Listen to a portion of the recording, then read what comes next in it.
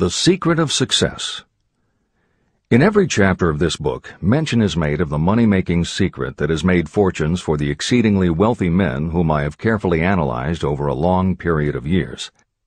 The secret was first brought to my attention by Andrew Carnegie. The canny, lovable old Scotsman carelessly tossed it into my mind when I was but a boy.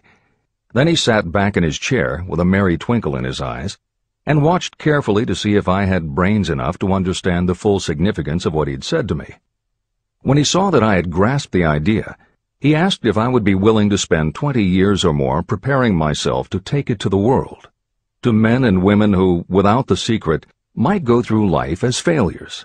I said I would, and with Mr. Carnegie's cooperation, I have kept my promise. Editor's comments. In 1908, during a particularly down time in the U.S. economy and with no money and no work, Napoleon Hill took a job as a writer for Bob Taylor's magazine. He was hired to write success stories about famous men. Although it would not provide much in the way of income, it offered Hill the opportunity to meet and profile the giants of industry and business, the first of whom was the creator of America's steel industry, multimillionaire Andrew Carnegie, who was to become Hill's mentor. Carnegie was so impressed by Hill's perceptive mind that following their 3-hour interview he invited Hill to spend the weekend at his estate so they could continue the discussion. During the course of the next 2 days, Carnegie told Hill that he believed any person could achieve greatness if they understood the philosophy of success and the steps required to achieve it. "It's a shame," he said, "that each new generation must find the way to success by trial and error when the principles are really clear-cut." Carnegie went on to explain his theory that his knowledge could be gained by interviewing those who had achieved greatness and then compiling the information and research into a comprehensive set of principles. He believed that it would take at least 20 years, and that the result would be the world's first philosophy of individual achievement. He offered Hill the challenge, for no more compensation than that Carnegie would make the necessary introductions and cover travel expenses. It took Hill 29 seconds to accept Carnegie's proposal. Carnegie told him afterward that had it taken him more than 60 seconds to make the decision, he would have withdrawn the offer. For a man who cannot reach a decision promptly, once he has all the necessary facts, cannot be depended upon to carry through any decision he may make. It was through Hill's unwavering dedication that this book was eventually written. For detailed information on the life of Hill, read or listen to the audiobook of A Lifetime of Riches, the Biography of Napoleon Hill, by Michael J. Ritt, Jr. and Kurt Landers. Michael Ritt worked as Hill's assistant for 10 years and was the first employee of the Napoleon Hill Foundation, where he served as executive director, secretary, and treasurer. The material in his book comes from his own personal knowledge of Hill, as well as from Hill's unpublished autobiography. That is the end of the editor's comment. This book, Think and Grow Rich, contains the Carnegie secret, a secret that has been tested by thousands, now millions of people in almost every walk of life. It was Mr. Carnegie's idea that the magic formula, which gave him a stupendous fortune, ought to be placed within reach of people who do not have the time to investigate how others had made their money. It was his hope that I might test and demonstrate the soundness of the formula through the experience of men and women in every calling. He believed the formula should be taught in all public schools and colleges. He said that if it were properly taught, it would revolutionize the entire educational system, and the time spent in school could be reduced to less than half. In Chapter 4, On Faith, you will read the astounding story of the organization of the giant United States Steel Corporation. It was conceived and carried out by one of the young men through whom Mr. Carnegie proved that his formula will work for all who are ready for it. This single application of the secret, by Charles M. Schwab, made him a huge fortune in both money and opportunity. Roughly speaking, this particular application of the formula was worth $600 million. These facts give you a fair idea of what reading this book may bring to you, provided you know what it is that you want. Editor's comment. According to one method of calculation, through inflation alone, it would take approximately $20 in 2001 to buy what $1 would have bought in 1901. However, to find the contemporary equivalent value of $600 million is not simply a matter of multiplying by the increase in the cost of living. Although there are other factors and variables in calculating buying power, even by conservative estimates, the $600 million would translate into at least $12 billion at the beginning of the 21st century. That's the end of the editor's comment. The secret was passed on to thousands of men and women who have used it for their personal benefit. Some have made fortunes with it. Others have used it successfully in creating harmony in their homes. A clergyman used it so effectively that it brought him an income of upwards of $75,000 a year, approximately $1.5 million in contemporary terms. Arthur Nash, a Cincinnati tailor, used his near-bankrupt business as a guinea pig on which to test the formula. The business came to life and made a fortune for its owners. The experiment was so unique that newspapers and magazines gave it millions of dollars worth of publicity. The secret was passed on to Stuart Austin Weir of Dallas, Texas. He was ready for it, so ready that he gave up his profession and studied law. Did he succeed? You'll read the answer in Chapter 6, Specialized Knowledge. While I was the advertising manager of the LaSalle Extension University, I had the privilege of seeing J.G. Chaplin, president of the university, use the formula so effectively that he made LaSalle one of the great extension schools of this country.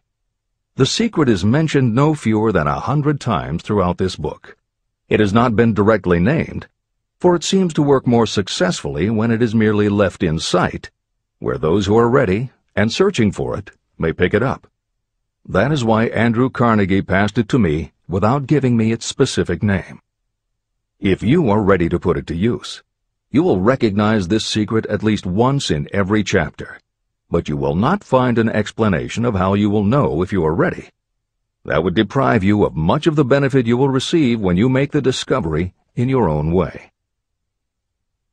If you have ever been discouraged, if you have had difficulties that took the very soul out of you, if you have tried and failed, if you were ever handicapped by illness or physical affliction, the story of my own son's discovery and use of the Carnegie formula may prove to be the oasis in the desert of lost hope for which you have been searching.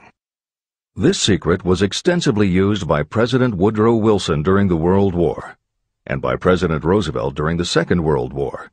It was passed on to every soldier in the training received before going to the front. President Wilson told me it was a powerful factor in raising the funds needed for the war. A peculiar thing about this secret is that those who acquire and use it find themselves literally swept on to success. However, as is often pointed out in this book, there is no such thing as something for nothing. The secret cannot be had without paying a price, although the price is far less than its value. Another peculiarity is that the secret cannot be given away, and it cannot be purchased for money. Unless you are intentionally searching for the secret, you cannot have it at any price. That is because the secret comes in two parts, and in order for you to get it, one of those parts must already be in your possession. The secret will work for anyone who is ready for it. Education has nothing to do with it. Long before I was born, the secret had found its way into the possession of Thomas A. Edison, and he used it so intelligently that he became the world's leading inventor, although he had only 3 months of schooling. The secret was passed on to Edwin C. Barnes, a business associate of Mr. Edison's. He used it so effectively that he accumulated a great fortune and retired from active business while still a young man. You will find his story at the beginning of the next chapter. It should convince you that riches are not beyond your reach, and that no matter where you are in life, you can still be what you wish to be. Money, fame, recognition, and happiness can be had by you if you are ready and determined to have these blessings. How do I know these things? You should have the answer before you finish this book. You may find it in the very first chapter or on the last page. While I was doing the research that I had undertaken at Andrew Carnegie's request, I analyzed hundreds of well-known men. Many of them attributed the accumulation of their vast fortunes to the Carnegie secret. Among these men were Henry Ford. Founder of the Ford Automobile Company, Ford started with no money and little education, yet became one of the most successful self-made businessmen in American history. William Wrigley, Jr., a traveling salesman who found that his customers liked the chewing gum he gave away as a premium better than the goods he sold, so he started his own company. John Wanamaker. Known as the Merchant Prince, he created the world's first department store and was hailed for his innovations in marketing, customer service, and employee benefits. James J. Hill. Known as the Empire Builder, he built the transcontinental Great Northern Railway, encouraged homesteading in the West, then established shipping routes linking America to Asia. George S. Parker. A school teacher who grew tired of fixing his students' pens, he created a new design, founded the Parker Pen Company, and turned a simple idea into a fortune. E. M. Statler. The son of a poor pastor, he started as a bellboy and worked his way up until he was able to start his own chain of Statler hotels, famous for their luxury and service with a smile. Henry L. Doherty. Started at age 12 as an office boy for Columbia Gas, he went on to acquire 53 utilities companies and patented 140 innovations for natural gas and oil production. Cyrus H. K. Curtis. Starting with a small agricultural weekly, Curtis turned it into Ladies' Home Journal, created Saturday Evening Post, then assembled one of the largest newspaper empires. George Eastman. Inventor and founder of the Eastman Kodak Company, he created many of the innovations that popularized photography and transformed the motion picture industry. Charles M. Schwab. The right-hand man of Andrew Carnegie, he was president of Carnegie Steel Company, brokered the deal that formed U.S. Steel, and went on to found Bethlehem Steel. Theodore Roosevelt. 26th President of the United States from 1901 to 1909. John W. Davis. A lawyer and political leader, Davis was Solicitor General under President Woodrow Wilson and later appointed Ambassador to Great Britain. Elbert Hubbard. Philosopher, publisher of the Fra magazine, and founder of the Roy Crofters Artists Colony, Hubbard was also the author of many bestsellers including A Message to Garcia. Wilbur Wright. A bicycle shop owner who, with his brother Orville, became the first Americans to fly heavier-than-air aircraft and pioneered the aviation industry. William Jennings Bryan. Newspaper publisher, presidential nominee, Secretary of State under President William McKinley, but perhaps best known as the lawyer who defended creationism at the Scopes monkey trial. Dr. David Starr Jordan. Educator, scientist, author of over 50 books, he was the nation's youngest university president at Indiana University and became the first president of Stanford University. J. Ogden Armour. Inherited his family's meatpacking business, turned it into a conglomerate with more than 3,000 products, was an owner of the Chicago Cubs, and a director of National City Bank and American International Corporation. Arthur Brisbane.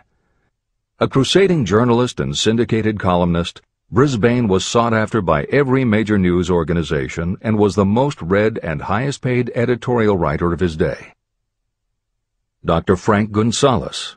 A Chicago preacher who delivered such a powerful sermon, Philip D. Armour gave him $1 million to start the Armour Institute of Technology, of which he became president.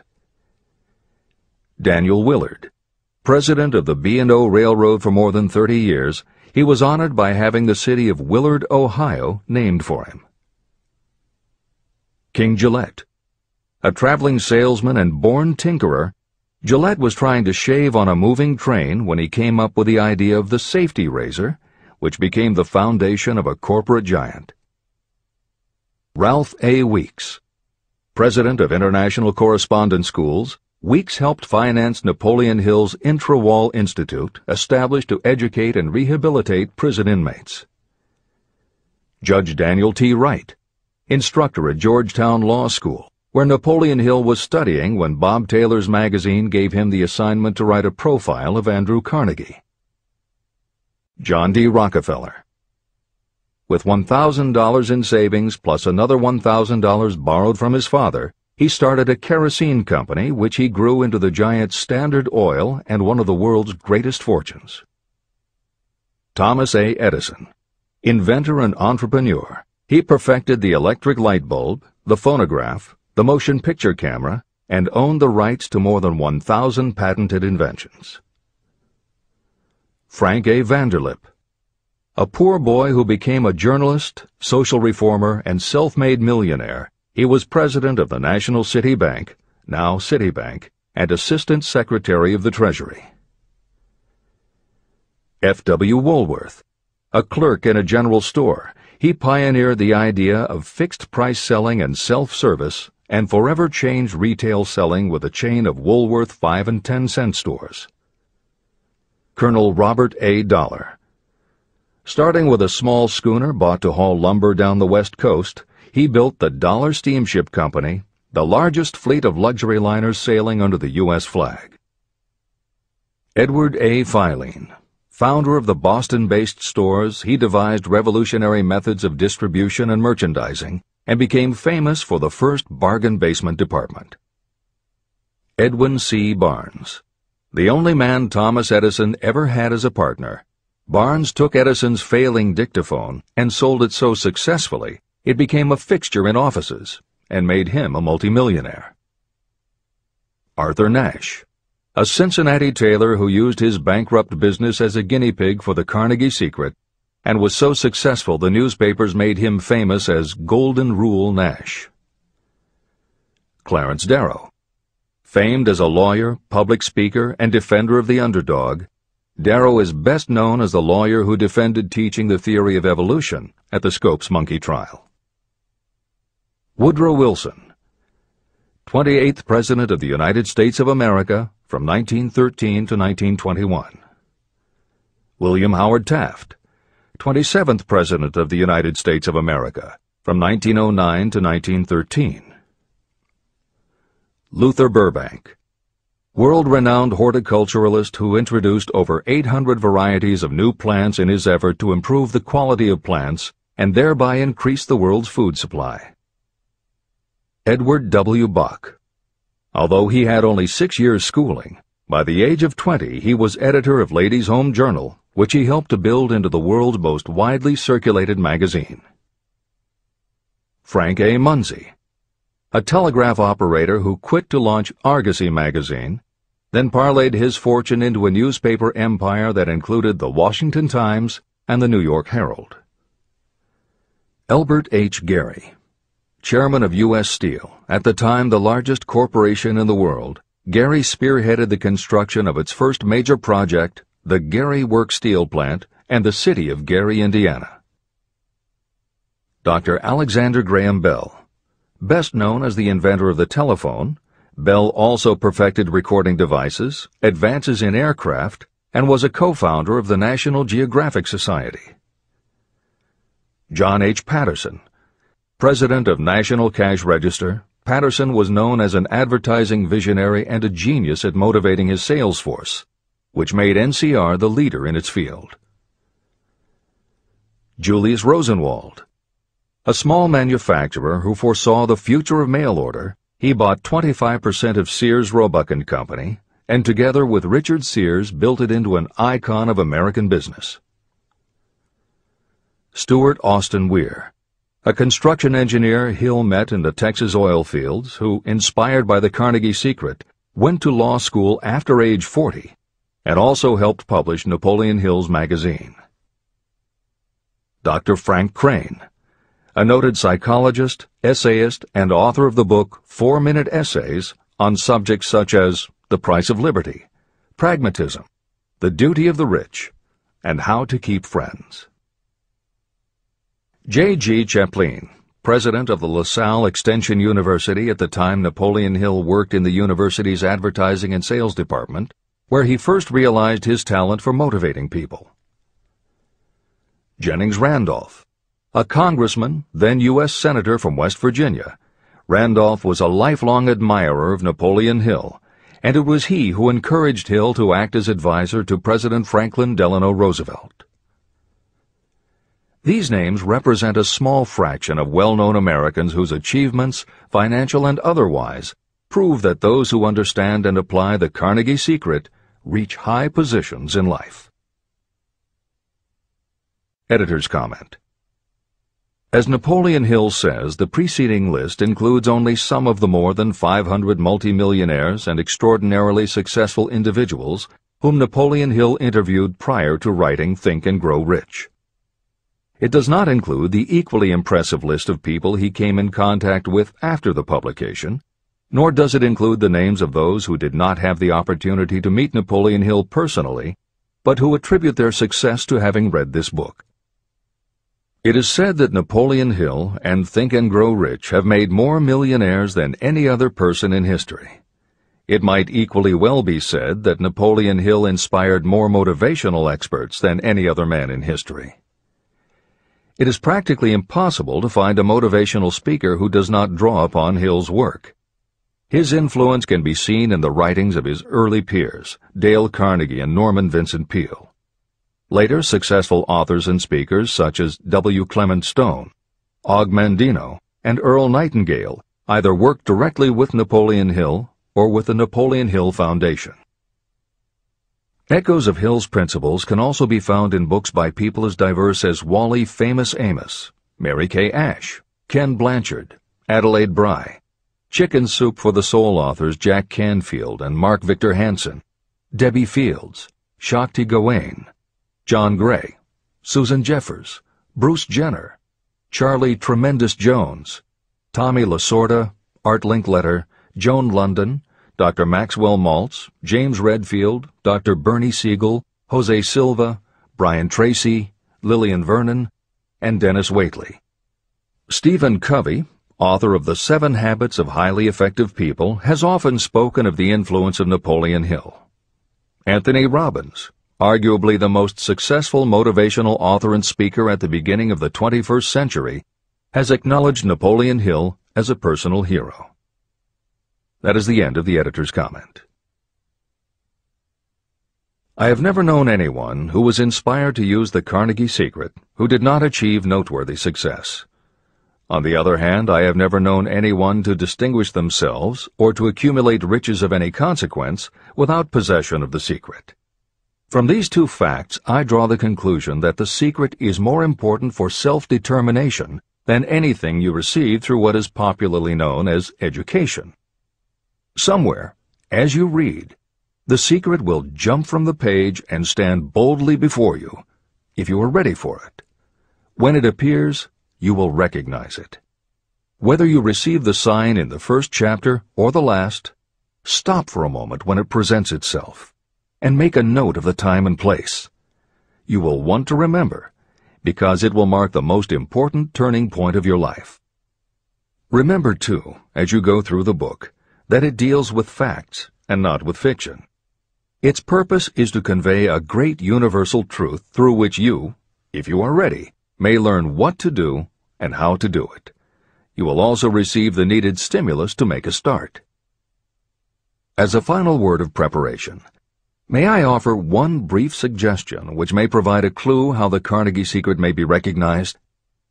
It is this: achievement and all earned riches have their beginning in an idea.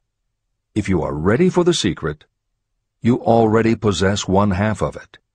Therefore, you will recognize the other half the moment it reaches your mind. Editor's comments. Unlike much of the business and motivational literature available, Think and Grow Rich is not written for readers to skip around from chapter to chapter, taking a concept here and an idea there to solve the problem of the moment. This book is written as a carefully integrated whole, to be read in its entirety, from beginning to end.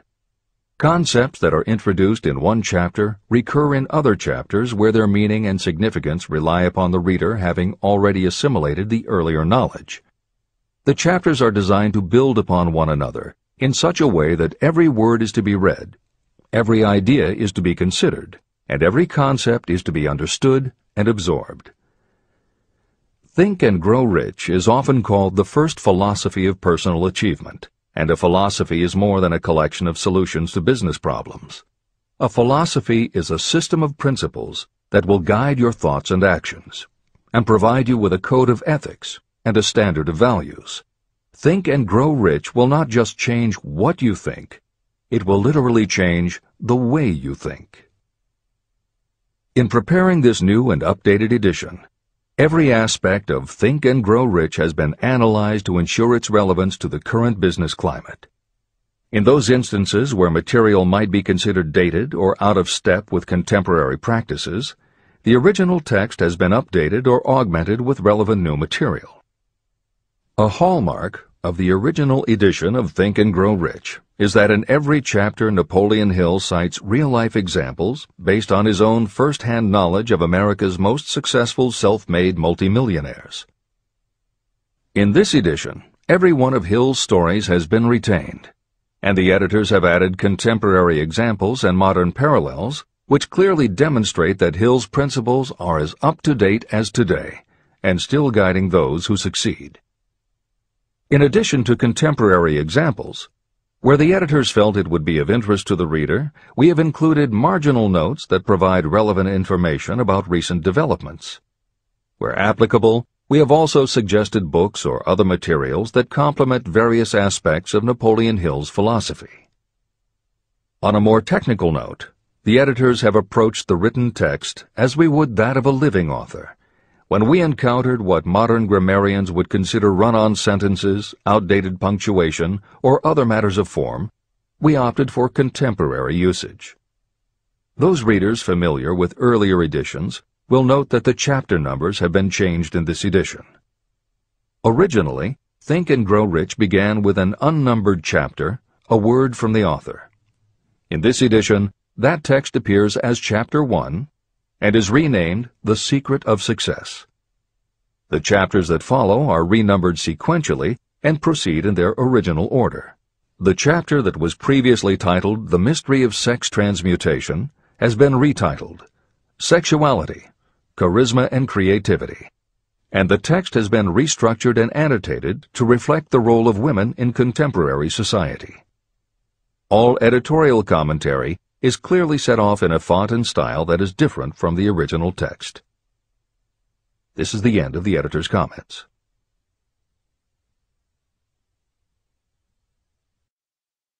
Both poverty and riches are the offspring of thought. Chapter 2. Thoughts are Things. The man who thought his way into partnership with Thomas A. Edison. Truly, thoughts are things, and powerful things, when they are mixed with definiteness of purpose, persistence, and a burning desire for their translation into riches or other material objects.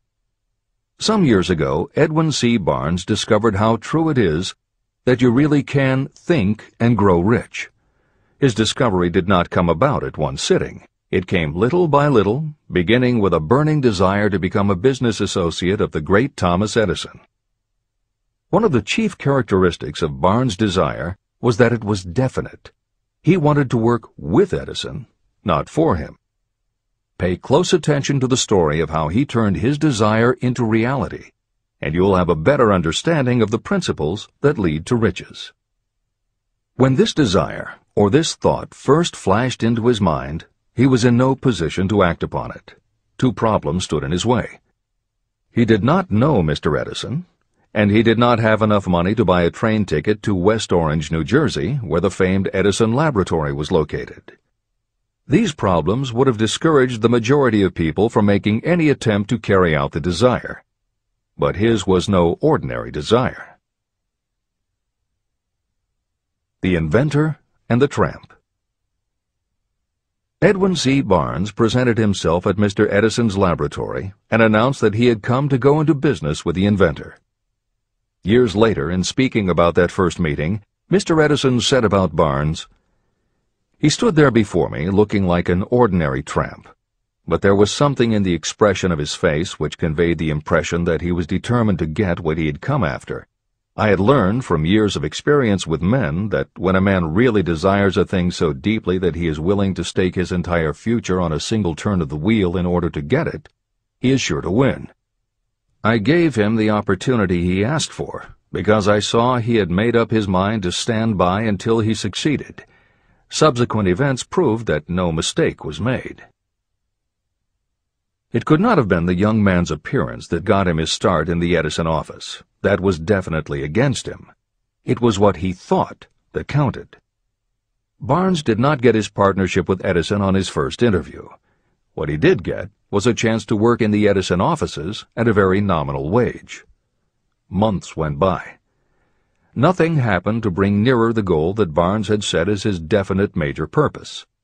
But something important was happening in Barnes' mind. He was constantly intensifying his desire to become the business associate of Edison. Psychologists have correctly said, when one is truly ready for a thing, it puts in its appearance. Barnes was ready for a business association with Edison, and he was determined to remain ready until he got what he was seeking. He did not say to himself, well, what's the use? I guess I'll change my mind and try for a salesman's job.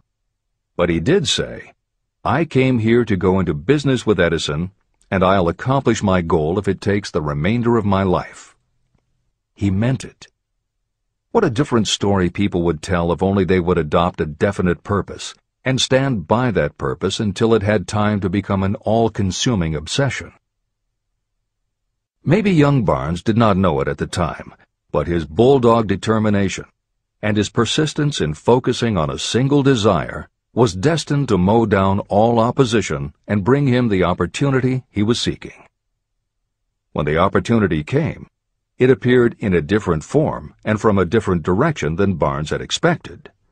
That is one of the tricks of opportunity. It has a sly habit of slipping in by the back door, and often it comes disguised in the form of misfortune or temporary defeat. Perhaps this is why so many people fail to recognize opportunity. Mr. Edison had just perfected a new device, known at that time as the Edison dictating machine. His salesmen were not enthusiastic about the machine. They did not believe it could be sold without great effort. Barnes saw his opportunity. It had crawled in quietly, hidden in a queer-looking machine that interested no one but Barnes and the inventor. Barnes knew he could sell the Edison dictating machine, and he told Edison so. Edison decided to give him his chance. And Barnes did sell the machine.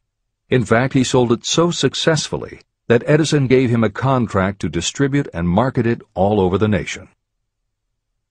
Out of that business association, Barnes made himself rich in money, but he did something infinitely greater. He proved that you really can think and grow rich. How much actual cash that original desire of Barnes was worth to him, I have no way of knowing. Perhaps it brought him $2 or $3 million. Editor's comment.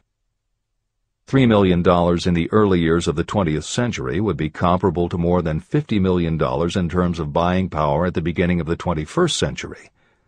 This is the end of the editor's comment. But the amount becomes insignificant compared with the greater asset he acquired. The definite knowledge that an intangible impulse of thought can be transmuted into material rewards by the application of known principles. Barnes literally thought himself into a partnership with the great Edison. He thought himself into a fortune.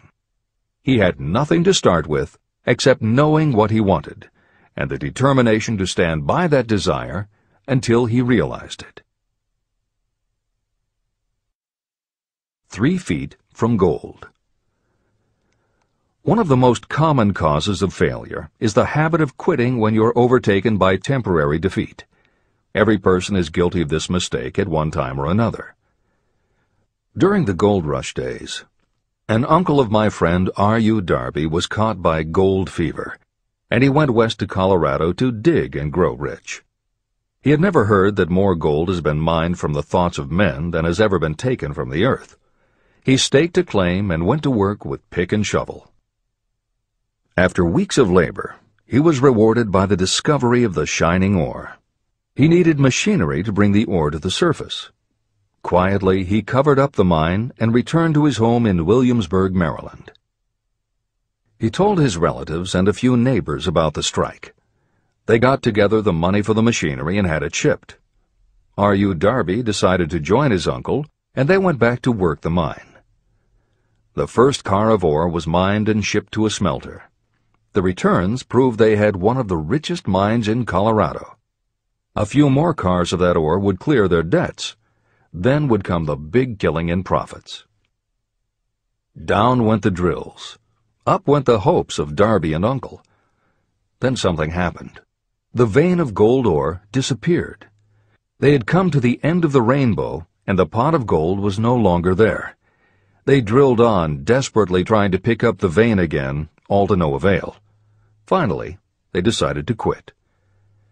They sold the machinery to a junkman for a few $100s and took the train back home. The junkman called in a mining engineer to look at the mine and do a little calculating. The engineer advised that the project had failed because the owners were not familiar with fault lines. His calculations showed that the vein would be found just 3 feet from where the Darbys had stopped drilling. And that is exactly where it was found.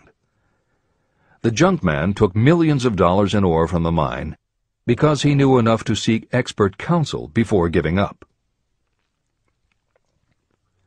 Long afterward, Mr. Darby recouped his loss many times over when he made the discovery that desire can be transmuted into gold.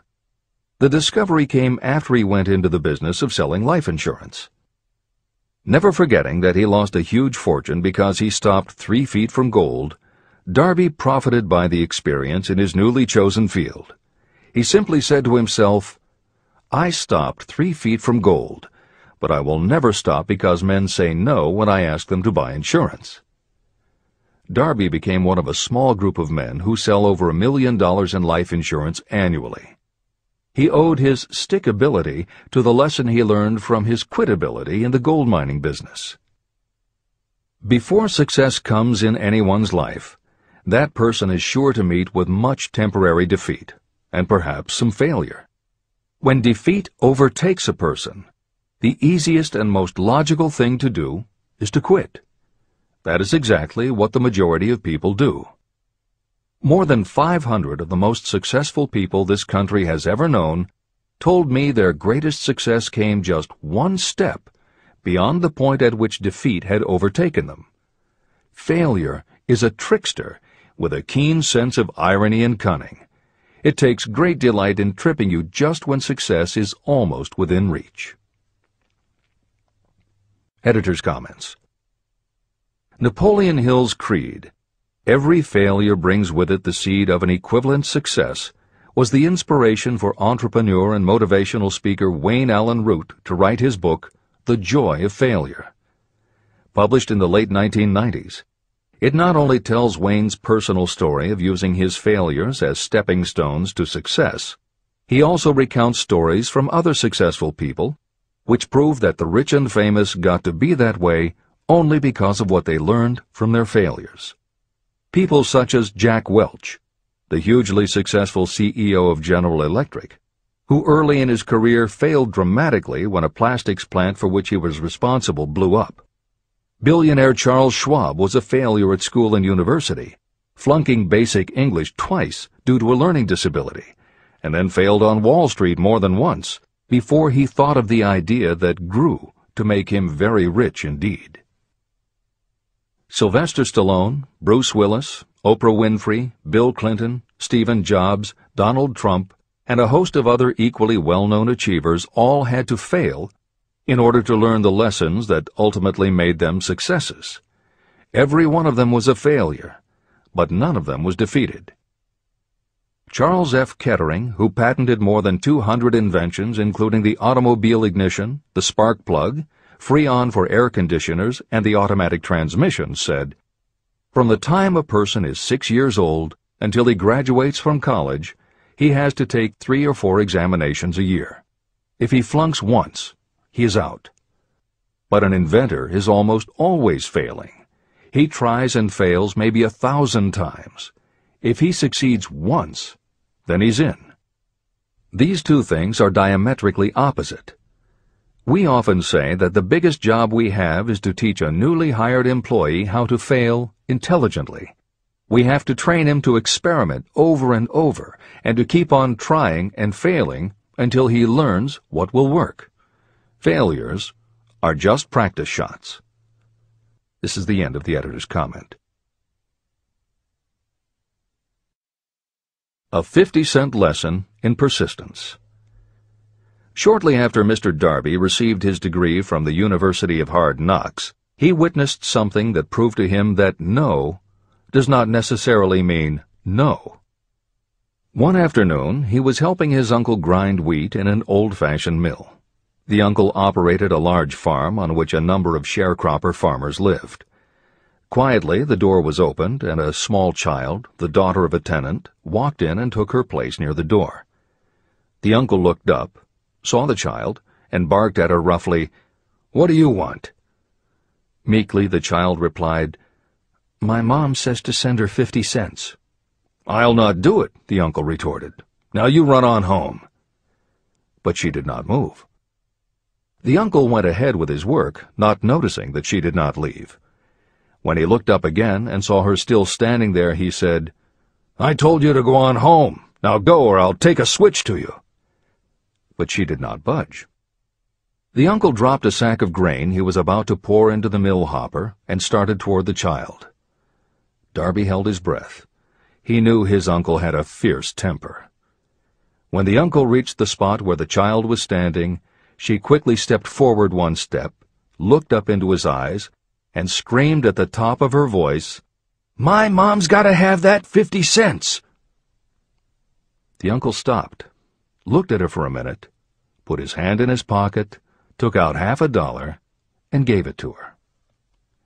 The child took the money and slowly backed toward the door, never taking her eyes off the man whom she had just conquered. After she had gone, the uncle sat down on a box and looked out the window into space for more than 10 minutes. He was pondering, with awe, over the whipping he had just taken. Mr. Darby, too, was doing some thinking. This was the first time in all his experience that he had seen a child deliberately master an adult. How did she do it? What happened to his uncle that caused him to lose his fierceness and become as docile as a lamb? What strange power did this child use that made her master of the situation? These questions flashed into Darby's mind, but he did not find the answer until years later, when he told me the story. Strangely, the story of this unusual experience was told to me in the old mill on the very spot where the uncle took his whipping. As we stood there in that musty old mill, Mr. Darby repeated the story and finished by asking, "What can you make of it? What strange power did that child use that so completely whipped my uncle?" The answer to his question will be found in the principles described in this book. The answer is full and complete. It contains enough details and instructions for you to understand and apply the same force that the little child accidentally stumbled upon. Keep your mind alert, and you will learn exactly what strange power came to the rescue of the child. You may catch a glimpse of the power in this chapter, or it may flash into your mind in some later chapter. If you stay alert to the possibility, somewhere you will find the idea that will quicken your receptive powers and place at your command this same irresistible power. It may come in the form of a single idea, or it may come as a complete plan or a purpose. It may even cause you to go back over your past experiences of failure or defeat, and in doing so, it may bring to the surface some lesson by which you can regain all that you lost through defeat. After I had explained to Mr. Darby the power unwittingly used by the little child, he mentally retraced his 30 years as a life insurance salesman. As he did so, it became clear to him that his success was due, in no small degree, to the lesson he had learned from the child.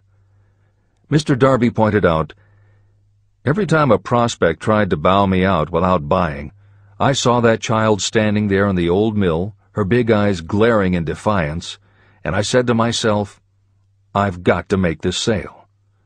The better portion of all sales I have made were made after people had said no." He also recalled his mistake in having stopped only 3 feet from gold.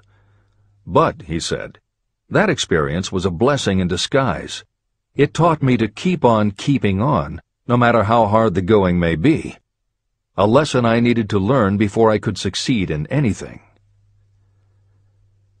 Mr. Darby's experiences were commonplace and simple enough, yet they held the answer to his destiny in life.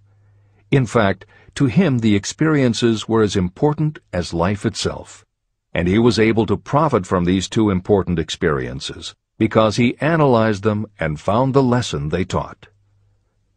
But what if you don't see the events of your life as being experiences of such profound significance? And what about the young person who doesn't yet have even minor failures to analyze?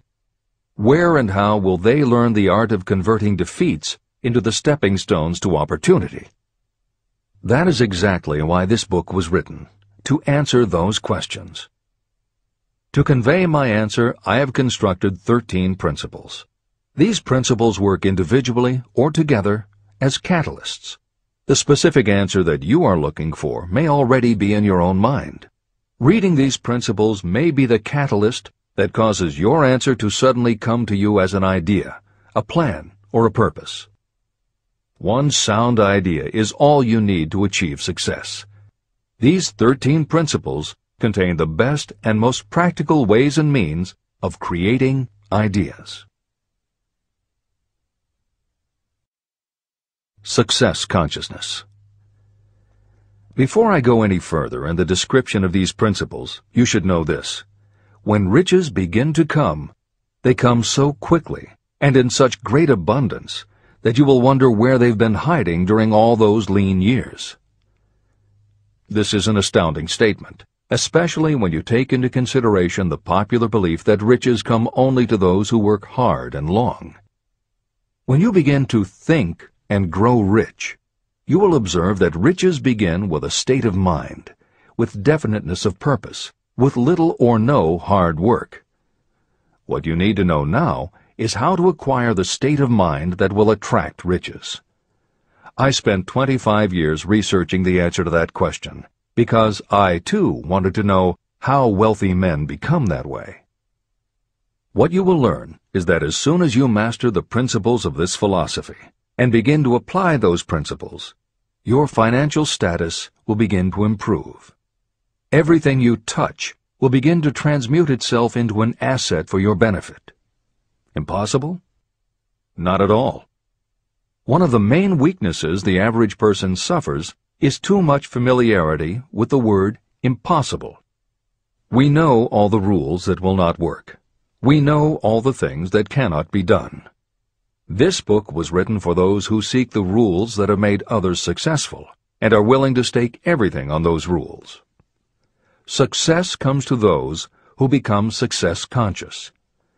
Failure comes to those who allow themselves to become failure conscious. The object of this book is to help you learn the art of changing your mind from failure consciousness to success consciousness. Another weakness is the habit of measuring everything and everyone by your own impressions and beliefs. Some of you reading this will have trouble believing that you can think and grow rich because your thought habits have been steeped in poverty, misery, failure, and defeat. This kind of thinking reminds me of the story about the man who came from China to study at the University of Chicago. One day, President Harper met this young man on campus and stopped to chat with him for a few minutes. He asked what had impressed him as being the most noticeable characteristic of the American people. "Why," the student exclaimed, "the unusual shape of your eyes." It's all a matter of perspective and habit. The same is true of your belief in what a person can achieve. If you have formed the habit of seeing life only from your own perspective, you may make the mistake of believing that your limitations are in fact the proper measure of limitations. The impossible Ford V8 motor. When Henry Ford decided to produce his famous V8 motor, he chose to build an engine with the entire 8 cylinders cast in one block. Ford instructed his engineers to produce a design for the engine. The design was drawn up on paper, but the engineers agreed to a man that it was simply impossible to cast an 8-cylinder engine block in one piece. Ford said, "Produce it anyway." But they replied, "It's impossible." "Go ahead," Ford commanded, "and stay on the job until you succeed, no matter how much time is required." So the engineers went ahead. 6 months went by. Nothing happened. Another 6 months passed, and still nothing. The engineers tried every conceivable plan to carry out the orders, but the thing seemed out of the question. Impossible. At the end of the year, Ford again checked with his engineers, and again they told him they had found no way to carry out his orders. "Go right ahead," said Ford. "I want it, and I'll have it." They went ahead. And then, as if by a stroke of magic, the secret was discovered. The Ford determination had won once more. Henry Ford was a success because he understood and applied the principles of success. One of these principles is desire, knowing clearly what you want. Remember this Ford story as you continue reading this book. Pick out the lines in which the secrets of his stupendous achievement have been described. If you do this, if you can put your finger on those particular principles that made Henry Ford rich, you may equal his achievements in almost any calling for which you are suited. Editor's comments. To those readers who may interpret Ford's actions as nothing more than obstinacy, the editors would point out that he was employing a technique that has become a common part of strategic planning in many industries, including aerospace, computers, medicine, and the military. When launching large, complicated, long-term projects, the planners often know that at certain points along the way they will need components that simply do not yet exist. The fact that at the beginning there is no way to get from A to B does not deter them. There are many parts of the project they can get started on now, and they just assume that by the time they get to the point where they will need a technology or a device, they will have solved the problem of making it, and they have been proven right time and again. Stated simply, the technique is to clearly know what you want to accomplish, have faith in your ability to do it, and persist until you have accomplished your goal. This is the end of the editor's comments. Why you are the master of your fate. When the famed English poet William Henley wrote the prophetic lines, "I am the master of my fate, I am the captain of my soul," he should have informed us that the reason we are the masters of our fate, the captains of our souls, is that we have the power to control our thoughts. He should have told us that it is because in some way our brains become magnetized with the dominating thoughts that we hold in our minds. And it is as though our magnetized minds attract to us the forces, the people, and the circumstances of life that are in sync with our dominating thoughts. He should have told us that before we can accumulate riches in great abundance, we must magnetize our minds with intense desire for riches. That we must become money-conscious until the desire for money drives us to create definite plans for acquiring it. But, being a poet, Henley contented himself by stating a great truth in poetic form, leaving those who followed him to interpret the philosophical meaning of his lines. Little by little, the truth has unfolded itself, until I have come to know with certainty that the principles described in this book hold the secret of mastery over our economic fate. Principles that can change your destiny. We are now ready to examine the first of these principles, and as we do, I ask you to maintain a spirit of open-mindedness. Remember as you read that these principles are not my invention, nor are they the invention of any one person. These principles have worked for literally millions of people. You, too, can put them to work for you and your own enduring benefit. You will find it easy, not hard to do. Some years ago, I delivered the commencement address at Salem College in Salem, West Virginia.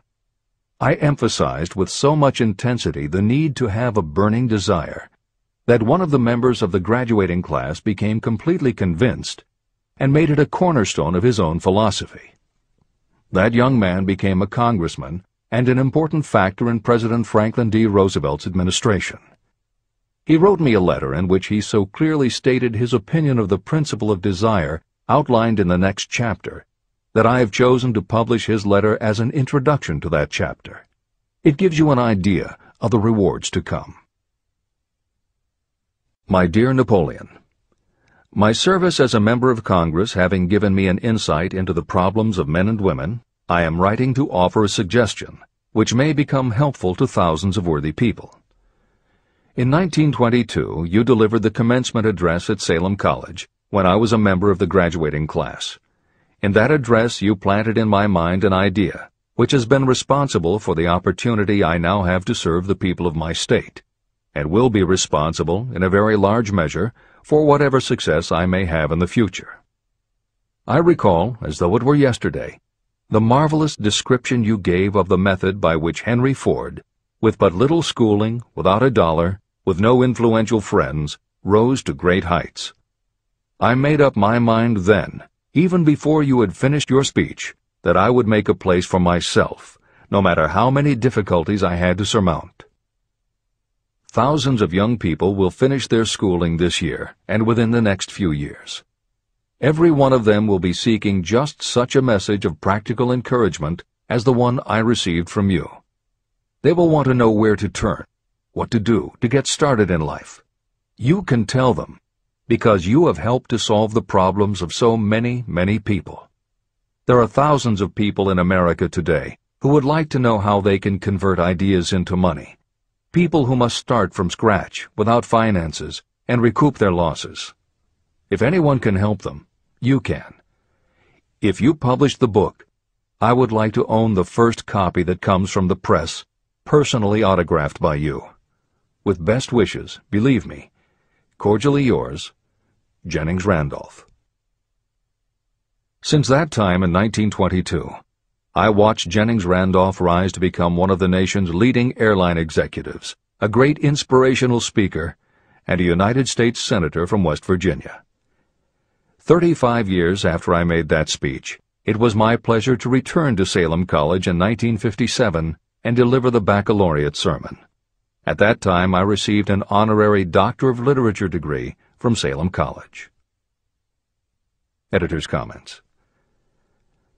As you begin the next chapter, the editors would like to reinforce the earlier statement that what you are reading is not just a collection of theories out of which you can cherry-pick what you like. The 13 principles of success were proven by the real-life experiences of the long list of famous successful people cited earlier by Napoleon Hill. His techniques are also practiced and endorsed by the contemporary experts and authors whom the editors mentioned, following Hill's list. More than 60 million people have purchased copies of the book that you are now holding in your hands. If this book has proven to be that successful, surely you owe it to yourself to give it every chance to work for you too. Read it. Don't question it. Do it. If you don't, if you think that you know better than Napoleon Hill, if you decide to pick and choose the parts that you will believe or follow, then, if you don't succeed, you will never know if your failure lies with this book or with you. This is the end of the editor's comments. Whatever the mind of man can conceive and believe, it can achieve. Chapter 3. Desire. The starting point of all achievement. The first step toward riches. When Edwin C. Barnes climbed down from the freight train in West Orange, New Jersey, he may have resembled a tramp, but his thoughts were those of a king. As he made his way from the railroad tracks to Thomas A. Edison's office, his mind was at work. He saw himself standing in Edison's presence. He heard himself asking Mr. Edison for an opportunity to carry out the one consuming obsession of his life, a burning desire to become the business associate of the great inventor. Barnes' desire was not a hope. It was not a wish. It was a pulsating desire which transcended everything else. It was definite. A few years later, Edwin C. Barnes again stood before Edison, in the same office where he first met the inventor. This time, his desire had been translated into reality. He was in business with Edison. The dominating dream of his life had become a reality. Barnes succeeded because he chose a definite goal, placed all his energy, all his willpower, all his effort. He put everything he had into achieving that goal. 5 years passed before the chance he had been seeking made its appearance. To everyone except himself, he appeared to be just another cog in the Edison business wheel. But in Edwin Barnes' own mind, he was the partner of Edison every minute from the very day that he first went to work there. It is a remarkable illustration of the power of a definite desire. Barnes won his goal because he wanted to be a business associate of Mr. Edison's more than he wanted anything else. He created a plan by which to attain that purpose, and he burned all bridges behind him. He stood by his desire until it became the dominating obsession of his life, and finally, a fact. When he went to West Orange, he did not say to himself, "I will try to induce Edison to give me a job of some sort." He said, "I will see Edison and put him on notice that I have come to go into business with him." He did not say, "I will keep my eyes open for another opportunity in case I fail to get what I want in the Edison organization." He said, "There is one thing in this world that I am determined to have, and that is a business association with Thomas A. Edison. I will burn all bridges behind me and stake my entire future on my ability to get what I want." He left himself no possible way of retreat. He had to win or perish. That is all there is to the Barnes story of success. Allow yourself no retreat. A long while ago, a great warrior faced a situation in which he had to make a decision that ensured his success on the battlefield. He was about to send his armies against a powerful foe whose men outnumbered his. He loaded his soldiers into boats, sailed to the enemy's country, and unloaded the soldiers and equipment. Then he gave the order to burn the ships that had carried them.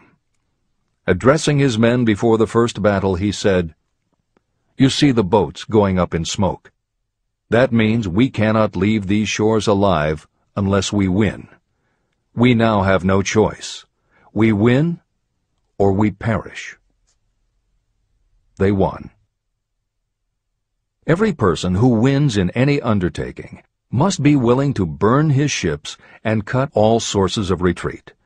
That is the only way you can be sure of maintaining the state of mind known as a burning desire to win. It is essential to success. The morning after the Great Chicago Fire, a group of merchants stood on State Street, looking at the smoking remains of what had been their stores. They went into a conference to decide if they would try to rebuild or if they would leave Chicago and start over in a more promising section of the country. They decided to leave, all except one. The merchant who decided to stay and rebuild pointed a finger at the remains of his store and said, "Gentlemen, on that very spot I will build the world's greatest store, no matter how many times it may burn down." That was in 1871. The store was built. It still stands there today. The Marshall Fields department store is a towering monument to the power of that state of mind known as a burning desire. The easy thing would have been for Marshall Field to do exactly what his fellow merchants did. When the going was hard and the future looked dismal, they pulled up and went where the going seemed easier. Mark well this difference between Marshall Field and the other merchants. It is that difference which distinguishes those who succeed from those who fail. Every human being old enough to understand the value of money wishes for it, but wishing will not bring riches. Desiring riches, with a state of mind that becomes an obsession, then planning definite ways and means to acquire riches, and backing those plans with persistence, a persistence which does not recognize failure, that's what will bring riches. Editor's comments. In other of his writings, Napoleon Hill uses the term definiteness of purpose as being interchangeable with desire. The following explanation is adapted from the Napoleon Hill Foundation's book, Believe and Achieve. Desire, or definiteness of purpose, is more than goal setting. In simplest terms, your desire is your roadmap to achieving an overall career objective. Your goals represent specific steps along the way. Having a desire, or definiteness of purpose for your life, has a synergistic effect on your ability to achieve your goals. As you become better at what you do, you devote all of your resources toward reaching your objective. You become more alert to opportunities, and you reach decisions more quickly. Every action you take ultimately boils down to the question, will this goal help me reach my desire, my overall objective, or won't it? Your purpose will become your life. It will permeate your mind, both conscious and subconscious. This is the end of the editor's comments. 6 ways to turn desire into gold. The method by which your desire for riches can be transmuted into its financial equivalent consists of 6 definite, practical steps. 1. Fix in your mind the exact amount of money you desire. It is not sufficient merely to say, "I want plenty of money." Be definite about the amount. There is a psychological reason for such definiteness explained in subsequent chapters. 2. Determine exactly what you intend to give in return for the money you desire. There is no such reality as something for nothing. 3. Establish a definite date when you intend to possess the money you desire. 4. Create a definite plan for carrying out your desire, and begin at once, whether you are ready or not, to put this plan into action. 5. Now write it out. Write a clear, concise statement of the amount of money you intend to acquire. Name the time limit for its acquisition. State what you intend to give in return for the money, and describe clearly the plan through which you intend to accumulate it. 6. Read your written statement aloud, twice daily. Read it once just before retiring at night, and read it once after arising in the morning. As you read, see and feel and believe yourself already in possession of the money. It is important that you follow the instructions in these 6 steps. It is especially important that you observe and follow the instructions in the 6th step. You may complain that it is impossible for you to see yourself in possession of money before you actually have it. Here is where a burning desire will come to your aid. If you truly desire money so keenly that your desire is an obsession, you will have no difficulty in convincing yourself that you will acquire it.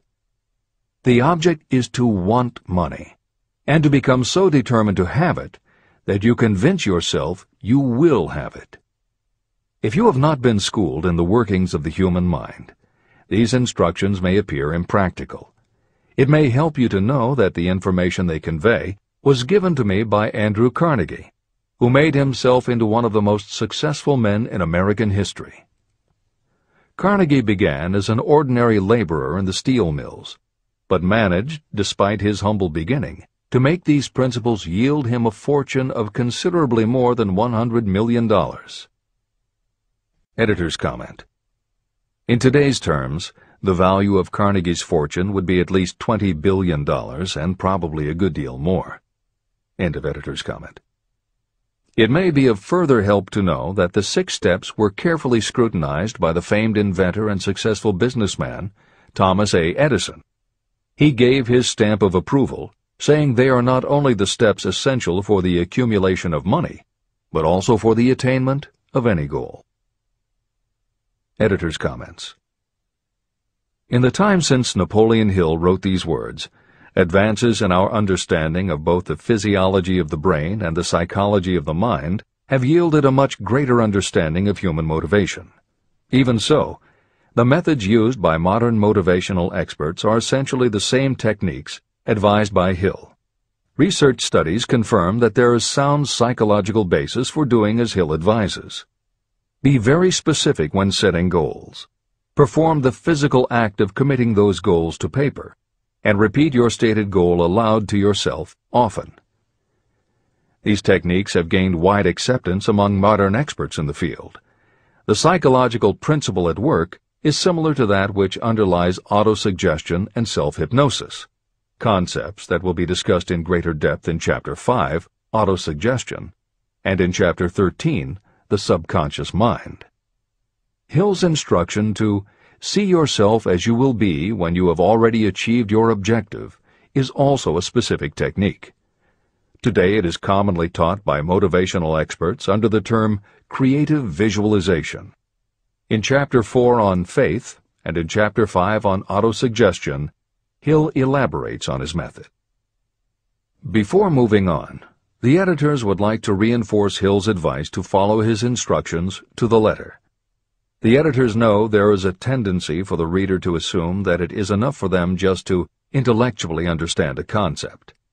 As you read Hill's 6 points, you probably found yourself thinking, sure, some people might need to write things down, but I'm not a kid, I get the idea. Or, okay, I understand that saying it out loud might help some less sophisticated people, but I already understand the point intellectually. If you feel that way, let us remind you that many of the most successful people whom you admire did not think they were too smart or too sophisticated to follow Hill's instructions.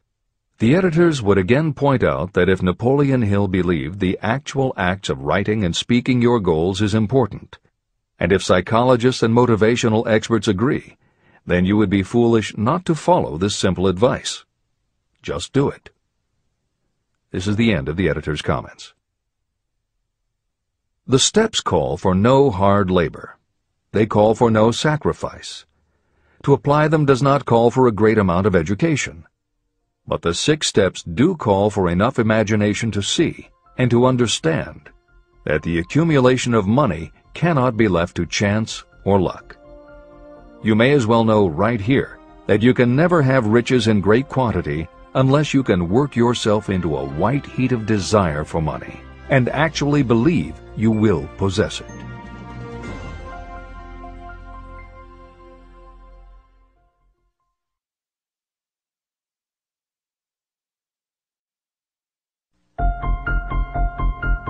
The power of great dreams.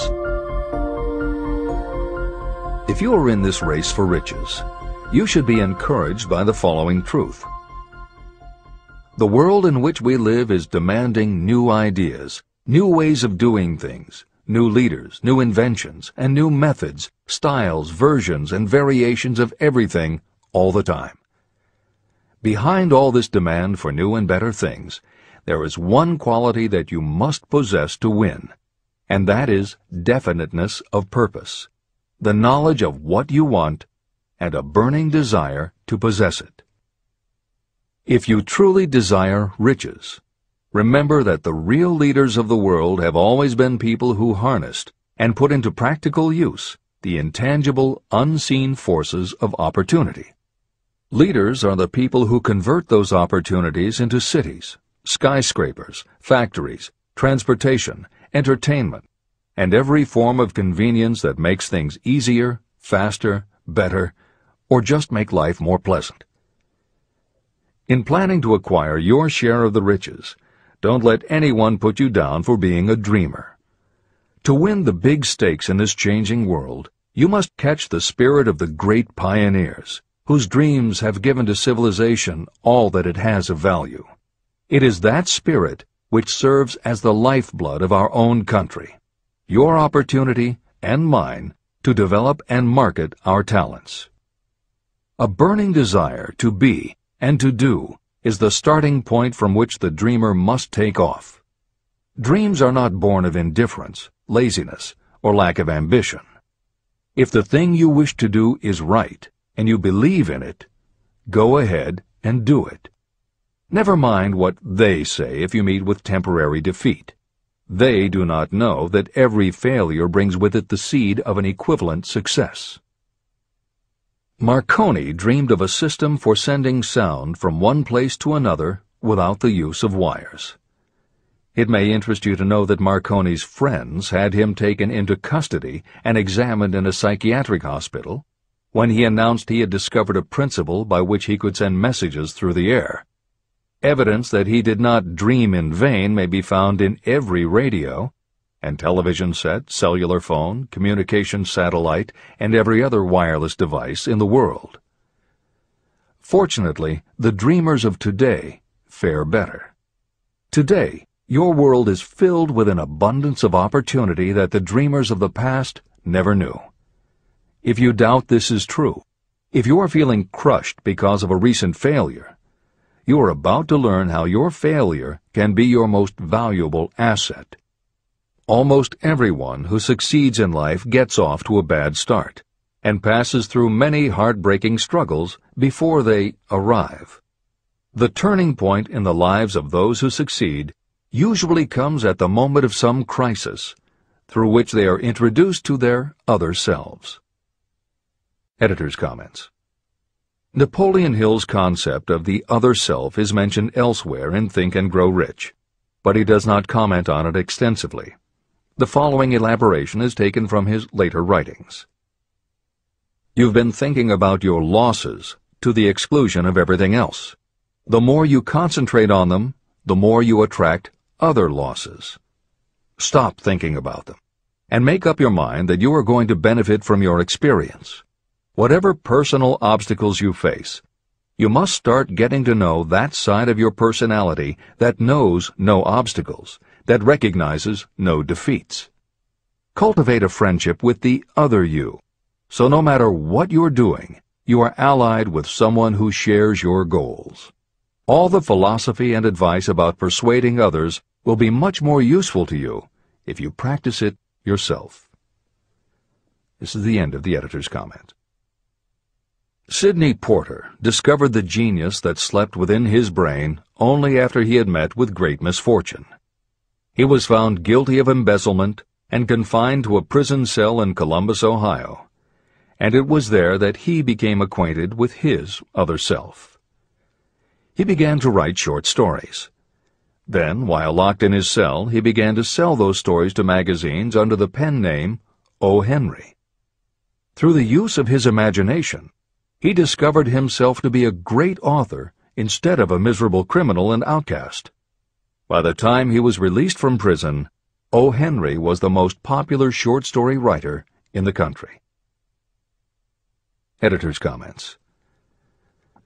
More recently, in another prison, another kind of writer met his other self, and country music gained one of its most talented songwriters and biggest stars.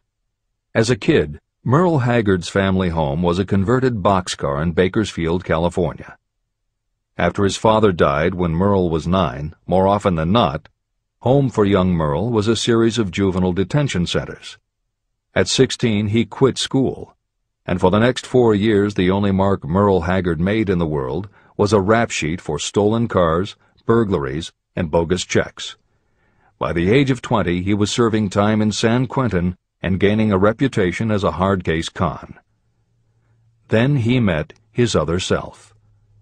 Inspired by a concert Johnny Cash played for the inmates, plus conversations with men on death row and the time he spent in solitary confinement, Haggard learned that he had another self, and that self had something to say through his music. When he got out of solitary, Haggard asked for the hardest job the prison had to offer. He enrolled in night school courses at the prison, straightened himself out, and won his parole after 2.5 years. He went back to Bakersfield and dug ditches during the day so he could polish his songwriting and performing at night. Within 3 years, he had a recording contract. Within 5 years, he had his first top 10 hit, and has since gone on to become one of the most influential voices in modern country music. This is the end of the editor's comments. Thomas Edison dreamed of a lamp that could be operated by electricity, and he began where he stood to put his dream into action. He failed more than 10,000 times. Despite his failures, he stood by that dream until finally he was driven to the discovery of the genius that slept within his brain. Editor's comments. Dean Kamen got to know his other self very early in life. While he was a teenager, Kamen started his own company, building and selling control systems for automated sound and light shows. He was still in high school when he got the contract to automate the Times Square New Year's Eve ball. Though he went on to attend university, he never bothered to graduate because he was too busy working on something he called auto-syringe, the first wearable infusion pump for administering drug therapies. His invention was hailed as a medical landmark, as were many of his other breakthroughs, which include a revolutionary kidney dialysis machine, an insulin pump for diabetics, an improved stent used for heart patients, and more than 150 other devices he has patented. One day, seeing the difficulty a man in a wheelchair was having getting up a curb, Kamen set his mind to creating a device that would liberate people confined to wheelchairs. The result is the iBot, a revolutionary wheel device that uses computers and a system of stabilizing gyroscopes that imitate the working of the human body. It not only goes over curbs, but it will even go up and down stairs, travel over almost any kind of rough ground, and will allow the user to raise themselves eye to eye with a standing person. And it does it all without the user having to get out of the device or needing anyone's assistance. In 2001, Kamen hit the front pages when he introduced the Segway, a one-person people mover based on his iBot technology. It's a two-wheel scooter-like device that zips and zooms forward, backward, left, right, and comes to a stop without the rider doing anything more than barely shifting his or her body. It is so sensitive that it is almost as though it obeys the user's thoughts. The Segway may be a world-changing invention, with possible applications for work and travel that stagger the imagination. As this is being written, the Segway is already being used to navigate large warehouses and is being tested by police departments and postal employees. While traffic cops and City Hall wrangle over whether the Segway belongs on the sidewalk or the road, Dean Kamen is dreaming a new dream. This time, the dream is an invention that may literally bring light to some of the darkest corners of the earth. Kamen has developed a non-polluting electric generator that can use almost anything as fuel. But here's the extraordinary part. He has created a revolutionary closed system so that the engine's heat is used to purify 10 gallons of drinkable water every hour. This amazing invention could bring safe drinking water to parts of the world where contaminated water kills millions, and at the same time, it will provide a source of cheap, reliable electric power. Dean Kamen is not some academic hidden in a lab somewhere. Kamen is an inventor. But like Thomas Edison, he is also an entrepreneur and businessman, creating and marketing devices that are changing the public perception of what an inventor is. This is the end of the editor's comments. Henry Ford, poor and uneducated, dreamed of a horseless carriage. He went to work with what tools he possessed without waiting for opportunity to favor him, and now evidence of his dream belts the entire earth. He put more wheels into operation than any man who ever lived because he was not afraid to back his dreams. Editor's comments. Stephen Jobs and Steve Wozniak, two university dropouts, dreamed of making and selling computers that the average person could use. Like Ford, working with the tools they possessed, they built the first Apple computer in the Jobs family garage. And like Ford, they weren't afraid to back their dreams. After showing their prototype to a local retailer, they got an order for 25 machines. Jobs sold his Volkswagen, and Woz sold his expensive Hewlett-Packard Scientific Calculator to raise $1,300 to start their new company. They took the money, convinced the local electronics suppliers to grant them a line of credit, and started production of the Apple I. They revolutionized the computer hardware and software industry. Released in 1976 and priced at $666, the Apple I earned them $774,000. 2 years later, they introduced the Apple II, which in the next 3 years earned $140 million. In 1980, Apple went public, and after the first day of trading, the company had a market value of $1.2 billion. Wozniak left the company in 1981, but Jobs pushed through the development of the Macintosh in 1984. In 1985, Jobs left too, but in 1998 he came back to Apple to revitalize the floundering company with the creation of the iMac computers, the animation company Pixar, the iPod, and iTunes. In presenting stories of contemporary successes, the editors have followed Hill's style of using real people to illustrate the principles of success. But Napoleon Hill was granted a rare privilege. Unlike anyone before or after, he had the opportunity to personally meet the most powerful and successful people and learn firsthand the dreams that inspired them, the obstacles that confronted them, and how they found the courage within themselves to overcome their failures.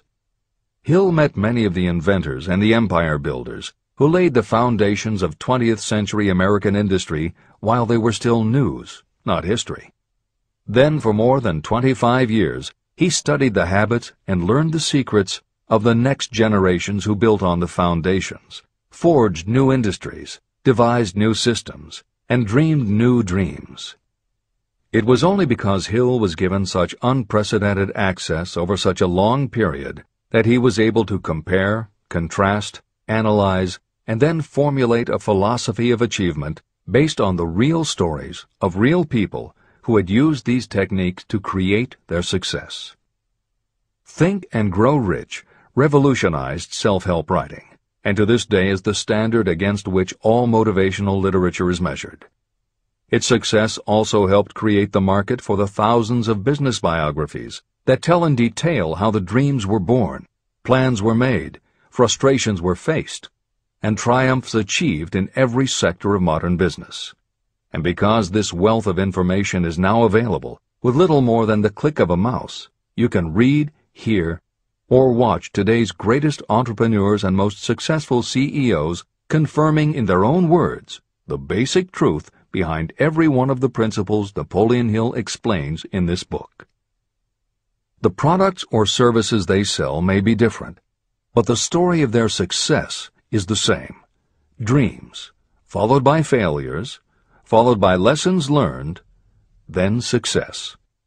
For every Henry Ford, Thomas Edison, or O. Henry that Napoleon Hill cites to make a point, today there is a Steve Jobs, Dean Kamen, or Merle Haggard, proving that Hill's points are still valid. This is the end of the editor's comments. There is a difference between wishing for a thing and being ready to receive it. No one is ready for a thing until they believe they can acquire it. The state of mind must be belief, not mere hope or wish. Open-mindedness is essential for belief. Closed minds do not inspire faith, courage, and belief. Remember, no more effort is required to aim high in life, to demand abundance and prosperity, than is required to accept misery and poverty. A great poet has correctly stated this universal truth through these lines. I bargained with life for a penny, and life would pay no more. However, I begged at evening when I counted my scanty store. For life is a just employer. He gives you what you ask. But once you have set the wages, why, you must bear the task. I worked for a menial's hire, only to learn dismayed that any wage I had asked of life, life would have willingly paid. Desire outwits Mother Nature. As a fitting climax to this chapter, I wish to introduce one of the most unusual persons I have ever known. I first saw him a few minutes after he was born. He came into the world without any physical sign of ears. When pressed for an opinion, the doctor concluded that the child might be deaf and mute for life. I challenged that doctor's opinion. I had the right to do so. I was the child's father. I, too, reached a decision. But I expressed my opinion silently, in the secrecy of my own heart. In my own mind, I knew that my son would hear and speak. How? I was sure there must be a way, and I knew I would find it. I thought of the words of the immortal Emerson. The whole course of things goes to teach us faith. We need only obey. There is guidance for each of us, and by lowly listening, we shall hear the right word. The right word? Desire. More than anything else, I desired that my son should not be deaf and unable to speak. From that desire, I never receded, not for a second. What could I do about it? Somehow, I would find a way to transplant into that child's mind my own burning desire for ways and means of conveying sound to his brain without the aid of ears. As soon as the child was old enough to cooperate, I would fill his mind so completely with a burning desire to hear that nature would, by methods of her own, translate it into physical reality.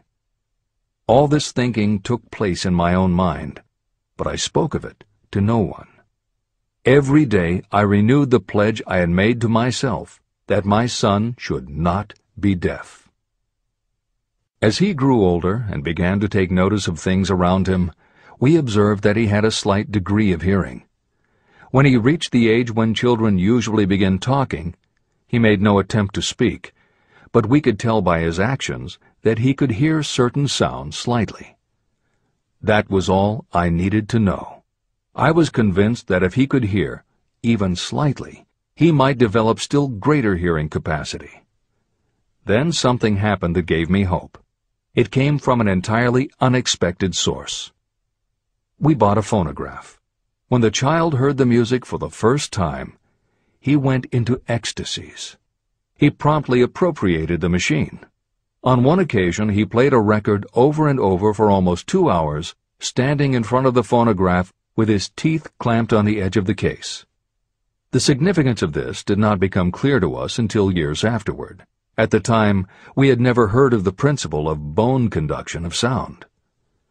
Shortly after he appropriated the phonograph, I discovered that he could hear me quite clearly when I spoke with my lips touching his mastoid bone at the base of the skull. Having determined that he could hear the sound of my voice plainly, I began immediately to transfer to his mind the desire to hear and speak. When I discovered that my son enjoyed bedtime stories, I went to work creating stories designed to develop in him self-reliance, imagination, and a strong desire to hear. There was one storyline in particular that I emphasized over and over. Every time I told it, I gave it some new and dramatic coloring. These stories were designed to plant in his mind the thought that his affliction was not a liability, but an asset of great value. As a result of my studies and personal experience, I firmly believe that every adversity brings with it the seed of an equivalent advantage. However, despite my beliefs, I must confess that I did not have the slightest idea how this disability could ever become an asset. He won a new world with 6 cents. As I analyze the experience in retrospect, I can see now that my son's faith in me had much to do with the astounding results. He did not question anything I told him. I sold him on the idea that he had a distinct advantage over his older brother, and that this advantage would reflect itself in many ways. For example, the teachers in school would observe that he had no ears, and because of this they would show him special attention and treat him with extraordinary kindness. And they always did. I also sold him on the idea that when he became old enough to sell newspapers, his older brother had already become a newspaper merchant, he would have a big advantage over his brother. My reasoning was that people would pay him extra money for his wares because they could see that he was a bright, industrious boy, despite the fact that he had no ears.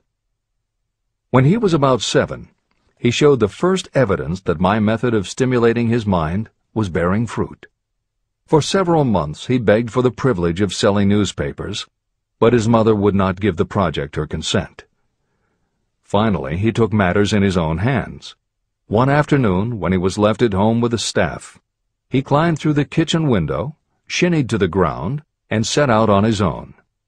He borrowed 6 cents in capital from the neighborhood shoemaker and invested it in papers, which he sold out. He took his earnings, reinvested in more newspapers, and kept repeating until late in the evening. After balancing his accounts and paying back the 6 cents he had borrowed from his banker, he had a net profit of 42 cents. When we got home that night, we found him in bed asleep with the money tightly clenched in his hand. His mother opened his hand, removed the coins, and cried. Of all things! To me it seemed she was crying over her son's first victory. My reaction was the reverse. I laughed, for I knew that my endeavor to plant in my son's mind an attitude of faith in himself had been successful. His mother saw in his first business venture a little deaf boy who had gone out in the streets and risked his life to earn money. I saw a brave, ambitious, self-reliant little businessman whose stock in himself had been increased 100%. He had gone into business on his own initiative and had won. I was not only pleased, I was impressed. He had clearly demonstrated the first signs of a resourcefulness that would go with him all through life. The little deaf boy went through grade school, high school, and college without being able to hear his teachers, except when they shouted loudly at close range. He did not go to a school for the deaf, and we did not use sign language. We were determined that he should live like any other boy who could hear and speak. We stood by that decision, although it cost us many heated debates with school officials. While he was in high school, he tried an electronic hearing aid, but it was of no value to him. During his last week in college, something happened that marked the most important turning point of his life. Through what seemed to be mere chance, he came into possession of another electronic hearing device, which was sent to him on trial. He was slow about testing it, due to his disappointment with a similar device.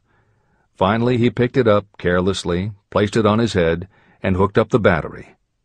Suddenly, as if by magic, his lifelong desire for normal hearing became a reality. For the first time in his life, he heard practically as well as any person with normal hearing. Overjoyed because of the changed world that had been brought to him, he rushed to the telephone, called his mother, and heard her voice perfectly. The next day, for the first time in his life, he plainly heard the voices of his professors in class. For the first time in his life, he could converse freely with other people without them having to speak loudly. Truly, he had come into possession of a changed world.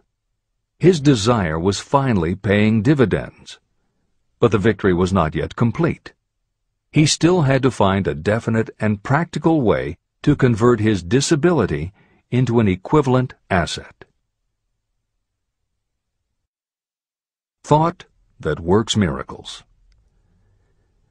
Intoxicated with the joy of his newly discovered world of sound, he wrote a letter to the manufacturer of the hearing aid, enthusiastically describing his experience. Something in his letter prompted the company to invite him to New York. He was escorted through the factory, and while talking with the chief engineer, telling him about his changed world, a hunch, an idea, or an inspiration, call it what you wish, flashed into his mind.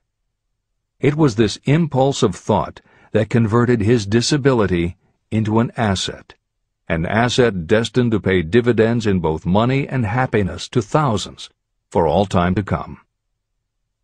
The sum and substance of that impulse was this.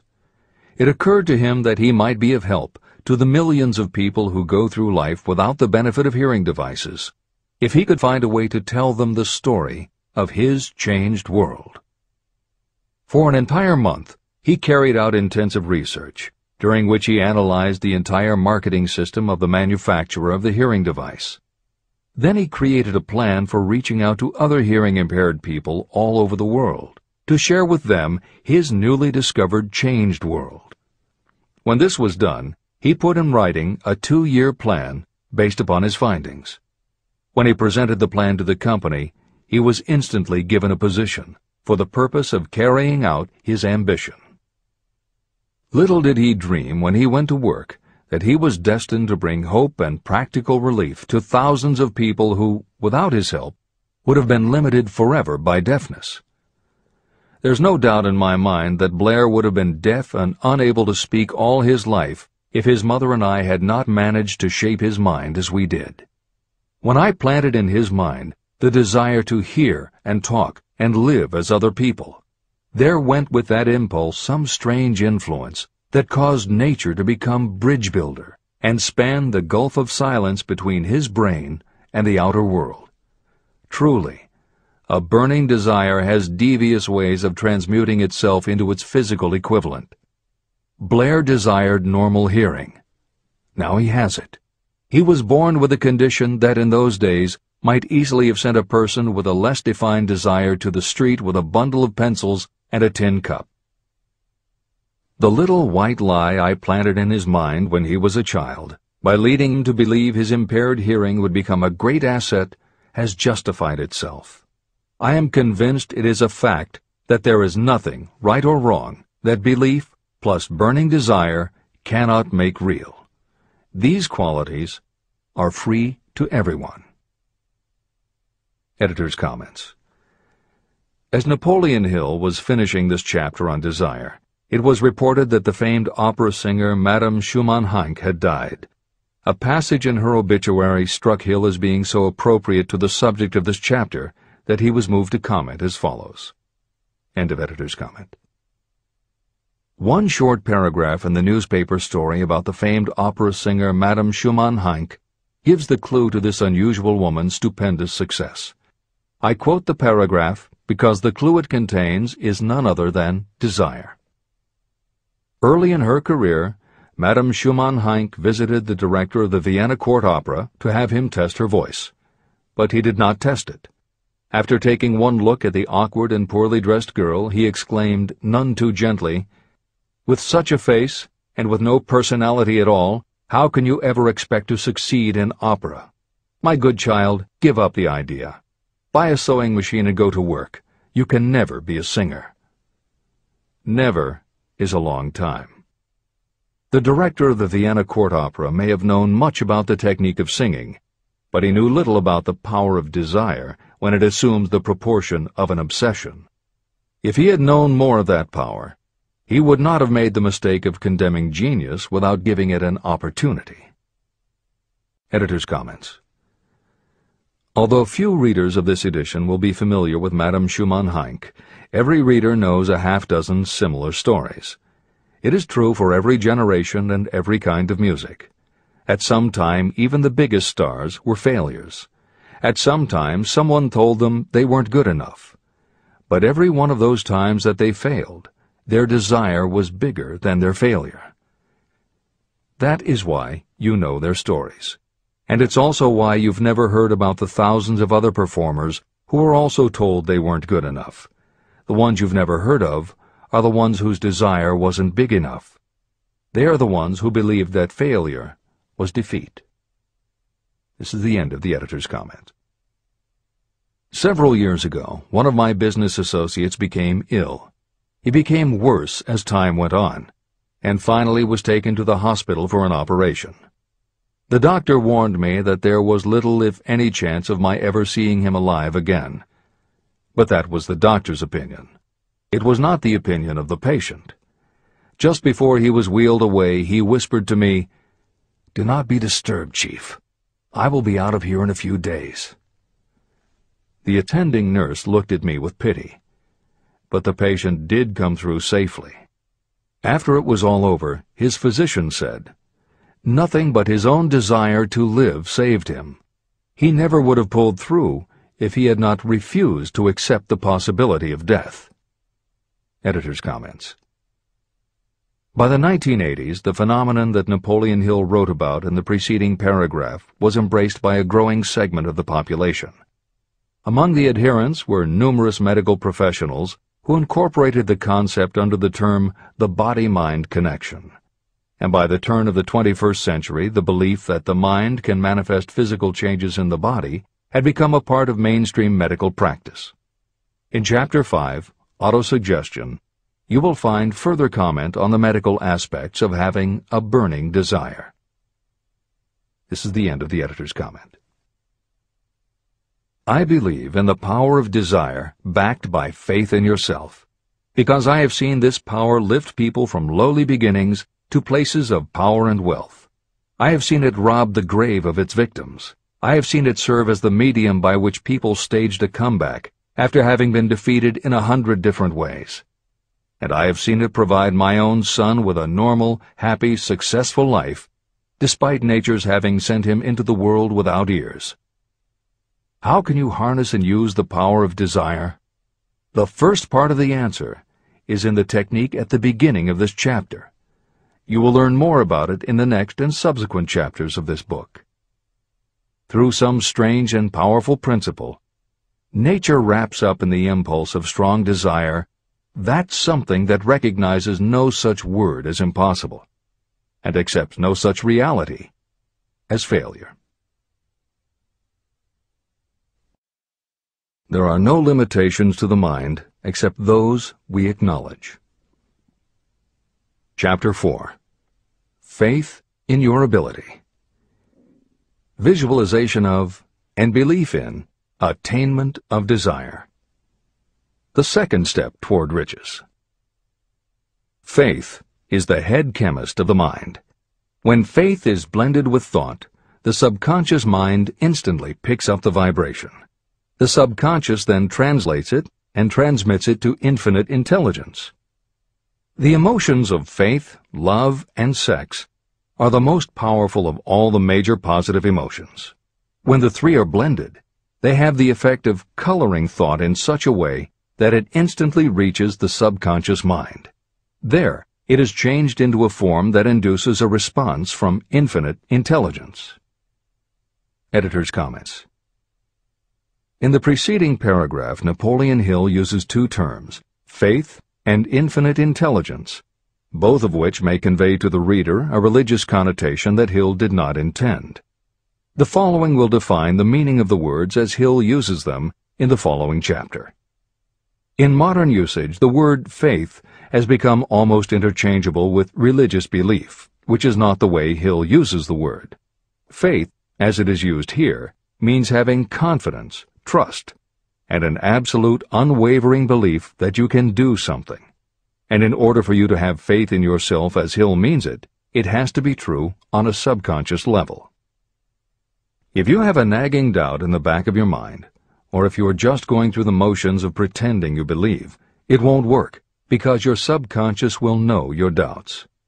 Unless you have absolute total confidence, unless you are convinced without question, then you don't have faith. Hill uses the term infinite intelligence to identify that part of the human mind and thinking process that produces hunches, flashes of insight, and leaps of logic. Hill's concept has similarities to what psychologist Carl Jung called the collective unconscious. And on another level, it is very close to what contemporary psychologists refer to as working in the flow state, or being in the zone. Infinite intelligence is discussed in greater depth in later chapters. Hill also uses another term, the subconscious mind, that should be commented on before the reader proceeds with this chapter. Although there are differing schools of thought, in general modern psychology developed from the pioneering work of Sigmund Freud and Carl Jung. Each believed that the human mind operates on both a conscious and an unconscious level, but they differed on the role the subconscious plays and the way it influences attitude and action. Through his own research and studies, Napoleon Hill developed a theory of the conscious and subconscious that is closest to the Jungian view. The following briefly describes the basis of Hill's view. The conscious mind. Your conscious mind receives information through the five senses of sight, smell, taste, hearing, and touch. Your conscious mind keeps track of what you need for thinking and operating, and it filters out what you don't need. Your conscious mind, and what your memory retains, is the intelligence with which you normally think, reason, and plan. The subconscious mind. Your subconscious has access to all the same information your conscious mind receives, but it doesn't reason the way your conscious mind does. It takes everything literally. It doesn't make value judgments. It does not filter, and it does not forget. You cannot command your conscious mind to reach out and dip into your subconscious mind. However, under certain circumstances, all those forgotten facts and ideas that are always there in your subconscious can, if they are firmly rooted, influence your conscious attitudes and actions. This is the end of the editor's comments. How to develop faith. The following statement is very important in understanding the importance of autosuggestion in the transmutation of desire into its physical or monetary equivalent, namely, faith is a state of mind that may be induced or created by affirmation or repeated instructions to the subconscious mind through the principle of autosuggestion. The repetition of affirmations is like giving orders to your subconscious mind, and it is the only known method of voluntary development of the emotion of faith, absolute belief that you can do something. As an illustration, consider why you are reading this book. You want to acquire the ability to transmute the intangible thought impulse of desire into its physical counterpart, money. By following the instructions laid down in the later chapters on autosuggestion and the subconscious mind, you will learn techniques to convince your subconscious mind that you believe you will receive that for which you ask. Your subconscious will act upon that belief and pass it back to you in the form of faith, followed by definite plans for procuring that which you desire. Faith in yourself and your abilities is a state of mind that you will be able to develop at will after you have mastered the 13 principles in this book. This is true because faith is a state of mind that will develop naturally within you when you use and apply these principles. The emotions, or the feeling portion of thoughts, are what give your thoughts vitality, life, and action. The emotions of faith, love, and sex, when mixed with any thought impulse, give it even greater action. All thoughts that have been emotionalized, given feeling, and mixed with faith, absolute belief in your ability, begin immediately to translate themselves into their physical equivalent or counterpart. However, this is not only true of thought impulses that have been mixed with faith, but it is true with any emotion, including negative emotions. What this means is that the subconscious mind will translate into its physical equivalent a thought impulse of a negative or destructive nature, just as readily as it will act upon thought impulses of a positive or constructive nature. The following statement, made by a noted criminologist, illustrates the point. When men first come into contact with crime, they abhor it. If they remain in contact with crime for a time, they become accustomed to it and endure it.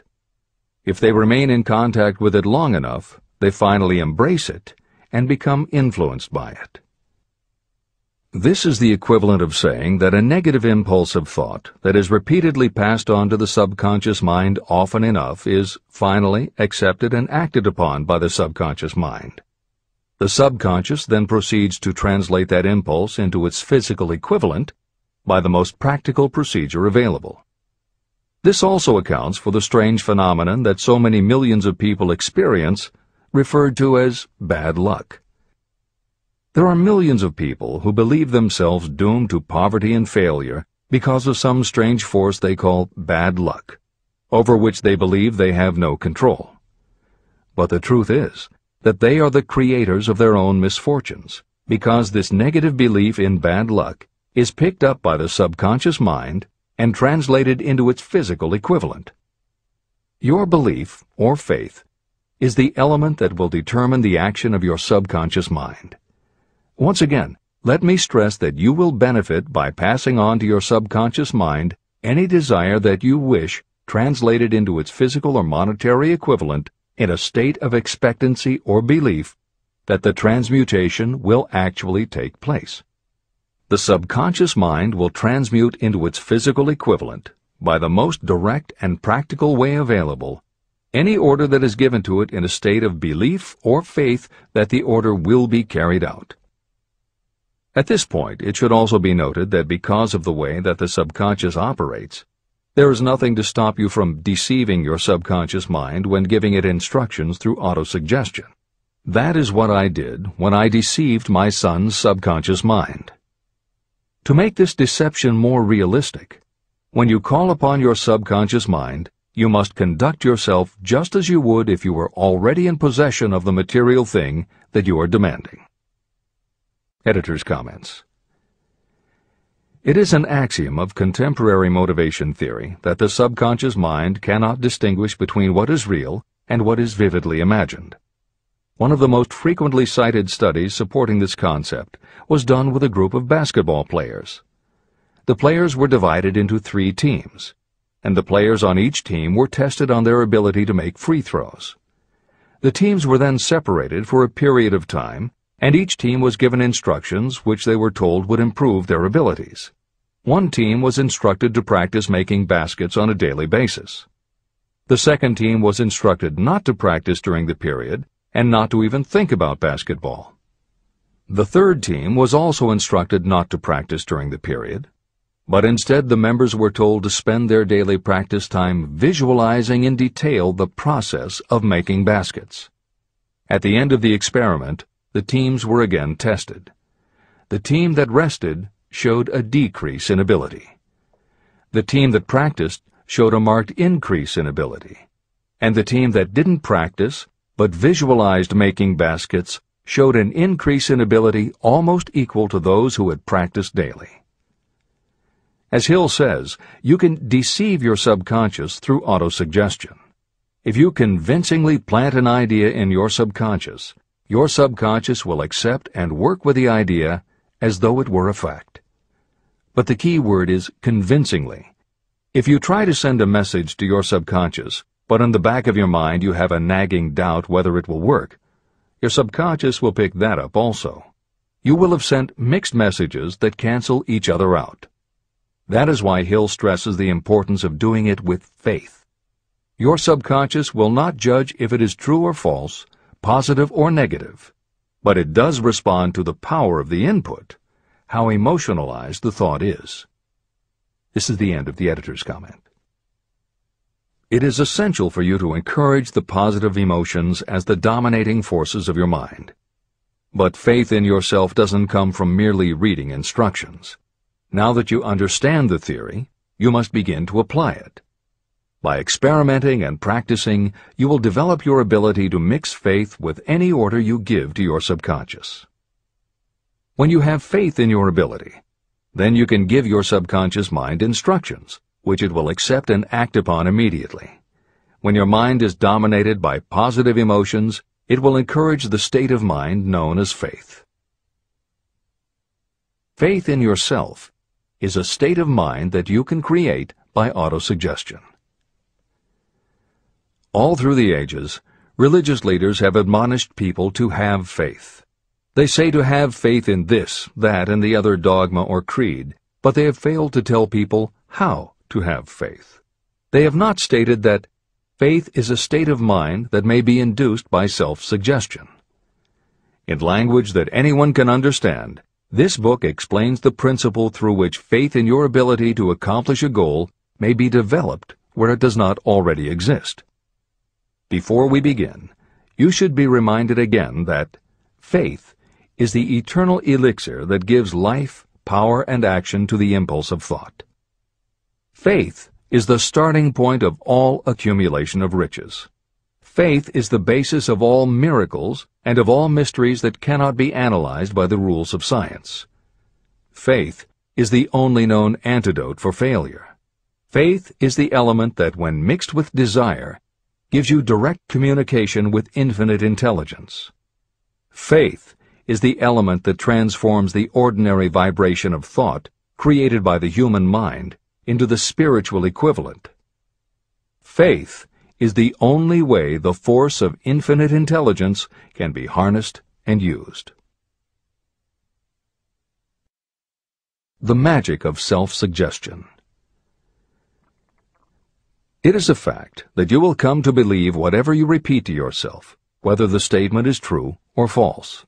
If you repeat a lie over and over, you will eventually accept that lie as truth. Moreover, you will believe it to be the truth. You are what you are because of the dominating thoughts that you permit to occupy your mind.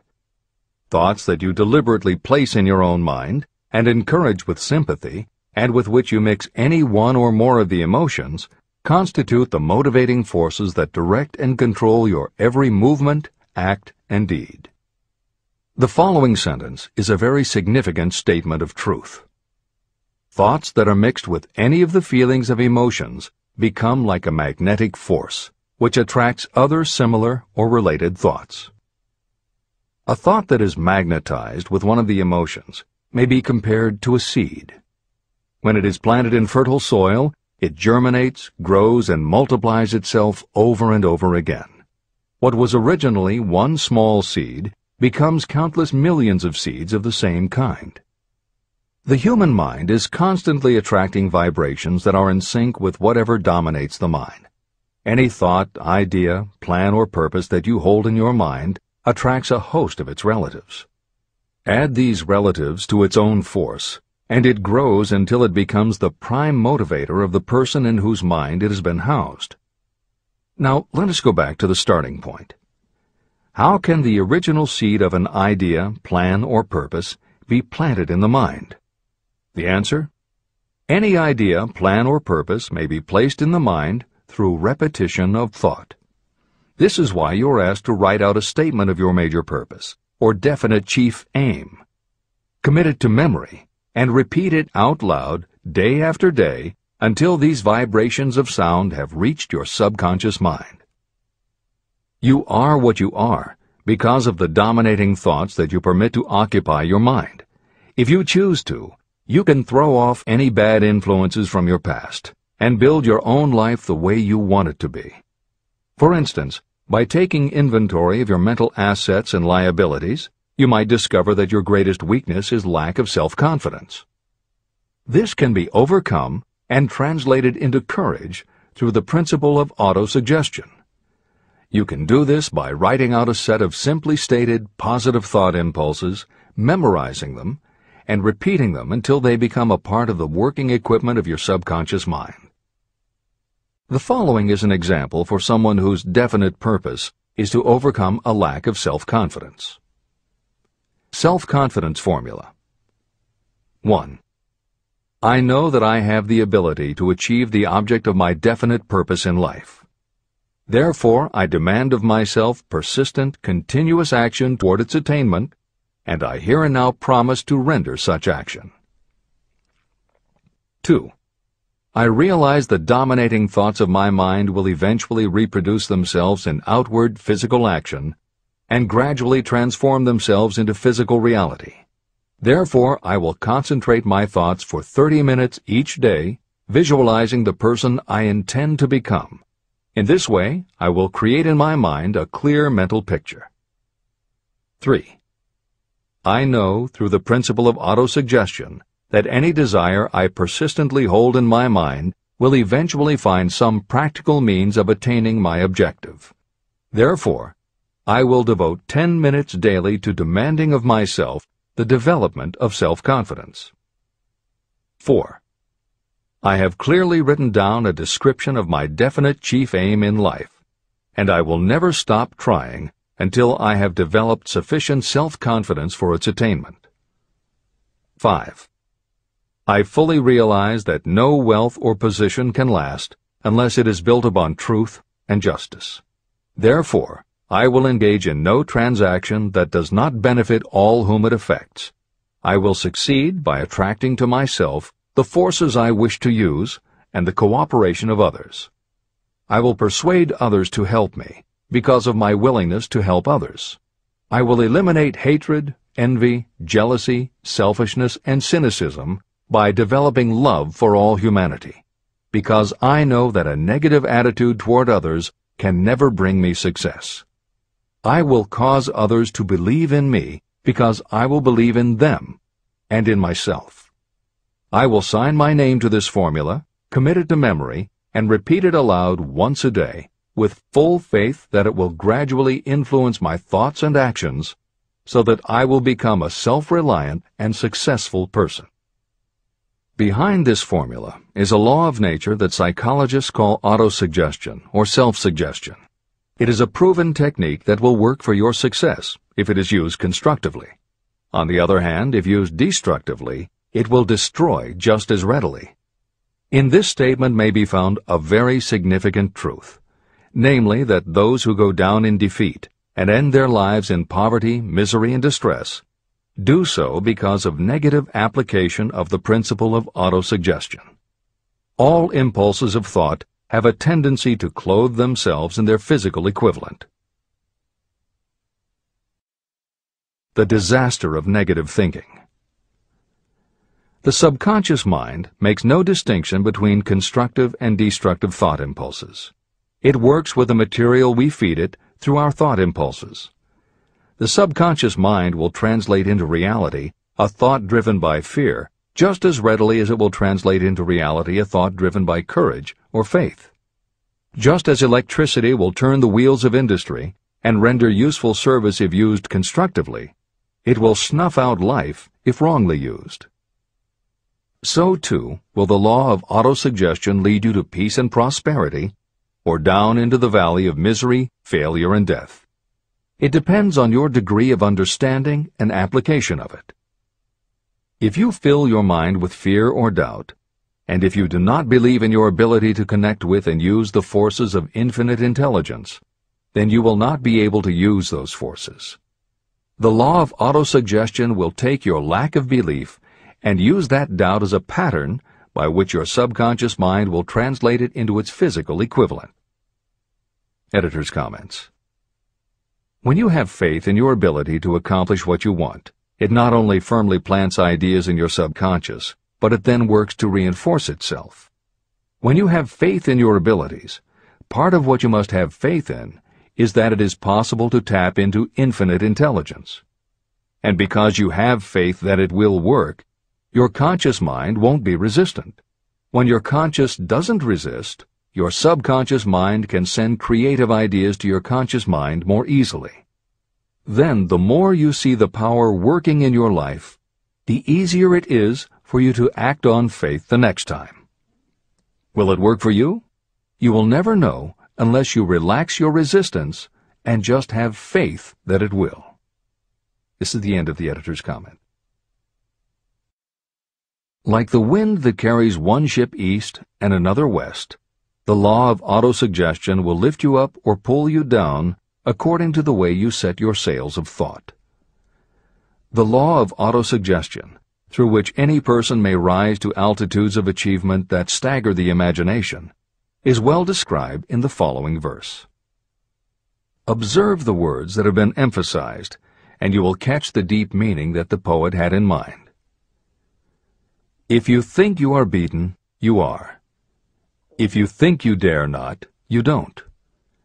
If you like to win, but you think you can't, it is almost certain you won't. If you think you'll lose, you're lost. For out in the world we find success begins with a fellow's will. It's all in the state of mind. If you think you are outclassed, you are. You've got to think high to rise. You've got to be sure of yourself before you can ever win a prize. Life's battles don't always go to the stronger or faster man, but soon or late the man who wins is the man who thinks he can. Editor's comments. As noted at the beginning of this chapter, the way in which Napoleon Hill uses the word faith is meant to have no religious connotation. However, it would be impossible for Hill to write this chapter without acknowledging the power of religious faith. Therefore, in the following two paragraphs, when Hill discusses Jesus Christ and Mahatma Gandhi as exemplifying the power of faith, he is referring to their personal faith, the absolute trust in his beliefs that Jesus exhibited, and Gandhi's total conviction and confidence in his cause. In this way, they perfectly exemplify thought impulse mixed with faith. This is the end of the editor's comment. If you wish evidence of the power of faith, study the achievements of men and women who have employed it. At the head of the list comes the Nazarene. The basis of Christianity is faith, no matter how many people may have perverted or misinterpreted the meaning of this great force. The sum and substance of the teachings and the achievements of Christ, which may have been interpreted as miracles, were nothing more nor less than faith. If there are any such phenomena as miracles, they are produced only through the state of mind known as faith. Consider Mahatma Gandhi of India, one of the most astounding examples of the possibilities of faith. Gandhi wielded more potential power than any man living in his time, and he had this power despite the fact that he had none of the orthodox tools of power, such as money, battleships, soldiers, and materials of warfare. Gandhi had no money, no home. He did not own a suit of clothes, but he did have power. How did he come by that power? He created it out of his understanding of the principle of faith and through his ability to transplant that faith into the minds of 200 million people. Gandhi accomplished the astounding feat of influencing 200 million minds to coalesce and move in unison as a single mind. What other force on earth, except faith, could do as much? How an idea built a fortune. Editor's comment. Although the following story is not exclusively about faith, and it makes no mention of autosuggestion or the subconscious mind, Napoleon Hill included it at this point in every edition of Think and Grow Rich. In fact, as Hill says, this story illustrates at least 6 of the 13 principles of success, but faith is at the center of it. If the central figure, Charles M. Schwab, had not mixed his big idea with absolute unwavering faith that he could pull it off, the whole history of American business would have been different. This is the end of the editor's comment. The event chosen for this illustration dates back to 1900, when the United States Steel Corporation was being formed. As you read the story, keep in mind the following fundamental facts and you will understand how ideas have been converted into huge fortunes. First, the United States Steel Corporation was born in the mind of Charles M. Schwab in the form of an idea he created through his imagination. Second, he mixed faith with his idea. Third, he formulated a plan for the transformation of his idea into physical and financial reality. Fourth, he put his plan into action with his famous speech at the University Club.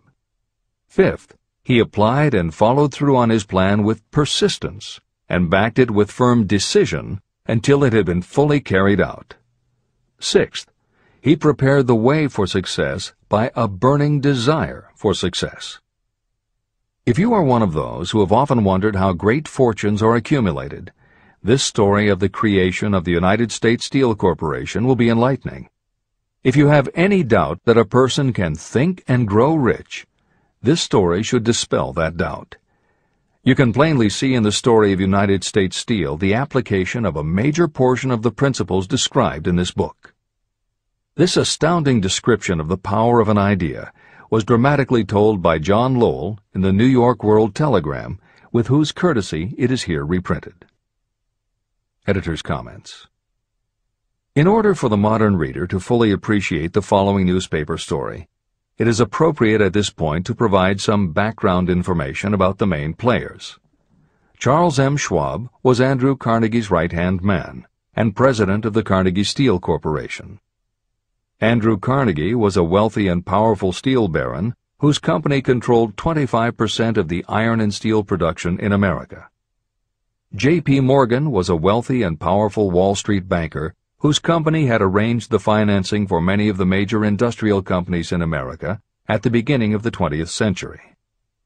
All the reader needs to know about the other men mentioned in the story is that at the beginning of the 20th century, finance, business, and industry were dominated by a few hundred men, most of whom had amassed great fortunes through some connection with the railroads that had opened the country. These people were well known to readers of the New York World Telegram because of their financial influence. And that sets the stage for the following newspaper article, which is not only a fascinating story about the power of faith in an idea, but also a wonderful example of the irreverent writing style that was used by many newspaper journalists of the day. This is the end of the editor's comment. A pretty after-dinner speech for $1 billion. When on the evening of December 12, 1900, some 80 of the nation's financial nobility gathered in the banquet hall of the University Club on Fifth Avenue to do honor to a young man from out of the West, not half a dozen of the guests realized they were to witness the most significant episode in American industrial history. J. Edward Simmons and Charles Stewart Smith, their hearts full of gratitude for the lavish hospitality bestowed on them by Charles M. Schwab during a recent visit to Pittsburgh, had arranged the dinner to introduce the 38-year-old steel man to Eastern Banking Society. But they didn't expect him to stampede the convention. They warned him, in fact, that the bosoms within New York's stuffed shirts would not be responsive to oratory, and that if he didn't want to bore the Stillmans and Harrimans and Vanderbilts, he had better limit himself to 15 or 20 minutes of polite vaporings and let it go at that. Even John Pierpont Morgan, sitting on the right hand of Schwab as became his imperial dignity, intended to grace the banquet table with his presence only briefly, and so far as the press and public were concerned, the whole affair was of so little moment that no mention of it found its way into print the next day. So the two hosts and their distinguished guests ate their way through the usual 7 or 8 courses. There was little conversation, and what there was of it was restrained. Few of the bankers and brokers had met Schwab, whose career had flowered along the banks of the Monongahela, and none knew him well. But before the evening was over, they, and with them Money Master Morgan, were to be swept off their feet, and $1 billion baby, the United States Steel Corporation, was to be conceived. It is perhaps unfortunate for the sake of history that no record of Charlie Schwab's speech at the dinner ever was made. It is probable, however, that it was a homely speech, somewhat ungrammatical, for the niceties of language never bothered Schwab, full of epigram and threaded with wit. But aside from that, it had a galvanic force and effect upon the 5 billions of estimated capital that was represented by the diners. After it was over, and the gathering was still under its spell, although Schwab had talked for 90 minutes, Morgan led the orator to a recessed window where, dangling their legs from the high, uncomfortable seat, they talked for an hour more. The magic of the Schwab personality had been turned on full force, but what was more important and lasting was the full-fledged, clear-cut program he laid down for the aggrandizement of steel. Many other men had tried to interest Morgan in slapping together a steel trust after the pattern of the biscuit, wire and hoop, sugar, rubber, whiskey, oil, or chewing gum combinations. Editor's comments. The Random House College Dictionary defines a trust as an illegal combination of industrial or commercial companies in which the stock is controlled by a central board of trustees, thus making it possible to control prices and destroy competition. Many of America's new industrial companies had grown so quickly that they were not yet profitable. They were saddled with huge debt incurred in raising the capital to finance their rapid expansion, and at the same time they were faced with having to cut costs and slash prices or go out of business. The answer for many was to join up with others in related industries to form what were called trusts or combinations. Although trusts were illegal since the passage of the Sherman Antitrust Act in 1890, companies still tried to find ways to monopolize their industries, and if their efforts weren't technically trusts, they were something very close. The one thing the large company owners who assembled these trusts needed was cash to buy up the many smaller companies they would have to own in order to effectively dominate an industry. J.P. Morgan was the banker who financed many such takeovers. This is the end of the editor's comment. John W. Gates, the gambler, had urged it, but Morgan distrusted him. The Moore boys, Bill and Jim, Chicago stock jobbers who had glued together a match trust and a cracker corporation, had urged it and failed, Elbert H. Gerry, the sanctimonious country lawyer, wanted to foster it, but he wasn't big enough to be impressive. Until Schwab's eloquence took J.P. Morgan to the heights from which he could visualize the solid results of the most daring financial undertaking ever conceived, the project was regarded as a delirious dream of easy-money crackpots. The financial magnetism that began a generation ago to attract thousands of small and sometimes inefficiently managed companies into large and competition-crushing combinations had become operative in the steel world through the devices of that jovial business pirate, John W. Gates. Gates already had formed the American Steel and Wire Company out of a chain of small concerns, and together with Morgan had created the Federal Steel Company. But by the side of Andrew Carnegie's gigantic vertical trust, a trust owned and operated by 53 partners, those other combinations were picayune. They might combine to their heart's content, but the whole lot of them couldn't make a dent in the Carnegie organization, and Morgan knew it. The eccentric old Scot knew it, too. Editor's comments. Andrew Carnegie was born in Scotland and came to America when he was just a boy.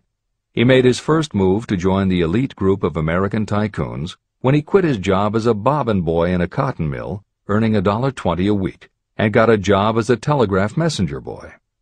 He soon taught himself to operate a telegraph key, which got him hired as personal telegrapher and secretary to the head of the Pennsylvania Railroad. It wasn't long before he'd worked his way up the ranks to superintendent of the Pittsburgh Division, which in turn put him in a position to become an early investor in the Pullman Company, which became the leading manufacturer of railway cars. Carnegie's investment in Pullman and some successful real estate ventures gave him the capital to go into business for himself. At the end of the Civil War, Carnegie left railroading and started a company that built iron bridges for railroad companies. From building iron bridges, it was a short step to starting his own steel mill, which led him to acquire control of other steel mills, then his own coal fields to supply his smelters, then his own ore boats and rail lines to haul the ore and coal. Because of Carnegie's vertical integration and his use of the most up-to-date manufacturing methods, he was able to sell top-grade steel at the lowest price. He managed to drop the price of steel from $140 a ton to $20 a ton. By 1899, the Carnegie Steel Company controlled about 25% of the iron and steel production in America. The smaller steel manufacturers couldn't compete with Carnegie, so they went to J.P. Morgan for help. He arranged for the financing, and a wide-ranging alliance was put together of companies that were in the business of manufacturing products made from steel. Part of the deal was that they would not buy steel from Carnegie. Andrew Carnegie was not about to be put out of business by a collection of small companies. He announced that he would buy or build his own manufacturing companies to produce finished goods made of steel. This is the end of the editor's comments, and the New York World Telegram story continues. From the magnificent heights of Skibo Castle he had viewed, first with amusement and then with resentment, the attempts of Morgan's smaller companies to cut into his business. When the attempts became too bold, Carnegie's temper was translated into anger and retaliation. He decided to duplicate every mill owned by his rivals. Hitherto, he hadn't been interested in wire, pipe, hoops, or sheet. Instead, he was content to sell such companies the raw steel and let them work it into whatever shape they wanted. Now, with Schwab as his chief and able lieutenant, he planned to drive his enemies to the wall. So it was that in the speech of Charles M. Schwab, Morgan saw the answer to his problem of combination. A trust without Carnegie, giant of them all, would be no trust at all, a plum pudding, as one writer said, without the plums. Schwab's speech on the night of December 12, 1900, undoubtedly carried the inference, though not the pledge, that the vast Carnegie enterprise could be brought under the Morgan tent. He talked of the world future for steel, of reorganization for efficiency, of specialization, of the scrapping of unsuccessful mills and concentration of effort on the flourishing properties, of economies in the ore traffic, of economies in overhead and administrative departments, of capturing foreign markets. More than that, he told the buccaneers among them wherein lay the errors of their customary piracy. Their purposes, he inferred, had been to create monopolies, raise prices, and pay themselves fat dividends out of privilege. Schwab condemned the system in his heartiest manner. The short-sightedness of such a policy, he told his hearers, lay in the fact that it restricted the market in an era when everything cried for expansion. By cheapening the cost of steel, he argued, an ever-expanding market would be created. More uses for steel would be devised, and a goodly portion of the world trade could be captured. Actually, though he did not know it, Schwab was an apostle of modern mass production. Editor's comments. For J.P. Morgan, all of Schwab's talk about economies of scale and expanding markets meant only one thing. Until that night, it was assumed that Andrew Carnegie would continue building his own manufacturing companies to compete with the steel trusts that Morgan had helped put together. Morgan knew that for Carnegie to do so would require an enormous amount of capital, and Morgan also knew that Carnegie had always been strongly against raising money by selling stock in his company.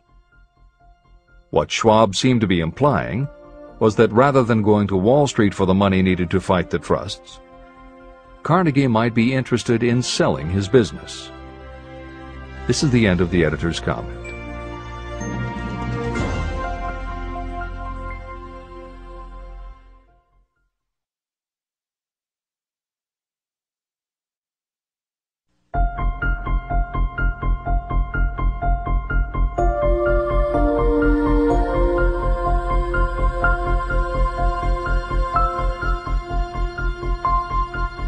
New York World Telegram story continues.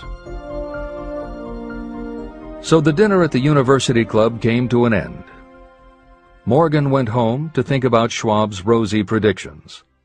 Schwab went back to Pittsburgh to run the steel business for Andrew Carnegie, while Gary and the rest went back to their stock tickers to fiddle around in anticipation of the next move. It was not long coming. It took Morgan about 1 week to digest the feast of reason Schwab had placed before him. When he had assured himself that no financial indigestion was to result, he sent for Schwab, and found that young man rather coy.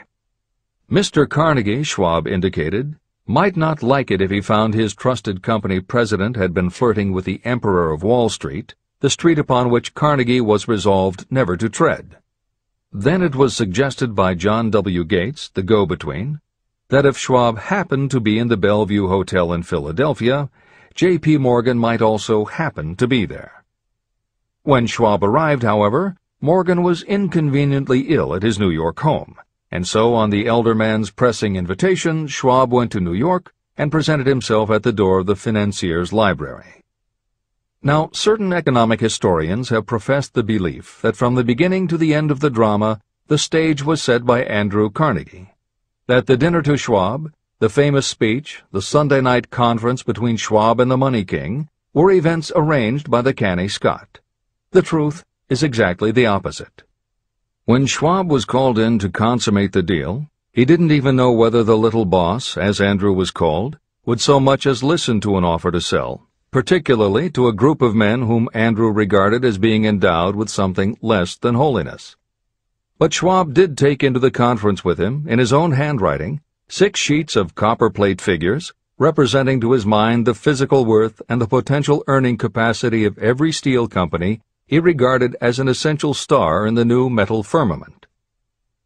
4 men pondered over these figures all night. The chief, of course, was Morgan, steadfast in his belief in the divine right of money. With him was his aristocratic partner, Robert Bacon, a scholar and a gentleman. The third was John W. Gates, whom Morgan scorned as a gambler and used as a tool. The fourth was Schwab, who knew more about the processes of making and selling steel than any whole group of men then living. Throughout that conference, the Pittsburgher's figures were never questioned. If he said a company was worth so much, then it was worth that much and no more. He was insistent, too, upon including in the combination only those concerns he nominated. He had conceived a corporation in which there would be no duplication, not even to satisfy the greed of friends who wanted to unload their companies upon the broad Morgan shoulders. When dawn came, Morgan rose and straightened his back. Only one question remained. "Do you think you can persuade Andrew Carnegie to sell?" he asked. "I can try," said Schwab. "If you can get him to sell, I will undertake the matter," said Morgan. So far, so good. But would Carnegie sell? How much would he demand?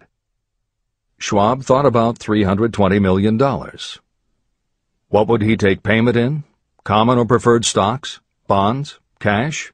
Nobody could raise $1/3 billion in cash.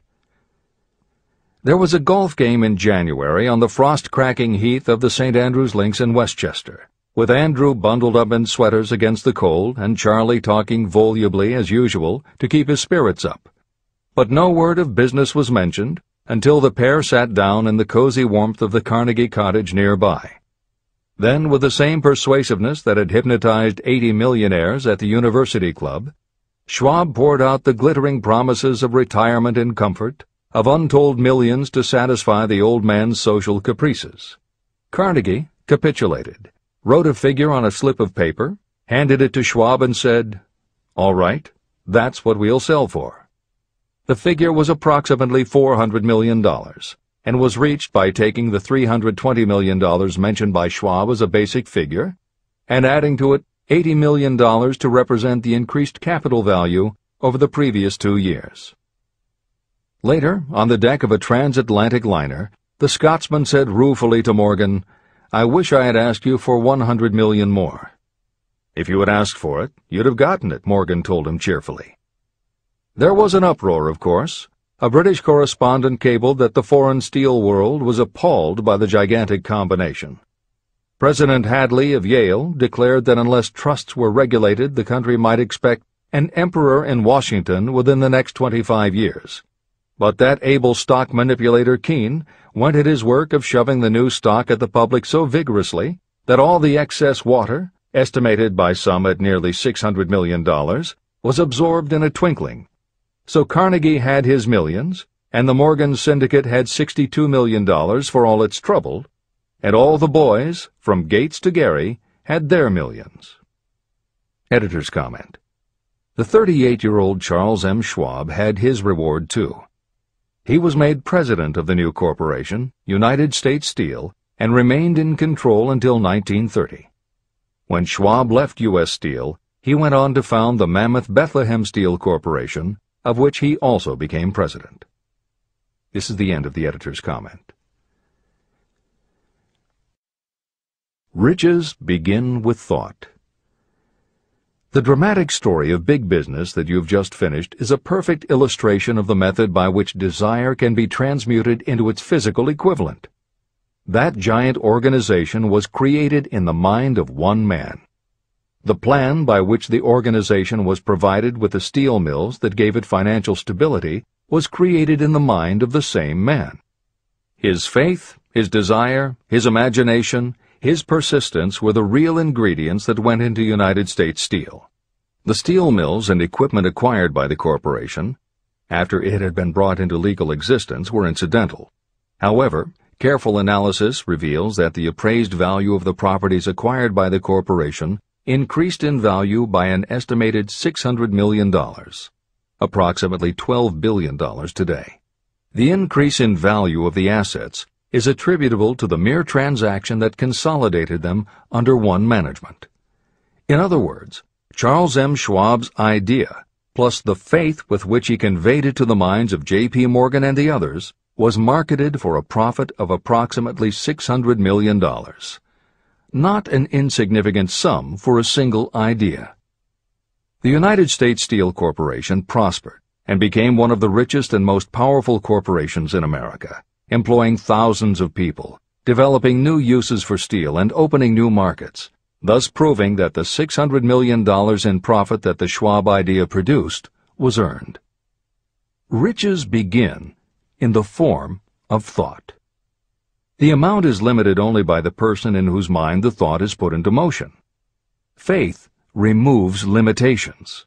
Remember this when you are ready to bargain with life for whatever it is that you ask as your price for having passed this way. Editor's comments.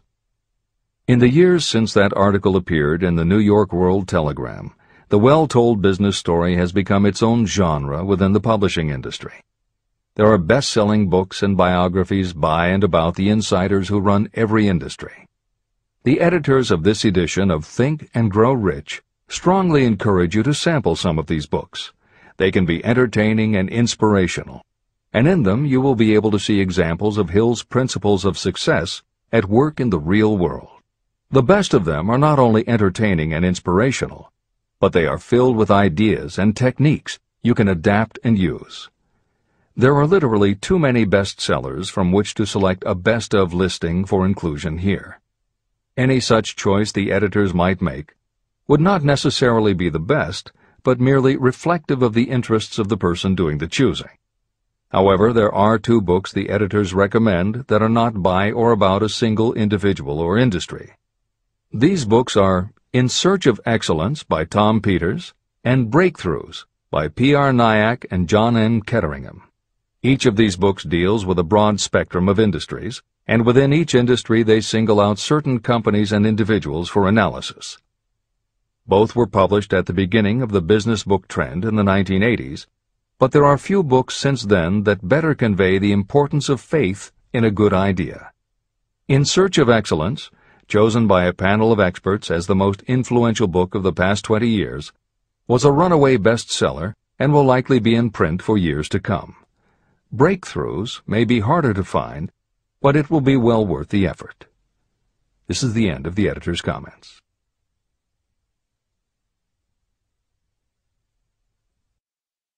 A quitter never wins, and a winner never quits. Chapter 5. Autosuggestion.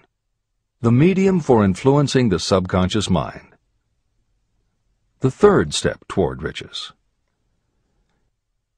Autosuggestion is a term that applies to all suggestions and all self-administered stimuli that reach your mind through the 5 senses.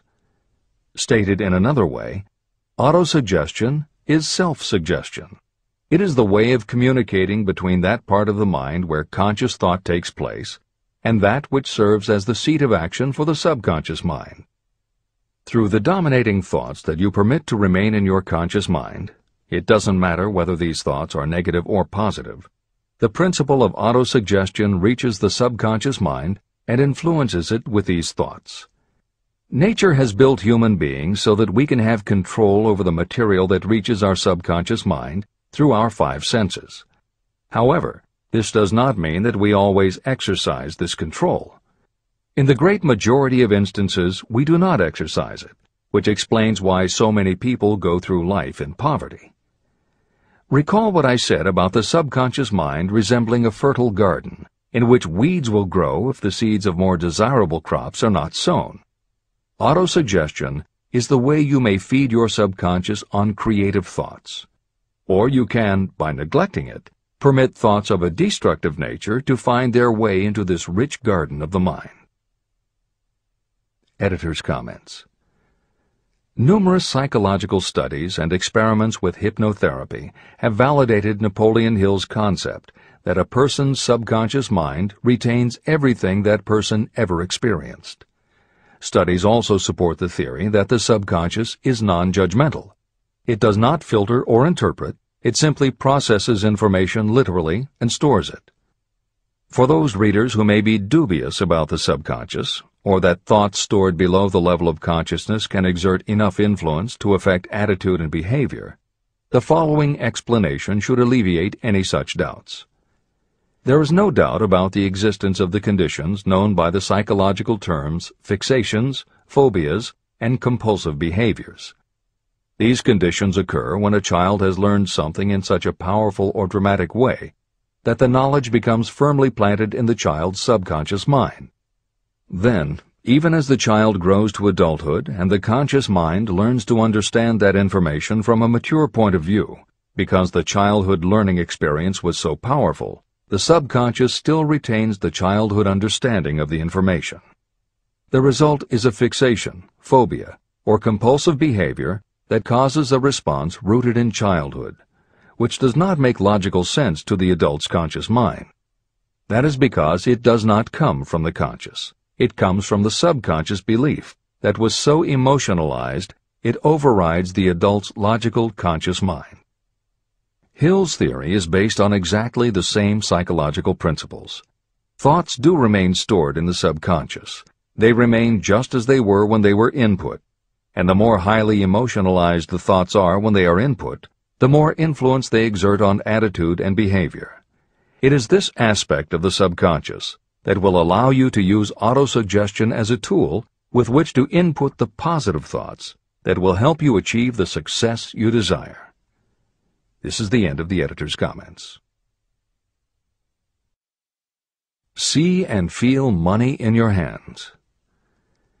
You were instructed in the last of the 6 steps described in Chapter 3 on Desire to read aloud twice daily the written statement of your desire for money. You were also directed to see and feel yourself already in possession of the money. By following these instructions, you communicate the object of your desire directly to your subconscious mind in a spirit of absolute faith. Through repetition of this procedure, you will create thought habits that reinforce your efforts to transmute desire into its monetary equivalent. Read these steps again, very carefully, before you proceed further. 1. Fix in your mind the exact amount of money you desire. It is not sufficient merely to say, "I want plenty of money." Be definite about the amount. 2. Determine exactly what you intend to give in return for the money you desire. There is no such reality as something for nothing. 3. Establish a definite date when you intend to possess the money you desire. 4. Create a definite plan for carrying out your desire and begin at once, whether you are ready or not, to put this plan into action. 5. Now write it out. Write a clear, concise statement of the amount of money you intend to acquire, name the time limit for its acquisition, state what you intend to give in return for the money, and describe clearly the plan through which you intend to accumulate it. 6. Read your written statement aloud, twice daily. Read it once just before retiring at night, and read it once after arising in the morning. As you read, see and feel and believe yourself already in possession of the money. Remember, when reading aloud the statement of your desire, through which you will develop a money consciousness, that the mere reading of the words is of no consequence, unless you mix emotion or feeling with your words. Your subconscious mind recognizes and acts only upon thoughts that have been well mixed with emotion or feeling.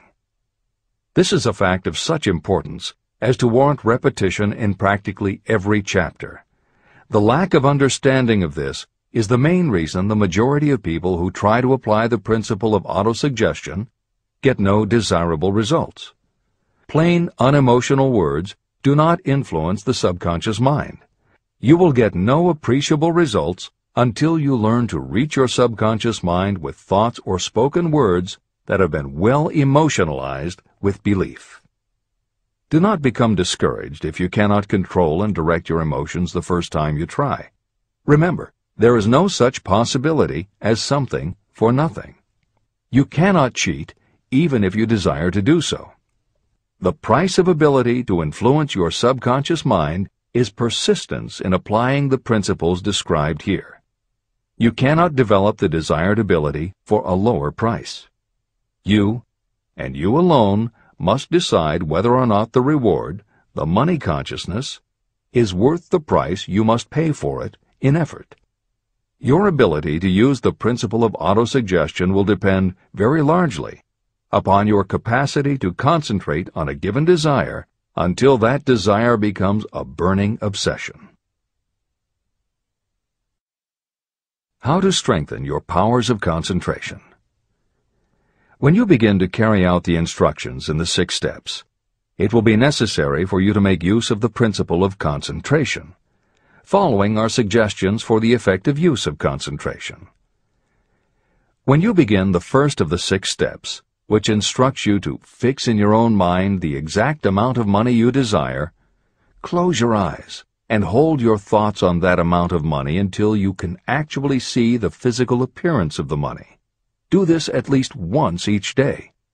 As you go through these exercises, follow the instructions given in Chapter 4 on faith and see yourself actually in possession of the money. Here is a most significant fact. The subconscious mind takes any orders given to it in a spirit of absolute faith and acts upon those orders. But the orders often have to be presented over and over again, repeated positive affirmation, before they are interpreted by the subconscious mind. Because of this, you might consider the possibility of playing a perfectly legitimate trick on your subconscious mind. Make it believe, because you believe it, that you must have the amount of money you are visualizing. Make it believe that this money is already awaiting your claim, so the subconscious mind must hand over to you practical plans for acquiring the money that is yours.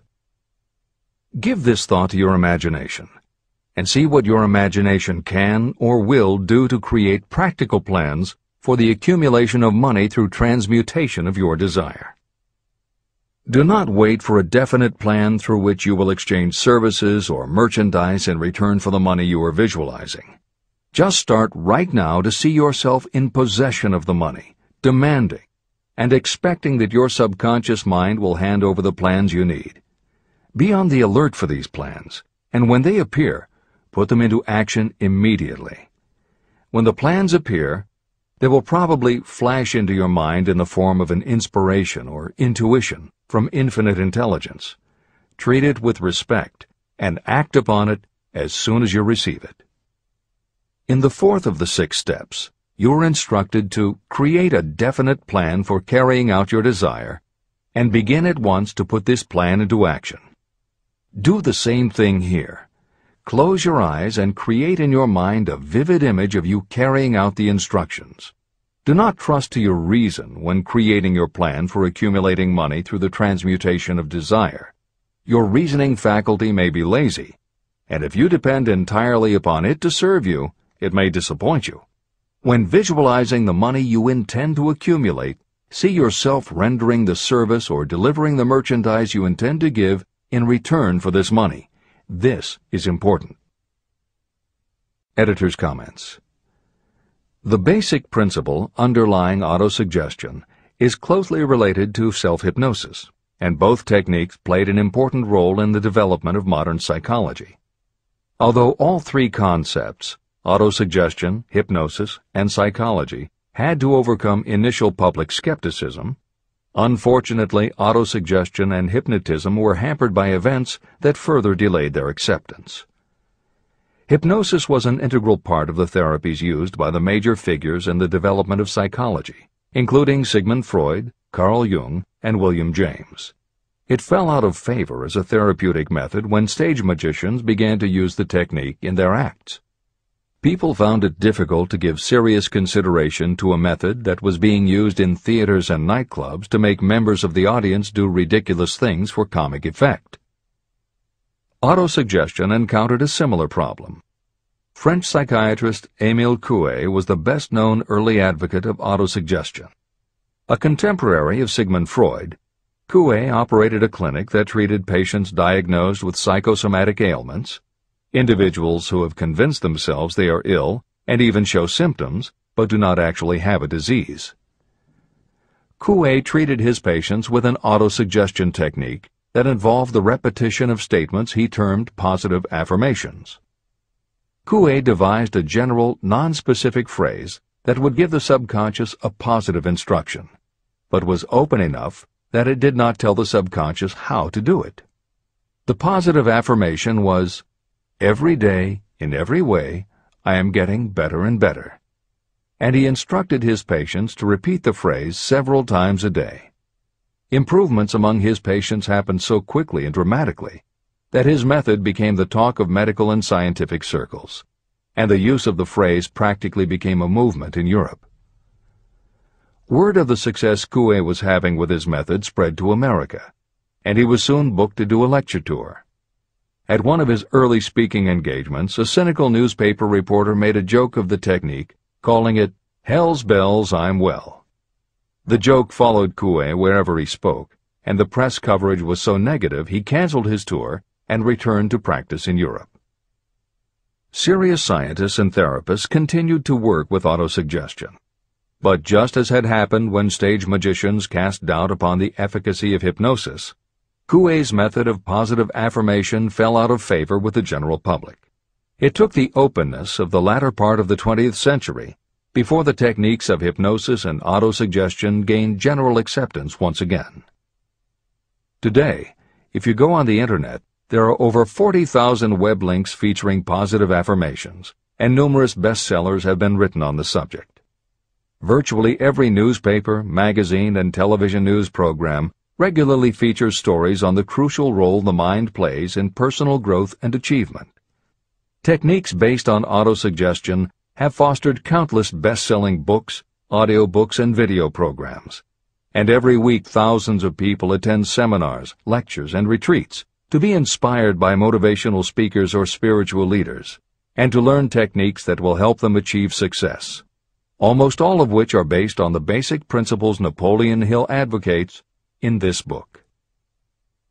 When Hill instructs the reader to close your eyes and hold your thoughts on that amount of money until you can actually see the physical appearance of the money, he is in fact describing the autosuggestion technique most widely taught by contemporary motivational experts. Today it is called creative visualization, and it is regularly used by some of the most successful trainers of Olympic athletes and professional sports teams. It is used by NASA in training astronauts, and medical professionals use it in a variety of ways, including teaching it to patients who need to elevate their autoimmune system. Using visualization effectively is much more than simply daydreaming about something you would like to have or a goal you would like to achieve. Visualization is a specific technique that involves the use of imagination, creativity, vivid imagery, and affirmations, all focused on creating something you wish to manifest in reality. Napoleon Hill identified the practice of visualization and wrote about it as early as 1928 in his first bestseller, Law of Success. Since then, many other psychologists, medical professionals, motivational speakers, and authors have developed systems based on the same principles. Dr. Maxwell Maltz, a noted plastic surgeon, found that often it was as important for his patients to change their inner perception of themselves as it was to change their outer appearance. Dr. Maltz's landmark bestseller, Psycho-Cybernetics, draws heavily on visualization as a way to increase self-esteem and improve a wide range of abilities. The Silva method, which is another variation on visualization, has been taught to millions of people by certified Silva trainers who hold seminars throughout the country. Jose Silva's best-selling book, The Silva Mind Control Method, has also sold many millions of copies. In 1978, 50 years after Napoleon Hill wrote about visualization in Law of Success, Shakti Gawain published the phenomenal bestseller Creative Visualization, and Adelaide Bry published Visualization, Directing the Movies of Your Mind. At about the same time, Dr. O. Carl Simonton, an oncologist, concluded that cancer patients who used visualizations in conjunction with chemotherapy treatments had a marked improvement over those who didn't. His bestseller, Getting Well Again, had a profound impact, and it was followed by books from other respected medical professionals, such as Love, Medicine, and Miracles by Dr. Bernie Siegel, and Superimmunity by Dr. Paul Purcell. Other bestsellers by Dr. John Sarno, Dr. Deepak Chopra, and Dr. Andrew Weil have made what once was referred to as alternative medicine now part of mainstream medical practice. This is the end of the editor's comments. Stimulate your subconscious mind. The instructions given previously for the steps necessary in your desire for money will now be summarized and blended with the principles covered by this chapter, as follows. 1. Go to some quiet spot, preferably in bed at night, where you will not be disturbed or interrupted. Close your eyes and repeat aloud, so that you may hear your own words, the written statement of the amount of money you intend to accumulate. Be specific about the time limit for its accumulation, and a description of the service or merchandise you intend to give in return for the money. As you carry out these instructions, see yourself already in possession of the money. For example, suppose that you intend to accumulate $50,000 by the 1st of January 5 years from now, and that you intend to give your personal services as a salesperson in return for the money. Your written statement of your purpose should be similar to the following. By the first day of January, I will have in my possession $50,000, which will come to me in various amounts from time to time during the interim. In return for this money, I will give the most efficient service of which I am capable. I will give the fullest possible quantity and the best possible quality of service as a salesperson of, and describe the service or merchandise you intend to sell. I believe that I will have this money in my possession. My faith is so strong that I can now see this money before my eyes. I can touch it with my hands. It is now awaiting transfer to me at the time and in the proportion that I deliver the service in return for it. I am awaiting a plan for getting this money, and I will follow that plan when it is received. 2. Repeat this program night and morning until you can see in your imagination the money you intend to accumulate. 3. Place a written copy of your statement where you can see it night and morning, and read it just before retiring and upon rising until it has been memorized. Editor's comments. The following is another suggestion, adapted from Hill's later writings, which appear in Napoleon Hill's Keys to Success. Surround yourself with books, pictures, mottos, and other suggestive devices. Pick things that symbolize and reinforce achievement and self-reliance. Constantly add to your collection, and move things to new places where you can see them in a different light and in association with different things. I had a friend who was a realtor who kept her $1 Million Club certificate over her desk to remind herself of what she was capable. One day she took it down to dust and set it on top of a newspaper. When she picked it up again, she saw beneath it an article about the new football coach who had been hired at the university. Guess who bought a house she had been struggling to sell? This is the end of the editor's comments. Remember, as you carry out these instructions, that you are applying the principle of autosuggestion for the purpose of giving orders to your subconscious mind. Remember also that your subconscious mind will act only upon instructions that are emotionalized and handed over to it with feeling. Faith is the strongest and most productive of the emotions. These instructions may at first seem abstract. Do not let this disturb you. Follow the instructions no matter how abstract or impractical they may appear to be. If you do as you have been instructed, in spirit as well as in act, the time will soon come when a whole new universe of power will unfold to you. Skepticism, in connection with all new ideas, is characteristic of all human beings. If you follow the instructions, your skepticism will soon be replaced by belief, and belief will become crystallized into absolute faith. Many philosophers have made the statement that man is the master of his own earthly destiny, but most of them have failed to say why he is the master. The reason that man may become the master of himself and of his environment is because he has the power to influence his own subconscious mind. The actual performance of transmuting desire into money is through autosuggestion. That is the principle by which you can reach and influence the subconscious mind. The other principles are simply tools with which to apply autosuggestion. Keep this thought in mind, and you will at all times be conscious of the important part the principle of autosuggestion is to play in your efforts to accumulate money through the methods described in this book. After you have read the entire book, come back to this chapter and follow in spirit and in action this instruction. Read the entire chapter aloud once every night until you become thoroughly convinced that the principle of autosuggestion is sound and that it will accomplish for you all that has been claimed for it. As you read, underscore with a pencil every sentence that impresses you. Follow the foregoing instruction to the letter, and it will open the way for a complete understanding and mastery of the principles of success. Every adversity, every failure, and every heartache carries with it the seed of an equivalent or a greater benefit. Chapter 6. Specialized Knowledge. Personal experiences or observations. The fourth step toward riches. There are two kinds of knowledge. One is general, the other is specialized. General knowledge, no matter how great in quantity or variety it may be, is of little use in the accumulation of money. The faculties of the great universities possess practically every form of general knowledge known to civilization. Most of the professors have little money. They specialize in teaching knowledge, but they do not specialize in the organization or the use of knowledge. Knowledge will not attract money unless it is organized and directed through practical plans for the specific purpose of accumulating money.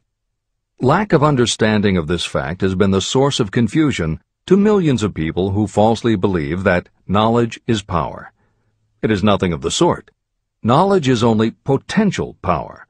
It becomes power only when and if it is organized into definite plans of action and directed to a definite end. The missing link in all systems of education is that educational institutions fail to teach their students how to organize and use the knowledge after they have acquired it. Many people made the mistake of assuming that because Henry Ford had little schooling, he was not a man of education. Those who made this mistake did not understand the real meaning of the word educate. That word is derived from the Latin word educo, meaning to educe, to draw out, or to develop from within. An educated person is not necessarily one who has an abundance of general or specialized knowledge. An educated person is one who has so developed the faculties of their mind that he or she may acquire anything they want or its equivalent without violating the rights of others. During the World War, a Chicago newspaper published editorials in which, among other statements, Henry Ford was called an ignorant pacifist. Mr. Ford objected to the statements and sued the paper for libeling him. When the suit was tried in the courts, the attorneys for the paper called Mr. Ford to the witness stand for the purpose of proving to the jury that he was ignorant. They asked Mr. Ford a great variety of questions. All of them intended to prove that while he might possess considerable specialized knowledge about manufacturing automobiles, he was in the main ignorant. Mr. Ford was asked such questions as, who was Benedict Arnold, and how many soldiers did the British send over to America to put down the rebellion of 1776? In answer to the last question, Mr. Ford replied, I do not know the exact number of soldiers the British sent over, but I have heard that it was a considerably larger number than ever went back. Finally, Mr. Ford became tired of this line of questioning. In reply to a particularly offensive question, he leaned over, pointed his finger at the lawyer who had asked the question, and said, If I should really want to answer the foolish question you have just asked, or any of the other questions you have been asking me, let me remind you that I have a row of electric push buttons on my desk, and by pushing the right button I can summon to my aid men who can answer any question I desire to ask concerning the business to which I am devoting most of my efforts. Now, will you kindly tell me why I should clutter up my mind with general knowledge for the purpose of being able to answer questions when I have men around me who can supply any knowledge I require? That answer floored the lawyer. Every person in the courtroom realized it was the answer not of an ignorant man, but of a man of education. Any person is educated who knows where to get knowledge when they need it and how to organize that knowledge into definite plans of action. Through the assistance of his mastermind group, Henry Ford had at his command all the specialized knowledge he needed to become one of the wealthiest men in America. It was not essential that he have this knowledge in his own mind. You can get all the knowledge you need. Before you can transmute your desire into money, you will require specialized knowledge of the service, merchandise, or profession that you intend to offer in return for fortune. Perhaps you may need much more specialized knowledge than you have the ability or the inclination to acquire. If this is true, you may bridge your weakness through the aid of your mastermind group. The mastermind is defined as coordination of knowledge and effort in a spirit of harmony between two or more people for the attainment of a definite purpose. The larger meaning of the mastermind group is explained in greater detail in later chapters. Editor's comments. After reading Hill's definition of the mastermind, many people may assume that he is describing teamwork. That would not be correct. The following explanation is adapted from the Napoleon Hill Foundation's book, Believe and Achieve. Teamwork can be achieved by any group, even one whose members have disparate interests, because all it requires is cooperation. In teamwork, people might simply be cooperating because they like the leader or out of a sense of duty. Some team members will give 100% to any team that pays them enough, but they have little concern about the objective. And sometimes there is good teamwork because different members have different agendas. A board of directors may disagree, even be unfriendly, and still run a business successfully. Musical groups are made up of notoriously self-centered people who work as a team if it will help them get ahead. Masterminds, on the other hand, are formed of individuals who have the same agenda, a deep sense of mission, and commitment to the same goal.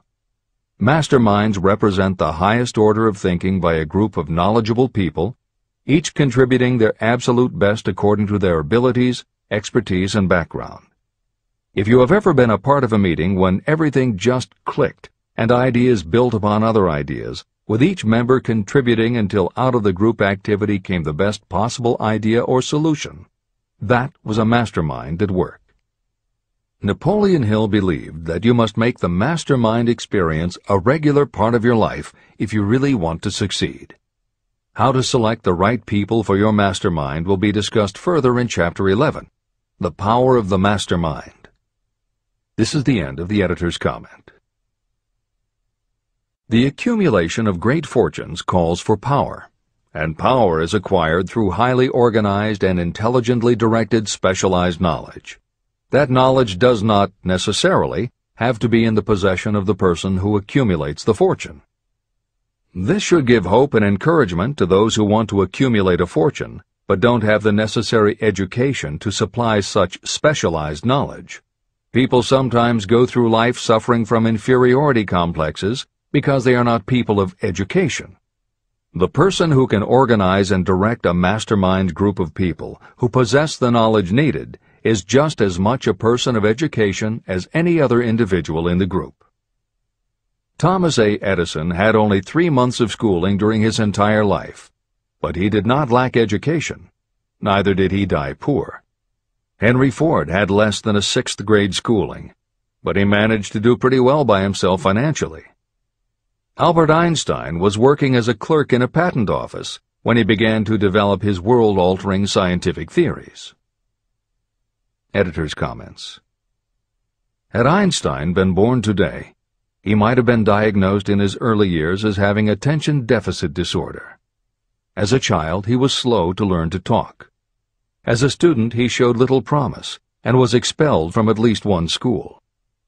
But what Einstein could do was to focus his concentration on a goal of his choice. His famous theories were the result of thought experiments, experiments that took place inside his mind.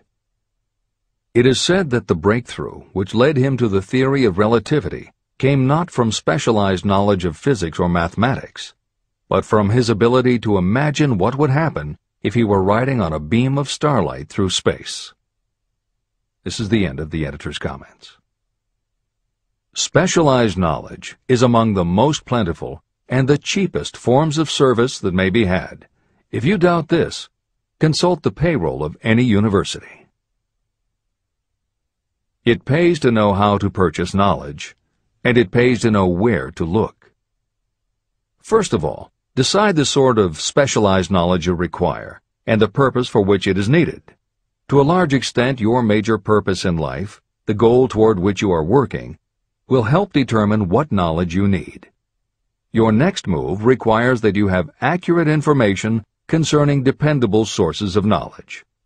The more important of these are your own experience and education, experience and education available through cooperation of others, Mastermind Alliance, colleges and universities, public libraries, and even easier, the Internet, special training courses, through night schools and home study courses in particular. As knowledge is acquired, it must be organized and put into use for a definite purpose through practical plans. Knowledge has no value except for what can be gained from its application toward some worthy end.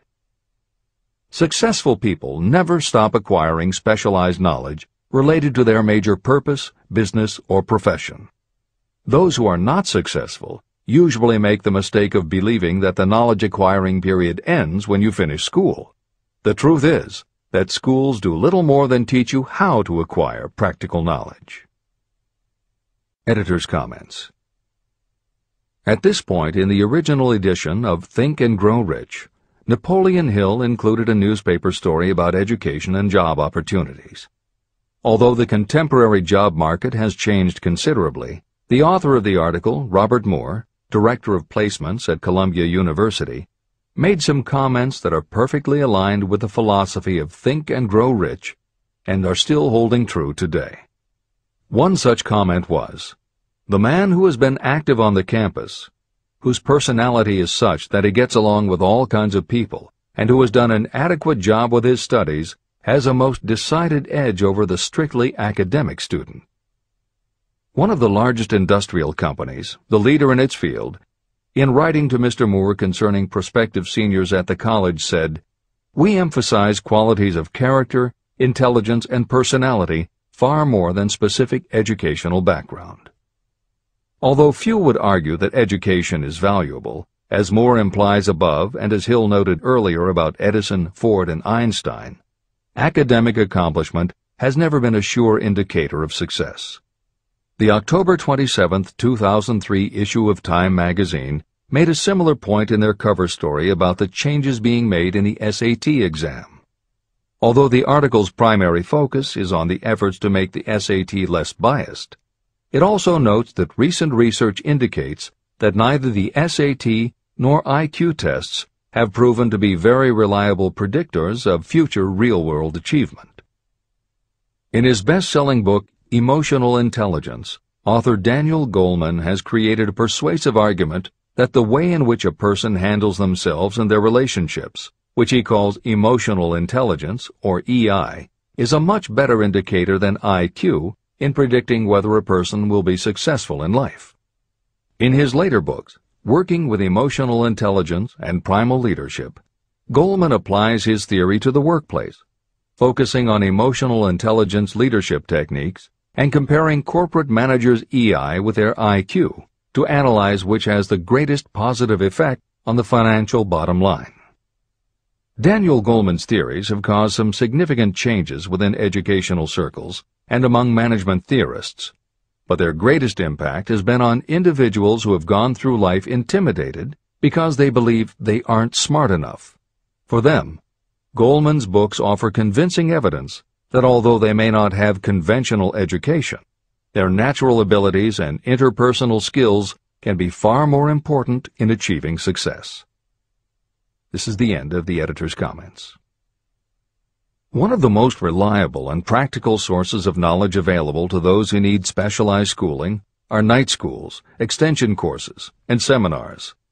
The correspondence schools give specialized training anywhere the U.S. mails go, or via the Internet. One advantage of home study training is the flexibility of the study program, which permits you to study during spare time. Another advantage of home study training, if the school is carefully chosen, is that most courses offer some method of personal consultation, which can be of priceless value to those needing specialized knowledge. No matter where you live, you can share the benefits. A lesson from a collection agency. Anything acquired without effort and without cost is generally unappreciated and often discredited. Perhaps this is why we get so little from our marvelous opportunity in public schools. The self-discipline you will learn from a program of specialized study can make up for the wasted opportunity when knowledge was available without cost. Being asked to pay, whether you make good grades or poor, has the effect of causing you to follow through with the course when you would otherwise drop it. I learned this from experience when I enrolled for a home study course in advertising. After completing 8 or 10 lessons, I stopped studying. But the school did not stop sending me bills. In fact, they insisted upon payment, whether I kept up my studies or not. I decided that if I had to pay for the course, which I had legally obligated myself to do, I should complete the lessons and get my money's worth. Correspondence schools are well-organized businesses. At the time, I felt that their collection system was somewhat too well organized, but I learned later in life that it was a valuable part of my education. The truth is that their collection department constituted the very finest sort of training on decision-making, promptness, and the habit of finishing what you begin. The collection system that forced me to finish the course turned out to be worth much in the form of money earned. The road to specialized knowledge. We have in this country what is said to be the greatest public school system in the world. One of the strange things about human beings is that they value only that which has a price. The free schools of America and the free public libraries do not impress people because they are free. This is the major reason why so many people find it necessary to acquire additional training after they finish school and go to work. It is also one of the major reasons why employers give greater consideration to employees who take specialized training courses. They have learned that those who have the ambition to give up a part of their spare time to studying at home have in them those qualities that make for leadership. There is one weakness in people for which there is no remedy. It is the universal weakness of lack of ambition.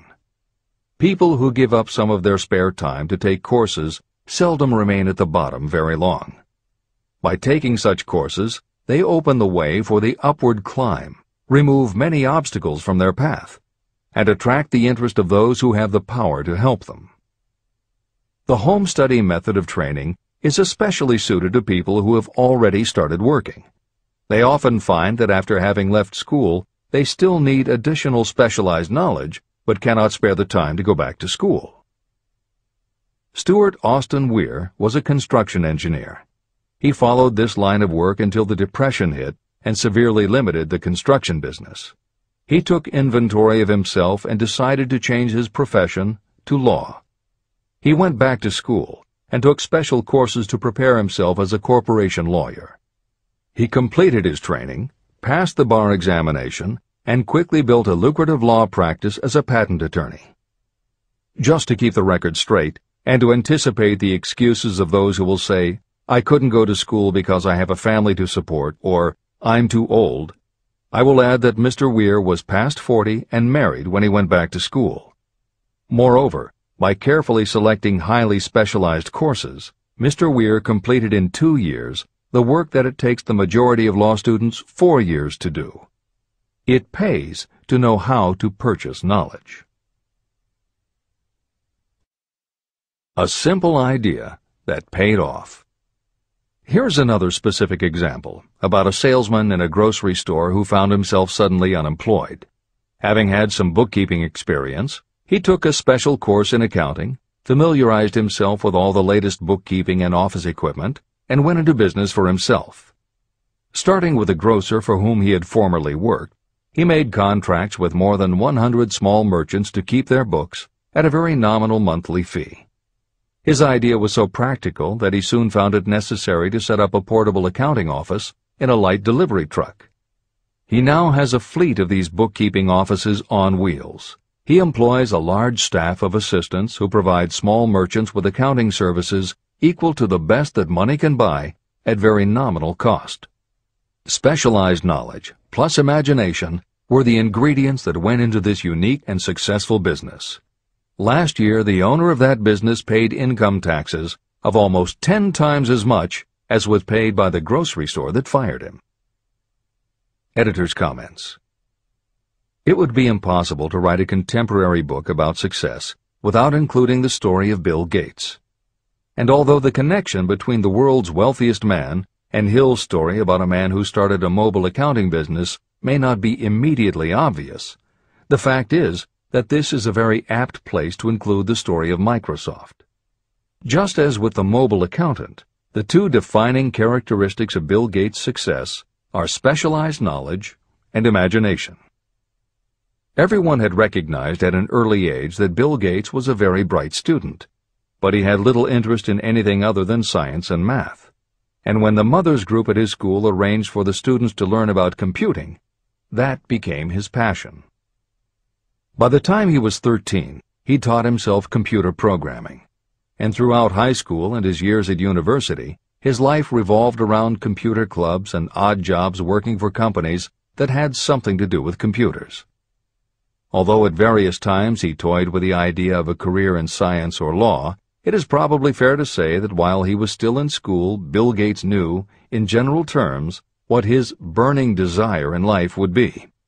He paid little attention to general knowledge, but devoted himself to assembling the specialized knowledge he would need to achieve his definite major purpose.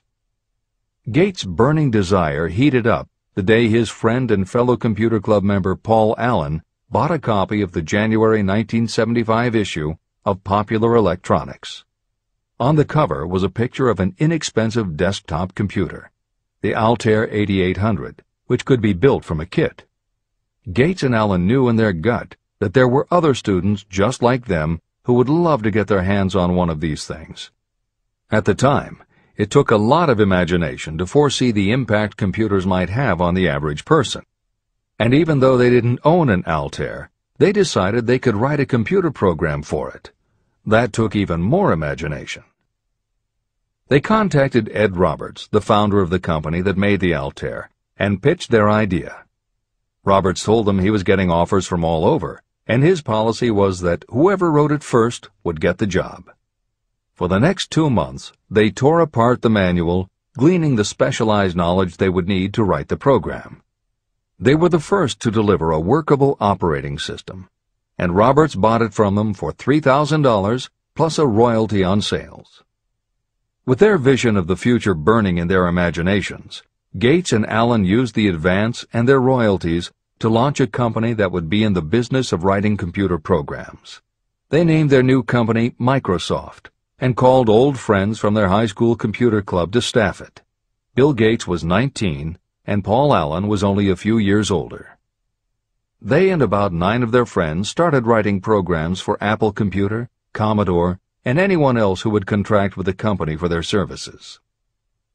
For the next 5 years, Bill Gates and Paul Allen had their share of imaginative ideas, but mostly they concentrated on learning the specialized knowledge needed to run and grow a successful business. Then in 1980, IBM, which had finally decided to get into the small computer business, needed help getting up to speed. They approached Microsoft to write an operating system for the new computer venture. Once again, specialized knowledge and imagination were the qualities that guided Bill Gates. In their imagination, Gates and Allen could see an even bigger future than before, and through specialized knowledge of what computers were capable of, they knew the role they could play in that future. They then made 2 business moves that are the foundation of the Microsoft success. First, because IBM had such a tight schedule, Gates went to a computer programmer, Tim Patterson, and bought from him a rudimentary but already developed operating system. Gates then set to work modifying the system, and he renamed it MS-DOS, for Microsoft Disk Operating System. The other move that was crucial to their success was the negotiation with IBM. They started from the position that they would not sell an operating system to IBM. What they would do was license the system to IBM in exchange for a royalty on every copy sold with an IBM computer. And it would not be an exclusive license, which meant that Microsoft could also license the system to other computer companies. If you were to continue to track the history of Microsoft, you would find those same qualities: a burning desire, an idea, specialized knowledge, and imagination behind each move Bill Gates made and continues to make, just as they were behind the success of the man who started the mobile accounting business. This is the end of the editor's comments. The beginning of the successful mobile accounting business was an idea. I know this is true because I was the one who gave him that idea. Now I'd like to pass on the story of another idea. and it was my accountant friend who indirectly suggested this one to me. When I first proposed the accounting idea to him, he said, "I like the idea, but I would not know how to turn it into cash." In other words, he did not know how to market his bookkeeping knowledge after he had acquired it. So, with the aid of a young woman copywriter, a very attractive presentation was prepared describing the advantages of the new system of bookkeeping. The brochure told the story of this new business so effectively that its owner soon had more accounts than he could handle. There are thousands of people all over the country who need the services of a merchandising specialist capable of preparing an attractive way to market personal services. This idea was born of the necessity to solve a specific problem. But it did not stop by serving merely one person. The woman who created the presentation has a keen imagination. She saw in her newly born brainchild the making of a new profession to serve thousands of people who need practical guidance in marketing personal services. Spurred to action by the success of her first prepared plan to market personal services, this woman turned to solving a similar problem for her son. He had just finished college, but had been totally unable to find a market for his services. The plan she created for him was the best example of merchandising personal services I have ever seen. When the presentation had been completed, it contained nearly 50 pages of beautifully typed, properly organized information. It told the story of her son's natural abilities, schooling, personal experiences, and a great variety of other information. The book also contained a complete description of the position her son desired, together with a marvelous word picture of the exact plan he would use in filling his position. The preparation of the presentation required several weeks of her time, during which she sent her son to the public library almost daily to get specific data needed to sell his services to best advantage. She also sent him to all the competitors of his prospective employer, where he gathered information concerning their business methods. This was of great value in the formation of the plan he intended to use in filling the position he sought. When the plan was finished, it contained more than half a dozen very fine suggestions that would benefit the prospective employer. You don't have to start at the bottom. You may be inclined to ask, why go to all this trouble to secure a job? The answer is, doing a thing well is never trouble. The plan prepared by this woman for her son helped him get the job at the first interview and at a salary fixed by himself. Moreover, and this too is important, the position did not require the young man to start at the bottom. He began as a junior executive at an executive salary. Why go to all this trouble? Well, for one thing, this young man's planned presentation saved him no less than 10 years of working his way up. The idea of starting at the bottom and working your way up may appear to be sound, but the major objection to it is this.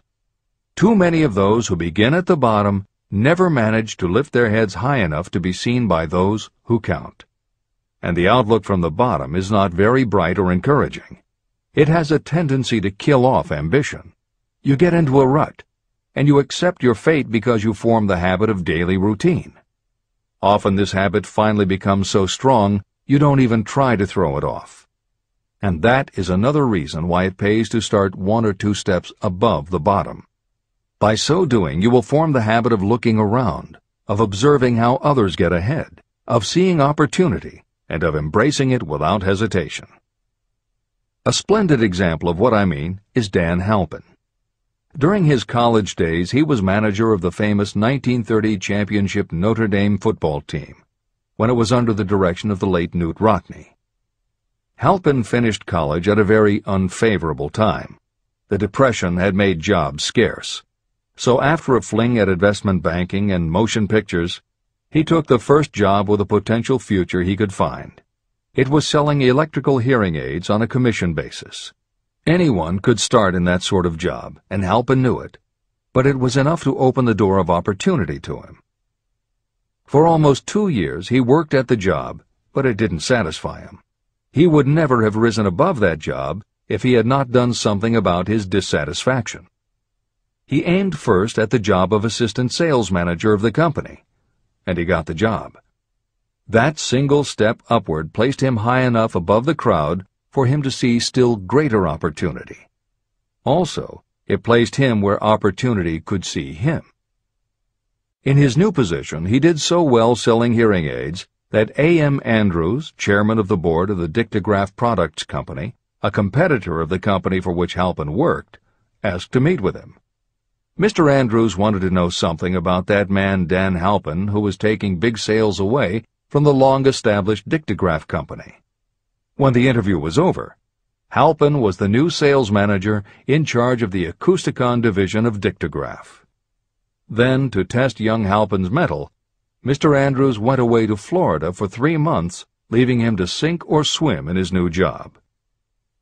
He did not sink. Knute Rockne's spirit of all the world loves a winner and has no time for a loser inspired him to put so much into his job that he was elected vice president of the company. Vice president was a job that most would be proud to earn through 10 years of loyal effort, but Halpin turned the trick in little more than 6 months. One of the major points I'm trying to emphasize through this entire philosophy is that we rise to high positions or remain at the bottom because of conditions we can control, but only if we desire to control them. I am also trying to emphasize another point, that both success and failure are largely the results of habit.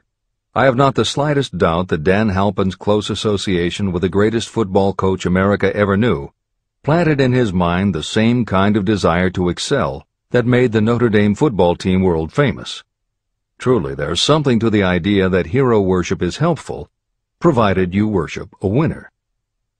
My belief in the theory that business associations are vital factors, both in failure and in success, was clearly demonstrated when my son Blair was negotiating with Dan Halpin for a position.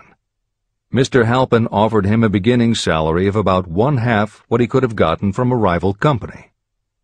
I brought parental pressure to bear, and encouraged Blair to accept the job with Mr. Halpin. I believe that close association with people who refuse to compromise with circumstances is an asset that can never be measured in terms of money. The bottom is a monotonous, dreary, unprofitable place for any person. That is why I have taken the time to describe how lowly beginnings can be overcome by proper planning. Make your ideas pay off through specialized knowledge.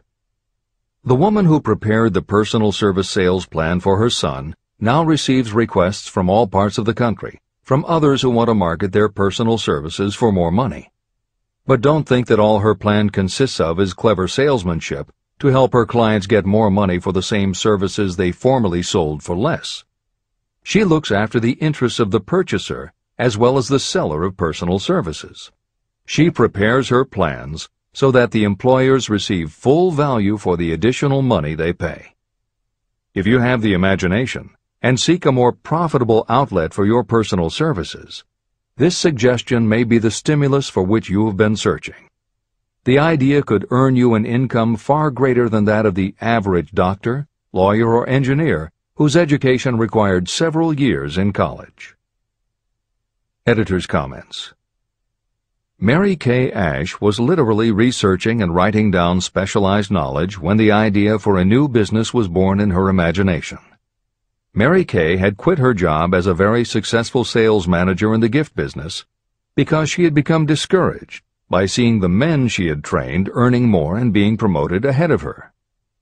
She decided to write an advice book for career women, but as she assembled the knowledge women would need to get ahead, she realized she was writing a business plan for the kind of business she would like to run.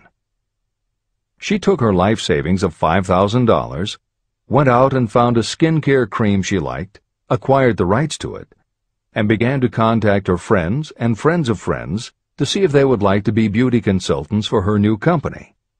But what she was offering wasn't just a chance to sell skincare products. It was a very imaginative combination of philosophy and opportunity that gave women the chance to achieve both personal satisfaction and financial success. The company showed a modest profit in its first year, and continued to grow each year until, by the beginning of the 21st century, There are over 1 million independent beauty consultants in 30 countries with wholesale sales of more than $1.5 billion.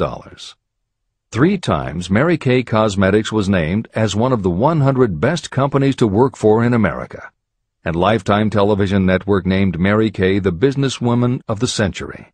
She became one of the most in-demand motivational speakers and the best-selling author of 3 books. Neil Balter also started his company based on specialized knowledge and imagination. He got his specialized knowledge from his job as a carpenter's apprentice. His imagination came into play the day he was hired by a customer who wanted to clear up a messy closet by having shelves installed. Now that kind of job must have been offered to thousands of carpenters, but not one of them had the imagination to see in it what Neil Balter saw. When he finished the work, Balter didn't just see nicely fitted shelves. He saw that he had created a solution for a problem that was common to every household in America. He took the money he earned from the job and started his own business, California Closet Company, which specialized in shelves and fittings designed to attractively organize closet space for maximum efficiency. But Balter's imagination didn't stop once he had his own business up and running. Now he could imagine an even bigger operation. So he went out to find new specialized knowledge about operating and franchising a business. Neil Balter had licensed more than 100 California Closet franchises when Williams-Sonoma offered to buy the company for $12 million. Lillian Vernon's specialized knowledge was in an area that many women had, but they didn't have the imagination she had. To quote from her autobiography, An Eye for Winners, handbags. I knew about those. Why not sell them? And belts to match. Didn't every teenage girl strolling along the street anywhere in the United States sport a handbag and belt? And my handbags would offer something special. Each one would be personalized with initials. I knew with absolute certainty that teenagers would go for items that made them feel unique. She believed enough in her idea that she spent $495 to take a small ad in 17 magazine. The ad brought in $32,000 in orders. That was when Lillian Vernon started to gather other specialized knowledge about renting space, manufacturing products, warehousing, and shipping, all of which she'd need to grow her idea of bags and belts into a direct response business featuring a whole array of distinctively monogrammed items. Within a few years, she needed more specialized knowledge about product photography, layout, printing, and direct mail, as she imagined having her own catalog. She started by mailing a 16-page black-and-white catalog to 125,000 customers who had bought products from her in the past. At the beginning of the 21st century, Lillian Vernon was still picking the merchandise and overseeing the design of her catalogs, many of which now run well over 100 full-color pages, are mailed to millions of people many times each year, and generate approximately $250 million in annual sales. There is another story about gathering specialized knowledge that is so good we will use it to conclude this editorial comment. It actually comes from the Napoleon Hill archives, and although he did not include it in Think and Grow Rich, he often used it as an example in his lectures and seminars. There was a young man who started out working for the railroad in 1893. As a machinist at 5 cents an hour. He was always taking courses and learning what he could about steam engines, and by 1905 he had worked his way up through the ranks until he was superintendent of motive power for Chicago Great Western in Olwine, Iowa. Then he did something that must have made his friends think he had taken leave of his senses. He was attending the Chicago Automobile Show when a red and white locomobile caught his attention. He put up his life savings of $700 and convinced a friend to co-sign a loan for $4,300 so he could buy the car. He promptly took it home, put it into a shed, jacked it up, and proceeded to take it apart piece by piece. Then he put it back together again. Then he took it apart and put it back together again. After doing that a few more times, he had learned what he wanted to know. And that was how Walter P. Chrysler gathered the specialized knowledge he needed to get himself out of railroading and into the automobile business. This is the end of the editor's comment. There is no fixed price for sound ideas. Behind all ideas is specialized knowledge. But remember, specialized knowledge is more abundant and more easily acquired than ideas. Because of this truth, there are ever-increasing opportunities for the person capable of helping men and women sell their personal services. Capability means imagination, the one quality needed to combine specialized knowledge with ideas to create organized plans that will yield riches. If you have imagination, this chapter may present you with an idea that is the beginning of the riches you desire. Remember, the idea is the main thing. Specialized knowledge may be found just around the corner. Any corner.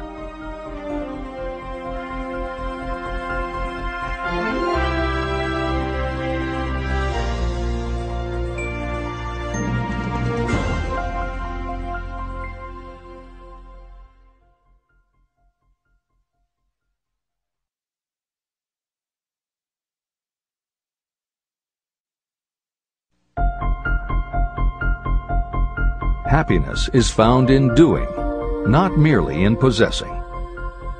Chapter 7. Imagination, the workshop of the mind. The fifth step toward riches. The imagination is literally the workshop where all plans are created. It is where the impulse, the desire, is given shape, form, and action through the aid of the imaginative faculty of the mind. It has been said that we can create anything that we can imagine. Through the aid of imagination, we have discovered and harnessed more of nature's forces during the past 50 years than during the entire history of the human race previous to that time. And even with all we have accomplished, we have come nowhere near the limit of what we are capable. Our only limitation, within reason, lies in the development and use of our imagination. The human imagination offers so much possibility, it is as though we have merely discovered that we have an imagination, and have just started to use it in a very elementary way. Two forms of imagination. The imaginative faculty functions in two forms. One is known as synthetic imagination, and the other as creative imagination. Editor's comments. In modern usage, the word synthetic has taken on a negative connotation, implying that something is artificial, not the real thing. Today the word synthesized, which is defined as something made up from component parts, would better describe what Hill had in mind, and has been substituted here accordingly. This is the end of the editor's comment. Synthesized imagination. Through this faculty, you arrange old concepts, ideas, or plans into new combinations. Synthesized imagination does not create anything. It merely works with the material of experience, education, and observation with which it is fed. It is the faculty used by most inventors, with the exception of those geniuses who draw upon the creative imagination when they cannot solve problems through synthesized imagination. Creative imagination. Through the faculty of creative imagination, the finite human mind has direct communication with infinite intelligence, the faculty through which hunches and inspirations are received. It is by this faculty that all basic or new ideas are handed over to mankind. It is through this faculty that we pick up vibes from other people, and in that way one individual may tune in or communicate with the subconscious minds of others. This concept is explained in greater detail later. The creative imagination works automatically, but only when your conscious mind is motivated, energized, and working at such a high rate that it becomes very perceptive and receptive, such as when the conscious mind is stimulated through the emotion of a strong desire. The great leaders of business, industry, and finance, and the great artists, musicians, poets, and writers became great because they developed the faculty of creative imagination. Editor's comment. At this point, it should be noted that both kinds of imagination are equally valuable to you, and they work together so seamlessly it is often hard to tell where one ends and the other begins. For instance, when Jeff Bezos created the idea of Amazon.com, was it synthesized imagination or creative imagination? At the time, Many people were getting onto the idea of the Internet as a sales medium. From this, it could be concluded that he was drawing upon experience, education, and observation, which would mean he was using synthesized imagination. But why did he decide to sell books? Was that synthesized or creative? Did that idea come out of something in his subconscious that just felt like books were the right thing? And what about that name? Calling a bookstore Amazon didn't make sense to anyone but Bezos, but it certainly caught the public's attention. How important was the name in the store's success? Was that choice creative or synthesized? Now take it a step further. What about eBay? Amazon had already shown that you could sell a lot of goods on the Internet. When Pierre Omidyar hit on the idea of selling things on the Internet by turning it into an auction house, what part was synthesized and what part was creative? The answer is, it doesn't matter. Whether you are consciously assembling the parts of a plan, or if subconsciously the pieces fall into place and suddenly hit you in a flash of inspiration, all that matters is that you are putting your imagination to work. And the more you use it, the better both the synthesized and the creative will work for you. This is the end of the editor's comment. Desire is a thought, an impulse. It is nebulous and ephemeral. It is abstract and of no value until it has been transformed into its physical counterpart. While the synthesized imagination is the one that will be used most frequently in the process of transforming desire into money, there will be circumstances and situations that demand the use of the creative imagination as well. Both the synthesized and the creative imagination become more alert and receptive with use. And though your imaginative faculty may have become weak through lack of use, you can revive it. Just as any muscle or organ of the body develops the more it is used, your imagination also becomes more receptive in direct response to the amount that you use it. Use your synthesized imagination. First, let us focus attention on the development of the synthesized imagination. This is the faculty that you will use more often in converting desire into money. Transformation of the intangible impulse of desire into the tangible reality of money calls for the use of a plan or plans. To make plans, you must use your imagination. Mainly, this will require you to use your synthesized imagination as you draw upon your experience, your education, and your observations. Editor's comment. The following is adapted from Hill's later writing and appears in Napoleon Hill's Keys to Success. An excellent example of synthesized imagination is Edison's invention of the light bulb. He began with one recognized fact that other people had discovered. A wire could be heated by electricity until it produced light. The problem was that the intense heat quickly burned the wire out, and the light never lasted more than a few minutes. Edison failed more than 10,000 times in his attempt to control this heat. When he found the method, it was by applying another common fact that had simply eluded everyone else. He realized that charcoal is produced by setting wood on fire, covering it with soil, and allowing the fires to smolder. The soil permits only enough air to reach the fire to keep it burning without blazing, and that way the wood isn't burned up. When Edison recognized this fact, his imagination immediately associated it with the idea of heating the wire.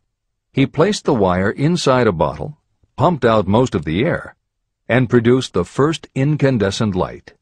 It burned for 8.5 hours. Everything that Edison used to make the electric light was widely known, but the way he synthesized the knowledge changed the world and made him a very wealthy man. W. Clement Stone called the process the R2A2 formula. Recognize and relate, assimilate and apply. If you do that with everything you see, hear, think, and experience, it will give you a new way of looking at familiar things. If you do that, you can achieve what others believe is impossible. Later in this chapter, you will read of other fortunes that grew from even simpler synthesized ideas. And these stories should lead you to conclude that the combination of ideas is nothing that you couldn't have thought of yourself. That alone should start your own imagination synthesizing ideas. However, Even though these stories will inspire you, and you will be anxious to get started, this is not yet the point for you to start making plans. Here, and throughout Think and Grow Rich, Napoleon Hill reminds the reader that this book is meant to be read all the way through before beginning to put the philosophy into practice. There are other ideas to be assimilated from later chapters that will influence your imagination and therefore affect the plans you may develop. This is the end of the editor's comments. Read the entire book through, then come back to this chapter and begin to put your imagination to work on the building of a plan for transforming your desire into money. Examples and instructions for creating plans are given in almost every chapter. Carry out the instructions that are best suited to your needs and put your plan in writing. The moment you complete this, you will have definitely given concrete form to your intangible desire. Now, read that sentence once more in a slightly different way. The moment I put my plan in writing, I will have definitely given concrete form to my desire. Now read it aloud and realize what you are telling yourself. Desire is only a thought. Through synthesized imagination, your experience, education, and observations will give it shape, form, and action. From the moment you follow those instructions and write out your desire and your plan, you will have actually taken the first of a series of steps that will enable you to convert the thought into its physical counterpart. Editor's comments. Synthesized imagination plays a role in every phase of a business plan. In fact, some of the most successful companies actually get started from synthesized imagination. When an entrepreneur, drawing upon his or her education, experience, and observations, takes an idea from one source and gives it a new application. That is exactly what happened with Ruth Handler. She and her husband, along with another partner, had started a small manufacturing company which had evolved into toy manufacturing. The success of their business depended on coming up with new toy ideas. Watching her young daughter at play, Ruth Handler noticed that she was fascinated with cutout books that featured teenage girl or career women paper dolls that she could cut out clothes for. She also knew that little girls loved to play dress-up in grown-up clothes. These ideas, drawn from Ruth Handler's education, experience, and observations, synthesized themselves in her imagination and came together as a new idea. Ruth Handler announced that they should make a lifelike teenage girl doll. Not a paper doll, but a real three-dimensional grown-up doll with a woman's figure, and they could also make grown-up clothes to fit it, so that girls could play dress-up with the doll. In honor of the source of inspiration, Ruth Handler named the new doll after her daughter, Barbie. As obvious as it seems now, until Ruth Handler, no one had the imagination to make and market a doll that looked like a woman, and certainly no one had ever made endless collections of tiny women's fashions for a doll to wear. Previously, we mentioned Jeff Bezos creating Amazon by combining the idea of a bookstore with the Internet, and Pierre Omidyar doing the same thing with auctions when he launched eBay. Mary Kay Ash took the idea of women running their own businesses and added the idea of door-to-door sales. Anita Roddick took the trend of all-natural ingredients, combined it with cosmetics, and created the Body Shop empire. Bernard Marcus and Arthur Blank took the concept of the supermarket, combined it with hardware, and created Home Depot. Thomas Stemberg and Leo Kahn did the same thing with office supplies and launched Staples. Once the connections are made, it may seem obvious, but making these supposedly obvious connections has brought success to many people. Napoleon Hill says imagination is like a muscle that can be strengthened through use. Just as there are specific exercises that will build and improve physical muscles, specific exercises have been developed to improve and build imagination, and it is commonly accepted that creativity developed in one area will affect your creativity in others. Dr. Edward de Bono, one of the most highly regarded experts in the field, has written more than 25 books, including the bestsellers Lateral Thinking and 6 Thinking Hats, that are literally designed to make you think. Dr. Betty Edwards' bestseller, Drawing on the Right Side of the Brain, uses drawing techniques to awaken creativity. Dr. Gabrielle Rico's bestseller, Writing the Natural Way, uses a technique called clustering as a way to break writer's block. And Tony Buzan uses a similar method for opening your mind that he terms mind mapping. In their bestseller, Super Learning, Sheila Ostrander and Lynn Schroeder show ways to use classical music. And Roger Von Eck suggests puzzles and riddles as stimuli in A Whack on the Side of the Head. This is the end of the editor's comments. Tapping into creative imagination. The earth on which you live, you yourself, and every other material thing are the result of evolutionary change, through which bits of matter have been organized and arranged in an orderly fashion. As far as science has been able to determine, the entire universe consists of but two things, matter and energy.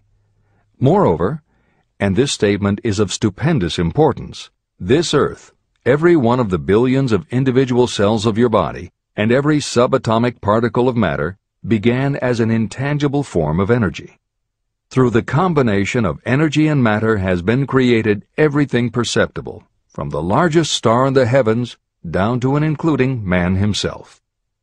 Desire is a thought impulse. Thought impulses are forms of energy. When you begin the process of acquiring money by using the thought impulse of desire, you are drafting into your service the same stuff that nature used in creating this earth, as well as every material form in the universe, including your body and your brain, in which the thought impulses function. Editor's comments.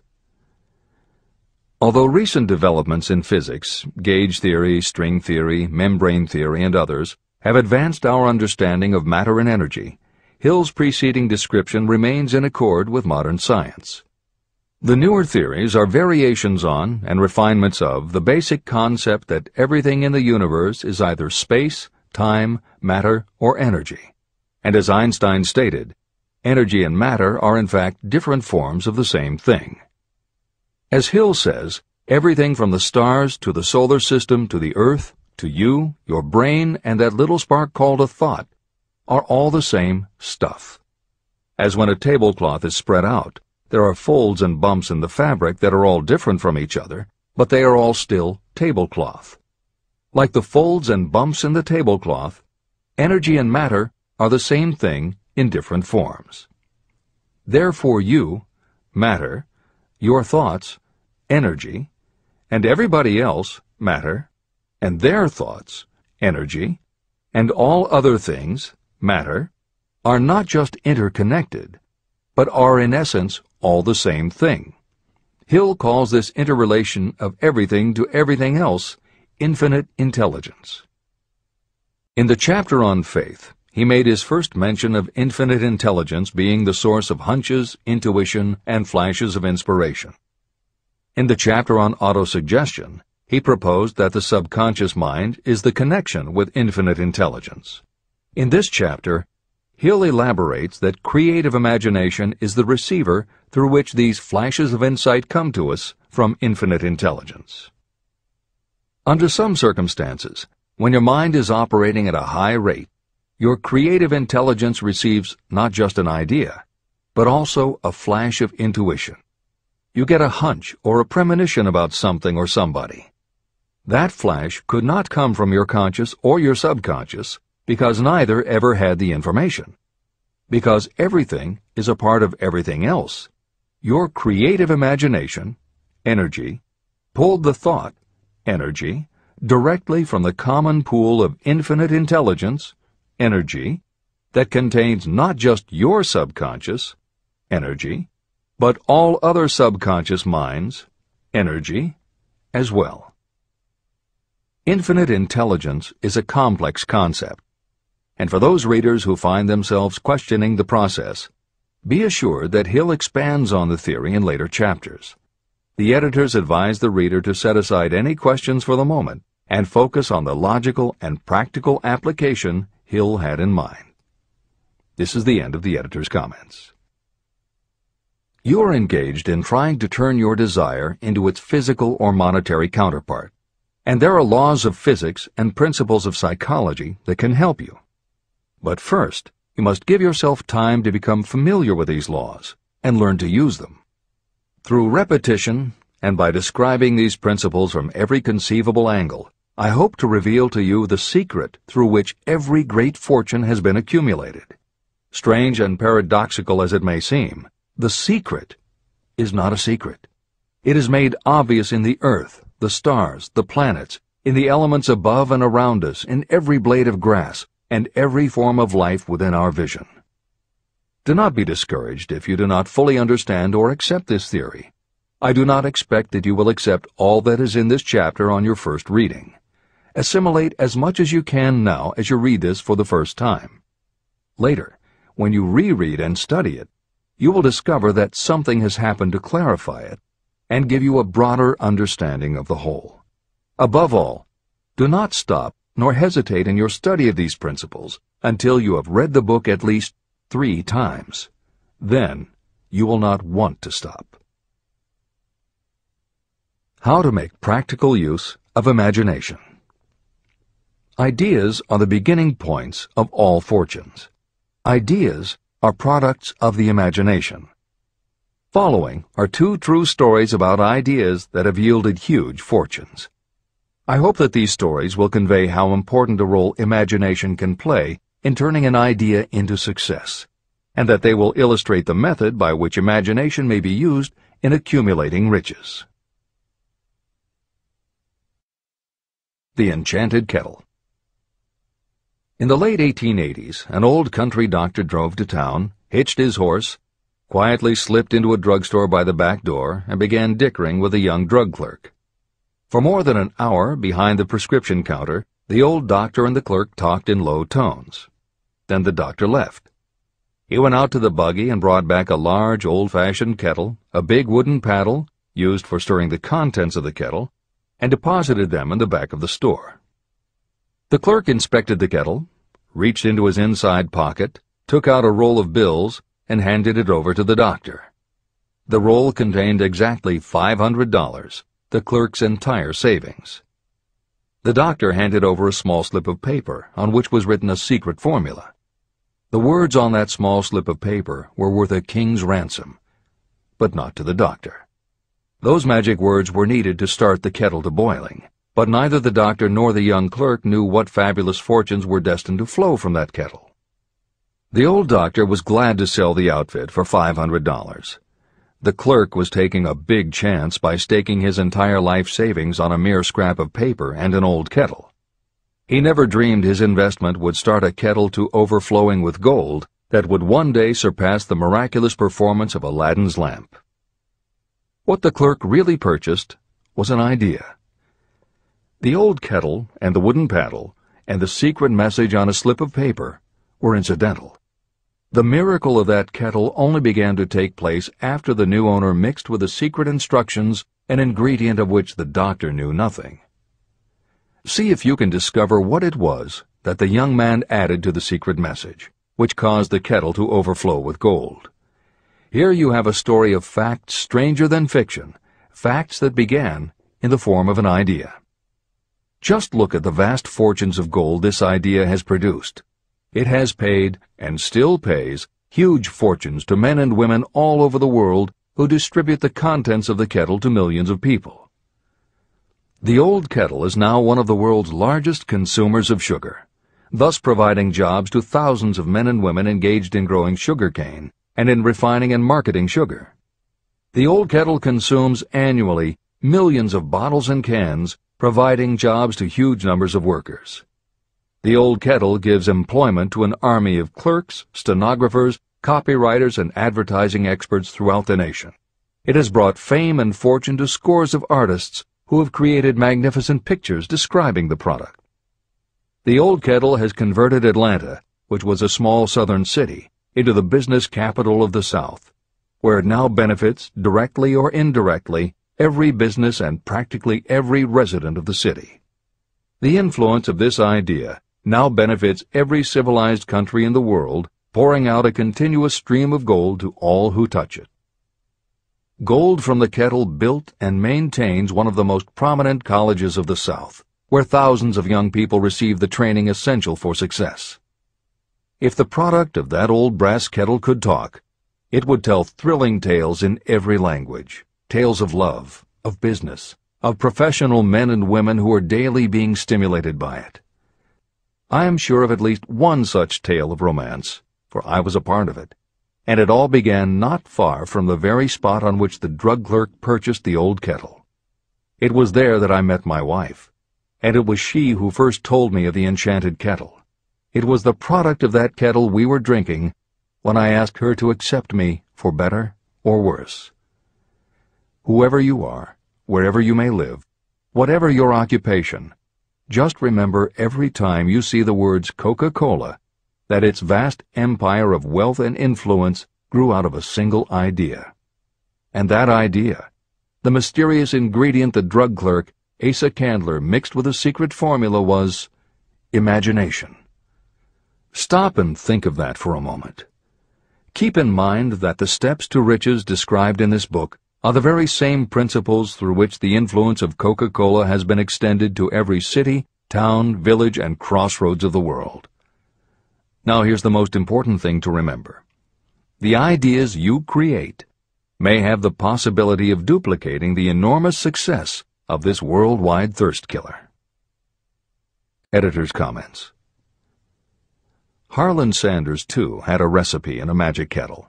Actually, his kettle was a pressure cooker, but neither his cooker nor his recipe of 11 herbs and spices would be mentioned here if he didn't also have imagination.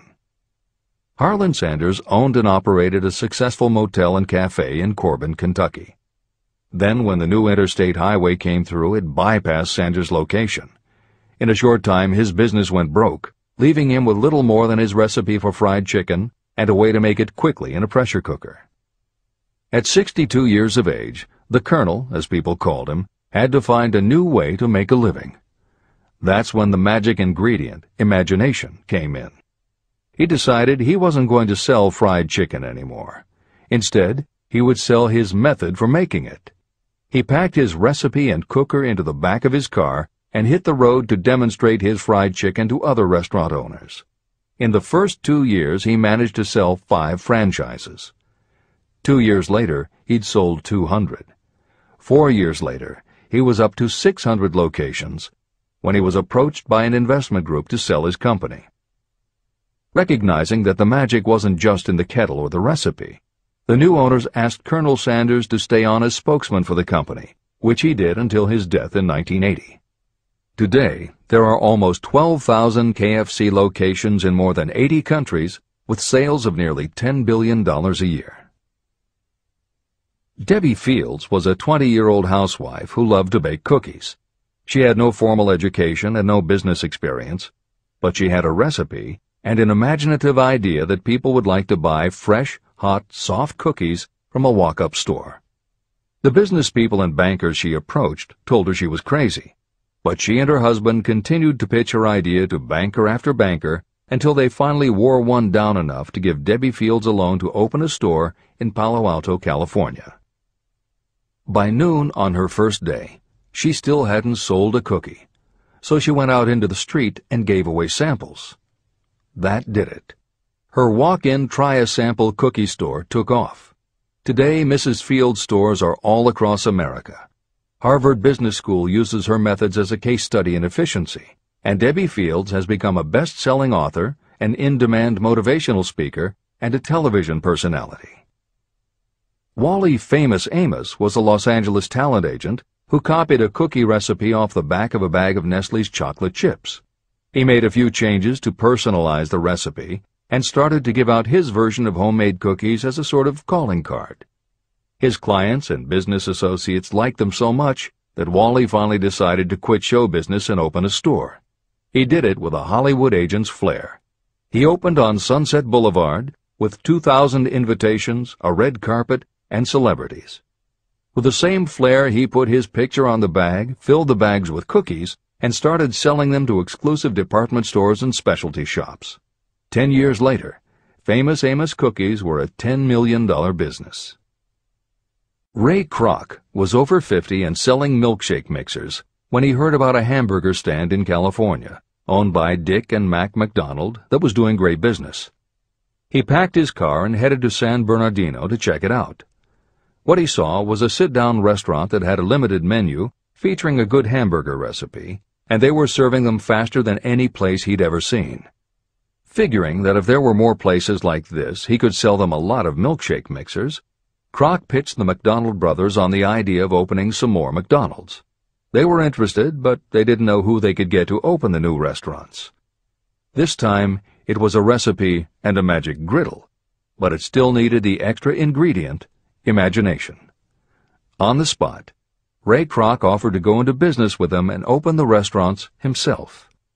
According to the signs on the golden arches, Ray Kroc's imagination paid off in billions of hamburgers sold.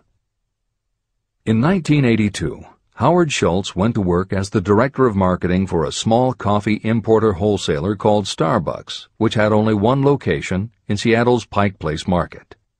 While he was on a trip to Italy, Schultz got the idea that the coffee bar culture he saw in Milan could be transposed to the downtown Seattle scene.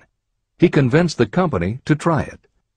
His coffeehouse idea was such a success that Schultz went out and raised the money to buy the company.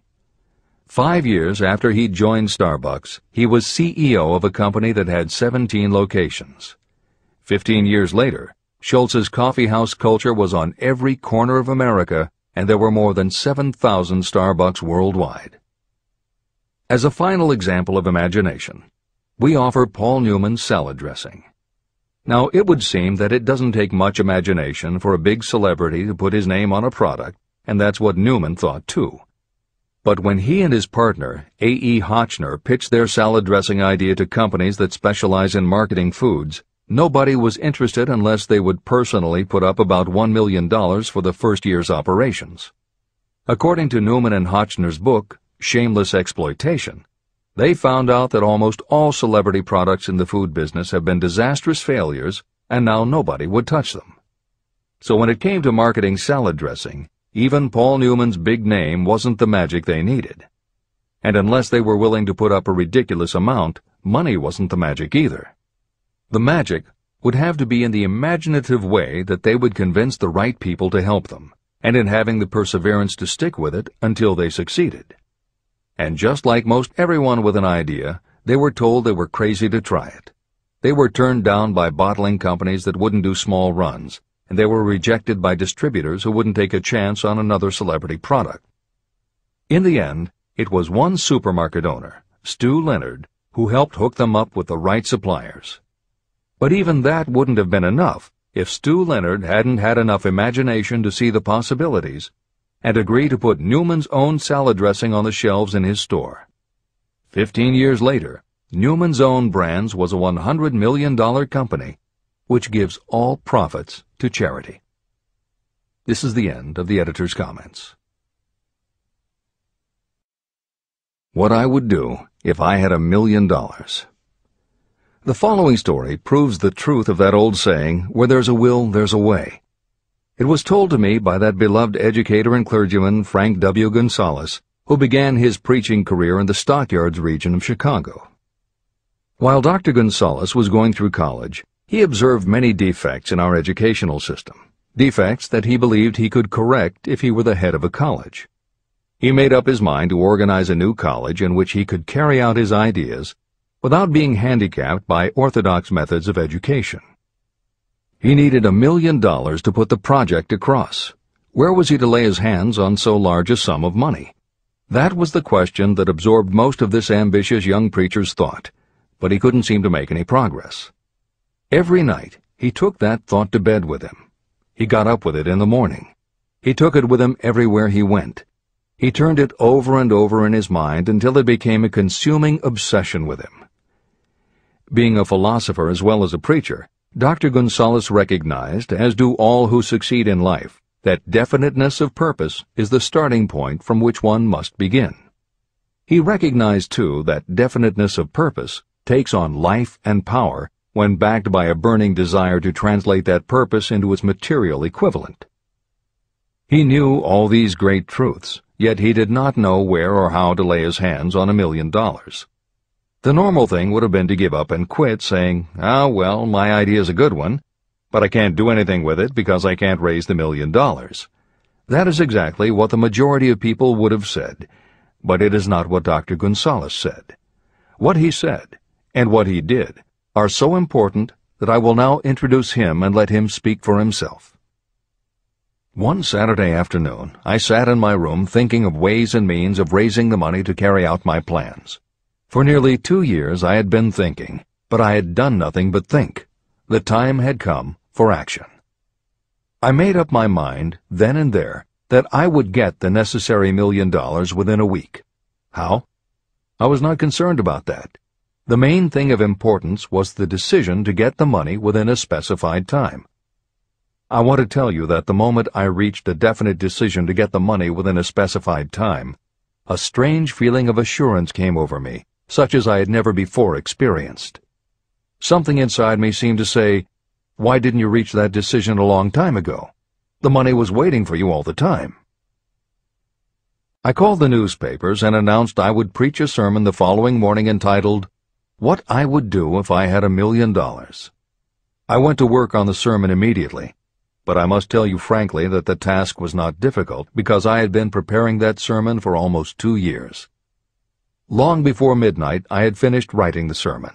I went to bed and slept with a feeling of confidence, for I could see myself already in possession of the $1 million. Next morning I arose early, went into the bathroom, read the sermon, then knelt on my knees and asked that my sermon might come to the attention of someone who would supply the needed money. While I was praying, I again had that feeling of assurance that the money would be forthcoming. In my excitement, I walked out without my sermon and did not discover the oversight until I was in my pulpit and about ready to begin delivering it. It was too late to go back for my notes, and what a blessing that I couldn't go back. Instead, my own subconscious mind yielded the material I needed. When I arose to begin my sermon, I closed my eyes and spoke with all my heart and soul of my dreams. I not only talked to my audience, but I fancy I talked also to God. I told what I would do with $1 million if that amount were placed in my hands. I described the plan I had in mind for organizing a great educational institution, where young people would learn to do practical things and at the same time develop their minds. When I had finished and sat down, a man slowly arose from his seat, about 3 rows from the rear, and made his way toward the pulpit. I wondered what he was going to do. He came into the pulpit, extended his hand, and said, "Reverend, I liked your sermon. I believe you can do everything you said you would if you had $1 million. To prove that I believe in you and your sermon, if you will come to my office tomorrow morning, I will give you the $1 million. My name is Philip D. Armour." Young Gonzalez went to Mr. Armour's office, and the $1 million was presented to him. With that money he founded the Armour Institute of Technology, now known as Illinois Institute of Technology. The $1 million that launched the Armour Institute came as the result of an idea. Behind the idea was a desire that young Gonzalez had been nursing in his mind for almost 2 years. Observe this important fact. He got the money within 36 hours after he reached a definite decision in his own mind to get it and decided upon a definite plan for getting it. There was nothing new or unique about young Gonzalez vaguely thinking about $1 million and weakly hoping for it. Others have had similar thoughts. But there was something very unique and different about the decision he reached on that memorable Saturday, when he put vagueness into the background and definitely said, "I will get that money within a week." The principle through which Dr. Gonzalez got his $1 million is still alive. It is available to you. This universal law is as workable today as it was when the young preacher made use of it so successfully. Editor's comments. The Armour Institute of Technology opened in 1893, offering courses in engineering, chemistry, architecture, and library science, and in 1940 became the Illinois Institute of Technology when the Armour Institute merged with the Lewis Institute, a Chicago college that had opened in 1895 and offered liberal arts as well as science and engineering courses. In 1949, the Institute of Design, founded in 1937, also merged with IIT, followed in 1969 by the Chicago-Kent College of Law and the Stewart School of Business, and in 1986 by the Midwest College of Engineering. Today there are several campuses in downtown Chicago. IIT has been called the alma mater of accomplishments. This is the end of the editor's comment. How to transmute ideas into cash. Asa Candler and Dr. Frank Gunsaulus had one characteristic in common. Both knew the astounding truth that ideas can be transmuted into cash through the power of definite purpose plus definite plans. If you are one of those who believe that hard work and honesty alone will bring riches, you can forget it. It is not true. Riches, when they come in huge quantities, are never the result of hard work alone. Riches come, if they come at all, in response to definite demands based upon the application of definite principles, and not by chance or luck. Generally speaking, an idea is a thought that prompts you to action because it appeals to your imagination. All master salespeople know that ideas can be sold where merchandise cannot. Ordinary salespeople do not know this. That is why they are ordinary. A publisher of low-priced books made a discovery that has been worth much to publishers. He learned that many people buy titles and not the contents of books. By merely changing the name of one book that was not moving, his sales of that book jumped upward more than 1 million copies. The inside of the book was not changed in any way. He merely ripped off the cover and put on a new cover with a title that had box office appeal. That, as simple as it may seem, was an idea. It was imagination. Editor's comment. For those readers who think that replacing the cover of a book is just too simple, or that they couldn't do it anyway because they are not book publishers, the editors would point out that if you had had that simple idea before the publisher did, he probably would have been glad to sell you those failed books at pennies on the dollar. Then you could have been the one to change the cover, and suddenly you would have been the publisher of a bestseller.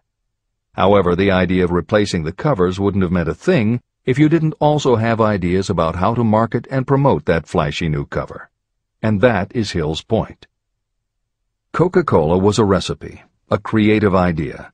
But it would have stayed just a recipe if Asa Candler hadn't also had other creative ideas to market it and the faith in himself to carry through on those ideas. Spence Silver was a chemist working for 3M when, by accident, he created a glue that wasn't very sticky. Needless to say, 3M was not much interested in glue that didn't stick, and Silver's invention was shelved as a failure. But Silver liked his glue, so for 5 years he kept demonstrating it to anyone who would listen. Nobody did, until Arthur Fry, who worked in the tape division at 3M, found that when he was at choir practice, he kept losing his place in the hymnal because the pieces of paper he used to mark his place slipped down or fell out of the book. A little of Silver's not very sticky glue on the slips of paper, and they stayed where he wanted them, then peeled off easily when he was done. That was the eureka moment. They had just invented the world's best bookmark, Post-its. But that's not the end of the story, or the end of the imaginative ideas that were needed to make Post-its happen.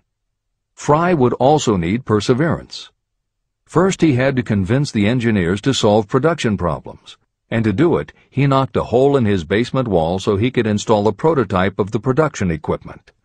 He stuck with it, and finally, 2 years later, 3M gave the project to their marketing department. The marketing experts put together ads and brochures selling this sticky notepad idea and rolled it out in a 4-city test. The results were a disaster. Nobody got it, so nobody bought it. Who would pay money for scratch paper? The Post-it project was about to be scrapped when Jeffrey Nicholson and Joseph Ramey added their imaginations. Like Silver and Fry, Nicholson and Ramey had faith in the idea because they saw how people in their office fell in love with these little sticky pieces of paper once they started working with them.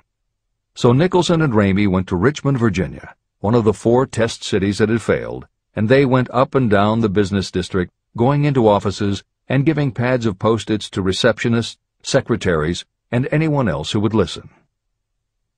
Whereas 3M's conventional marketing machinery had failed, Giving Post-its to the people who would actually use them did the trick. Once those Richmond office workers started to use Post-its, it didn't seem like a bad idea at all to pay for scratch paper. They got it, and they bought it. The Richmond test turned from failure to success, and soon Post-its were sticking to everything around the world. Here's another simple idea that imagination turned into success. The story began with a man whose problem was just the opposite of Spence Silver's. This man had something that stuck too well. George de Mestral was a Swiss mountaineer who went hunting one day with his dog. But when they got home, they were both covered with burrs. The burrs were so difficult to remove that de Mestral put them under a magnifying glass to learn why. He saw that they were covered with tiny hooks which attached themselves to fur and fabric.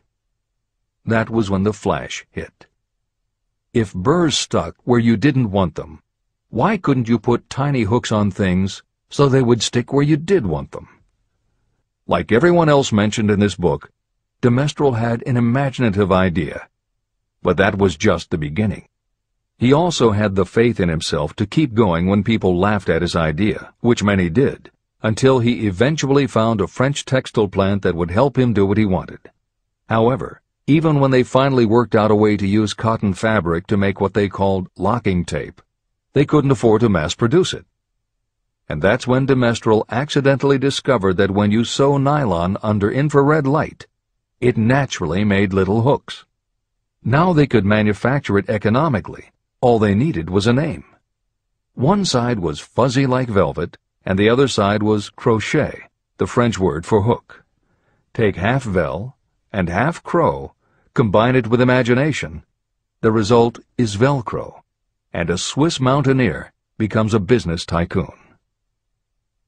The Sony Corporation once tried to make a very small stereo tape recorder that would work with standard-size cassettes, but they couldn't do it.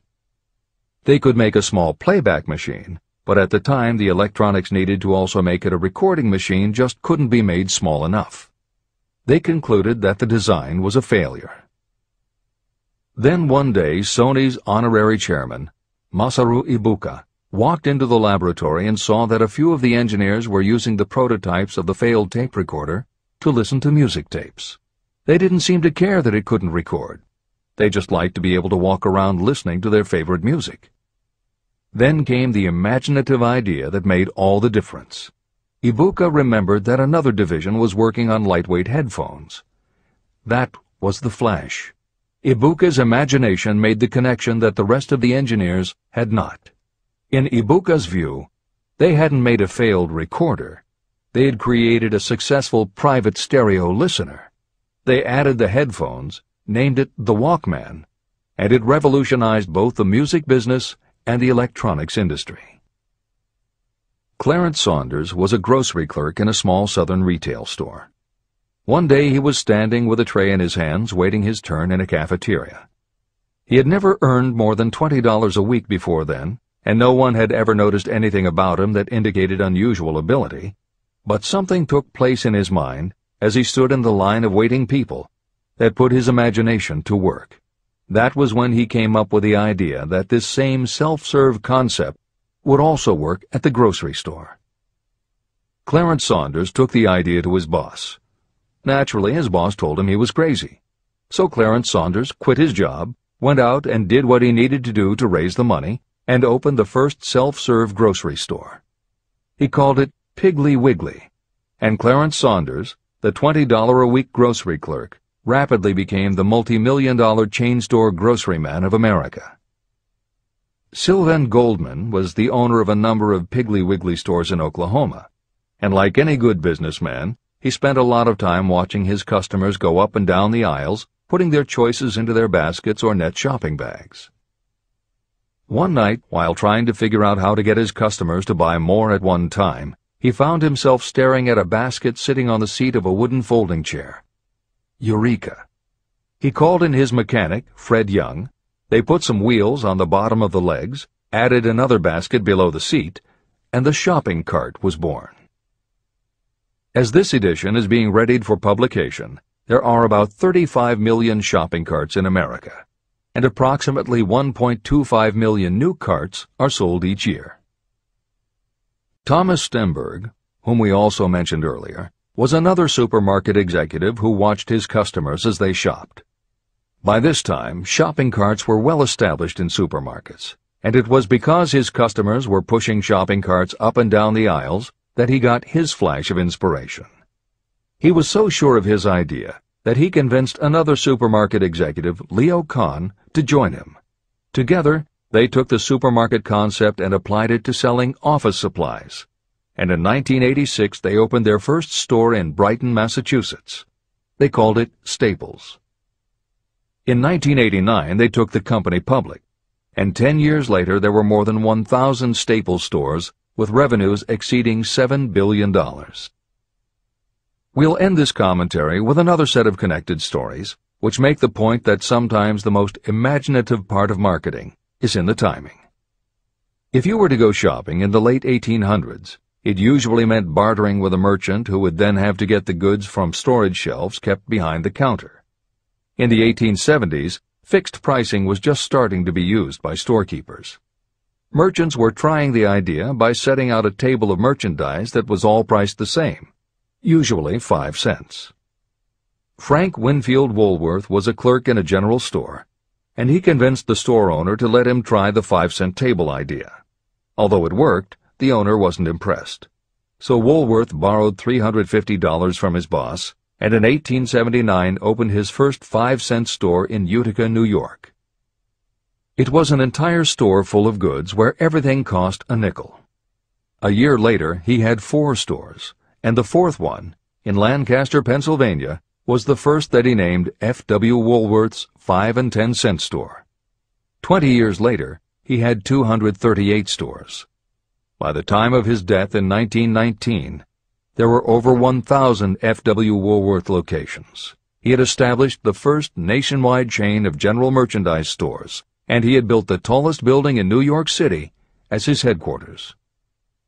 The Woolworth Company stayed true to the original idea and didn't carry any merchandise that cost more than a dime until 1932, when the top price was raised to 20 cents. But as times changed, the fixed price was dropped, the merchandise became more varied, and the company kept growing until it had over 8,000 stores worldwide, selling everything from notions to appliances and furniture. Then in the 1960s and 1970s, something started to happen. The mood of America was changing, but the Woolworth stores weren't. And that was when Sam Walton opened the first Walmart in Rogers, Arkansas, in 1962. Walton got into the retail business after the Second World War, when his father-in-law loaned him the money to buy a franchise Butler Brothers store in Bentonville, Arkansas. By 1962, Sam and his brother Bud owned 16 variety stores in Arkansas, Missouri, and Kansas.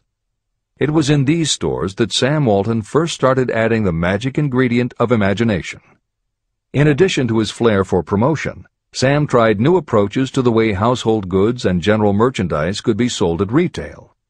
He insisted on clean, well-lighted interiors, and he introduced the concept of self-service, with aisles wide enough for shopping carts and checkout counters at the front of the store. He also started buying direct from manufacturers, and he created profit-sharing plans that kept his family of employees loyal, hard-working, and neighborly. In 1962, he incorporated those and other imaginative ideas when he opened his first store that he called Walmart. The basic magic was that he sold brand-name merchandise at discount prices, but there was also magic in the way he kept a friendly hometown feel to his store, even though it was what is now called a big box store. Sam Walton's Walmart store was a success, so he just kept building and opening more of them, first in small towns and rural areas, then in larger towns, then big cities, and it wasn't long before he had a national chain. By 1992, when Sam Walton died, there were more than 1,700 Walmart stores. It was the biggest retailer in the country, it employed more than 600,000 people, and Sam Walton was the richest man in America. In 2003, the stores numbered more than 3,200 in the U.S. and more than 1,100 in foreign countries. The company employed more than 1,300,000 people worldwide and served more than 1 million customers a week. Along the way, Woolworths and other older retailers such as Kresge's tried to get on the bandwagon with their Woolco and Kmart stores, but they couldn't seem to get it right. They had given up their old five-and-dime identity to become higher-priced general retailers, and when Walmart came along and redefined that part of the market, the others seemed to have run out of the kind of imagination they'd had in the beginning. Now, here's the twist to the story. David Gold was running a liquor store that he had inherited from his father. He noticed that whenever he put out a display of goods priced at 98 cents or $1, the goods would sell okay, but if his sign said 99 cents, the goods sold out in no time. He decided that he would open a store called the 99-cent only store, where everything would be priced at 99 cents. Sound familiar? Frank Woolworth's imaginative idea from 1879, which had been dropped at his namesake chain by the 1940s and 1950s, had just gotten a fresh shot of imagination from David Gold in 1982. As usual, friends and family told him he was crazy, but David Gold went out to find suppliers who would sell him discontinued merchandise or overproduced products at a price low enough that he could offer them to the public at 99 cents. He found them. And they even had brand-name products of everything from hardware to pantyhose, cleaning products, motor oil, kitchenware, cosmetics, electronics, toys, canned goods, frozen foods, cookies, fresh fruit, even gourmet foods. More than 5,000 items that he could sell for 99 cents and still make a profit. David Gold opened his first well-lighted, brightly colored green and fuchsia wide-aisle store in Inglewood, California in 1982. By 2003, he had 142 stores in California, Nevada, and Arizona, and he was listed on the Forbes 400 as having earned a personal fortune estimated at more than $650 million. As Napoleon Hill wrote elsewhere about the creation of Piggly Wiggly, where in this story do you see the slightest indication of something that you could not duplicate? The plan, which made millions of dollars for its originator, was a very simple idea that anyone could have adopted, yet considerable imagination was required to put the idea to work in a practical sort of way. The more simple and easily adapted an idea is, the greater is its value, as no one is looking for ideas that are involved with great detail or are in any way complicated. This is the end of the editor's comments. There is no standard price on ideas. The creator of ideas sets his or her own price, and if they are smart, they get it. The story of practically every great fortune starts with the day when a creator of ideas and a seller of ideas got together and worked in harmony. Carnegie surrounded himself with men who could do what he could not do, men who created ideas and men who put ideas into operation, and that was what made him and the others fabulously rich. Millions of people go through life hoping for favorable breaks. Perhaps a favorable break can get you an opportunity, but the safest plan is not to depend upon luck. It was a favorable break that gave me the biggest opportunity of my life, but more than 20 years of determined effort had to be devoted to that opportunity before it became an asset. The break consisted of my good fortune in meeting and gaining the cooperation of Andrew Carnegie. On that occasion, Carnegie planted in my mind the idea of organizing the principles of achievement into a philosophy of success.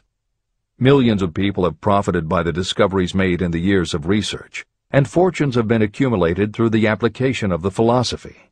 The beginning was simple. It was an idea that anyone might have developed. The favorable break came through Carnegie. But what about the determination, definiteness of purpose, and the desire to attain the goal, and the persistent effort of all those years of research? It was no ordinary desire that survived disappointment, discouragement, temporary defeat, criticism, and the constant reminding that I was wasting my time. It was a burning desire, an obsession. When the idea was first planted in my mind by Mr. Carnegie, it was coaxed, nursed, and enticed to remain alive. Gradually, the idea became a giant under its own power, and it coaxed, nursed, and drove me. Ideas are like that. First you give life and action and guidance to ideas. Then they take on a power of their own and sweep aside all opposition. Ideas are intangible forces. but they have more power than the physical brains that give birth to them.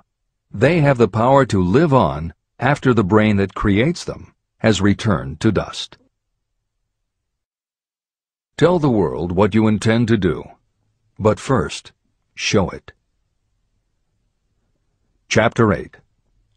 Organized Planning. The crystallization of desire into action. The sixth step toward riches. You have learned that everything we create or acquire begins in the form of desire. Desire is taken on the first lap of its journey from the abstract to the concrete in the workshop of the imagination, where plans for its transition are created and organized. In Chapter 3, Desire, you were instructed to take 6 practical steps to begin translating your desire for money into its monetary equivalent. One of the steps you must take is the formation of a definite, practical plan or plans through which this transformation may be made. Following are the basic instructions for making practical plans. Ally yourself with a group of as many people as you may need for the creation and carrying out of your plan or plans for the accumulation of money, making use of the mastermind principle. Compliance with this instruction is absolutely essential. Do not neglect it. Editor's comment: the Mastermind Alliance is built of 2 or more minds working actively together in perfect harmony toward a common goal. This concept was introduced in Chapter 6, Specialized Knowledge, and is described in more detail in Chapter 11, The Power of the Mastermind. This is the end of the editor's comment. Before forming your Mastermind Alliance, decide what advantages and benefits you may offer the individual members of your group in return for their cooperation. No one will work indefinitely without some form of compensation. No intelligent person should request or expect another to work without adequate compensation, although this may not always be in the form of money. Arrange to meet with the members of your mastermind group at least twice a week, and more often if possible, until you have jointly perfected the necessary plan or plans for the accumulation of money. Maintain perfect harmony between yourself and every member of your mastermind group. If you fail to carry out this instruction to the letter, you may expect to meet with failure. The mastermind principle cannot work where perfect harmony does not prevail. Keep in mind these facts. You are engaged in an undertaking of major importance to you. To be sure of success, you must have plans that are faultless. You must have the advantage of the experience, education, native ability, and imagination of other minds. This is the way it has been done by every person who has accumulated a great fortune. No individual has sufficient experience, education, natural ability, and knowledge to ensure the accumulation of a great fortune without the cooperation of other people. Every plan you adopt for making money should be the joint creation of yourself and every other member of your mastermind group. You may originate your own plans, either in whole or in part, but see that those plans are checked and approved by the members of your Mastermind Alliance. If your first plan fails, try another. If the first plan that you adopt does not work successfully, replace it with a new plan. If this new plan fails to work, replace it with still another, and so on, until you find a plan that does work. Right here is the point at which the majority of people meet with failure, because of their lack of persistence in creating new plans to take the place of those that fail. The most intelligent person living cannot succeed in accumulating money, or in any other undertaking, without plans that are practical and workable. Just keep this fact in mind, and remember when your plans fail that temporary defeat is not permanent failure. It may only mean that your plans have not been sound. Build other plans. Start all over again. Temporary defeat should mean only one thing: the certain knowledge that there is something wrong with your plan. Millions of people go through life in misery and poverty because they lack a sound plan through which to accumulate a fortune. Your achievement can only be as good as the plans you make. You are never whipped until you quit in your own mind.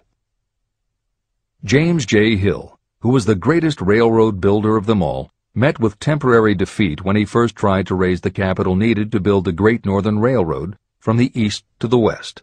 But he turned defeat into victory through new plans. Henry Ford met with temporary defeat not only at the beginning of his automobile career, but even after he had gone a long way toward the top. But he, too, created new plans and went marching on to financial victory. We see people who have accumulated great fortunes, but we often recognize only their triumph, and we overlook the temporary defeats that they had to surmount before arriving. No follower of this philosophy can reasonably expect to accumulate a fortune without experiencing temporary defeat. When defeat comes, accept it as a signal that your plans are not sound. Rebuild those plans and set sail once more toward your goal. If you give up before your goal has been reached, you're a quitter. A quitter never wins, and a winner never quits. Write this sentence on a piece of paper in letters an inch high and place it where you will see it every night before you go to sleep and every morning before you go to work. When you begin to select members for your mastermind group, choose those who do not take defeat seriously. Some people foolishly believe that only money can make money. This is not true. Desire, transmuted into its monetary equivalent through the principles in this book, is the way money is made. Money, of itself, is nothing but inert matter. It cannot move, think, or talk, but it can hear when someone who desires it calls it to come. Intelligent planning is essential for success in any undertaking designed to accumulate riches. Following are detailed instructions to those who must begin the accumulation of riches by selling personal services. It should encourage you to know that practically all the great fortunes began either from selling personal services or from the sale of ideas. When you think about it, what else except ideas and personal services can you give in return for riches if you don't have products or property? Leaders and followers. Broadly speaking, there are two types of people in the world. One type is known as leaders, and the other as followers. Decide at the outset whether you intend to become a leader in your chosen calling or remain a follower. The difference in compensation is vast. The follower cannot expect to make as much as a leader, although some followers make the mistake of thinking they should. It is no disgrace to be a follower. On the other hand, it is no credit to remain a follower. Most great leaders began as followers. They became great leaders because they were intelligent followers. With few exceptions, the person who cannot follow a leader intelligently cannot become an efficient leader. The person who can follow a leader most efficiently is usually the person who develops into leadership most rapidly. An intelligent follower has many advantages, including the opportunity to acquire knowledge from the leader. The major attributes of leadership. The following are important factors of leadership. 1. Unwavering courage based upon knowledge of yourself and your occupation. No follower wishes to be dominated by a leader who lacks self-confidence and courage.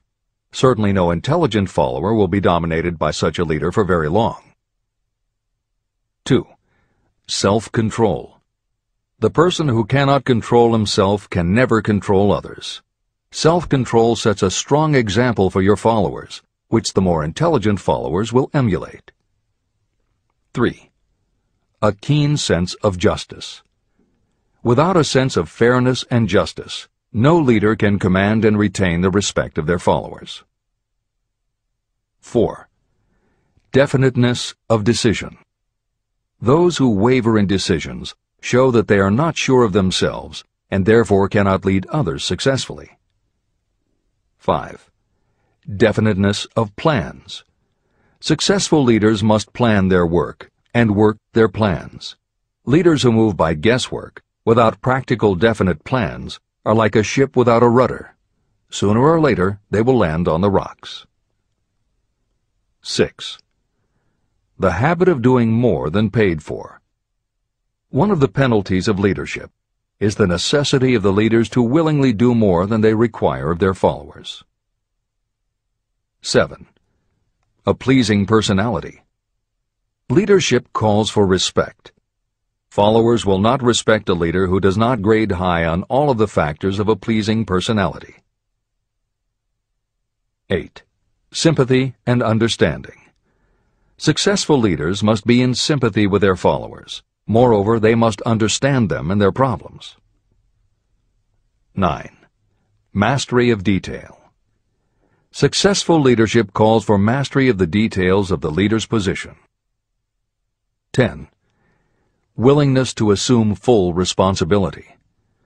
Successful leaders must be willing to assume responsibility for the mistakes and the shortcomings of their followers. If a leader tries to shift this responsibility, that leader will not remain the leader. If one of your followers makes a mistake or is incompetent, you must consider that it is you who failed. 11. Cooperation. The successful leader must understand and apply the principle of cooperative effort and be able to induce followers to do the same. Leadership calls for power, and power calls for cooperation. There are two forms of leadership. The first, and by far the most effective, is leadership by consent of and with the sympathy of the followers. The second is leadership by force, without the consent and sympathy of the followers. History is filled with evidences that leadership by force cannot endure. The downfall and disappearance of dictators and kings is significant. It means that people will not follow forced leadership indefinitely. Napoleon, Mussolini, Hitler were examples of leadership by force. Their leadership passed. Editor's comment.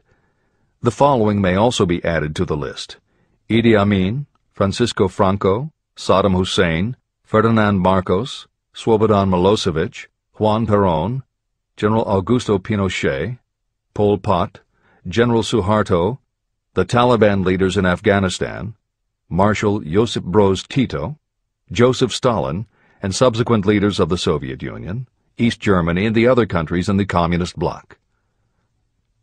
This is the end of the editor's comment. Those that remain see their power eroding and slipping away. Leadership by consent of the followers is the only leadership that can endure. People may follow forced leadership temporarily, but they will not do so willingly. Successful leaders will embrace the 11 factors of leadership described in this chapter, as well as some other factors. Those who make these attributes the basis of their leadership will find abundant opportunity to lead in any walk of life. The 10 major causes of failure in leadership. The following are the major faults of leaders who fail.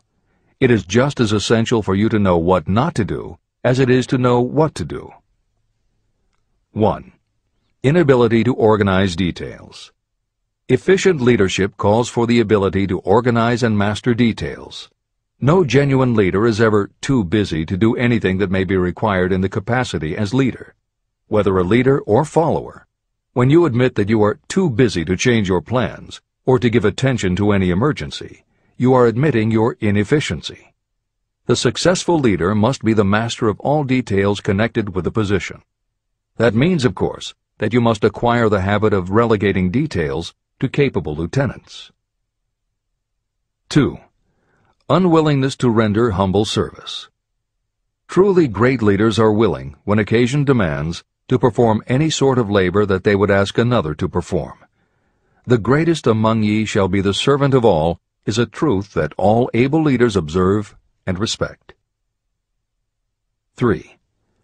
Expectation of pay for what they know, instead of what they do with what they know. The world does not pay you for what you know. It pays you for what you do, or what you induce others to do. 4. Fear of competition from followers. Leaders who fear that one of their followers may take their position are practically sure to realize that fear sooner or later. Able leaders train understudies to whom they may delegate any of the details of their position. Only in this way can leaders multiply themselves and be at many places and give attention to many things at one time.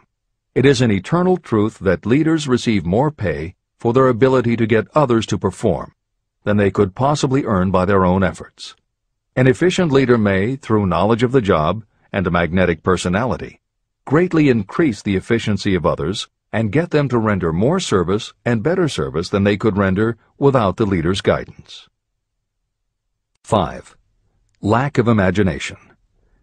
Without imagination, the leader is incapable of meeting emergencies or of creating plans by which to guide followers efficiently. 6. Selfishness. Leaders who claim all the honor for the work of their followers are sure to be met by resentment. The really great leader claims none of the honors. Great leaders are content to see the honors, when there are any, go to their followers, because the great leaders know that most people will work harder for commendation and recognition than they will for money alone. 7. Intemperance. Followers do not respect an intemperate leader. Moreover, intemperance in any form destroys the endurance and the vitality of those who indulge in it. 8. Disloyalty. Perhaps this should have come at the head of the list. Leaders who are not loyal to their duty, and to those both above and below them, cannot maintain their leadership for long. Disloyalty marks you as being less than the dust of the earth, and it will bring the contempt it deserves. Lack of loyalty is one of the major causes of failure in every walk of life. 9. Emphasis of the authority of leadership. The efficient leader leads by encouraging, and not by trying to instill fear in the hearts of those who follow. Leaders who try to impress their followers with their authority come within the category of leadership through force. If you are a real leader, you will have no need to advertise that fact. It is apparent in your conduct, by your sympathy, understanding, fairness, and a demonstration that you know your job. 10. Emphasis of title. Competent leaders require no title to give them the respect of their followers. Leaders who make too much of their titles generally have little else to emphasize. The doors to the office of the real leader are open to all and free from formality or ostentation. These are among the most common causes of failure in leadership. Any one of these faults is sufficient to cause failure. Study the list carefully if you aspire to leadership, and make sure that you are free of these faults. Editor's comment. Warren Bennis, a professor who teaches management and organization, said, "A manager is someone who does things right. A leader is someone who does the right thing." Admiral Grace Hopper was the ranking female Navy officer when she was interviewed for 60 Minutes. She said, "You manage things. You lead people." This is the end of the editor's comment.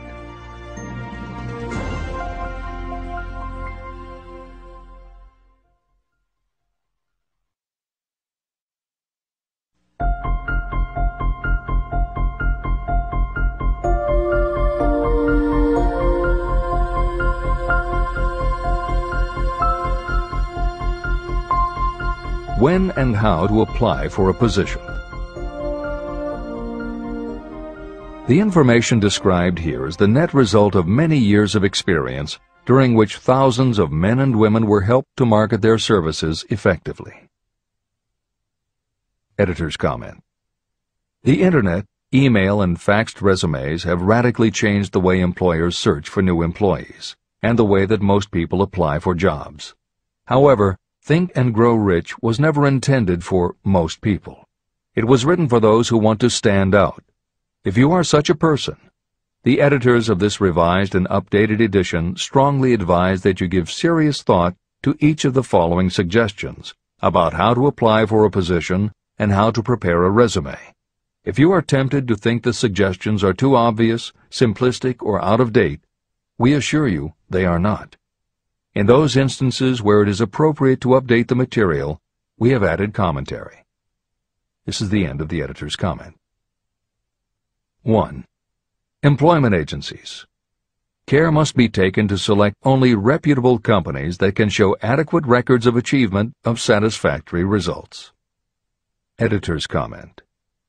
As anyone in the job market knows, Today, employment agencies range from companies that supply temporary office help to headhunters who connect high-level executives with companies seeking experienced management talent.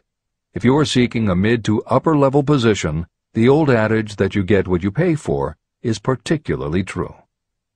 This is the end of the editor's comment. 2. Advertising in newspapers, trade journals, magazines. Classified advertising may produce satisfactory results for those applying for entry-level, clerical, or salaried positions. For those seeking executive positions, a well-written and well-designed display ad, though more expensive, may be more desirable. The copy should be prepared by an expert who understands how to inject sufficient selling qualities to produce replies. Editor's comment. For individuals, the display ad approach is not very common in the contemporary job market.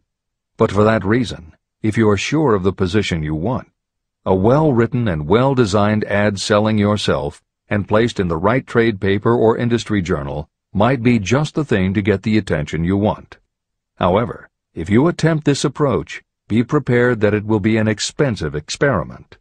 In effect, you will have gone into the advertising business, and it is a rule of thumb in advertising that a single ad rarely sells anything. It usually requires multiple exposures before the buyer, the potential employer, is motivated to buy, hire, a product, you.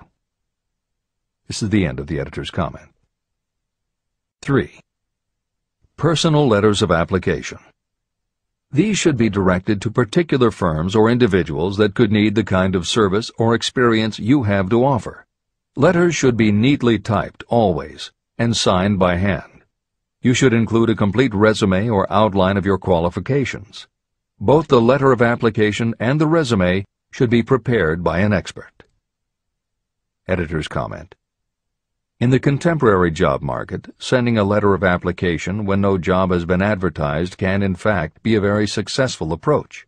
But this is only for those who truly know what they want and will take the time to prepare a convincing presentation. Managers in a position to hire always have an eye out for good prospective employees. If they receive a well-constructed and intriguing presentation that clearly states you are interested in a position whenever one is available, it will not be thrown away. And the first thing good managers do when a position comes open is go to their files.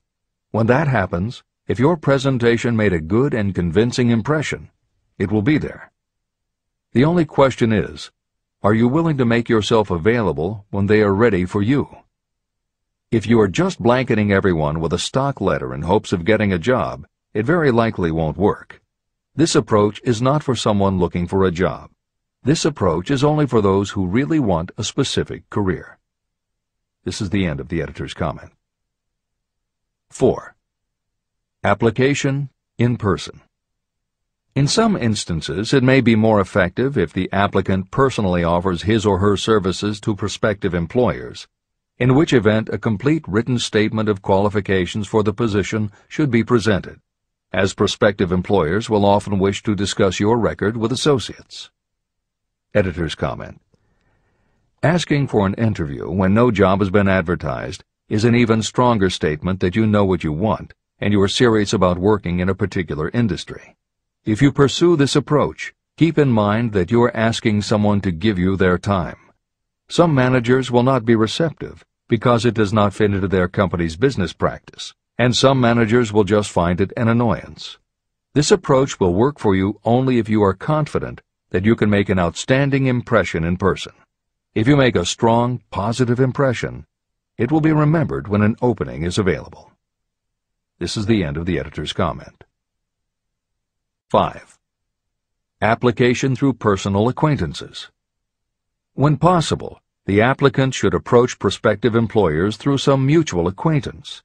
This method is particularly advantageous in the case of those who seek executive connections and do not wish to appear to be peddling themselves. Information to be supplied in a written resume.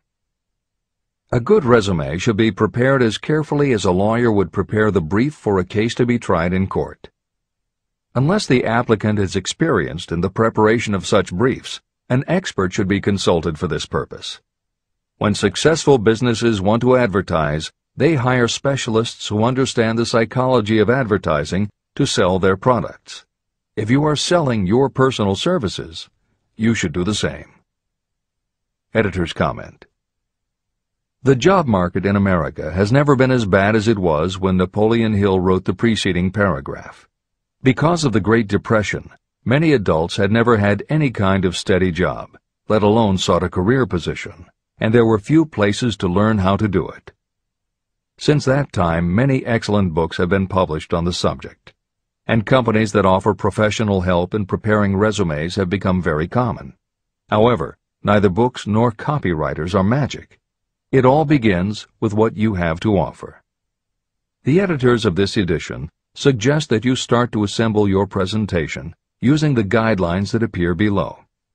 Once you have a first draft, you should review at least one of the books on the subject to see what suggestions are offered that might help you sell yourself better than you have already done. Then, depending how satisfied you are, you might also want to seek advice from a professional who specializes in such presentations. We offer 2 notes of caution. First, make sure that your presentation does not look like something turned out by a resume mill. Having received many resumes over the years, the editors warn you that some professionals use the same stock phrases, buzzwords, and formats for every client, and this can be a dead giveaway that someone else prepared your resume, or that you have simply copied from a book.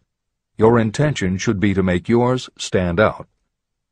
The second word of caution is, don't go overboard in trying to stand out. There is a balance between catching an employer's attention and looking like you are trying too hard.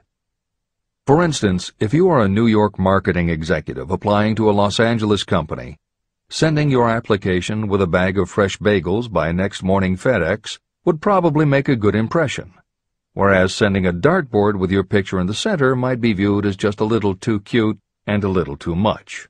Clever is good, but professional is a must. Never be so clever that you don't look professional. Following are a set of guidelines for preparing your resume. Because part of your search for a position will involve responding to ads for job openings, and because it has become common to respond by faxing applications and resumes, Napoleon Hill's guidelines should be used to prepare 2 separate presentations. As Hill suggests below, you should prepare an elaborate presentation to be used when mailed or presented in person. But you should also prepare a second, shorter version that is designed specifically to be faxed. Take care to make your fax version complete and interesting, but it should be no more than 3 pages. The following information should appear in your presentation. 1. Education. State briefly but definitely what schooling you've had and in what subjects you specialized in school, giving the reasons for that specialization. Editor's comments. Never exaggerate. This is very serious advice, and it applies not only to education, but also the next 2 categories, experience and references. Smart employers will check in all 3 areas. Labor laws have become so demanding that employers filling responsible positions are very cautious about whom they hire in the first place. There are rules about such things as the difference between salaried and hourly employment, sexual harassment, what constitutes grounds for dismissal, what questions can and cannot be asked in job interviews, and a host of other things that leave the employer open to potential lawsuits. Consequently, smart employers, the kind you want to work for, will check your education, experience, and references. Also, bear in mind, you are providing information that will follow you for the rest of your career. If you keep up with the news, you know that in recent times even executives headed for the top have been dismissed. Military men have resigned in disgrace. Politicians have been removed from office, and professors have been forced to resign, all because someone looked into their background and found that they had exaggerated their qualifications. This is the end of the editor's comments. 2. Experience. If you have had experience in connection with positions similar to the one you seek, describe it fully. Give the names and addresses of former employers. Be sure to clearly point out any special experience you may have had that would equip you to fill the position you seek. 3. References. Practically every business firm wants to know as much as possible about the background of prospective employees who seek positions of responsibility. Attach copies of letters from former employers, from teachers under whom you studied, and from prominent people whose judgment may be relied upon. 4. Photograph of yourself. Include a recent professional photograph of yourself as a part of your presentation. Editor's comment. In the contemporary job market, this is not a common practice at all. However, from personal experience, the editors of this edition know it can be advantageous. We have received only one such job application, but unquestionably it was the photograph that prompted us to ask the applicant to come in for an interview. If you are confident that your appearance makes a good, professional impression, you may want to consider this unusual approach. There is the danger that you may be seen as vain or self-centered, but it could also be the thing that gives you an edge. This is the end of the editor's comment. 5. Apply for a specific position. Never apply for just a job. That indicates you lack specialized qualifications. 6. State your qualifications for the particular position for which you apply. Give full details why you believe you are qualified for the particular position you seek. This is the most important detail of your application. It will determine, more than anything else, what consideration you receive. 7. Offer to go to work on probation. This may appear to be a radical suggestion, but experience has proved that it seldom fails to win at least a trial. If you are sure of your qualifications, a trial is all you need. Incidentally, such an offer indicates that you have confidence in your ability to fill the position you seek. It is most convincing. Make it clear that your offer is based on your confidence in your ability to fill the position, your confidence in your prospective employer's decision to employ you after the trial period, and your determination to have the position. Editor's comments. As you will learn in Chapter 10, when you read the story of Napoleon Hill's application to Rufus Ayers, Hill gives this advice based on his personal experience. Unfortunately, this is one of those instances where times may have changed so much that the approach is rarely applicable. In today's environment, modern labor laws and business practice may prevent an employer from taking you up on your offer. However, today many companies do have internship programs that allow an employer to test drive employees to see how well they might fit in. This is the end of the editor's comment. 8. Knowledge of your prospective employer's business. Before applying for a position, do sufficient research to familiarize yourself thoroughly with that business and indicate the knowledge you have acquired in this field. This will be impressive because it indicates that you have imagination and a real interest in the position you seek. Editor's comment. When you do this, and you certainly should, bear in mind that you will be talking with people who really know the business. Even by researching extensively, at best you will only know about their business. If you try to appear too knowledgeable or familiar, it may backfire and reveal that you have only a superficial view of the business. Unless you are already working in the particular industry and have insights based on experience, do not be presumptuous. Use your knowledge to indicate that you have taken the time to educate yourself and that you really are interested, but don't try to tell a prospective employer how you would run the business. This is the end of the editor's comment. Remember that it is not the lawyer who knows the most law, but the one who best prepares his case who wins. If your case is properly prepared and presented, your victory will have been more than half won at the outset. Do not be afraid of making your presentation too long. Employers are just as much interested in purchasing the services of well-qualified applicants as you are in securing employment. In fact, the success of most successful employers is due to their ability to select well-qualified lieutenants. They want all the information available. Editor's comment.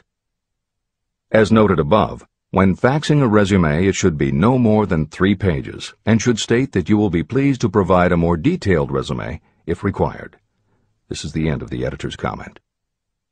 Remember another thing. Neatness in the preparation of your resume and application will indicate that you are a painstaking person. Successful salespeople groom themselves with care. They understand that first impressions are lasting. Your presentation is your sales rep. Give it a good suit of clothes, so it will stand out in bold contrast to anything else your prospective employer ever saw. If the position you seek is worth having, it is worth going after with care. More important, if you sell yourself in a manner that shows off your individuality, you probably will receive more money from the very start than you would if you applied for employment in the usual conventional way. When your resume package has been completed, you should prepare individual and personalized copies for each company or person to whom it will be presented. This personal touch is sure to command attention. Have it neatly typed, proofread, printed, and properly bound on the finest paper you can obtain. Your photograph should be mounted and included on one of the pages. Prepare a separate binding with the proper company name inserted if it is to be shown to more than one company. If you seek employment through an employment agency, have the agent use copies of your presentation in marketing your services. This will help to gain preference for you, both with the agent and the prospective employers. I've helped to prepare presentations for clients that were so striking and out of the ordinary that they resulted in the employment of the applicant without a personal interview. If you want similar results, follow the instructions to the letter, improving upon them however your imagination suggests. Editor's comments. Today, every office supply store offers a wide variety of paper stock, folders, binders, and presentation materials that can be put together in a way that is both unique and professional looking. With all of those possibilities available, if you simply present standard sheets of paper stapled in the corner, the response will very likely be standard too. If you apply a little creativity, you should have no trouble preparing a presentation that is tailored to the company to which you are applying, appropriate for the position you seek, and reflective of your personality and style. This is the end of the editor's comments. How to get the exact position you desire. Everyone enjoys doing the kind of work for which he or she is best suited. An artist loves to work with paints, a craftsman with his or her hands, a writer loves to write. Those with less definite talents have their preferences for certain fields of business and industry. If America does anything well, it offers a full range of occupations. 1. Decide exactly what kind of a job you want. If the job doesn't already exist, perhaps you can create it. 2. Choose the company or individual for whom you wish to work. 3. Study your prospective employer as to policies, personnel, and chances for advancement. 4. By analysis of yourself, your talents, and your capabilities, figure what you can offer. Plan specific ways and means of giving advantages, services, developments, or ideas that you believe you can successfully deliver. 5. Forget about a job. Forget whether or not there is an opening. Forget the usual routine of, have you got a job for me? Concentrate on what you can give. 6. Once you have your plan in mind, put it on paper in neat form and in full detail. 7. Present it to the proper person with authority, and the rest will come automatically. Every company is looking for people who can give something of value, whether it is ideas, services, or connections. Every company has room for the person who has a definite plan of action that is to the advantage of that company. This procedure may take a few days or weeks of extra time, but the difference in income, in advancement, and in gaining recognition will save years of hard work at small pay. It has many advantages, the main one being that it will often save you from 1 to 5 years of your time in reaching a chosen goal. Every person who starts, or gets in halfway up the ladder, does so by deliberate and careful planning. The new way of marketing services. Men and women who market their services must recognize the change that has taken place in connection with the relationship between employer and employee. The future relationship should be more in the nature of a partnership, consisting of the employer, the employee, and the public they serve. In the past, employers and employees have bartered among themselves, not considering that in reality they were bargaining at the expense of the third party, the public they served. Both the employer and the employee should consider themselves as fellow employees whose business it will be to serve the public efficiently. Editor's comment. In the preceding paragraph, Napoleon Hill once again demonstrates his foresight into the future direction of American business.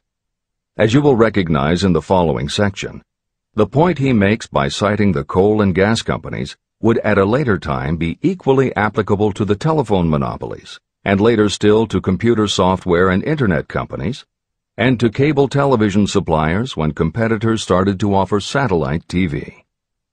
This snapshot of how and why business has changed should provide you with a blueprint for the attitude you must adopt and the way you must conduct yourself if you are going to attain the success you're seeking. This is the end of the editor's comment. During the Depression, I spent several months in the anthracite coal region of Pennsylvania, studying conditions that all but destroyed the coal industry. The coal operators and the unions drove hard bargains in negotiating their labor contracts. The cost of the bargaining was passed on to the customer by adding to the price of the coal. However, in the end, they discovered their actions had worked against them. What their delays and high prices had actually accomplished was to open the market to their competitors. Inadvertently, they had built up a wonderful business for the manufacturers of oil-burning stoves and furnaces, as well as for the producers of oil. A similar experience happened to the gas companies. We can all remember the time when the gas meter reader pounded on the door hard enough to break the panels. When the door was opened, he pushed his way in uninvited with a scowl on his face that plainly said, "What the hell did you keep me waiting for?" All that has undergone a change. The meter man now conducts himself as a gentleman who is delighted to be at your service, sir. Before the gas companies learned that their scowling meter men were offending customers, their competitors, the polite salesmen of oil burners came along and did a land office business. These illustrations are mentioned here to show that we are where we are and what we are because of our own conduct. If there is a principle of cause and effect that controls business, finance, and transportation, this same principle controls individuals and determines their economic status. Courtesy and service are the watchwords of merchandising today, and they apply to the person who is marketing personal services even more directly than to the employer. In the final analysis, you are employed by the customer. If you fail to serve well, both you and your employer will pay for it by the loss of the privilege of serving. What is your QQS rating? In the preceding, the causes of success in marketing services effectively and permanently have been clearly described. Unless those causes are studied, analyzed, understood, and applied, no one can market services effectively and permanently. Every man or woman must be their own sales force of their personal services. The quality and the quantity of service rendered, and the spirit in which it is rendered, determine the price and the duration of employment. To market your personal services effectively, which means a permanent market at a satisfactory price under pleasant conditions, you must adopt and follow the QQS formula. QQS means that quality plus quantity plus the proper spirit of cooperation equals perfect salesmanship of service. Remember the QQS formula, but do more. Apply it as a habit. Analyze the formula to make sure you understand exactly what it means. Quality of service means the performance of every detail in connection with your position in the most efficient manner possible, with the object of greater efficiency always in mind. Quantity of service means the habit of rendering all the service of which you are capable at all times, with the purpose of increasing the amount of service rendered as you develop greater skill through practice and experience. Emphasis is again placed on the word habit. Spirit of service means the habit of agreeable, harmonious conduct, which will induce cooperation from associates and fellow employees. Adequate quality and adequate quantity of service is not sufficient to maintain a permanent market for your services. The spirit in which you deliver service is a strong determining factor in connection with both the price you receive and the duration of your employment. Andrew Carnegie stressed this point in his description of the factors that lead to success in the marketing of personal services. He emphasized again and again the necessity for harmonious conduct. He stressed the fact that he would not retain any man, no matter how great a quantity or how efficient the quality of his work, unless he worked in a spirit of harmony. Mr. Carnegie insisted upon his people working with each other in an agreeable manner. To prove that he placed a high value on this quality, he helped many who met his standards to become very wealthy. Those who did not conform had to make room for others who did. The importance of a pleasing personality has been stressed because it is so important in rendering service in the proper spirit. If you have a personality that pleases, and you render service in a spirit of harmony, these assets often make up for what you may lack in both the quality and the quantity of service you render. Nothing, however, can be successfully substituted for pleasing conduct. The capital value of your services. The person whose income is derived entirely from the sale of personal services is a merchant, just like the person who sells hard goods, and such a person is subject to exactly the same rules of conduct as the merchant who sells merchandise. I emphasize this because many people who live by the sale of personal services make the mistake of considering themselves free from the rules of conduct and the responsibilities attached to those who are engaged in marketing commodities. The day of the go-getter has been supplanted by the go-giver. The actual capitalized value of your brainpower may be determined by the amount of income you can produce by marketing your services. A fair estimate of the capital value of your brainpower may be made by using the following assumptions. Money, the amount of capital, can be borrowed from a bank at a certain rate of interest. Money is worth no more than brains, and it is often worth much less. Therefore, if your brainpower is as valuable as money, in effect, you should be lending your brainpower, your amount of capital, at least at the same rate that banks charge to lend money.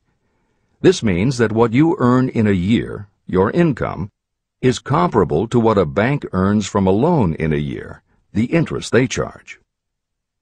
You can then calculate the capital value of your brainpower using this formula.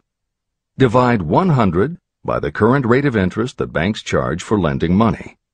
Then multiply the result by the amount of your annual income.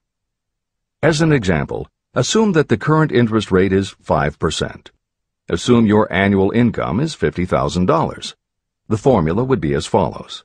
100 divided by 5 equals 20, and 20 multiplied by 50,000 equals $1 million.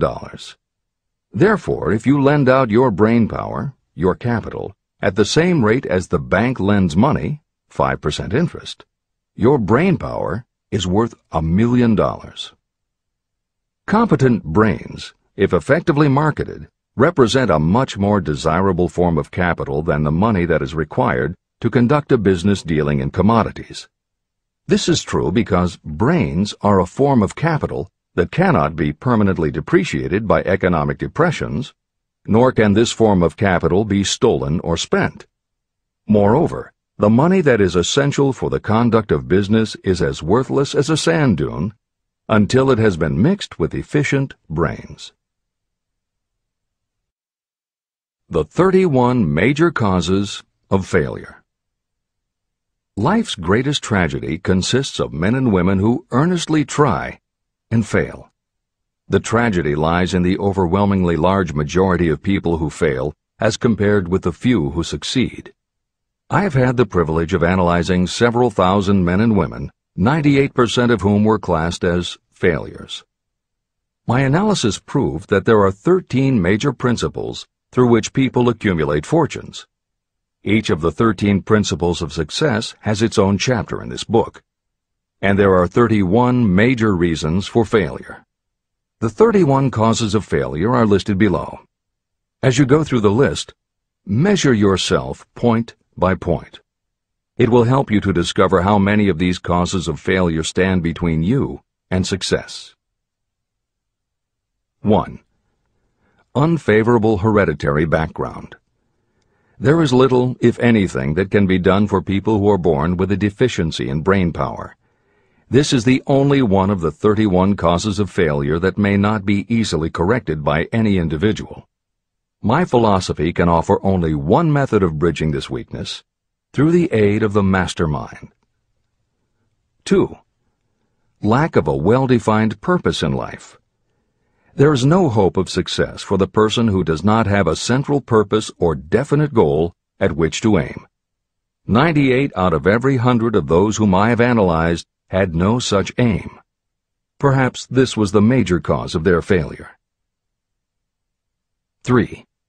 Lack of ambition to aim above mediocrity.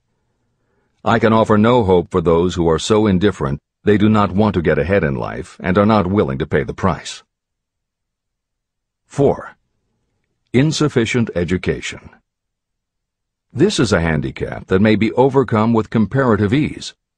Experience has proven that the best educated people are often those who are self-made or self-educated. It takes more than a college degree to make you a person of education. Any person who is educated has learned to get whatever they want in life without violating the rights of others. Education consists not so much of knowledge, but of knowledge effectively and persistently applied. You are paid not merely for what you know, but for what you do with what you know. 5. Lack of self-discipline. Discipline comes through self-control. This means that you must control all negative qualities. Before you can control conditions, you must first control yourself. Self-mastery is the hardest job you will ever tackle. If you do not conquer yourself, you will be conquered by yourself. By stepping in front of a mirror, you may see both your best friend and your greatest enemy. 6. Ill health. No person may enjoy outstanding success without good health. Many of the causes of ill health are subject to mastery and control. These, in the main, are overeating of foods not conducive to health, wrong habits of thought or negative thinking, wrong use of and overindulgence in sex, lack of proper physical exercise, an inadequate supply of fresh air due to improper breathing. 7. Unfavorable environmental influences during childhood. As the twig is bent, so shall the tree grow. Most people who have criminal tendencies acquire them as the result of bad environment and improper associates during their childhood or youth. Procrastination. This is one of the most common causes of failure. Procrastination stands within the shadow of every human being, waiting its opportunity to spoil your chances of success. Most of us go through life as failures because we are waiting for the time to be right to start doing something worthwhile. Do not wait. The time will never be just right. Start where you stand, work with whatever tools you have at your command, and you will acquire better tools as you go along. 9. Lack of persistence. Most of us are good starters, but poor finishers of everything we begin.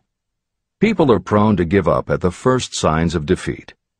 There is no substitute for persistence. The person who makes persistence his or her watchword discovers that failure finally becomes tired and makes its departure. Failure cannot cope with persistence. 10. Negative personality. There is no hope of success for the person who repels people through a negative personality. Success comes through the application of power, and power is attained through the cooperative efforts of other people. A negative personality will not induce cooperation. 11. Lack of control of sexual urges. Sexual energy is the most powerful of all the stimuli that move people into action. Because it is the most powerful of the emotions, if it is controlled, it can be converted into other creative channels. 12. Uncontrolled desire for something for nothing. The gambling instinct drives millions of people to failure. Evidence of this may be found in the Wall Street stock market crash of 1929, during which millions of people tried to make money by gambling on stock margins. Editor's comments. For those who are not familiar with the stock market and buying on margin, the following is a simplified explanation of what caused the crash of '29. The first thing to understand is that prior to the Great Depression there was widespread optimism about the expanding economy. Businesses were booming, and the people who had invested in those companies were making fortunes almost overnight.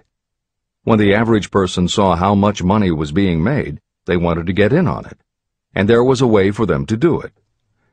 Even average people who didn't have enough ready cash to buy stocks could do so because brokers allowed customers to purchase stocks on margin by making what amounted to a down payment.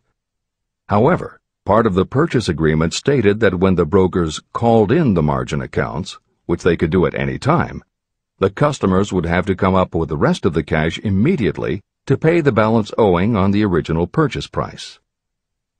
That is why Hill used the term gambling when he referred to the stock market. These average people weren't investing in companies. They were betting on the future rise in value. The idea, in the average person's mind, was that they would only have to scrape together enough to pay the margin, which was a small percentage of the full cost.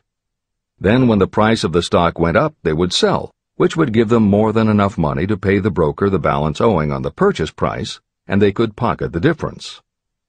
This worked fine as long as stock prices continued to rise, but when the stock market crashed, the stockbrokers called in the margins, and the people who had bought at prices they really couldn't afford suddenly found that they had to come up with the cash. And that was why so many average people got wiped out in the crash of '29. They gambled money they didn't have by buying on margin. This is the end of the editor's comments. 13. Lack of a well-defined power of decision. Those who succeed reach decisions promptly and change them very slowly. Those who fail reach decisions very slowly and change them frequently and quickly. Indecision and procrastination are twins. Where one is found, the other is also usually found. Kill off this pair before they completely tie you to the treadmill of failure. 14. One or more of the 6 basic fears: fear of poverty, fear of criticism, fear of ill health, fear of loss of love, fear of old age, and fear of death. You will find an in-depth analysis of these 6 basic fears in the final chapter. They must be mastered before you can market your services effectively. 15. Wrong selection of a mate in marriage. This is a most common cause of failure. The relationship of marriage brings people intimately into contact. Unless this relationship is harmonious, failure is likely to follow. Moreover, it will be a form of failure that destroys ambition. 16. Overcaution. The person who takes no chances generally has to take whatever is left when others are through choosing. Overcaution is as bad as undercaution. Both are extremes to be guarded against. Life itself is filled with the element of chance. 17. Wrong selection of associates in business.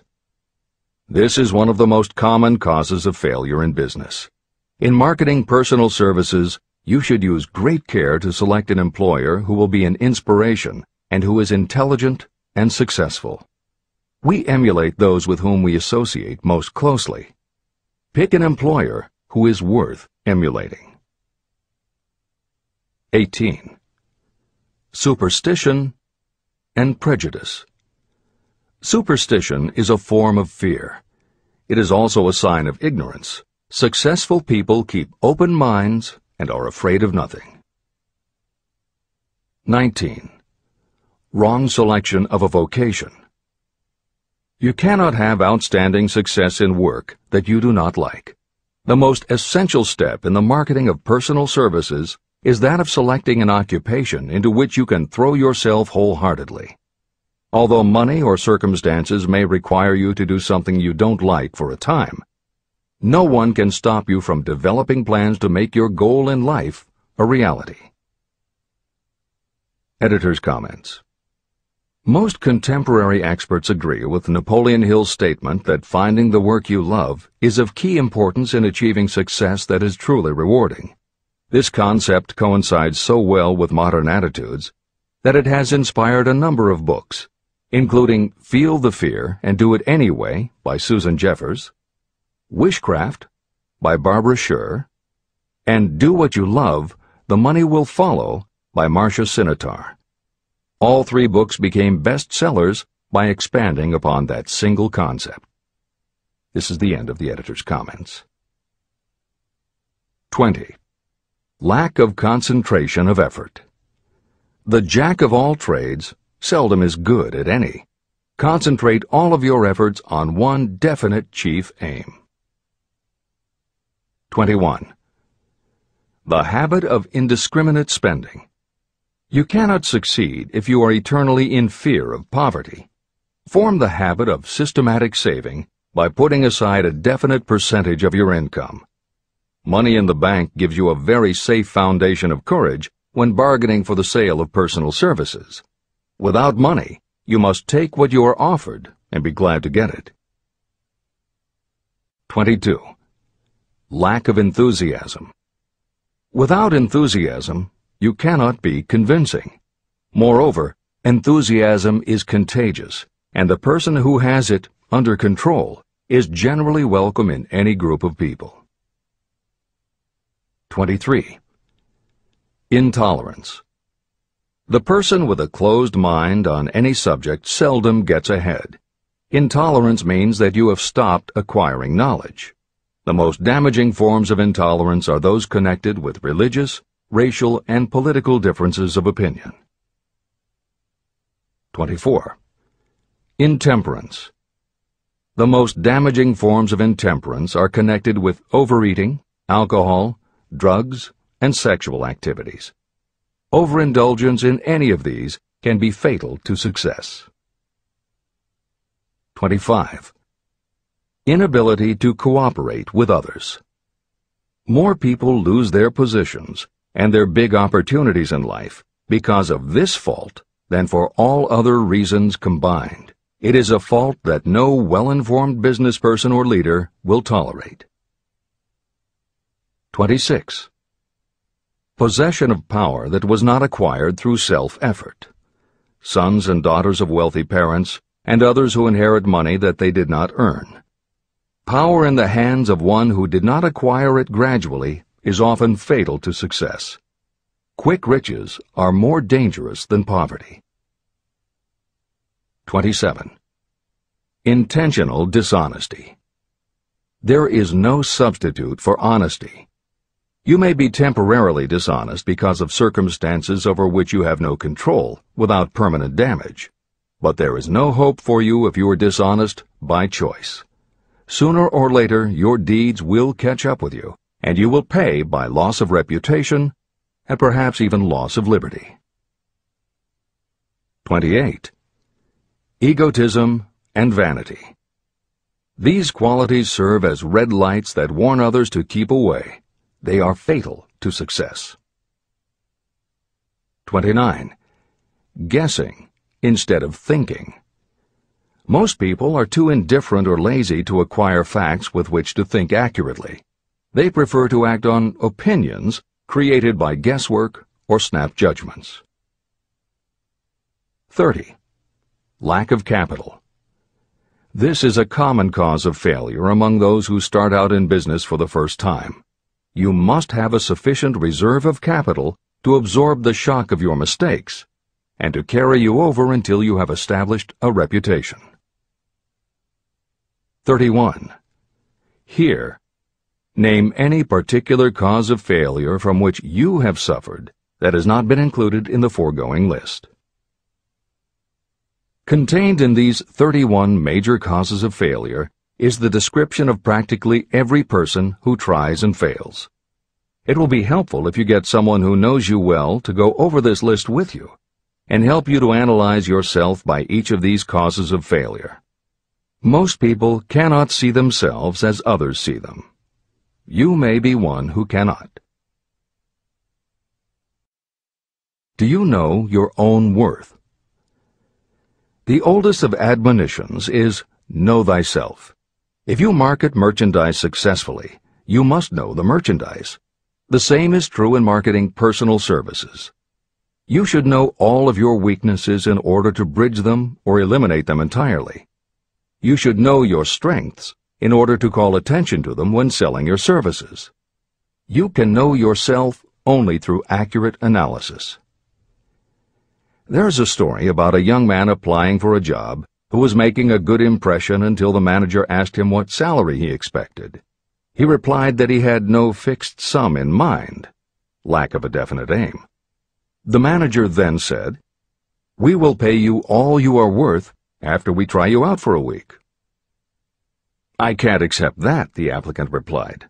"I'm already getting more than that where I'm now employed." It may seem funny, but it makes a serious point. Before you even begin to negotiate for a better salary in your present position or begin to seek employment elsewhere, be sure that you are worth more than you now receive. It is one thing to want money. Everyone wants more, but it is something entirely different to be worth more. Many people mistake their wants for their just dues. Your financial wants have nothing whatever to do with your worth. Your value is established entirely by your ability to render useful service or your capacity to induce others to render such service. Take inventory of yourself. Annual self-analysis is essential in the effective marketing of personal services, just like you would take an annual inventory if you were in merchandising. Moreover, your yearly analysis should show a decrease in your faults and an increase in your virtues. You go ahead, stand still, or go backward in life. Your objective should be to go ahead. Annual self-analysis will disclose whether advancement has been made and, if so, how much. It will also disclose any backward steps you may have taken. The effective marketing of personal services requires you to move forward even if the progress is slow. Your annual self-analysis should be made at the end of each year, so you can include in your New Year's resolutions any improvements that the analysis indicates should be made. Take this inventory by asking yourself the following questions, and by checking your answers with the aid of someone who will not permit you to deceive yourself. Self-analysis questionnaire. 1. Have I attained the goal that I established as my objective for this year? You should work with a definite yearly objective to be attained as a part of your major life objective. 2. Have I delivered service of the best possible quality of which I was capable, or could I have improved any part of this service? 3. Have I delivered service in the greatest possible quantity of which I was capable? 4.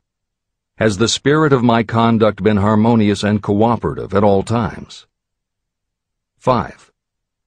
Have I permitted the habit of procrastination to decrease my efficiency, and if so, to what extent? 6. Have I improved my personality, and if so, in what ways? 7. Have I been persistent in following my plans through to completion? 8. Have I reached decisions promptly and definitely on all occasions? 9. Have I permitted any of the 6 basic fears to decrease my efficiency? 10. Have I been either overcautious or undercautious? 11. Has my relationship with my associates in work been pleasant or unpleasant? If it has been unpleasant, has the fault been partly or wholly mine? 12. Have I dissipated any of my energy through lack of concentration of effort? 13. Have I been open-minded and tolerant in connection with all subjects? 14. In what ways have I improved my ability to render service? 15. Have I been intemperate in any of my personal habits? 16. Have I expressed, either openly or secretly, any form of egotism? 17. Has my conduct toward my associates been such that they respect me? 18. Have my opinions and decisions been based upon guesswork or accuracy of analysis and thought? 19. Have I followed the habit of budgeting my time, my expenses, and my income, and have I been conservative in these budgets? 20. How much time have I devoted to unprofitable effort which I might have used to better advantage? 21. How may I rebudget my time and change my habits so I will be more efficient during the coming year?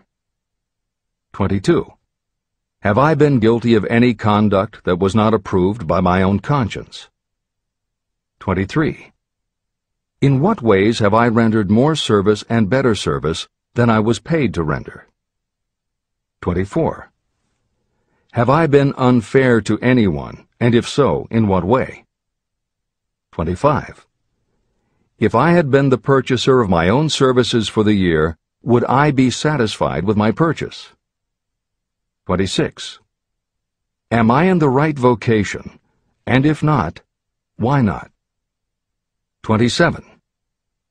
Has the purchaser of my services been satisfied with the service I have rendered, and if not, why not? 28. What is my present rating on the fundamental principles of success? Make this rating fairly and frankly, and have it checked by someone who is courageous enough to do it accurately. After you have finished reading through to the end of this book at least once, and you are sure you have assimilated the information in this chapter, you will be ready to create a practical plan for marketing your personal services. In this chapter, you should have found adequate descriptions of every principle essential in planning the sale of personal services. These include the major attributes of leadership, the most common causes of failure in leadership, a description of the fields of opportunity for leadership, the main causes of failure in all walks of life, and the important questions that should be used in self-analysis. This extensive and detailed presentation has been included because it will be needed by you if you are going to earn your riches by marketing your personal services. Those who have lost their fortunes and those who are just beginning to earn money have nothing but personal services to offer in return for riches. Therefore, it is essential that you have real, practical information that you'll need to market your services to best advantage. Complete assimilation and understanding of the information will help you to market your services, and it will help you to become more analytical and capable of judging people. The information will be priceless to you if you work in an executive position where you select employees. Where and how to find opportunities to accumulate riches. Now that we have analyzed the principles by which riches may be accumulated, you naturally ask, where can I find the opportunities to apply these principles? Very well. Let us take inventory and see what the United States of America offers the person seeking riches. To begin with, remember that we live in a country where every law-abiding citizen enjoys freedom of thought and freedom of deed unequaled anywhere in the world. Most of us have never taken inventory of the advantages of this freedom. We have never compared our unlimited freedom with a curtailed freedom in other countries. Here we have freedom of thought, freedom in the choice and enjoyment of education, freedom in religion, freedom in politics, freedom in the choice of a business, profession, or occupation, freedom to accumulate and own all the property we can accumulate, freedom to choose our place of residence, freedom in marriage, freedom through equal opportunity to all races, freedom of travel from one state to another, freedom in our choice of foods, and freedom to aim for any station in life for which we have prepared ourselves, even for the presidency of the United States. We have other forms of freedom, but this list gives an overview of the most important freedoms that offer you the opportunity to think and grow rich. The United States is the only country guaranteeing to every citizen, whether native-born or naturalized, so broad and varied a list of freedoms. Next, let us recount some of the blessings that our widespread freedom has placed within our hands. Take the average American family of average income and sum up the benefits available to every member of the family in this land of opportunity and plenty. Food. Next to freedom of thought and deed comes food, clothing, and shelter, the three basic necessities of life. Because of our universal freedom, the average American family has available at its door the choicest selection of food to be found anywhere in the world, and at prices within its financial range. Shelter. This family lives in a comfortable apartment or house, complete with light, heat, water, and many conveniences. The toast they had for breakfast was toasted in an electric toaster, which cost but a few dollars. The apartment is cleaned with a vacuum cleaner that is run by electricity. Hot and cold water is available at all times in the kitchen and the bathroom. The food is kept cool in a refrigerator. Clothes are washed and dried, dishes are cleaned, and numerous labor-saving devices are run on power obtained by putting a plug into a wall socket. The family receives entertainment and information from all over the world 24 hours a day if they want it, by merely flipping a switch on their radio or television or computer. There are other conveniences, but the foregoing list will give a fair idea of some of the concrete evidences of the freedoms that we, of America, enjoy. Clothing. Anywhere in the United States, the family with average clothing requirements can dress very comfortably at a cost that is only a small portion of their earnings. Only the three basic necessities of food, clothing, and shelter have been mentioned.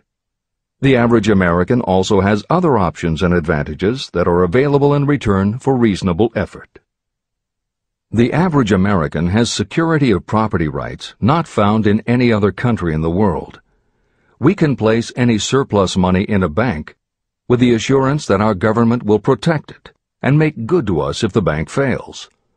If an American citizen wants to travel from one state to another, he or she needs no passport and no one's permission. You may go when you please, and you may travel by car, train, bus, airplane, ship, or any other method that you can afford. The miracle that has provided these blessings.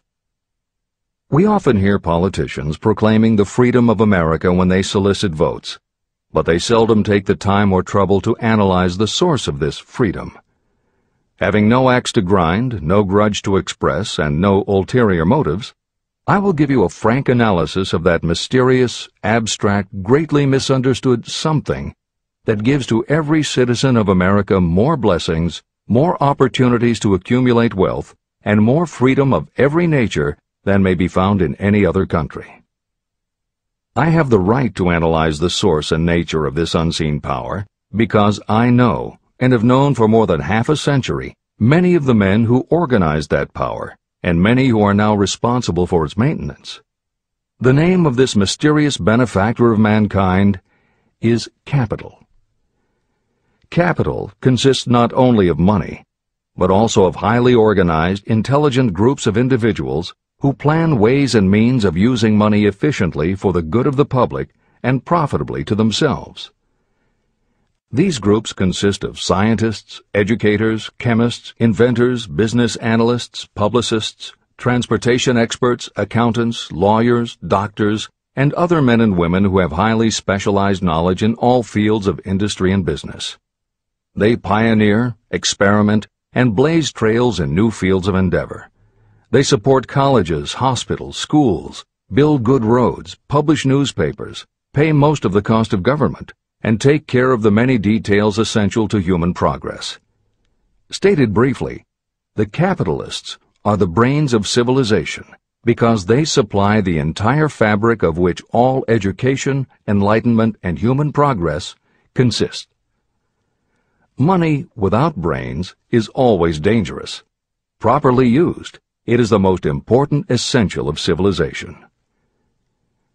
To give you an idea of how important organized capital is, try to imagine that it is your job to provide and prepare a simple family breakfast, but you have to do it without the aid of capital.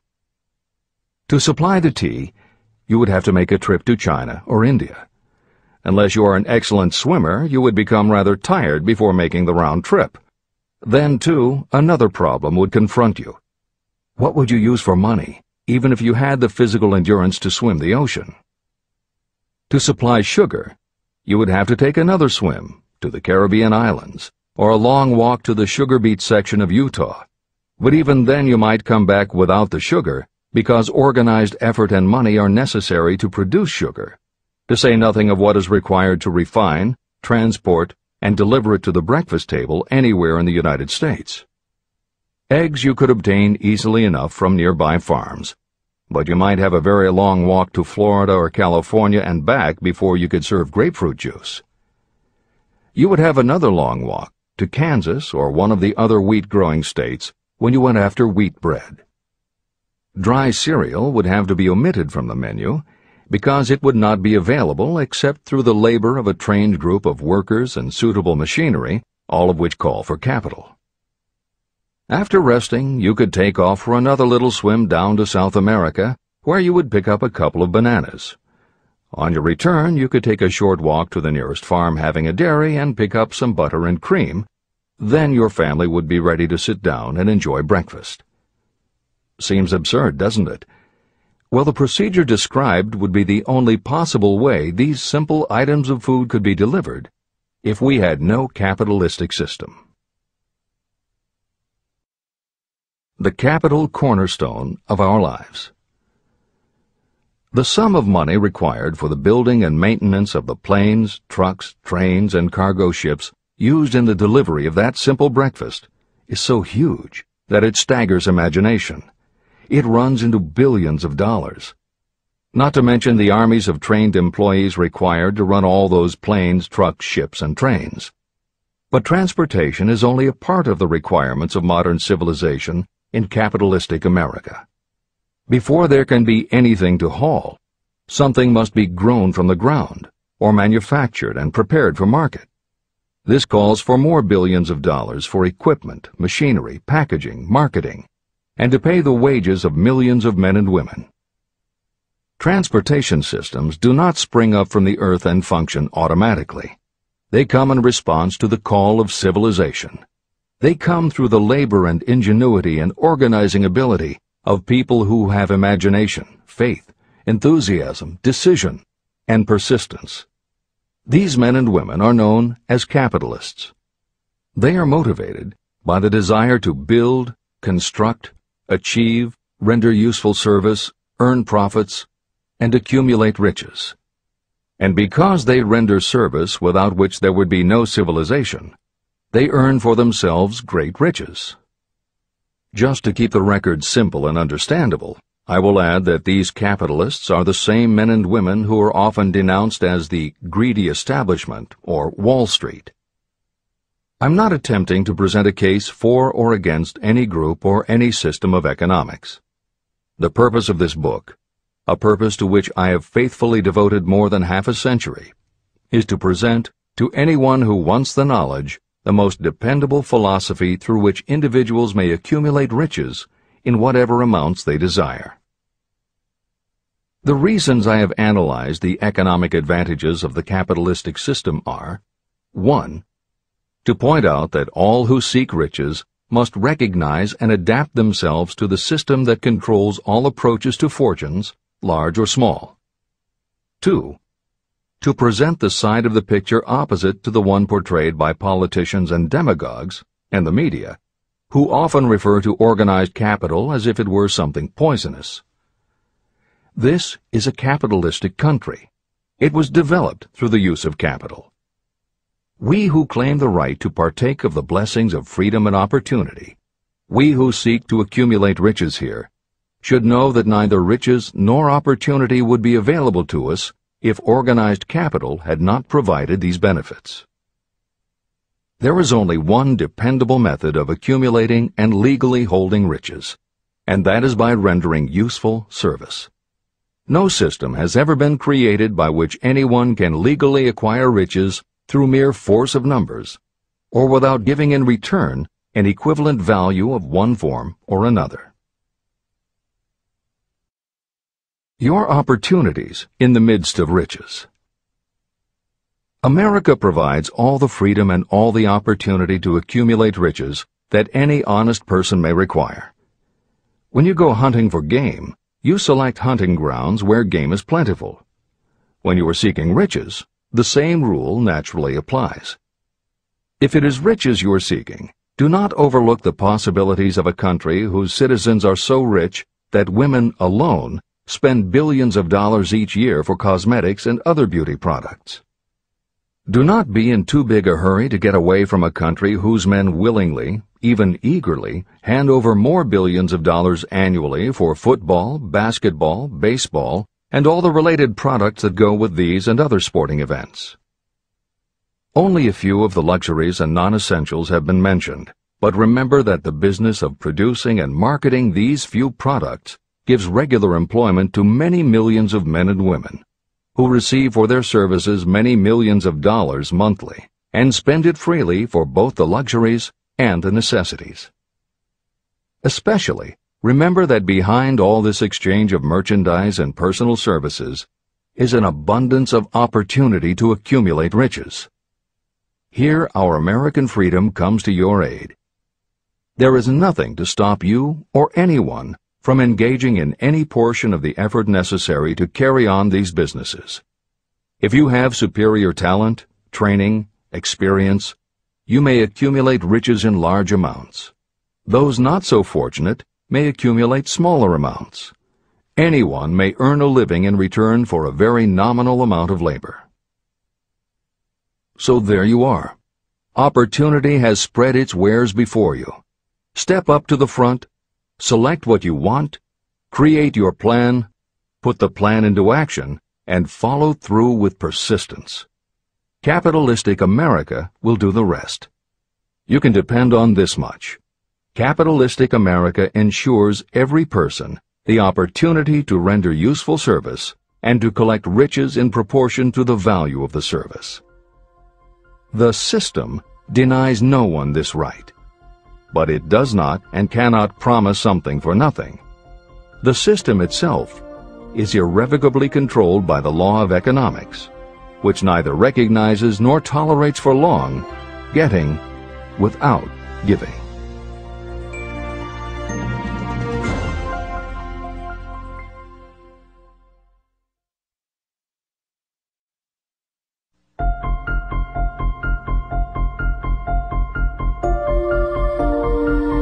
Conceit is a fog that envelops a man's real character beyond his own recognition. It weakens his native ability and strengthens all his inconsistencies. Chapter 9. Decision. The mastery of procrastination. The seventh step toward riches. Analysis of over 25,000 men and women who had experienced failure reveals that lack of decision was near the head of the list of the 31 major causes of failure. Procrastination, the opposite of decision, is a common enemy which practically every person must conquer.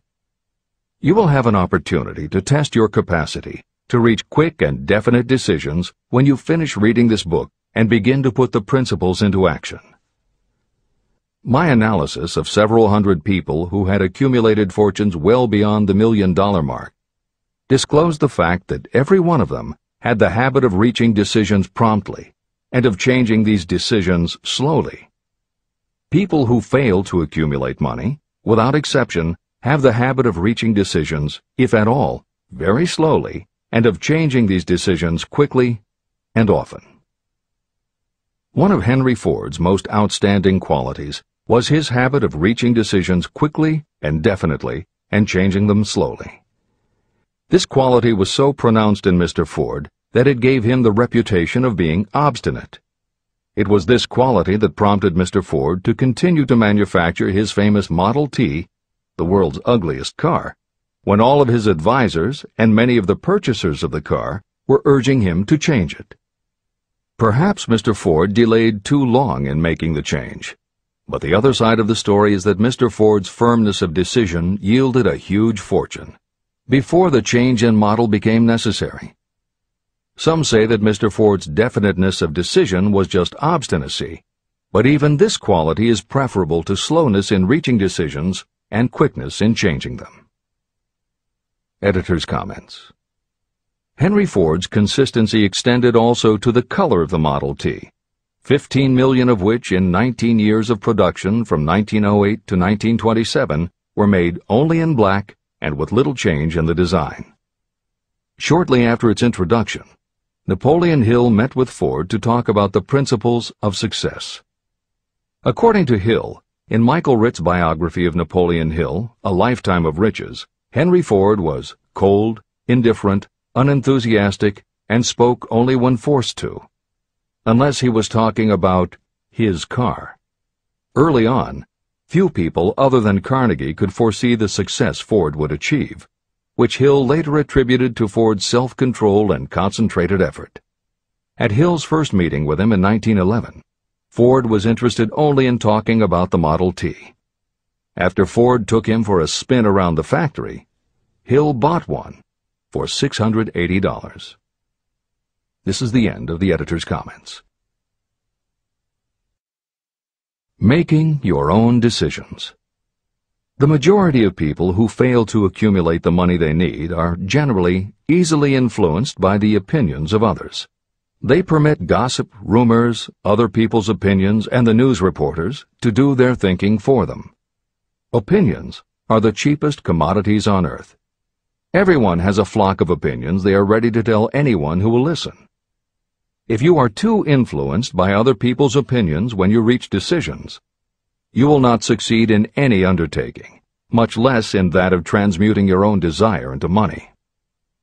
If you are influenced by the opinions of others, you will have no desire of your own. Keep your own counsel.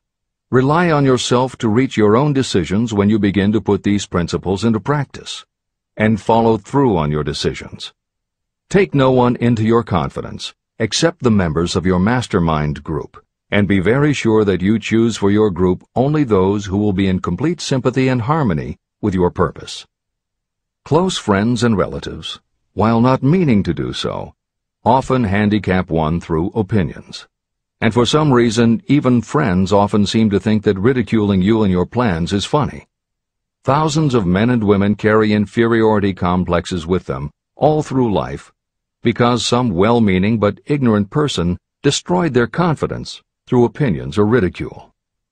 You have a brain and mind of your own. Use it, and reach your own decisions. If you need facts or information from others to help you reach decisions, acquire the facts or information you need quietly, without disclosing your purpose. It is characteristic of people who have a smattering of knowledge to try to give the impression that they know more than they do. Such people generally do too much talking and too little listening. Keep your eyes and ears open and your mouth closed if you wish to acquire the habit of prompt decision. Those who talk too much do little else. If you talk more than you listen, you may miss some important piece of knowledge that might have been very useful to you.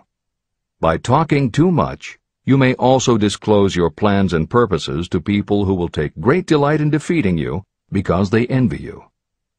Remember, every time you open your mouth in the presence of a person who really has knowledge, you tip your hand and show that person your exact stock of knowledge, or you tip your hand to your lack of it.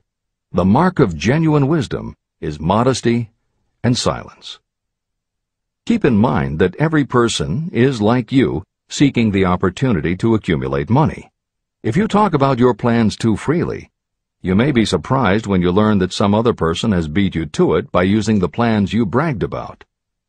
Let one of your first decisions be to keep a closed mouth and open ears and eyes. As a reminder to yourself, copy the following epigram in large letters and place it where you will see it daily. Tell the world what you intend to do, but first, show it. This is the equivalent of saying that deeds and not words are what count most. The value of decisions depends upon the courage required to render them. The great decisions that served as the foundation of civilization were reached by assuming great risks, which often meant the chance of death. Lincoln's decision to issue his famous Proclamation of Emancipation, which gave freedom to African Americans, was rendered with full understanding that his act would turn thousands of friends and political supporters against him. When the rulers of Athens gave Socrates the choice of disclaiming his teachings or being sentenced to death, Socrates' decision to drink the cup of poison, rather than compromise in his personal belief, was a decision of courage. It turned time ahead 1,000 years and gave to people then unborn the right to freedom of thought and of speech. 56. Who risked the gallows? The greatest decision of all time, as far as any American citizen is concerned, was reached in Philadelphia on July 4, 1776, when 56 men signed their names to a document that they well knew would bring freedom to all Americans, or leave every one of the 56 hanging from a gallows. You have heard of this famous document, the Declaration of Independence. But have you taken from it the great lesson in personal achievement it so plainly taught? We all remember the date of this momentous decision, but few of us realize what courage that decision required. We remember our history as it was taught. We remember dates and the names of the men who fought. We remember Valley Forge and Yorktown. We remember George Washington and Lord Cornwallis. But we know little of the real forces behind these names, dates, and places. We know even less of that intangible power that ensured freedom long before Washington's armies reached Yorktown. It is nothing short of tragedy that the writers of history have missed entirely even the slightest reference to the irresistible power that gave birth and freedom to the nation destined to set up new standards of independence for all the peoples of the earth. I say it is a tragedy because it is the same power that must be used by every individual who overcomes the difficulties of life and forces life to pay the price asked. Let us briefly review the events that gave birth to this power. The story begins with an incident in Boston on March 5, 1770. British soldiers were patrolling the streets, openly threatening the citizens by their presence. The colonists resented armed men marching in their midst. They began to express their resentment openly, hurling stones as well as epithets at the marching soldiers, until the commanding officer gave orders. Fix bayonets, charge. The battle was on. It resulted in the death and injury of many. The incident aroused such resentment that the Provincial Assembly, made up of prominent colonists, called a meeting for the purpose of taking definite action. Two of the members of that assembly were John Hancock and Samuel Adams. They spoke up courageously and declared that a move must be made to eject all British soldiers from Boston. Remember this: a decision, in the minds of two men, might properly be called the beginning of the freedom that we of the United States now enjoy. Remember, too, that the decision of these two men called for faith and courage because it was dangerous. Before the assembly adjourned, Samuel Adams was appointed to call on Hutchinson, the governor of the province, and demand the withdrawal of the British troops. The request was granted, and the troops were removed from Boston, but the incident was not closed. It had caused a situation that was destined to change the entire trend of civilization. Richard Henry Lee became an important factor in this story, because he and Samuel Adams corresponded frequently, sharing freely their fears and their hopes concerning the welfare of the people of their provinces. From this practice, Adams conceived the idea that a mutual exchange of letters between the 13 colonies might help to bring about the coordination of efforts so badly needed in connection with the solution of their problems. In March of 1772, 2 years after the clash with the soldiers in Boston, Adams presented this idea to the Assembly. He made a motion that a correspondence committee be established among the colonies, with definitely appointed correspondents in each colony, for the purpose of friendly cooperation for the betterment of the colonies of British America. It was the beginning of the organization of the far-flung power destined to give freedom to you and to me. A mastermind group had already been organized. It consisted of Adams, Lee, and Hancock. The Committee of Correspondence was organized. The citizens of the colonies had been waging disorganized warfare against the British soldiers through incidents similar to the Boston riot, but nothing of benefit had been accomplished. Their individual grievances had not been consolidated under one mastermind. No group of individuals had put their hearts, minds, souls, and bodies together in one definite decision to settle their difficulty with the British once and for all, until Adams, Hancock, and Lee got together. Meanwhile, the British were not idle. They, too, were doing some planning and masterminding, and they had the advantage of having behind them money and organized soldiery. A decision that changed history. The Crown appointed Gage to supplant Hutchinson as the governor of Massachusetts. One of the new governor's first acts was to send a messenger to call on Samuel Adams for the purpose of endeavoring to stop his opposition by fear. You will best understand the spirit of what happened from this quotation of the conversation between Colonel Fenton, the messenger sent by Gage, and Adams. Colonel Fenton: I have been authorized by Governor Gage to assure you, Mr. Adams, that the governor has been empowered to confer upon you such benefits as would be satisfactory, an obvious endeavor to win Adams by promise of bribing him, upon the condition that you engage to cease in your opposition to the measures of the government. It is the governor's advice to you, sir, not to incur the further displeasure of His Majesty. Your conduct has been such as makes you liable to penalties of an act of Henry VIII, by which persons can be sent to England for trial for treason or misprision of treason at the discretion of a governor of a province. But by changing your political course, you will not only receive great personal advantages, but you will make your peace with the king. Samuel Adams had the choice of two decisions. He could cease his opposition and receive personal bribes, or he could continue and run the risk of being hanged. Clearly, the time had come when Adams was forced to reach, instantly, a decision that could have cost his life. Adams insisted upon Colonel Fenton's word of honor that the colonel would deliver to the governor the answer exactly as Adams would give it to him.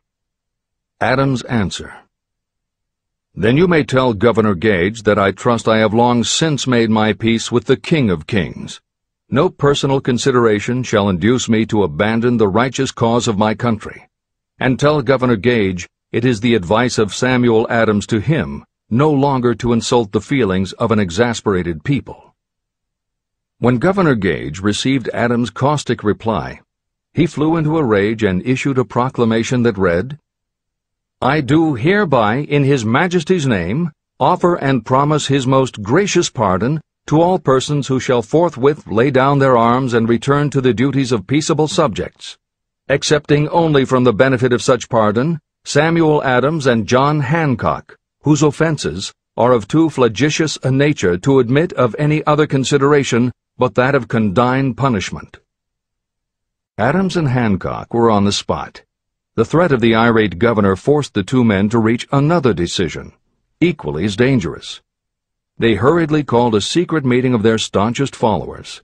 After the meeting had been called to order, Adams locked the door, placed the key in his pocket, and informed all present that it was imperative that a Congress of the colonists be organized, and that no man should leave the room until the decision for such a Congress had been reached. Great excitement followed. Some weighed the possible consequences of such radicalism. Some expressed grave doubt as to the wisdom of so definite a decision in defiance of the Crown. Locked in that room were two men immune to fear, blind to the possibility of failure, Hancock and Adams.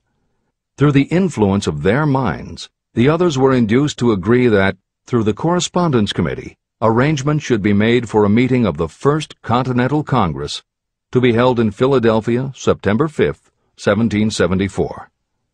Remember this date. It is more important than July 4, 1776. If there had been no decision to hold a Continental Congress, there could have been no signing of the Declaration of Independence. Before the first meeting of the new Congress, another leader, in a different section of the country, was deep in the throes of publishing a summary view of the rights of British America. He was Thomas Jefferson, of the province of Virginia, whose relationship to Lord Dunmore, representative of the Crown in Virginia, was as strained as that of Hancock's and Adams with their governor. Shortly after his famous Summary of Rights was published, Jefferson was informed that he was subject to prosecution for high treason against His Majesty's government. Inspired by the threat, one of Jefferson's colleagues, Patrick Henry, boldly spoke his mind, concluding his remarks with a sentence that shall remain forever a classic. "If this be treason, then make the most of it." It was such men as these who, without power, without authority, without military strength, without money, sat in solemn consideration of the destiny of the colonies, beginning at the opening of the First Continental Congress and continuing at intervals for 2 years, until on June 7, 1776, Richard Henry Lee arose, addressed the chair, and to the startled assembly made this motion: "Gentlemen, I make the motion that these united colonies are, and of right ought to be, free and independent states, that they be absolved from all allegiance to the British Crown, and that all political connection between them and the state of Great Britain is, and ought to be, totally dissolved." The most momentous decision ever placed on paper. Lee's astounding motion was discussed fervently and at such length that he began to lose patience. Finally, after days of argument, he again took the floor and declared in a clear, firm voice, "Mr. President, we have discussed this issue for days. It is the only course for us to follow. Why then, sir, do we longer delay? Why still deliberate? Let this happy day give birth to an American Republic. Let her arise, not to devastate and to conquer, but to re-establish the reign of peace and of law." Before his motion was finally voted upon, Lee was called back to Virginia because of serious family illness. But before leaving, he placed his cause in the hands of his friend, Thomas Jefferson, who promised to fight until favorable action was taken. Shortly thereafter, the President of the Congress, Hancock, appointed Jefferson as chairman of a committee to draw up a Declaration of Independence. Long and hard the committee labored on a document that would mean, when accepted by the Congress, that every man who signed it would be signing his own death warrant should the colonies lose in the fight with Great Britain that was sure to follow. The document was drawn, and on June 28th, the original draft was read before the Congress. For several days it was discussed, altered, and made ready. On July 4th, 1776, Thomas Jefferson stood before the Assembly and fearlessly read the most momentous decision ever placed on paper. When in the course of human events it becomes necessary for one people to dissolve the political bands which have connected them with another, and to assume among the powers of the earth the separate and equal station to which the laws of nature and of nature's God entitled them, a decent respect to the opinions of mankind requires that they should declare the causes which impel them to the separation. When Jefferson finished, the document was voted upon, accepted, and signed by the 56 men, every one staking his own life upon his decision to write his name. By that decision came into existence a nation destined to bring to mankind forever the privilege of making decisions. Analyze the events that led to the Declaration of Independence, and be convinced that this nation, which now holds a position of commanding respect and power among all nations of the world, was born of a decision created by a mastermind consisting of 56 men. Note well the fact that it was their decision that ensured the success of Washington's armies, because the spirit of that decision was in the heart of every soldier who fought with him, and served as a spiritual power which recognizes no such thing as failure. Note also, with great personal benefit, that the power that gave this nation its freedom is the same power that must be used by every individual who becomes self-determining. This power is made up of the principles described in this book. It will not be difficult to detect in the story of the Declaration of Independence at least 6 of these principles: desire, decision, faith, persistence, the mastermind, and organized planning. Know what you want, and you will generally get it. Throughout this philosophy, you will find the suggestion that thought, backed by strong desire, will transmute itself into its physical equivalent. The story of the founding of America and the story of the organization of the United States Steel Corporation are perfect examples of the method by which thought makes this astounding transformation. In your search for the secret of the method, do not look for a miracle, because you will not find it. You will find only the eternal laws of nature. These laws are available to every person who has the faith and the courage to use them. They may be used to bring freedom to a nation or to accumulate riches. Those who reach decisions promptly and definitely know what they want and generally get it. The leaders in every walk of life decide quickly and firmly. That is the major reason why they are leaders. The world has a habit of making room for the people whose words and actions show that they know where they are going. Indecision is a habit that usually begins when a person is young. It becomes more and more of a habit as the youth goes through grade school, high school, and even through college without definiteness of purpose. The habit of indecision goes with the student into the occupation he or she chooses. Generally, a young person just out of school seeks any job that can be found. Young people take the first job they can find because they have fallen into the habit of indecision. The vast majority of people working today are in the positions they hold because they lack the definiteness of decision to plan a definite position and the knowledge of how to choose an employer. Definiteness of decision always requires courage, sometimes very great courage. The 56 men who signed the Declaration of Independence staked their lives on the decision to affix their signatures to that document. The person who reaches a definite decision to go after a specific job and make life pay the price he or she asks does not stake his or her life on that decision. They stake their economic freedom. Financial independence, riches, and desirable business positions are not within reach of the person who neglects or refuses to expect, plan, and demand these things. The person who desires riches in the same spirit that Samuel Adams desired freedom for the colonies is sure to accumulate wealth. No man achieves great success who is unwilling to make personal sacrifices. Chapter 10. Persistence. The sustained effort necessary to induce faith. The 8th step toward riches. Persistence is an essential factor in the procedure of transmuting desire into its monetary equivalent. The basis of persistence is the power of will. Willpower and desire, when properly combined, make an irresistible pair. Those who accumulate great fortunes are sometimes called cold-blooded or ruthless. Frequently, it is simply because their critics simply don't understand that what they have is a strong desire backed up by willpower, which they mix with persistence. It is the combination that ensures the attainment of their objectives. The majority of people are ready to throw their aims and purposes overboard and give up at the first sign of opposition or misfortune. A few carry on despite all opposition until they attain their goal. There may be no heroic connotation to the word persistence, But persistence does for your character what carbon does to iron. It hardens it to steel. The building of a fortune will involve the application of the entire 13 factors of this philosophy. These principles must be understood, and they must be applied with persistence by all who accumulate money. Your test of persistence.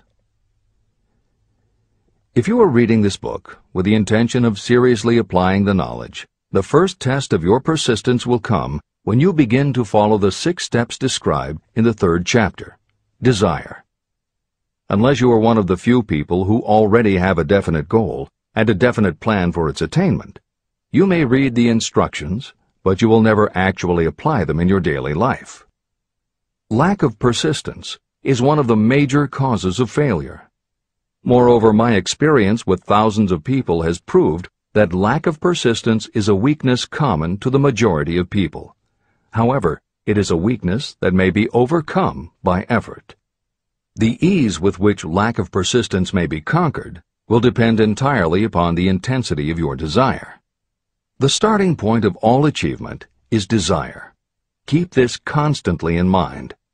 Weak desires bring weak results, just as a small amount of fire makes a small amount of heat.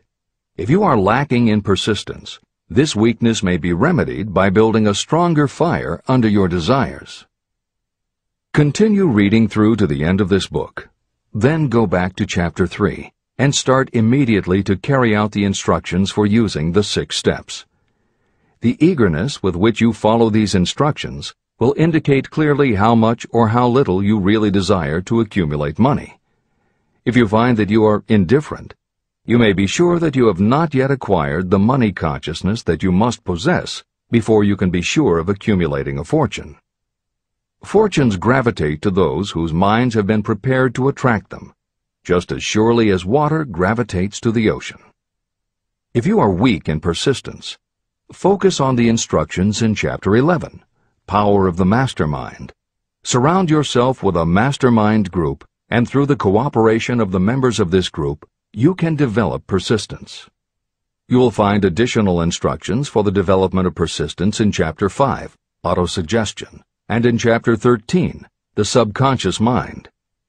Follow the instructions in these chapters until you build up habits that convey to your subconscious mind a clear picture of the object of your desire. From that point on, you will not be handicapped by lack of persistence. Your subconscious mind works continuously while you are awake and while you are asleep. Are you money conscious or poverty conscious? Occasional effort to apply the rules will be of no value to you. To get results, you must apply all of the rules until they become a fixed habit with you. In no other way can you develop the necessary money consciousness. Just as money is attracted to those who have deliberately set their mind on it, poverty is attracted to those whose mind is open to it. And although money consciousness must be developed intentionally, poverty consciousness develops without conscious application of habits favorable to it. Poverty consciousness will seize the mind that is not occupied with money consciousness. If you understand the point of the preceding paragraph, you will understand the importance of persistence in the accumulation of a fortune. Without persistence, you will be defeated even before you start. With persistence, you will win. If you have ever had a nightmare, you will realize the value of persistence. You are lying in bed, half awake, with a feeling that you are about to smother. You are unable to turn over or to move a muscle. You realize that you must begin to regain control over your muscles. Through persistent effort of willpower, you finally manage to move the fingers of one hand. By continuing to move your fingers, you extend your control to the muscles of one arm until you can lift it. Then you gain control of the other arm. You finally gain control over the muscles of one leg, and then extend it to the other leg. Then, with one supreme effort of will, you regain complete control over your muscular system and snap out of your nightmare. You did it step by step. You may find it necessary to snap yourself out of your mental inertia in a similar way. First, by moving slowly, then increasing your speed until you gain complete control over your will. Be persistent, no matter how slowly you may have to move at first. With persistence will come success. Snap out of mental inertia. If you select your mastermind group with care, you will have in it at least one person who will aid you in the development of persistence. Some people who have accumulated great fortunes did so because of necessity. They developed the habit of persistence because circumstances forced them to become persistent. Those who have cultivated the habit of persistence seem to enjoy insurance against failure. No matter how many times they are defeated, they finally arrive up toward the top of the ladder. Sometimes it appears that there is a hidden guide whose duty is to test us through all sorts of discouraging experiences. Those who pick themselves up after defeat and keep on trying finally arrive, and the world says, "I knew you could do it." The hidden guide lets no one enjoy great achievement without passing the persistence test. Those who can't take it simply do not make the grade. Those who can take it are rewarded for their persistence, and in return they get the goal they are pursuing. But that is not all. They receive something infinitely more important than material compensation: the knowledge that every failure brings with it the seed of an equivalent advantage. Persist past your failures. The people who learn from experience the importance of persistence will not accept defeat as being anything more than temporary. They are the ones whose desires are so persistently applied that defeat is finally changed into victory. We see that an overwhelmingly large number of people go down in defeat, never to rise again. We also see the few who take the punishment of defeat as an urge to greater effort. But what we do not see, what most of us never suspect of existing, is the silent but irresistible power that comes to the rescue of those who fight on in the face of discouragement. If we speak of this power at all, we call it persistence and let it go at that. One thing is sure: if you do not have persistence, you will not achieve noteworthy success in any calling. As I am writing these lines, I can look out the window and see, less than a block away, the great mysterious Broadway, the graveyard of dead hopes and the front porch of opportunity. From all over the world, people have come to Broadway seeking fame, fortune, power, love, or whatever it is that human beings call success. Once in a great while, someone steps out from the long procession of seekers, and the world hears that another person has conquered Broadway. But Broadway is not easily nor quickly conquered. Broadway acknowledges talent, recognizes genius, and pays off in money only after a person has refused to quit. The secret is always inseparably attached to one word: persistence. Editor's comments. Today we think of making it on Broadway in terms of the theater, but here Napoleon Hill uses Broadway as a metaphor for the New York arts, publishing, and entertainment industries in general. In the original edition of Think and Grow Rich, Hill used this introduction to tell of Fannie Hurst, one of the best-selling authors of the day, who pounded the streets of New York for 4 years and received 36 rejection slips from one publisher alone before her persistence paid off and she finally got published. Although Napoleon Hill chose Fannie Hurst to illustrate his point about overcoming poverty and adversity, he knew all about both from personal experience. Hill's own story is one of very humble beginnings and devastating failures that would have defeated most people. It was only through his extraordinary persistence that the original edition of the book you hold in your hands was published. And for that reason, the editors of this edition have included this brief biography of Napoleon Hill. The following is adapted from A Lifetime of Riches, the biography of Napoleon Hill, written by Michael J. Ritt, Jr. and Kirk Landers, and also draws upon Napoleon Hill's first bestseller, his 4-volume masterwork, Law of Success. In it, Hill told of the 7 turning points in his own life, and those excerpts told in his words are told in the first person. Born into poverty in the backwoods of Virginia, young Knapp, as he was called, was the local gun-toting troublemaker. He would probably have ended up a criminal had his widowed father not met and married Martha Ramey Banner. Knapp's new stepmother set out to change the family's mountain ways, and she started by trading Napoleon a typewriter for his 6-shooter pistol. She told him, "If you become as good with a typewriter as you are with that gun, you may become rich and famous and known throughout the world." Her faith and encouragement turned young Knapp around, and by the age of 15, he was submitting stories to the local newspapers and doing everything he could to get himself out of his meager circumstance. After completing high school and 1 year at a business college, he wrote an audacious letter to Rufus Ayers, one of the most powerful men in the coal industry. Hill wrote to apply for a job, but he said that he didn't want a salary. In fact, he said he would pay Ayers. Hill proposed that Ayers could charge him whatever he wanted on a monthly basis, but if at the end of 3 months Hill had proved his worth, he then would expect Ayers to pay him a salary of the same monthly amount. Ayers admired Hill's style and hired him, with pay. First turning point. After finishing a course at a business college, I took a job as stenographer and bookkeeper. As a result of having practiced the habit of performing more work and better work than that for which I was paid, I advanced rapidly until I was assuming responsibilities and receiving a salary far out of proportion to my age.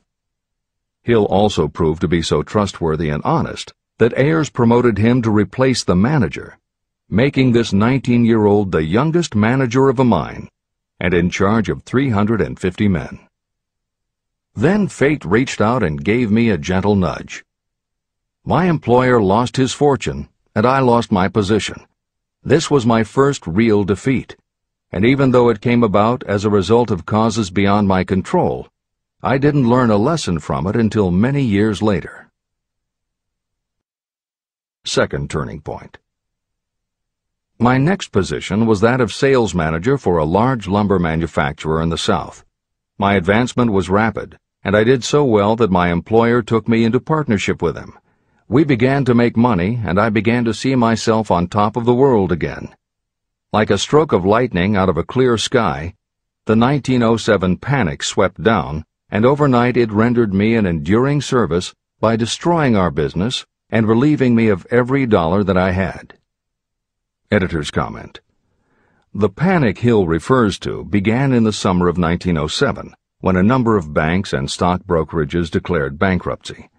Word spread to the general public, and it created a run on the banks as depositors lined up to demand that they be given the money they had on deposit. Banks called in loans to meet the demand for cash, but those borrowers couldn't find buyers for their goods or property, so they couldn't pay back their loans. When the banks couldn't get back the money they had loaned, they repossessed the homes or businesses that the borrowers had put up as collateral. Businesses were closed, farmers were evicted from their land, jobs were lost, so even more banks were forced to close, and it just kept getting worse. America was caught in a downward spiral that was reversed only when the major Wall Street bankers and financial executives, who were themselves in danger of losing their businesses, stepped in to shore up troubled banks. It was in large part because of the bank panic of 1907 that legislation was enacted in 1913 to create the Federal Reserve System. This is the end of the editor's comments. Third turning point. This was my first serious defeat. I mistook it then for failure, but it was not. And before I complete this lesson, I will tell you why it was not. It required the 1907 panic and the defeat that it brought me to redirect my efforts from the lumber business to the study of law. I entered law school with the firm belief that I would emerge doubly prepared to catch up with the end of the rainbow and claim my pot of gold. Napoleon Hill planned to put himself and his brother through law school by writing articles for Bob Taylor's magazine. It was through the magazine that he arranged the fateful meeting with Andrew Carnegie, described at the beginning of this book. As was noted there, when Carnegie proposed the idea of writing The Philosophy of Success, he told Hill that he would have to earn his own way. I attended law school at night and worked as an automobile salesman during the day. Because of the job, I saw the need for trained automobile mechanics. I opened an educational department in the manufacturing plant and began to train ordinary machinists in automobile assembly and repair work. The school prospered, paying me over $1,000 a month in net profits. My banker knew that I was prospering, therefore he loaned me money with which to expand. A peculiar trait of bankers is that they will loan us money without any hesitation when we are prosperous. My banker loaned me money until I was hopelessly in his debt. Then he took over my business as calmly as if it had belonged to him, which it did. From an income of more than $1,000 a month, I was suddenly reduced to poverty. For the third time, Hill had experienced defeat, but he was not beaten. He got another job, and all the while continued to work on the Carnegie Project. Fourth turning point, 1912. Because my wife's family had influence, I secured the appointment as assistant to the chief counsel for one of the largest coal companies in the world. I was among friends and relatives, and I had a position that I could keep for as long as I wished without exerting myself. What more did I need? Nothing, I was beginning to say to myself. Then, without consultation with my friends and without warning, I resigned. This was the first turning point that was of my own selection. It was not forced upon me. I quit that position because the work was too easy and I was performing it with too little effort. This move proved to be the next most important turning point of my life, although it was followed by 10 years of effort that brought almost every conceivable grief the human heart can experience. I selected Chicago as my new field of endeavor. I made up my mind that if I could gain recognition in Chicago, in any honorable sort of work, it would prove that I had something that might be developed into real ability. Fifth turning point. My first position in Chicago was that of advertising manager for a large correspondence school. I did so well that the president of the school induced me to resign my position and go into the candy manufacturing business with him. We organized the Betsy Ross Candy Company, and I became its first president. The business grew rapidly, and soon we had a chain of stores in 18 different cities. They did so well, in fact, Hill's partners decided they wanted to take over the business. They had Hill arrested on a false charge and then offered to withdraw the charge if he would turn over to them his interest in the business. Outraged at the suggestion, Hill refused. When the case went to court, his partners failed to appear for the hearing. Hill sued them for malicious damage to his character. The judge's ruling completely vindicated Hill and allowed him the option to have his partners thrown in jail.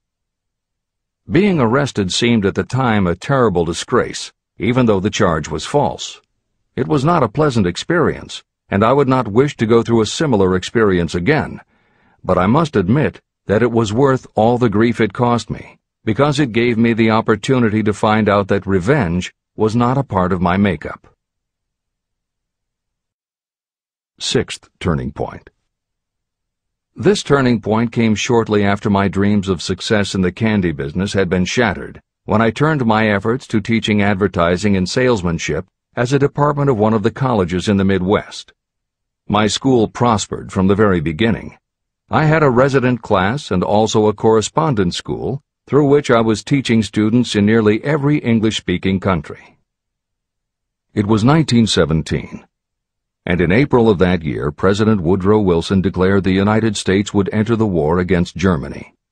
Hill contacted the president, who he had previously met through Andrew Carnegie, and offered his services to help the war effort. Hill was given the position of creating public relations materials and helping to sell war bonds. When not operating his school, he threw himself into his war work, for which he insisted that he be paid only $1 a year. Then came the second military draft, and it practically destroyed my school, as it caught most of those who were enrolled as students. At one stroke, I charged off more than $75,000 in tuition fees. Once more, I was penniless. Despite the fact that Hill had to scrape just to get by, he continued to work for President Wilson and continued to refuse to take any compensation. Though Hill had a family to support, and the ridicule of his relatives put a tremendous strain on relations, he also continued to work on the Carnegie Project. Hill later said, "Believe me, there were times when between the needling of my relatives and the hardships I endured, it was not easy to maintain a positive mental attitude and persevere. Sometimes in barren hotel rooms, I almost believed my family was right. The thing that kept me going was my conviction that one day I would not only successfully complete my work, but also be proud of myself when it was finished." Seventh turning point. To describe the seventh of the turning points in my life, I must go back to November 11th, 1918. Armistice Day, the end of the World War. The war had left me without a penny, as I have already said, but I was happy to know that the slaughter had ceased and reason was about to reclaim civilization. The time had come for another turning point. I sat down at my typewriter, and to my astonishment, my hands began to play a tune on the keyboard. I had never written so rapidly or so easily before. I did not plan or think about what I was writing. I just wrote whatever came into my mind. What Hill wrote was a long essay in which he described a new idealism based on the Golden Rule that he thought could emerge from the war. He declared that he would help spread the word, and promised that somehow he was going to find the money to launch a new magazine to be called Hill's Golden Rule. He took his essay to George Williams, a Chicago printer he had met while working at the White House, and by early January of 1919, Hill's Golden Rule magazine was on the newsstands. The first issue was 48 pages. In the beginning, with no money to pay anyone else, Hill wrote and edited every word himself, changing his writing style for each article as well as using a variety of pen names. Additional staff was hired later, which soon led to problems on the inside and on the outside, and Williams attempted to buy out Hill's share of the business. But when Hill realized that one stipulation of the buyout prevented him from any involvement in a competing publication, in October of 1920, he simply left. By April of 1921, he had raised the money for a new publication, Napoleon Hill's Magazine, the foundation of which was again the Golden Rule. But it also expanded into presenting many of the principles of success that would become the basis of Hill's later books. The magazine's acceptance and success also led to Hill's success as a speaker and motivator, which led to even greater success for the magazine. At the same time, Napoleon Hill was working with one of the inmates of a penitentiary to develop a correspondence course, which he took to the prisons to encourage prisoner rehabilitation. Most everything Hill did during this time was successful, and the success of the prison program was significant. But the greed of two members of the board of directors, one of whom was the prison chaplain, eventually led in 1923 to the demise of not only the educational rehabilitation programs, but also the magazine and numerous other successful offshoot ventures. The bleak irony, as Michael Ritt notes in A Lifetime of Riches, was that few enterprises in the 1920s could have been more idealistic or humanitarian in concept. Yet in seeking to stir goodness in men's souls, these enterprises had stirred mean-spirited men to a bloodlust that destroyed everything. Without his magazine, Hill went back to teaching and lecturing, which led to an introduction to a crusading newspaper publisher, Don Mellett, who offered to help Hill publish the results of his work on the Carnegie Project. At this same time, Mellett learned that Prohibition gangsters were selling narcotics and bootleg liquor to school children in Canton, and members of the local police force were being bribed to do nothing about it. Mellett was outraged and wrote an expose in his Canton Daily News while Hill contacted the governor to implement a state investigation of the corrupt police department. A week before Hill and Mellett were to finalize the financing for the publication of Hill's book, Don Mellett was ambushed outside his home and assassinated by a gangster and a renegade cop. They tried to kill Hill, too, but through pure luck he escaped and fled to the Smoky Mountains, where he remained holed up in a backwoods shack for most of a year. Destitute and in fear for his life, he lapsed into a state of deep depression. Then, in one extraordinary night of self-analysis, he willed himself out of his depression and resolved to finish the challenge Carnegie had posed almost 20 years earlier. Hill went to Philadelphia, convinced a publisher to put up the money, then worked night and day for almost 4 months to finish the manuscript. In March of 1928, Hill published the results of his efforts, a multi-volume masterwork entitled Law of Success. No one had ever seen anything like it. It was a phenomenon, a runaway bestseller. A little over a year later, while Hill was finally enjoying the fruits of his long labors, the stock market crash of '29 hit. The bottom fell out of everything, including the market for books. Though he never gave up on his vision, like the rest of America, Hill struggled through the Depression. He lectured, he wrote, and he taught in every way he could, but it was very hard to preach personal achievement to a country that had lost faith in itself. Napoleon Hill made it his personal mission to turn the tide by creating a variety of self-help programs, but it became disappointingly apparent that it was going to take more than one man to do it. When Franklin Delano Roosevelt was elected president, he reached out to Hill. Though Napoleon Hill was an avowed capitalist, he believed enough in the ultimate goal of FDR's policies that he committed himself to helping the new administration.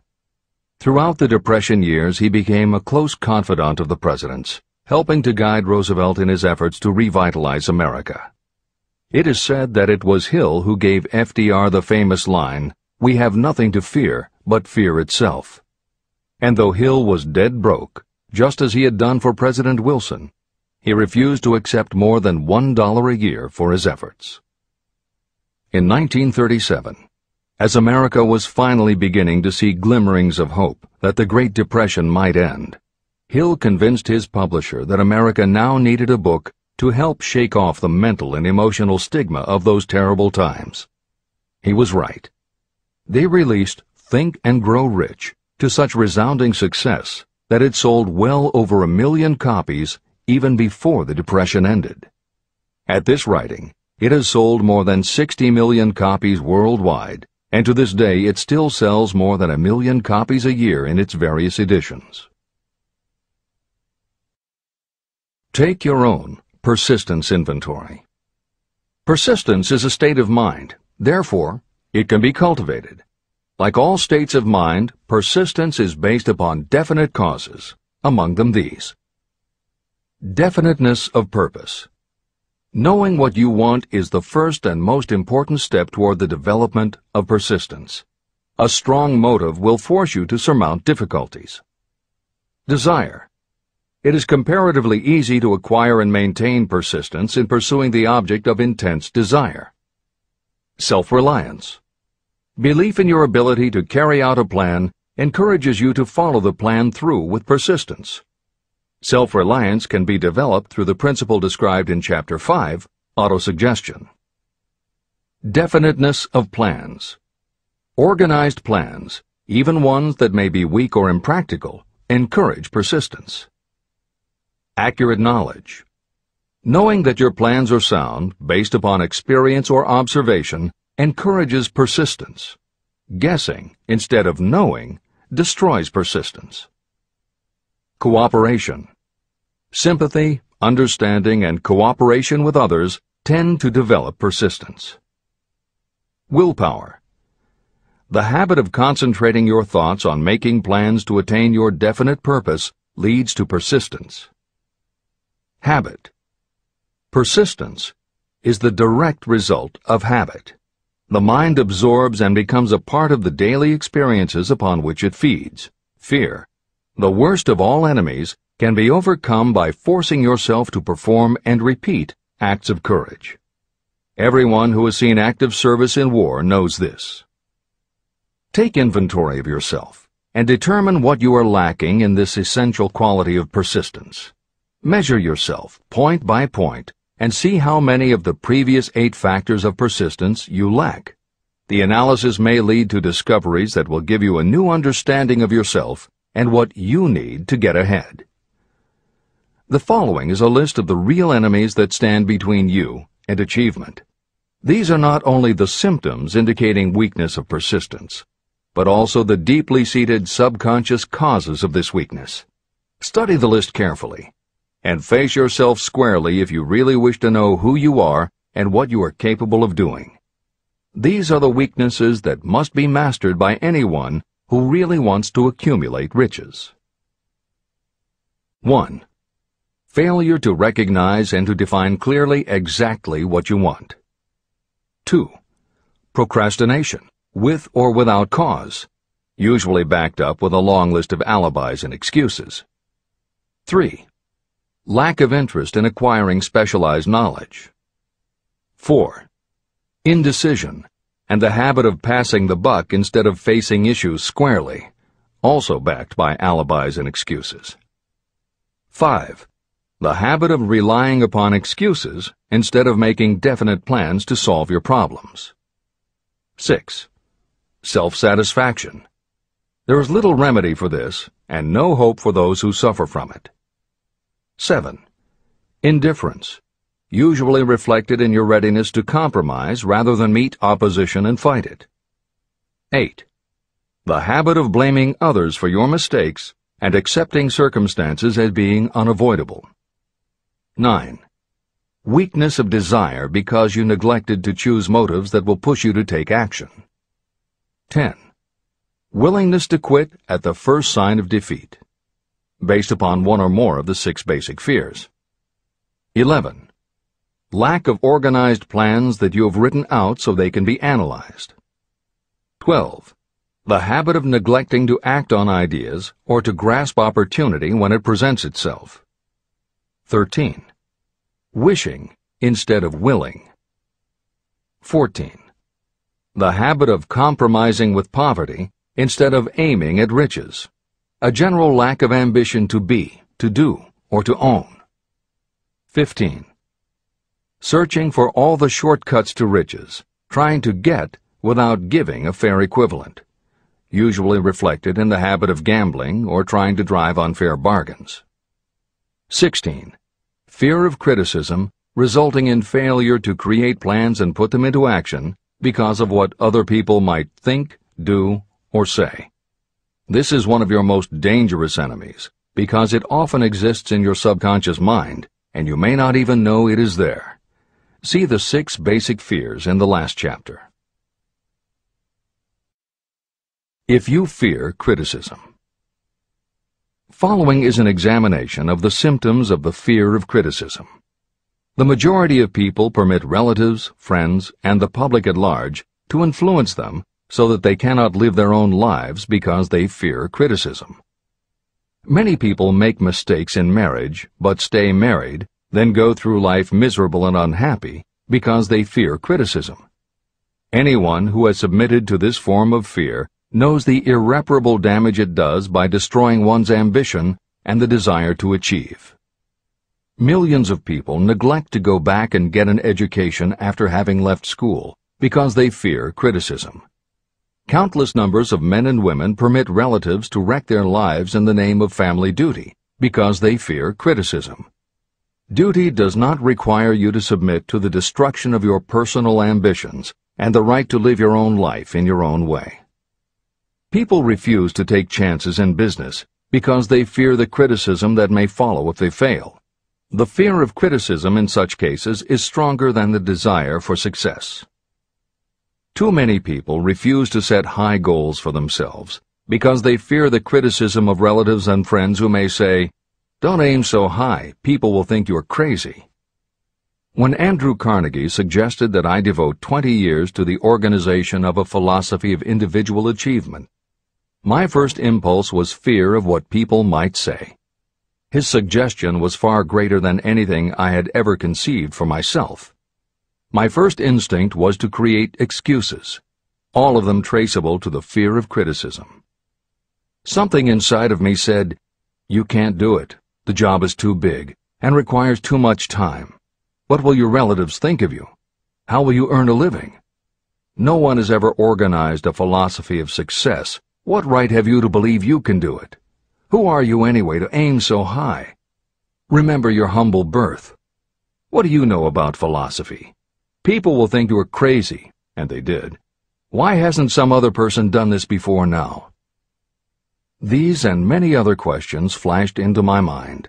It seemed as if the whole world had suddenly turned its attention to me with the purpose of ridiculing me into giving up all desire to carry out Mr. Carnegie's suggestion.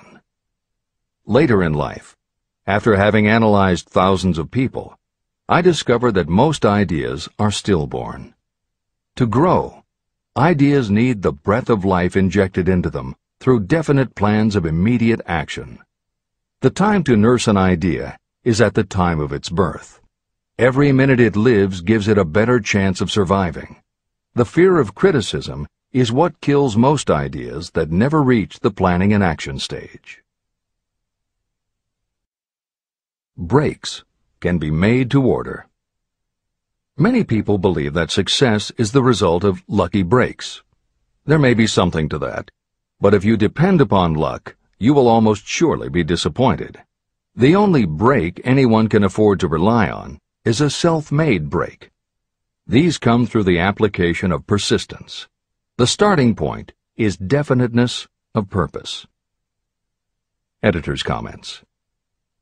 In 1999, Mark Myers, editor of one of the country's most influential self-help newsletters, Bottom Line Personal, wrote a book entitled How to Make Luck: 7 Secrets Lucky People Use to Succeed. In it, he tells of a study that was done by the psychology department at the University of Hertfordshire near London. They assembled a group of people, half of whom either thought themselves lucky or were considered to be lucky by others. The other half of the group believed they were unlucky. They were all brought to campus to watch a computerized random coin toss. Each person watched as a cartoon elf came on screen and flipped a coin. Each was asked to call heads or tails. The results of the experiment proved that the unlucky group guessed right approximately the same number of times as the lucky group. In follow-up interviews, the researchers concluded that the only difference between so-called lucky and unlucky people was that the lucky people tended to remember the good things that had happened in their lives, and those that thought they were unlucky tended to dwell on the bad things. The scientific fact is that luck, in terms of calling a coin toss, spinning a wheel, or turning a card, is completely random, and there's nothing we can do about it. All we can control is what we say and do. Everything else that happens to us depends upon the actions of others and the random world in which we live. Then why do some people seem to be so lucky and get all the lucky breaks? Myers says it is because, unlike luck, lucky breaks are something you can control, and lucky people, whether they know it or not, have taken specific steps to make their good luck. You can influence lucky breaks in 2 ways. You have to intentionally put yourself in luck's way, and you must make people want to help you because they believe that you deserve their help. Once you have let the world know you are ready for a break, luck is largely a matter of being introduced to opportunities by people who open doors for us. Myers calls these people gatekeepers. Gatekeepers offer help not only out of goodwill, but also because they hope you will help them in return when you are in a position to do so. People who are lucky make it a point to impress their gatekeepers so that they will be the first to come to mind when opportunities arise. Your gatekeepers must believe that you deserve a break, and that it is worth it to them to give you one.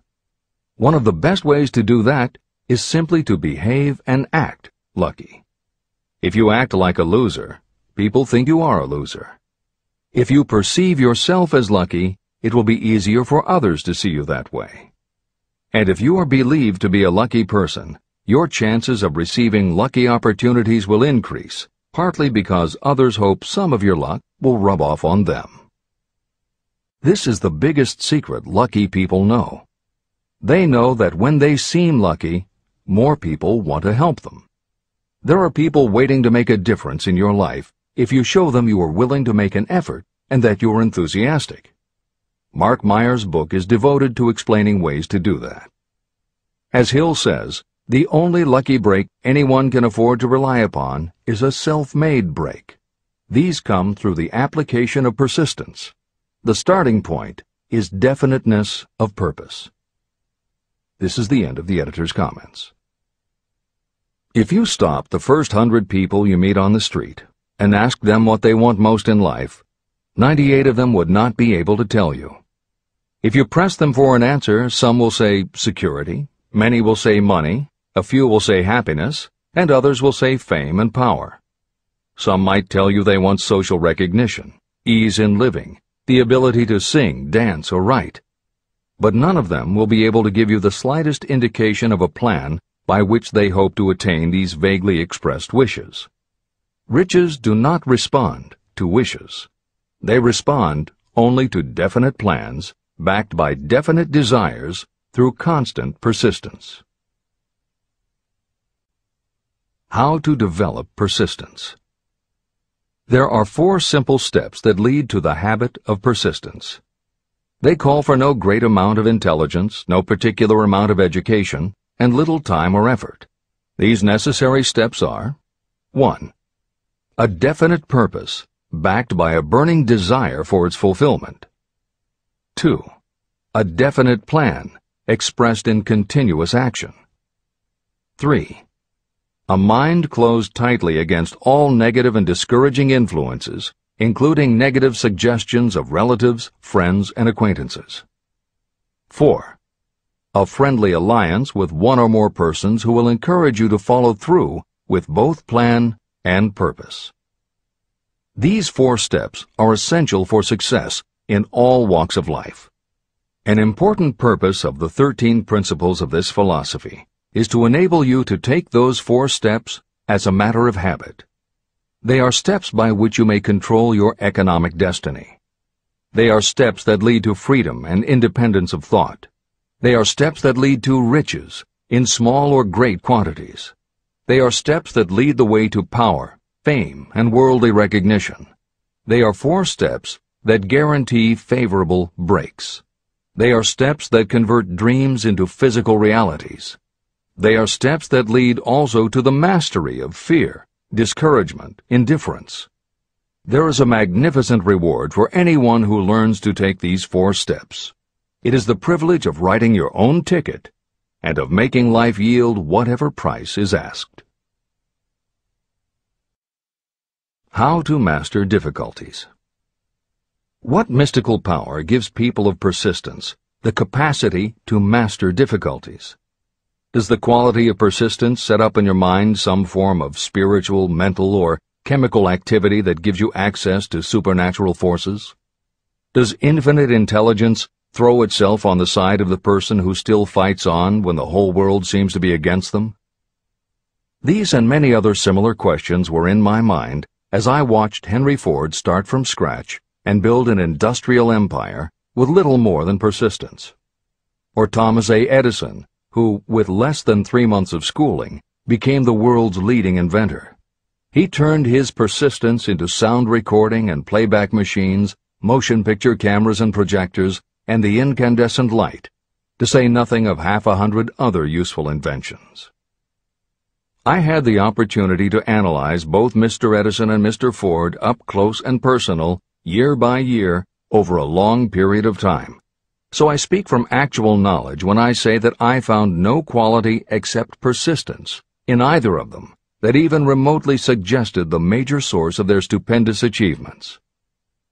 If you make an impartial study of the prophets, philosophers, and religious leaders of the past, you will come to the inevitable conclusion that persistence, concentration of effort, and definiteness of purpose were the major sources of their achievements.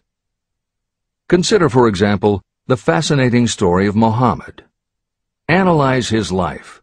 Compare him with men of achievement in this modern age of industry and finance, and observe how they all have one outstanding trait in common: persistence. If you want to understand more about the power of persistence and how it works, I strongly suggest that you read a biography of Muhammad. Editor's comments. At the beginning of the 21st century, There was an increased interest in Islam due to the attacks on the World Trade Center and the subsequent War on Terror. Consequently, the modern reader will have no difficulty finding a number of very good books about Muhammad. At the time that Hill was writing the first edition of Think and Grow Rich, one of the best biographies of Muhammad was written by Esad Bey, who was born in Baku, Azerbaijan, the son of a Jewish businessman named Nusenbaum. Later, he changed his name when he converted to Islam. During the Russian Revolution, he fled his home for Berlin, where he lived until the rise of Hitler again forced him to move, first to Austria and then finally to Italy. It is believed by some that this man, known as Esad Bey, also wrote under another pen name, Kurban Said, and was in fact the author of the acclaimed Azerbaijani novel, Ali and Nino. That Napoleon Hill was very impressed with this particular biography of Muhammad is clear from his recommendation, which follows. I strongly suggest that you read a biography of Muhammad, especially the one by Esad Bey.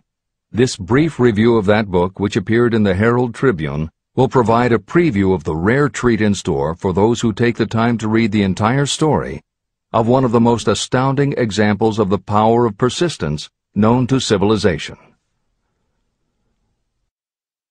The Last Great Prophet. Reviewed by Thomas Sugrue. Muhammad was a prophet, but he never performed a miracle. He was not a mystic. He had no formal schooling. He did not begin his mission until he was 40. When he announced that he was the messenger of God, bringing word of the true religion, he was ridiculed and labeled a lunatic. Children tripped him, and women threw filth upon him. He was banished from his native city, Mecca, and his followers were stripped of their worldly goods and sent into the desert after him. When he had been preaching 10 years, he had nothing to show for it but banishment, poverty, and ridicule. Yet before another 10 years had passed, he was dictator of all Arabia, ruler of Mecca, and the head of a new world religion which was to sweep to the Danube and the Pyrenees before exhausting the impetus he gave it. That impetus was threefold: the power of words, the efficacy of prayer, and man's kinship with God. His career never made sense. Muhammad was born to impoverished members of a leading family of Mecca. Because Mecca, the crossroads of the world, home of the magic stone called the Kaaba, great city of trade and the center of trade routes, was unsanitary, its children were sent to be raised in the desert by Bedouins. Muhammad was thus nurtured, drawing strength and health from the milk of nomad, vicarious mothers. He tended sheep and soon hired out to a rich widow as leader of her caravans. He traveled to all parts of the Eastern world, talked with many men of diverse beliefs, and observed the decline of Christianity into warring sects. When he was 28, Khadijah, the widow, looked upon him with favor and married him. Her father would have objected to such a marriage, so she got him drunk and held him up while he gave the paternal blessing. For the next 12 years, Muhammad lived as a rich and respected and very shrewd trader. Then he took to wandering in the desert, and one day he returned with the first verse of the Koran and told Khadijah that the archangel Gabriel had appeared to him and said that he was to be the messenger of God. The Koran, the revealed word of God, was the closest thing to a miracle in Muhammad's life. He had not been a poet. He had no gift of words. Yet the verses of the Koran, as he received them and recited them to the faithful, were better than any verses which the professional poets of the tribes could produce. This, to the Arabs, was a miracle. To them, the gift of words was the greatest gift. The poet was all-powerful. In addition, the Koran said that all men were equal before God, that the world should be a democratic state, Islam. It was this political heresy, plus Muhammad's desire to destroy all the 360 idols in the courtyard of the Kaaba, which brought about his banishment. The idols brought the desert tribes to Mecca, and that meant trade. So the businessmen of Mecca, the capitalists, of which he had been one, set upon Muhammad. Then he retreated to the desert and demanded sovereignty over the world. The rise of Islam began. Out of the desert came a flame which would not be extinguished. A democratic army, fighting as a unit and prepared to die without wincing. Muhammad had invited the Jews and Christians to join him, for he was not building a new religion. He was calling all who believed in one God to join in a single faith. If the Jews and Christians had accepted his invitation, Islam would have conquered the world. They didn't.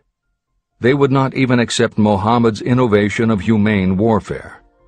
When the armies of the Prophet entered Jerusalem, not a single person was killed because of his faith. When the Crusaders entered the city, centuries later, not a Muslim man, woman, or child was spared. But the Christians did accept one Muslim idea, the place of learning, the university.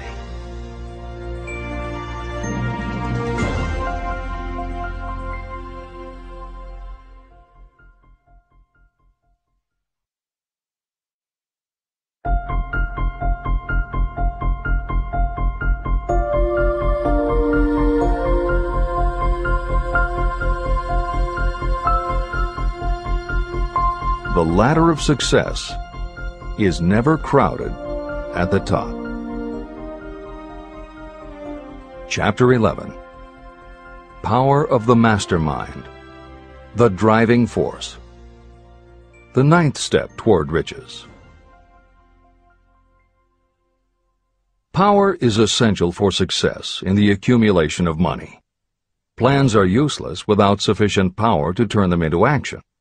This chapter will describe the method by which an individual may attain and apply power. Power may be defined as organized and intelligently directed knowledge.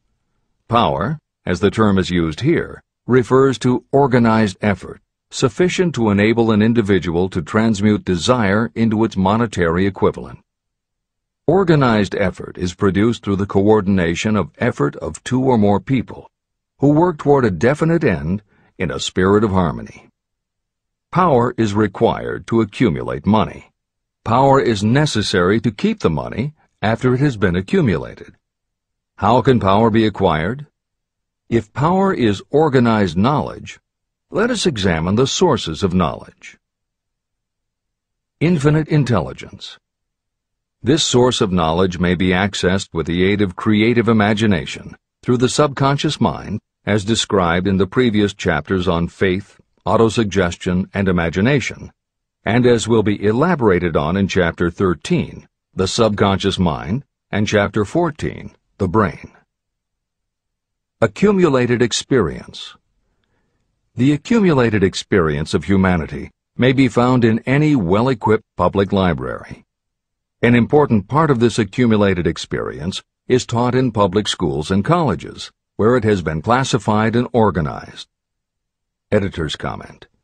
The computer revolution and the Internet have had a profound effect upon the quantity of information available and on the ease of access and ability to organize that information. This is the end of the editor's comment. Experiment and research. In the field of science, and in practically every other walk of life, people are gathering, classifying, and organizing new facts daily. This is the source to which you must turn when knowledge is not available through accumulated experience. Here, too, the creative imagination must often be used. Editor's comment.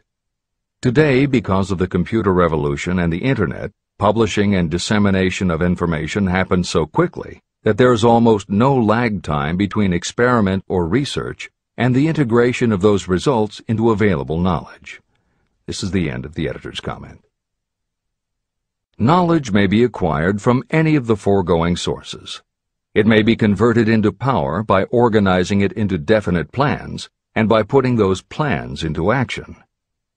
If you examine the three sources of knowledge, you will see how difficult it would be if you had to depend upon just your own efforts to assemble all the knowledge you need and turn it into definite plans of action. If your plans are big and comprehensive, generally you will have to get others to cooperate with you if you are going to organize your knowledge so that you can turn your plans into power. Gaining power through the mastermind. The mastermind may be defined as Coordination of knowledge and effort in a spirit of harmony between two or more people for the attainment of a definite purpose. No individual may have great power without utilizing the mastermind. In Chapter 8, Organized Planning, I commented on how to create plans for translating desire into its monetary equivalent. If you carry out these instructions with persistence and intelligence, and use discrimination in choosing your mastermind group, your objective will have been halfway reached even before you begin to recognize it. Editor's comments. In the following section, Hill describes the two kinds of power that an individual can access by assembling a mastermind alliance and working with that group. The first kind of power that he mentions is economic power, which needs no comment from the editors. However, to describe the second kind of power, for want of a better term, Hill uses the term psychic. Because this word has taken on connotations that Hill never intended, this concept deserves clarification before you read on. As is obvious throughout this book, Napoleon Hill was a very practical man. His use of the word psychic in this chapter has nothing to do with seances, fortune-telling, magic, or any other aspect of the paranormal. The word psychic is defined as of or pertaining to the human mind, and Hill uses the term to describe something pertaining to the mind that everyone reading this book has experienced. It is that feeling you get when you are working together with other people. Everyone is very focused on the same goal, and it is going so well that you seem to be in tune with each other. When that happens, you not only work well with the others, but your own work and ideas also seem to be operating on a higher and better plane than usual. This is the end of the editor's comments. So you may better understand the potential power available to you through a properly chosen mastermind group, I will explain the two characteristics of the mastermind principle. One kind of power is economic, and the other psychic. Economic power. The economic feature is obvious. Economic advantages may be created by any person who surrounds himself with the advice, counsel, and personal cooperation of a group of people who are willing to lend him or her wholehearted aid in a spirit of perfect harmony. This form of cooperative alliance has been the basis of nearly every great fortune. Your understanding of this great truth may definitely determine your financial status. Psychic power. What I refer to as the psychic phase of the mastermind principle is a little more difficult to comprehend. You'll get a better sense of the meaning from this statement.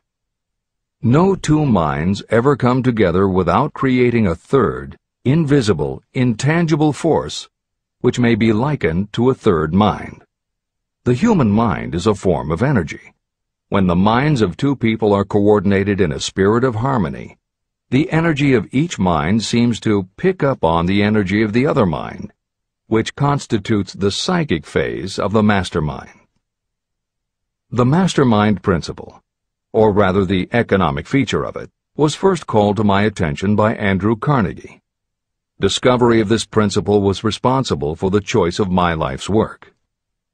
Mr. Carnegie's mastermind group consisted of a staff of approximately 50 people with whom he surrounded himself for the purpose of manufacturing and marketing steel. He knew little of the technical side of the steel business. His strength was his ability to get others to work together in perfect harmony toward achieving a common goal. Carnegie attributed his entire fortune to the power he accumulated through this mastermind alliance. If you analyze the record of anyone who has accumulated a great fortune, and many of those who have accumulated modest fortunes, you will find that they have either consciously or unconsciously employed the mastermind principle. Great power can be accumulated through no other principle. How to multiply your brain power. The human brain may be compared to an electric battery. It is a fact that a group of batteries will provide more energy than a single battery. It is also a fact that the amount of energy provided by each individual battery depends upon the number and capacity of the cells it contains. The brain functions in a similar fashion. Some brains are more efficient than others. A group of brains coordinated or connected in a spirit of harmony will provide more thought energy than a single brain, just as a group of electric batteries will provide more energy than a single battery. Through this metaphor, you can see that the mastermind principle holds the secret of the power wielded by those who surround themselves with others of great brain power. The following will further define the so-called psychic phase of the mastermind principle. When a group of individual minds are coordinated and function in harmony, the increased energy created through that alliance becomes available to every individual mind in the group. Henry Ford began his business career under the handicap of poverty, illiteracy, and ignorance. Within the inconceivably short period of 10 years, Mr. Ford mastered these 3 handicaps, and within 25 years, he made himself one of the richest men in America. How did he do it? Here is an important clue. Mr. Ford's most rapid strides became noticeable from the time he became a personal friend of the famed inventor Thomas A. Edison. In the story of Ford's success, this is just the first indication of what the influence of one mind upon another can accomplish. Follow his story further, and you will have even more evidence that power may be produced through friendly alliance of minds. It is a fact that Mr. Ford's most outstanding achievements became even more pronounced later, after he formed the acquaintances of Harvey Firestone, John Burroughs, and Luther Burbank, each a man of great mental capacity. People take on the nature and the habits and the power of thought of those with whom they associate in a spirit of sympathy and harmony. Through his association with Edison, Burbank, Burroughs, and Firestone, Mr. Ford added to his own brain power the intelligence, experience, knowledge, and spiritual forces of these 4 men. Henry Ford used the mastermind principle in exactly the way it is described in this book. This principle is available to you. I have already mentioned Mahatma Gandhi. Let me review the method by which he attained his stupendous power. It may be explained in a few words. He came by power through inducing over 200 million people to coordinate with mind and body in a spirit of harmony for a definite purpose. In brief, Gandhi accomplished a miracle. For it is a miracle when 200 million people can be induced, not forced, to cooperate in a spirit of harmony.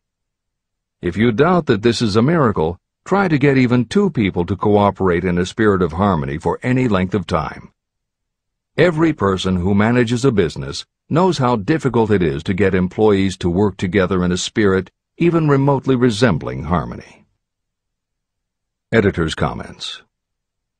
The first step in putting together your mastermind alliance is to clearly know your desire. Your desire will tell you what you need.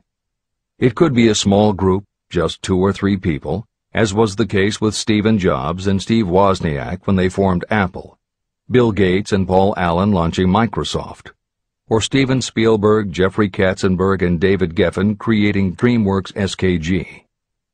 Or it could be a large group, such as the Mastermind Alliance of 30 regional directors of Century 21 Real Estate, which founder Arthur Bartlett firmly believes was essential to the company's success. Napoleon Hill suggests that in most cases it should be a dozen people or less, and generally the smaller the better. Choosing the people means finding those who not only share your vision, but who will also share their ideas, information, and contacts with you. They will let you use the full strength of their experience, training, and knowledge as if it were your own, and they will do it in a spirit of perfect harmony. The question that immediately comes to every reader's mind is, where do I find people who will help me to that degree? Napoleon Hill cannot answer that question for you, but he does tell you what to look for. Where you look is up to you. And if you really do have the desire to succeed, you will start looking and you won't give up until you find the right people. Napoleon Hill's description of the mastermind that appears below is augmented with additional material from articles and speeches he wrote after the publication of Think and Grow Rich. These were compiled for publication by Hill's friend, mentor, and business associate, W. Clement Stone, and appear in two books, Napoleon Hill's Keys to Success and Believe and Achieve. This is the end of the editor's comments. Finding your mastermind members. Ally yourself with a group of as many people as you may need in order to assemble a mastermind that will assist you in creating and carrying out your plan or plans for the accumulation of money. Compliance with this instruction is absolutely essential. Choose to associate with people who share common values, goals, and interests, yet who each have a strong desire to contribute to the overall effort. Trial and error will be part of the process, but there are two qualities to keep foremost in your mind. The first is ability to do the job. Do not select people for your alliance merely because you know them and like them. Such people are valuable to you because they improve the quality of your life, but they are not necessarily suited to a mastermind alliance. Your best friend may not be the most knowledgeable marketing professional, but perhaps he or she can introduce you to someone who is. The second quality is the ability to work in a spirit of harmony with others. There must be a complete meeting of minds without any reservations. Personal ambition must be subordinate to the achievement of the purpose of the alliance. This includes your own. You must also insist upon confidentiality. Some people can give away an idea simply because they love to talk. You don't need them in your group. Attune yourself to every member of the group. Try to imagine how you would react in a given situation if you were in his or her shoes. Pay attention to body language.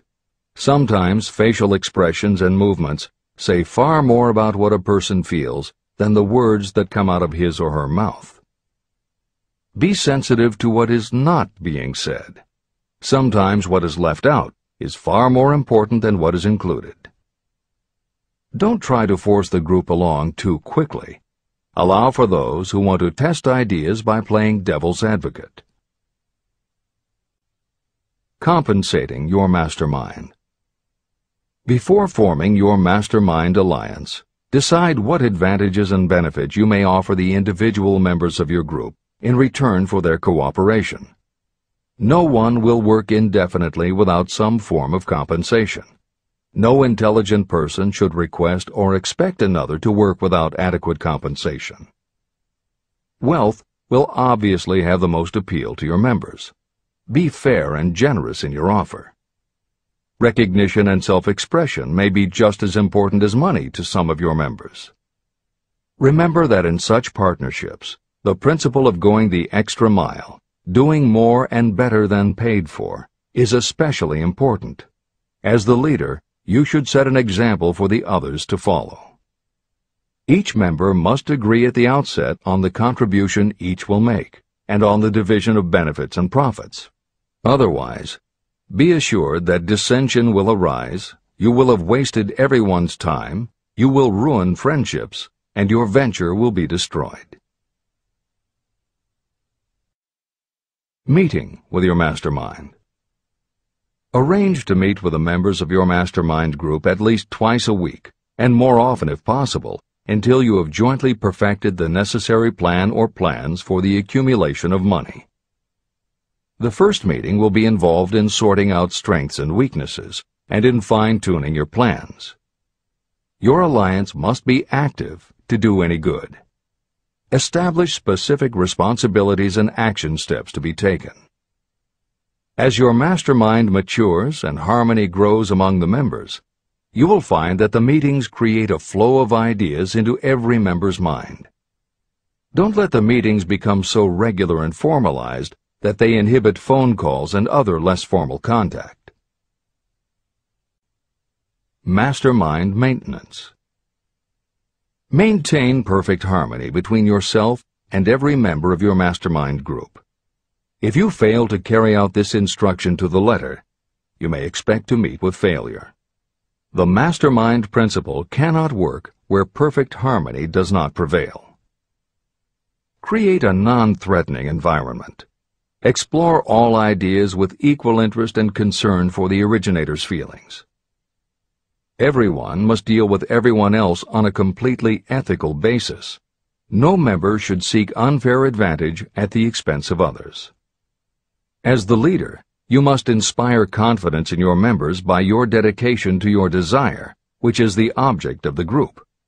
The members must know with certainty that you are reliable, trustworthy, and loyal. When you are finally ready to present the results of your efforts to investors, buyers, or the public, you may face your greatest leadership challenge in maintaining the harmony of your mastermind. The group's efforts will now be judged by outsiders, and facing judgment takes courage and persistence. The courage of separate individuals is nothing compared with that of a united team. The more you are able to maintain harmony, the greater the power, and the greater the power, the more resistance you can overcome. Marriage and the mastermind. A mastermind alliance with the person you love most deeply is of untold importance. If you are married and have not built your relationship on the same principles of harmony that are crucial to any alliance, you may have some reselling to do with your spouse.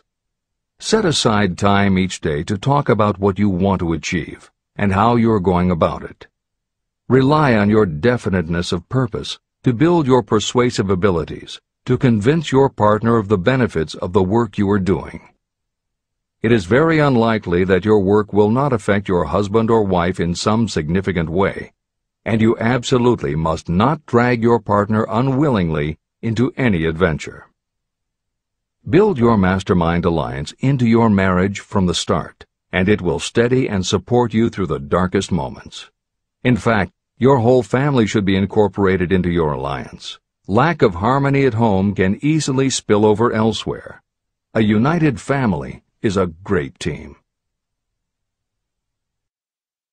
The Mastermind and Infinite Intelligence. The list of sources from which you can get power is headed by infinite intelligence.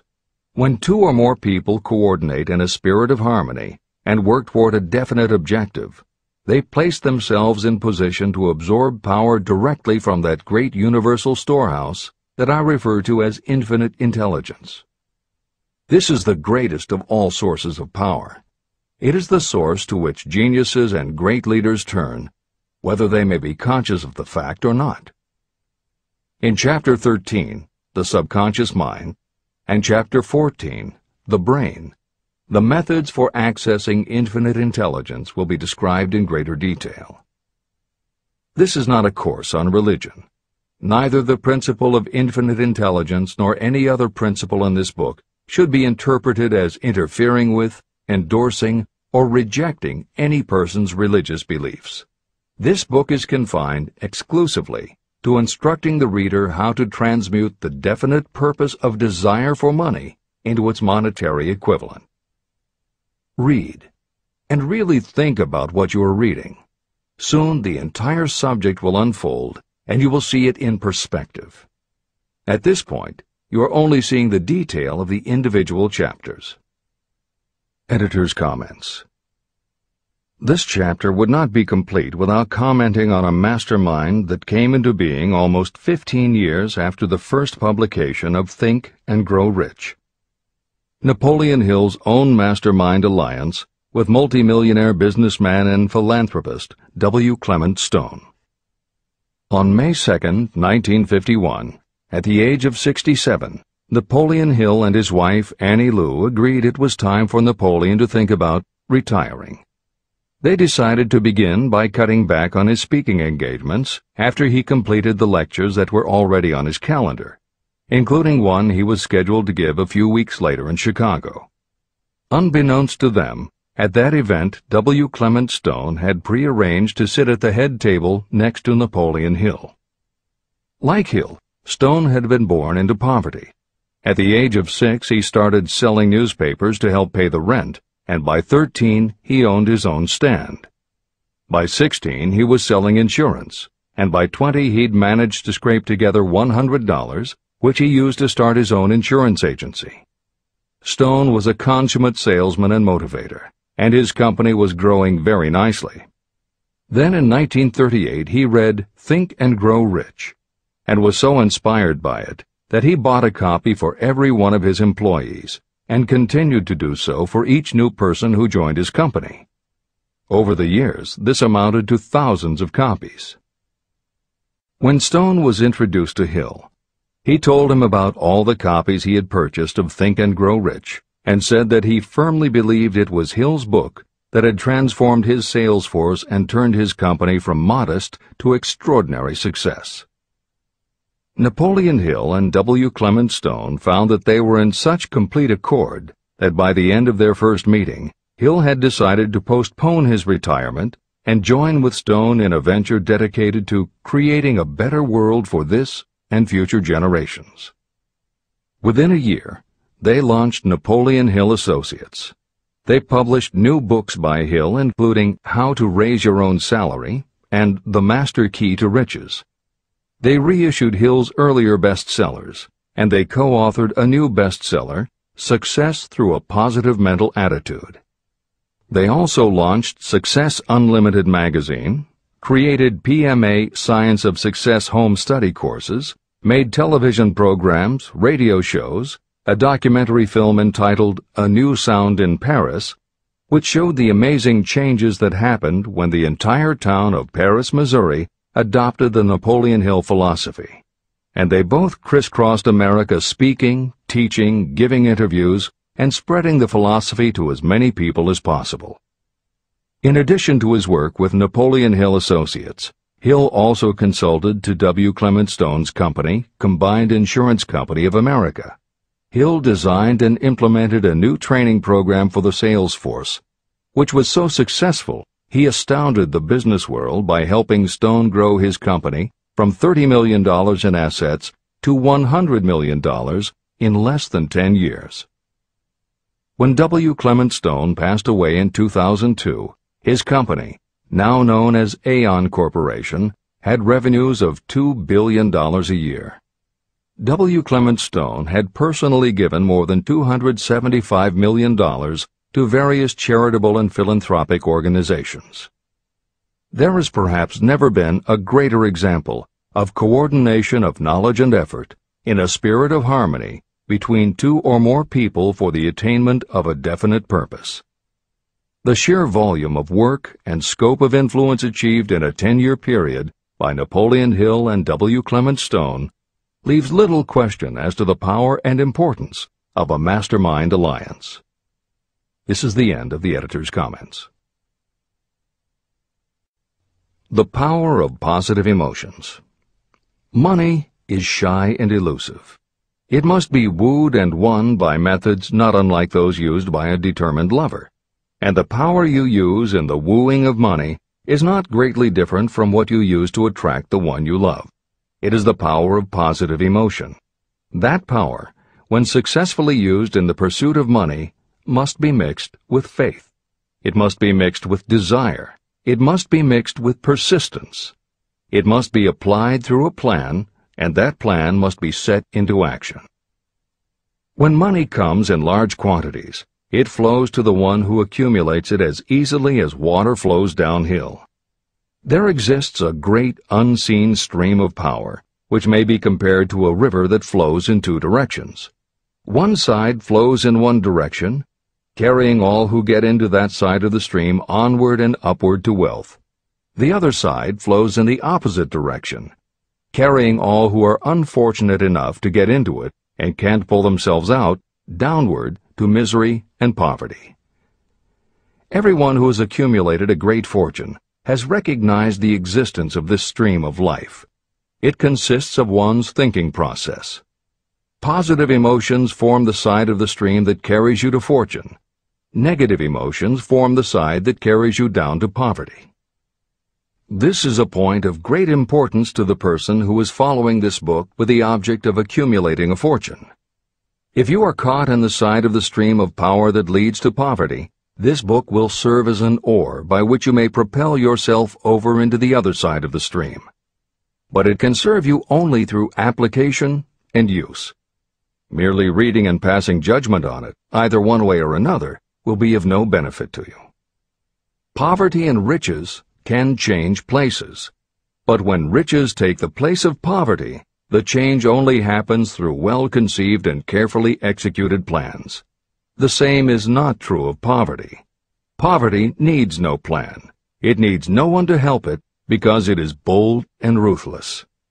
Riches are shy and timid. They have to be attracted. More gold has been mined from the thoughts of men than has ever been taken from the earth. Chapter 12. Sexuality, Charisma, and Creativity.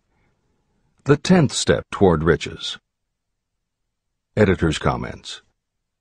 What motivates human beings is the subject of continuing scientific research and philosophical debate. There is general agreement that the prime motivators are the basic human needs for food and water, shelter and clothing, and safety. Beyond these basic life-sustaining needs, however, there are other factors that motivate people to action.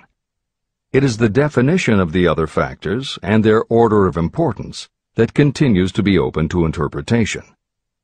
Perhaps the most widely known theory is psychologist Abraham Maslow's hierarchy of human needs, which lists 8 levels of motivational forces, starting with the basic physiological and safety needs, then ascends through belonging and love, esteem, understanding, aesthetics, self-actualization, and transcendence.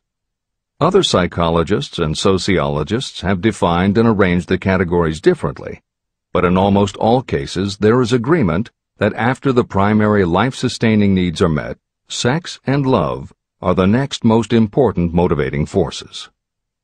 Napoleon Hill also compiled a hierarchy of what he referred to as mind stimuli. Like Maslow and other researchers, Hill identified sex and love as the most powerful non-life-sustaining factors in human motivation, but his focus was not on sex and love as they pertain to procreation. Hill was intrigued by the theory that if sex and love are such powerful forces in driving humans to action, there might be a correlation to outstanding achievement or material success. And if such a relationship exists, can the motivating force be intentionally channeled to this purpose? In the original edition of the following chapter, Hill used terms such as sex emotion and sex energy in his analysis of these motivating forces as they relate to attitude and personality. In this context, the use of the word sex was not meant to have the physical connotation that it often has today. Today these concepts would be conveyed by words such as sexuality, passion, or charisma. In this edition, where appropriate, the editors have opted for the modern usage of these and similar terms. This is the end of the editor's comments. Charisma. The world is ruled, and the destiny of civilization is established by the human emotions. People are influenced more by feelings than by reason. Your creativity is set into action entirely by emotions, and not by cold reason. The human mind responds to stimuli, through which it may be keyed up in such a way that it takes on characteristics such as enthusiasm, creative imagination, and intense desire. The stimuli to which the mind responds most freely are 1. The desire for sexual expression, 2. Love, 3. A burning desire for fame, power, or financial gain, money, 4. Music, 5. Close friendship and or admiration, 6. A mastermind alliance based upon the harmony of 2 or more people who ally themselves for advancement, 7. Mutual suffering, such as that experienced by people who are persecuted, 8. Autosuggestion, 9. Fear, 10. Alcohol and drugs. The desire for sexual expression comes at the head of the list of stimuli that step up the mind and start the wheels of physical action. The emotions associated with a human sexual drive bring into being a state of mind. When motivated by this desire, people often show courage, willpower, persistence, imagination, and creative ability that they don't normally have. So strong and impelling is the desire for sexual expression that people freely run the risk of life and reputation because of it. A river may be dammed and its water controlled for a time, but eventually it will force an outlet. The same is true of the emotions related to sexual expression. It may be submerged and controlled for a time, but its very nature causes it to be ever-seeking means of expression. The desire for sexual expression is inborn and natural. The desire cannot and should not be submerged or eliminated, but it can be given other outlets that enrich the body, mind, and spirit. When harnessed and redirected, this motivating force has been used as a powerful creative force in literature, art, and other pursuits, including the accumulation of riches. A teacher who has trained more than 30,000 salespeople came to the conclusion that individuals who are most confident sexually are the most efficient salespeople. The explanation is that the factor of personality known as personal magnetism is a manifestation of sexual energy. Editor's comments. There have been numerous psychological and sociological studies about the relationship between sexuality and success that tend to support Hill's observation. Because physical characteristics are the most quantifiable aspects of sexuality, most research studies focus on gender, attractiveness, body size, and age, and they measure indicators such as first impressions, expectation of performance, perception of performance, and social interaction. These studies generally conclude that when comparing individuals of equal competence, for men, the perception is that taller men will do better than short, a full head of hair will outperform balding, handsome or virile will beat out plain or older. For women, the results are comparable. The perception is that attractive performs better than plain, slim or shapely scores higher than overweight, younger is expected to be superior to older. These observations about physical sexuality may seem obvious, but they lead to a conclusion that is very significant. Obviously, not all people who succeed are tall and virile or attractive and shapely. It is also a fact that the success of those who are short, balding, plump, or plain isn't always due to superior skill or luck. Clearly, there is another kind of attractiveness that often supersedes physical appeal. This other kind of attractiveness is connected to human sexuality, but it is not what would usually be referred to as sexy. People who have this quality are often said to have chemistry, personality, charm, or appeal. Hill called this kind of attraction personal magnetism.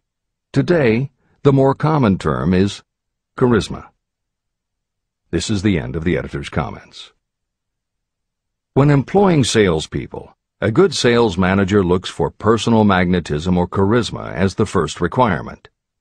People who lack this kind of sexual energy will never become enthusiastic, nor inspire others with enthusiasm. And enthusiasm is one of the most important requisites in salesmanship, no matter what you're selling. The public speaker, preacher, lawyer, or salesperson who is lacking in charisma is a flop as far as being able to influence others is concerned. That, plus the fact that most people are influenced through an appeal to their emotions, should easily convince you of the importance of charisma as a part of the salesperson's ability. Master salespeople attain mastery in selling because they either consciously or unconsciously transmute charisma, sexual energy, into sales enthusiasm. That statement explains the actual, practical meaning of sexual transmutation.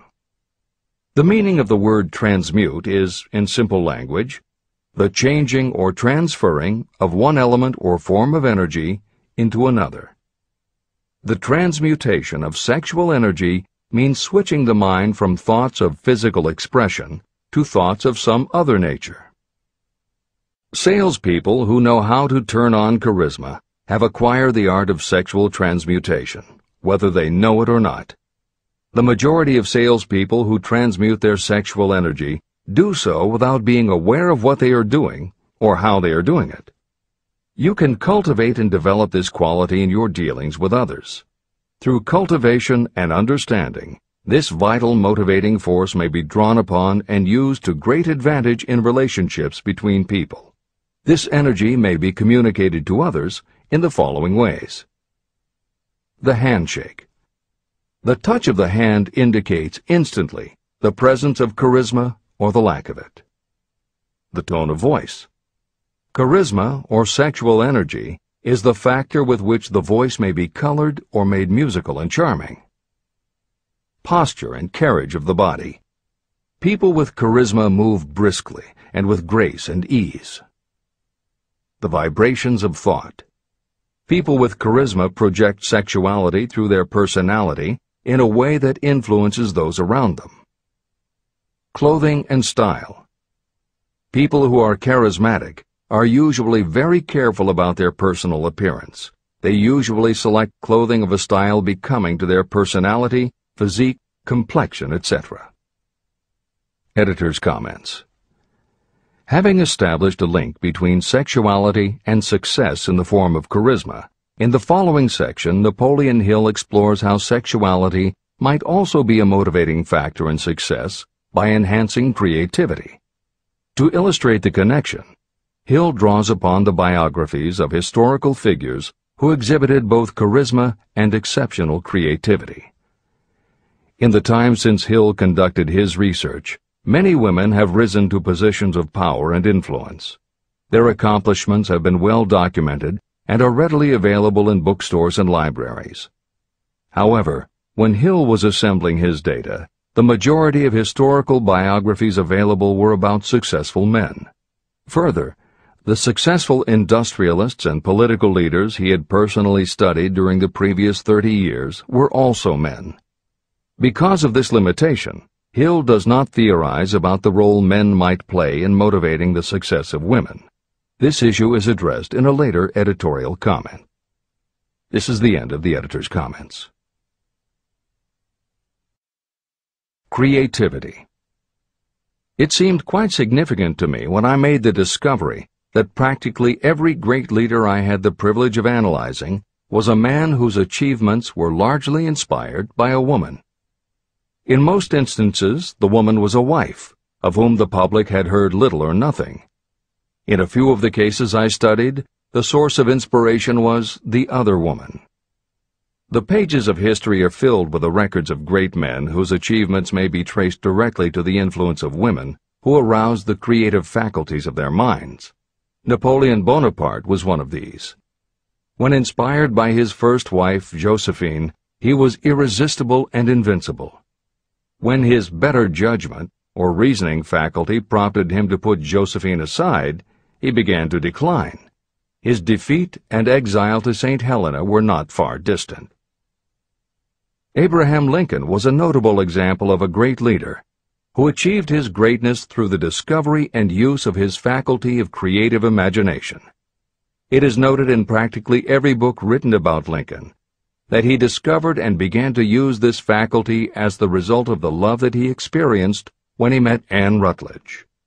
This is more than an interesting historical fact. It is of significance in connection with the role sexuality plays in the study of the source of genius. Following is a list of famous men of outstanding achievement: George Washington, Napoleon Bonaparte, William Shakespeare, Abraham Lincoln, Ralph Waldo Emerson, Robert Burns, Thomas Jefferson, Elbert Hubbard, Elbert H. Gary, Woodrow Wilson, John H. Patterson, Andrew Jackson, Enrico Caruso. Wherever there was evidence available in connection with the lives of these men of achievement, it indicated most convincingly that each possessed a highly developed sexual nature. An analysis of the information taken from biographies and historical writings leads to the following conclusions. 1. Those of greatest achievement have a highly developed sexual nature, but have learned the art of transmutation of sexual energy. 2. Those who have accumulated great fortunes and achieved outstanding recognition in literature, art, industry, architecture, and the professions were motivated by the influence of a mate or lover. When driven by these emotions, people become gifted with a superpower for action. If you understand this, you will also understand that sexual transmutation contains the secret of creative ability. Editor's comments. As noted previously, although Hill's analysis focused on men, today there is a wide range of biographies about women who have succeeded in every aspect of life, including business, politics, religion, sports, entertainment, and the arts. Bearing in mind that biographical information is always subjective, the reader can now find ample material from which to draw a conclusion as to whether Hill's theory about sexuality as a motivating force is equally evident in women.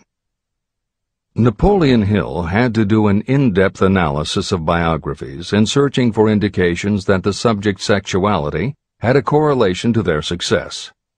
Today, we just turn on the television, and we're inundated with intimate details about both men and women suggesting that the best and the brightest are apparently also the sexiest. Although scandals aren't usually cited as scientific proof, the exposés of some of the biggest entertainment and sports stars, high-profile CEOs of major companies, numerous politicians, and even a few presidents, all make at least a common-sense case for Hill's theory about the correlation between sexuality and success. This is the end of the editor's comments. Obviously, this does not mean that everyone who is highly sexed is a genius. People attain the status of a genius only when and if they stimulate their minds so that they can draw upon the forces available through the creative faculty of the imagination. Although it is the most important of the stimuli or motivators, the mere possession of sexual energy is not sufficient to produce a genius. The energy must be transmuted from desire for physical contact into some other form of desire and action before it will lift one to the status of a genius.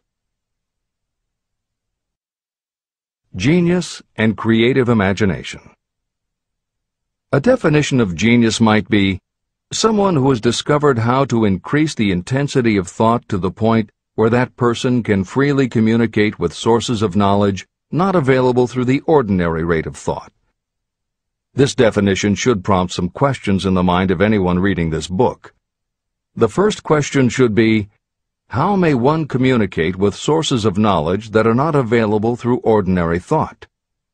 The next question should be, are there known sources of knowledge that are available only to geniuses, and if so, what are these sources and exactly how may they be reached? In the following, I will offer methods so that you can experiment and prove to yourself that this is true. By doing so, you will have the answer to both questions. Editor's comment. Humans perceive things through the 5 senses of sight, smell, taste, hearing, and touch. Another kind of perception, as when you have a feeling about something, was discussed in the chapters on desire, faith, and autosuggestion.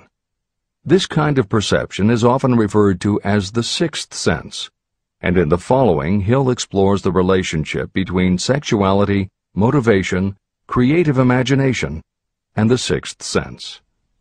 This is the end of the editor's comment. The reality of a 6th sense has been fairly well established. This 6th sense is creative imagination. The faculty of creative imagination is something the majority of people never use during an entire lifetime, and if they do use it, it usually happens by mere accident. Only a small number of people deliberately use their creative imagination for a specific purpose. Those who do use this faculty voluntarily and with understanding of its functions are geniuses. Creative imagination is the direct link between your finite mind and what I have termed infinite intelligence. All revelations and all discoveries of basic or new principles in the field of invention take place through the faculty of creative imagination. When ideas, concepts, or hunches flash into your mind, they can only have come from one or more of the following sources. 1. from the mind of some other person who has just released the thought, idea, or concept through conscious thought. 2.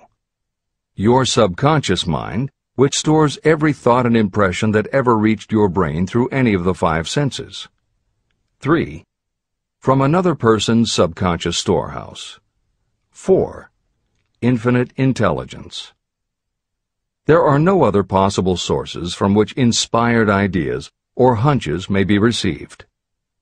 When brain action has been stimulated through one or more of the 10 mind stimulants listed at the beginning of this chapter, it has the effect of lifting you far above the horizon of ordinary thought.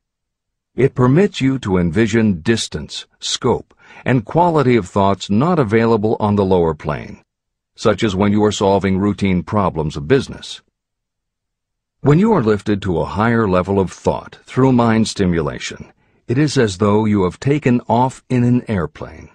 You can now see over and beyond the horizon that limits your vision when you are on the ground. Not only that, but while you are on this higher level of thought, you are not even aware of such things as the problems of gaining the 3 basic necessities of food, clothing, and shelter. You are in a world of thought in which the ordinary workaday thoughts have been removed, just as the hills and valleys that obstruct your vision on the ground don't interfere when you are in an airplane. While on this exalted plane of thought, the creative faculty of the mind is given freedom for action. The way has been cleared for the 6th sense to function. It becomes receptive to ideas that could not reach the individual under any other circumstances. The 6th sense is the faculty that marks the difference between a genius and an ordinary individual. Developing your creative imagination. A mind stimulant is any influence that will either temporarily or permanently increase the intensity of thought. The previously mentioned 10 major stimulants are those most commonly resorted to.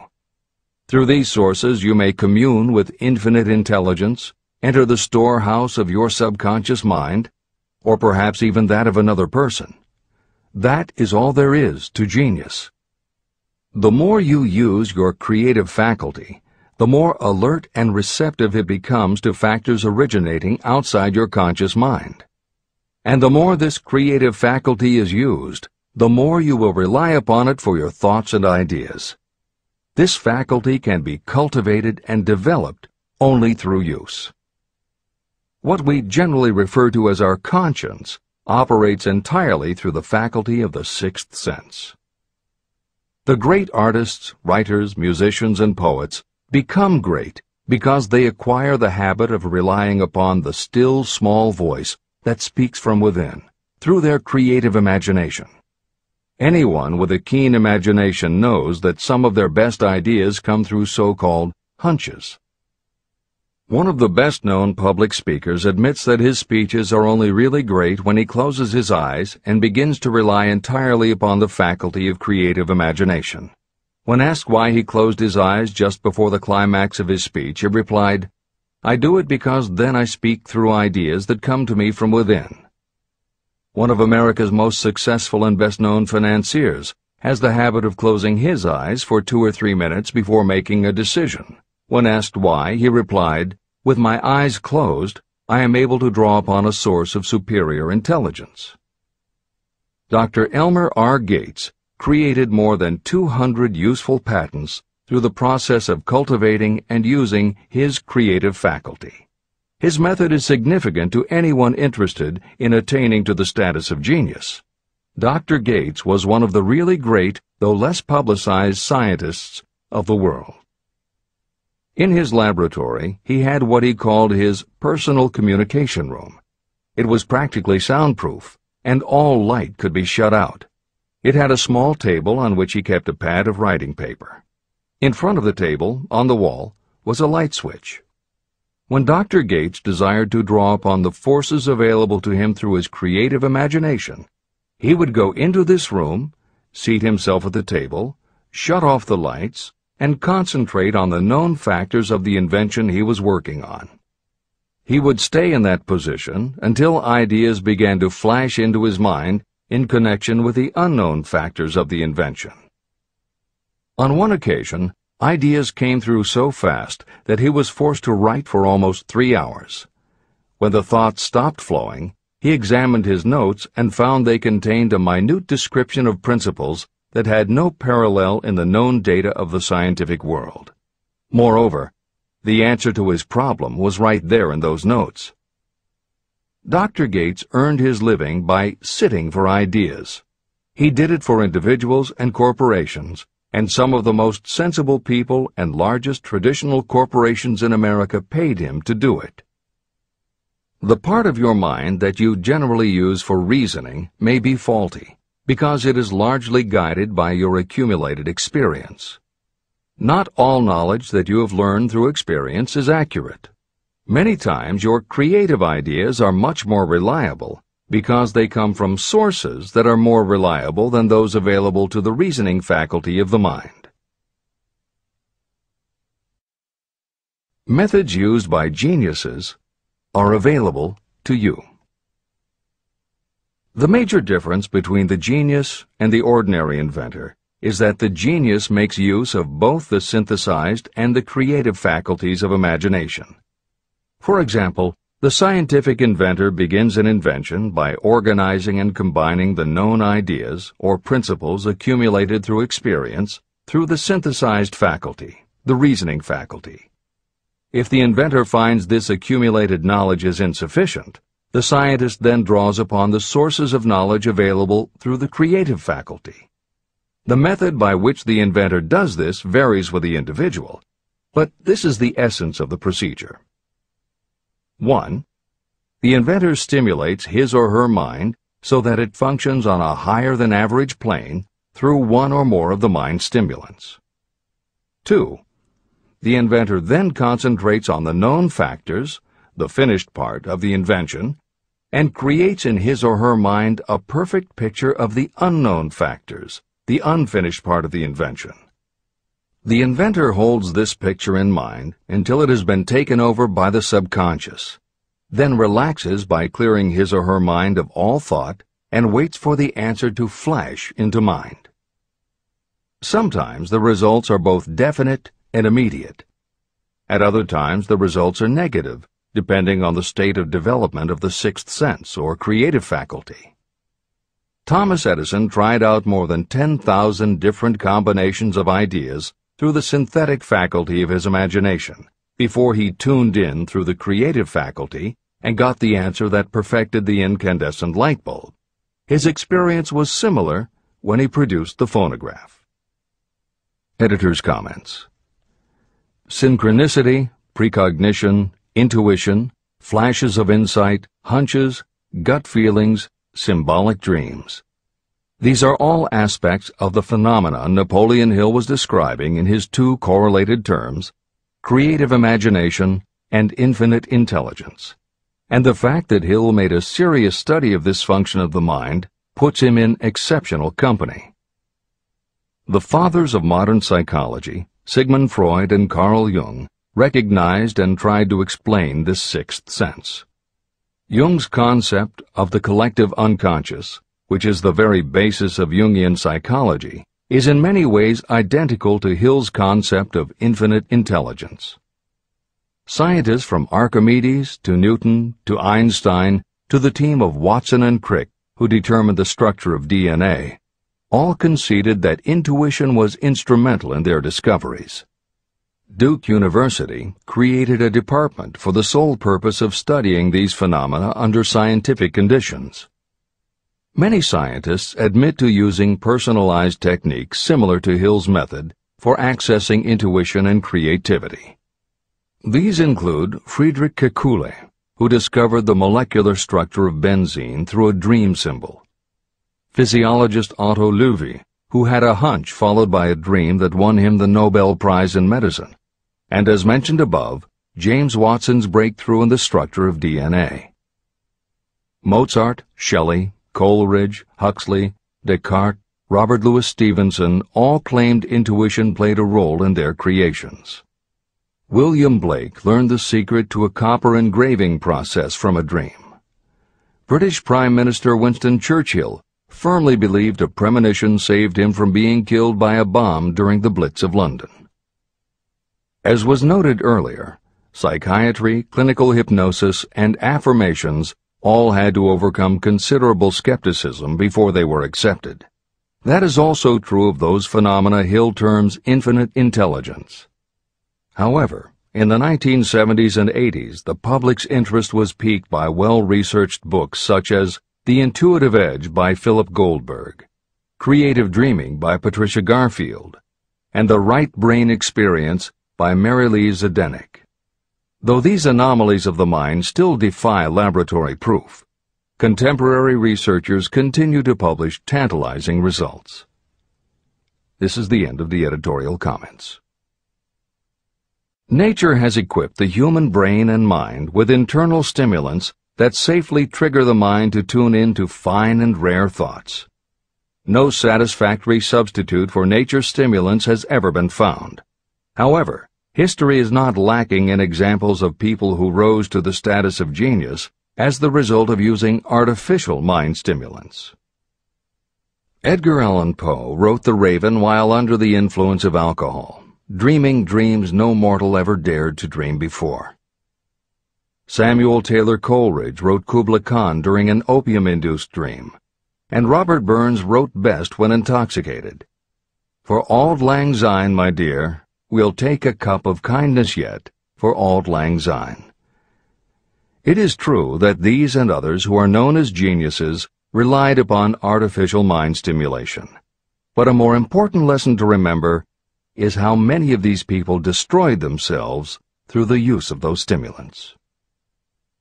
Editor's comments. In more contemporary terms, Hill's point about the dangers of artificial mind stimulants was never better made than it was in the television series Behind the Music, which began running on VH1 in the late 1990s.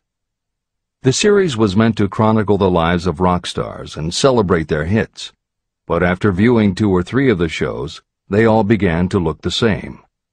Young singer and band have a hit record, make millions of dollars, plunge into the sex, drugs, and rock and roll lifestyle, everyone gets addicted, and they blow all of the money. By the end of the show, at least one band member overdoses, the band breaks up, the singer hits the skids, meets someone who inspires him or her to go into rehab, the ex-star makes an anti-drug TV spot and professes newfound faith and family values while announcing a comeback tour. Although the shows played like a bad parody of themselves, the fact that the stories were so similar, that so many talented singers and songwriters who depended on drugs ended up burning out, should be telling you something, especially if you don't just want to succeed, but want to keep and enjoy your success. This is the end of the editor's comments. Every intelligent person knows that stimulation in excess through alcohol or drugs is a destructive form of intemperance. For some, overindulgence in sexual expression may become just as destructive. A sexually obsessed person is not essentially different from a person addicted to drugs or alcohol. Both have lost control over their faculties of reason and willpower. Human sexuality is a mighty urge to action, but its forces are like a cyclone, almost impossible to completely control. When an individual is driven solely by emotions related to sexuality, that person may be capable of great achievement, but their actions are often disorganized and destructive. It is true that a person may pursue financial or business success by harnessing the driving force of sexual energy without self-control. But history is filled with evidence that such people likely have certain traits of character that rob them of the ability to either hold or enjoy their fortunes. Ignorance of this potential pitfall has cost thousands of people their happiness, even though they possessed riches. From my analysis of over 25,000 people, I found that those who succeed in an outstanding way often do not hit their stride until they are beyond the age of 40 or 50. This fact was so astounding that it prompted me to go into the study of its cause most carefully. My investigation disclosed that the major reason why many people do not succeed early in life is their tendency to dissipate their energies through overindulgence. The majority of people never learn that sexual energy has possibilities other than physical expression. And many of those who make this discovery only do so after having wasted many years during the time when their sexual energy was at its height. Most people come to the realization by accident, and many don't even know they have tapped into this power. They may recognize that their power of achievement has increased, but they have no idea what caused the change. They are just vaguely aware that nature begins to harmonize the emotions of love and sex, so that they may draw upon these great forces and apply them as stimuli to action. The importance of love. Love, romance, and sex are all emotions capable of driving people to heights of superachievement. When combined, these three emotions may lift you to an altitude of a genius. Every person who has been moved by genuine love knows that it leaves enduring traces upon the human heart. The effect of love endures, because love is spiritual in nature. Those who cannot be stimulated to great heights of achievement by love are hopeless. They are dead, though they may seem to live. If you believe you are unfortunate because you have loved and lost, you are wrong. One who is loved truly can never lose entirely. Love is whimsical and temperamental. It comes when it pleases and goes away without warning. Accept and enjoy it while it remains, but spend no time worrying about its departure. Worry will never bring it back. Dismiss the thought that love only comes once. Love may come and go times without number, but there are no two love experiences that affect you in just the same way. There may be one love experience that leaves a deeper imprint on the heart than all the others. But all love experiences are beneficial, except to the person who becomes resentful and cynical when love makes its departure. Even the memories of love can lift you and stimulate your mind. Go back into your yesterdays at times and bathe your mind in the beautiful memories of past love. It will soften your worries and give you a source of escape from the unpleasant realities of life. And maybe, during this temporary retreat into the world of fantasy, your subconscious mind will yield to you ideas or plans that may change the entire financial or spiritual status of your life. There should be no disappointment over love, and there would be none if people understood the difference between the emotions of love and sex. Love is an emotion of many shades and colors, but the most intense and burning of all is that experienced in the blending of the emotions of love and sex. Marriages or committed relationships that are not blessed with love properly balanced with sex cannot be happy ones, and seldom endure. Love alone will not bring happiness, nor will sex alone. Love is spiritual. Sex is biological. No experience that touches the human heart with a spiritual force can possibly be harmful, except through ignorance or jealousy. The presence of destructive emotions in the human mind may poison it in a way that destroys your sense of justice and fairness. Just as a chemist can take certain chemical elements, none of which are harmful in themselves, and by mixing them together create a deadly poison, in a similar manner the emotions of sex and jealousy, when mixed, may turn just as lethal. Love is the emotion that serves as a safety valve and brings balance, reason, and constructive effort. Love is, without question, life's greatest experience. It can bring you into communion with infinite intelligence. When love guides the emotions, it may lead you well on your way toward creative effort. The road to genius consists of the development, control, and use of sex, love, and romance. Briefly, the process may be stated as follows. Encourage the presence of the positive emotions as the dominating thoughts in your mind, and discourage all the destructive emotions. The mind is a creature of habit. It thrives on the dominating thoughts fed to it. Through your willpower, you may discourage the presence of any emotion and encourage the presence of any other. Control of your mind, through the power of your will, is not difficult. Control comes from persistence and habit. The secret of control lies in understanding the process of transmutation. When any negative emotion presents itself in your mind, it can be transmuted into a positive or constructive emotion by the simple procedure of changing your thoughts. There is no other road to genius than through voluntary self-effort. When the emotion of romance is added to those of love and sex, the obstructions between the finite mind and infinite intelligence are removed. Then, a genius has been born.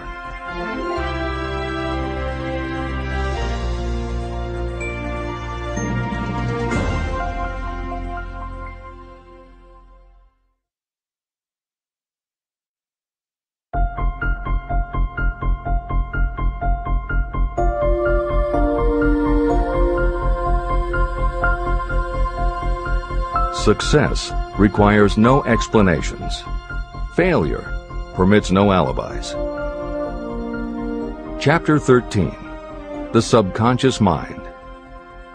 The Connecting Link. The 11th step toward riches.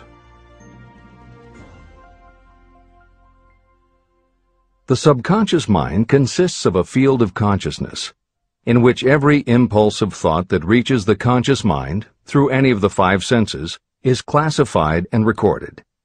The subconscious receives and files sense impressions or thoughts regardless of their nature. You can plant in your subconscious mind any plan, thought, or purpose that you desire to translate into its physical or monetary equivalent. Those desires that have been mixed with emotional feeling and faith in your ability are the ones that are strongest. Therefore, they are the first to which the subconscious responds. The subconscious mind works day and night, and in some way which is not fully understood, the subconscious seems able to draw upon the forces of infinite intelligence for the power to transmute your desires into their physical equivalent. And it does it in the most straightforward and practical way. You cannot entirely control your subconscious mind, but you can hand over to it any plan, desire, or purpose that you wish transformed into concrete form. Refer again to the instructions for using the subconscious mind in Chapter 5, Autosuggestion. Editor's comments. In the chapter on autosuggestion, the four primary methods for planting and reinforcing suggestions in your subconscious are: 1. The formulation and writing out of your desire. 2. The repetition of positive affirmations. 3. The creative visualization of your goal. And 4. By acting as though the goal is already yours. This is the end of the editor's comment. From my research, I have concluded that the subconscious mind is the connecting link between the finite mind of man and infinite intelligence. It is the intermediary through which you may draw upon the forces of infinite intelligence. From my research, I have concluded that the subconscious mind is the connecting link between the finite mind of man and infinite intelligence. It is the intermediary through which you may draw upon the forces of infinite intelligence. Only the subconscious mind contains the process by which mental impulses, thoughts, are modified and changed into their spiritual, energy, equivalent. It alone is the medium through which prayer, desire, may be transmitted to the source capable of answering prayer, infinite intelligence. How to energize your subconscious mind for creative effort. The possibilities of what you can do when you connect creative effort with the subconscious mind are stupendous. They inspire me with awe. I never approached the discussion of the subconscious mind without a feeling of littleness and inferiority, due to the fact that man's entire stock of knowledge on this subject is so pitifully limited. First, you must accept as a reality the existence of the subconscious mind and what it can do for you. This will enable you to understand its possibilities as a medium for transmuting your desires into their physical or monetary equivalent. And then, you will comprehend the full significance of the instructions given in Chapter 3, Desire. You will also understand the importance of making your desires clear and putting them in writing. You will understand as well the necessity of persistence in carrying out instructions. The 13 principles that are the basis of this book are the stimuli with which you acquire the ability to reach and to influence your subconscious mind. Do not become discouraged if you cannot do this on your first attempt. Remember that the subconscious mind can be directed only through habit. You have not yet had time to master faith. Be patient. Be persistent. Editor's comments. There are two aspects to Hill's theory of the subconscious mind. There are two aspects to Hill's theory of the subconscious mind. One is the concept of the subconscious as the storehouse of all information and thoughts that you have ever experienced. The second is the concept of the subconscious as the gateway to infinite intelligence. In this chapter, Hill focuses primarily on the subconscious as a storehouse.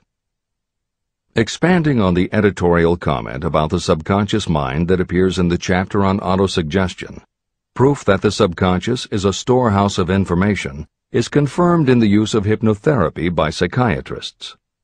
Through hypnosis, psychiatrists are able to help patients open the door to their subconscious so that they can retrieve information about traumatic situations that have been filtered out or repressed by the conscious mind. Further proof is in the use of hypnosis by law enforcement officials to recapture information such as license plate numbers and other details that the conscious mind of a witness has filtered out. Although results vary from person to person, there is no doubt that the subconscious has access to information that the conscious mind does not. This storehouse aspect of the subconscious is what accounts for some ideas that come to us through creative imagination. In some instances, bits of information and ideas that our conscious mind has forgotten will connect with each other on a subconscious level to create a new idea, and that idea will be received by our creative intelligence, which presents it to us as a flash of inspiration. You can't completely control this process, but you can condition yourself to come up with more and better ideas. It is a fact that a traumatic experience, the result of which creates a strongly planted idea, can influence the way a person thinks and acts. If that is true, then by intentionally using all of your efforts to powerfully plant an idea in your subconscious, you should be able to create what would amount to a good traumatic experience that will influence the way you think and act in a positive way. This is exactly how you develop what Hill calls a money consciousness. If you do everything within your power to strongly, firmly, and with complete faith and conviction plant the idea that you will be successful and achieve your desire, your subconscious will accept and store that idea.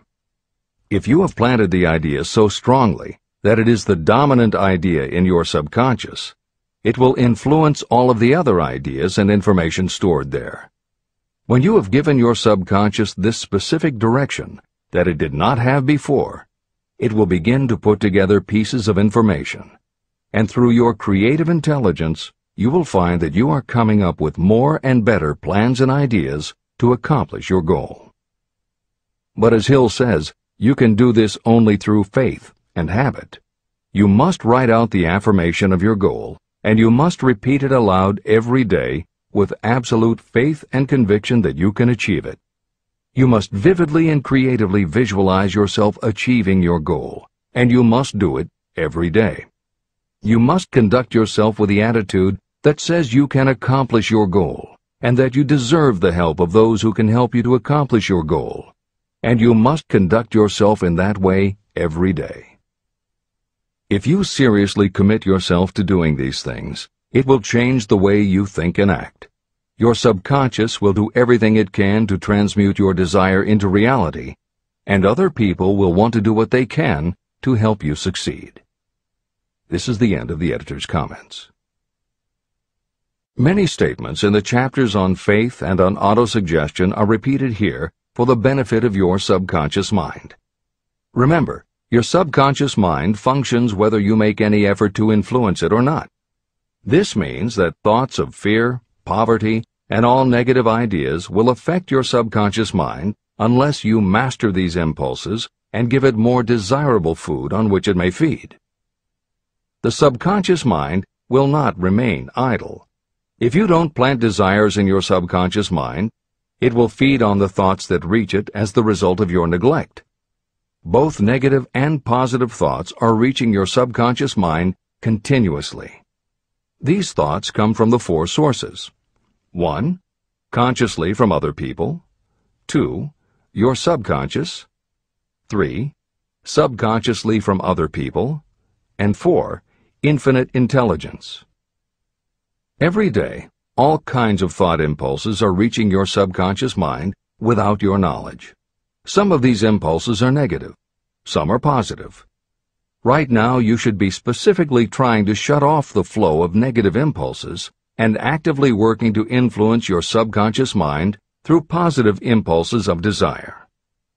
When you achieve this, you will possess the key that unlocks the door to your subconscious mind.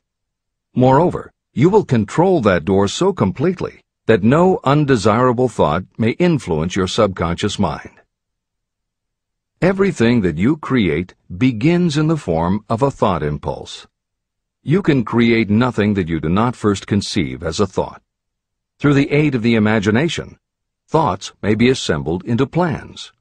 The imagination, when under your control, may be used to create plans or purposes that lead to success in your chosen occupation. All thoughts that you want to turn into success and have planted in the subconscious mind must pass through the imagination and be mixed with faith, your faith in your own abilities. The mixing of faith with a plan or purpose intended for submission to the subconscious mind can only be done through the imagination. From these statements, it should be clear that if you want to make use of your subconscious mind, it will call for the coordination and application of all 13 principles of success that are the basis of this book. Make your positive emotions work for you. The subconscious mind is more susceptible to influence by thought mixed with feeling or emotion than it is by thoughts originating solely in the reasoning portion of the mind. In fact, there is much evidence to support the theory that only emotionalized thoughts have any real influence on the subconscious mind. It is a fact that emotions or feelings rule the majority of people. If it is true that the subconscious mind responds better and faster to thoughts that are well mixed with emotion, it is essential to become familiar with the more important of the emotions. There are 7 major positive emotions and 7 major negative emotions. The negatives get into your thoughts naturally and go directly to your subconscious without any help from you. The positive emotions must be injected by you through the principle of autosuggestion into the thought impulse that you wish to pass on to your subconscious mind. These emotions or feeling impulses may be likened to yeast in a loaf of bread. They are the action element which transforms thought impulses from the passive to the active state. That is why thought impulses that have been well mixed with emotion are acted upon more readily than thought impulses originating in cold reason. Editor's comments. W. Clement Stone, Napoleon Hill's friend, mentor, and business partner, arranged for the publication of many of Napoleon Hill's later writings. The following is adapted from material that appears in 2 of these books, Napoleon Hill's Keys to Success and Believe and Achieve. Enthusiasm is a positive mental attitude, an internal impelling force of intense emotion, a power compelling creation or expression. Being enthusiastic is an impelling external expression of action. When you act enthusiastically, you accentuate the power of suggestion and autosuggestion. The sales manager, public speaker, minister, lawyer, teacher, or executive who acts enthusiastic by speaking in an enthusiastic, sincere manner develops genuine enthusiasm. If you act enthusiastic, your emotions will follow. By filling your conscious mind with enthusiasm, you also impress upon your subconscious mind that your burning obsession and your plan for obtaining it are certain things. Then, if your conscious enthusiasm dims, your subconscious will be there, full of images of your success to help you stoke your conscious fires of enthusiasm once again. This is the end of the editor's comments. You are preparing yourself to influence and control the inner audience of your subconscious mind in order to hand over to it the desire for money, which you wish transmuted into its physical, monetary equivalent. It is essential, therefore, that you understand the method of approach to this inner audience. You must speak its language. It understands best the language of emotion or feeling. Following are the 7 major positive emotions and the 7 major negative emotions.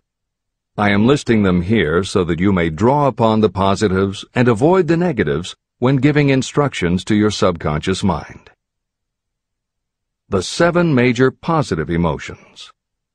The emotion of desire, the emotion of faith, the emotion of love, the emotion of sex, the emotion of enthusiasm, the emotion of romance, the emotion of hope. There are other positive emotions, but these are the 7 most powerful and the ones most commonly used in creative effort. Master these 7 emotions. They can be mastered only by use, and the other positive emotions will be at your command when you need them. Remember that you are studying a book that is intended to help you develop a money consciousness by filling your mind with positive emotions. The 7 major negative emotions to be avoided.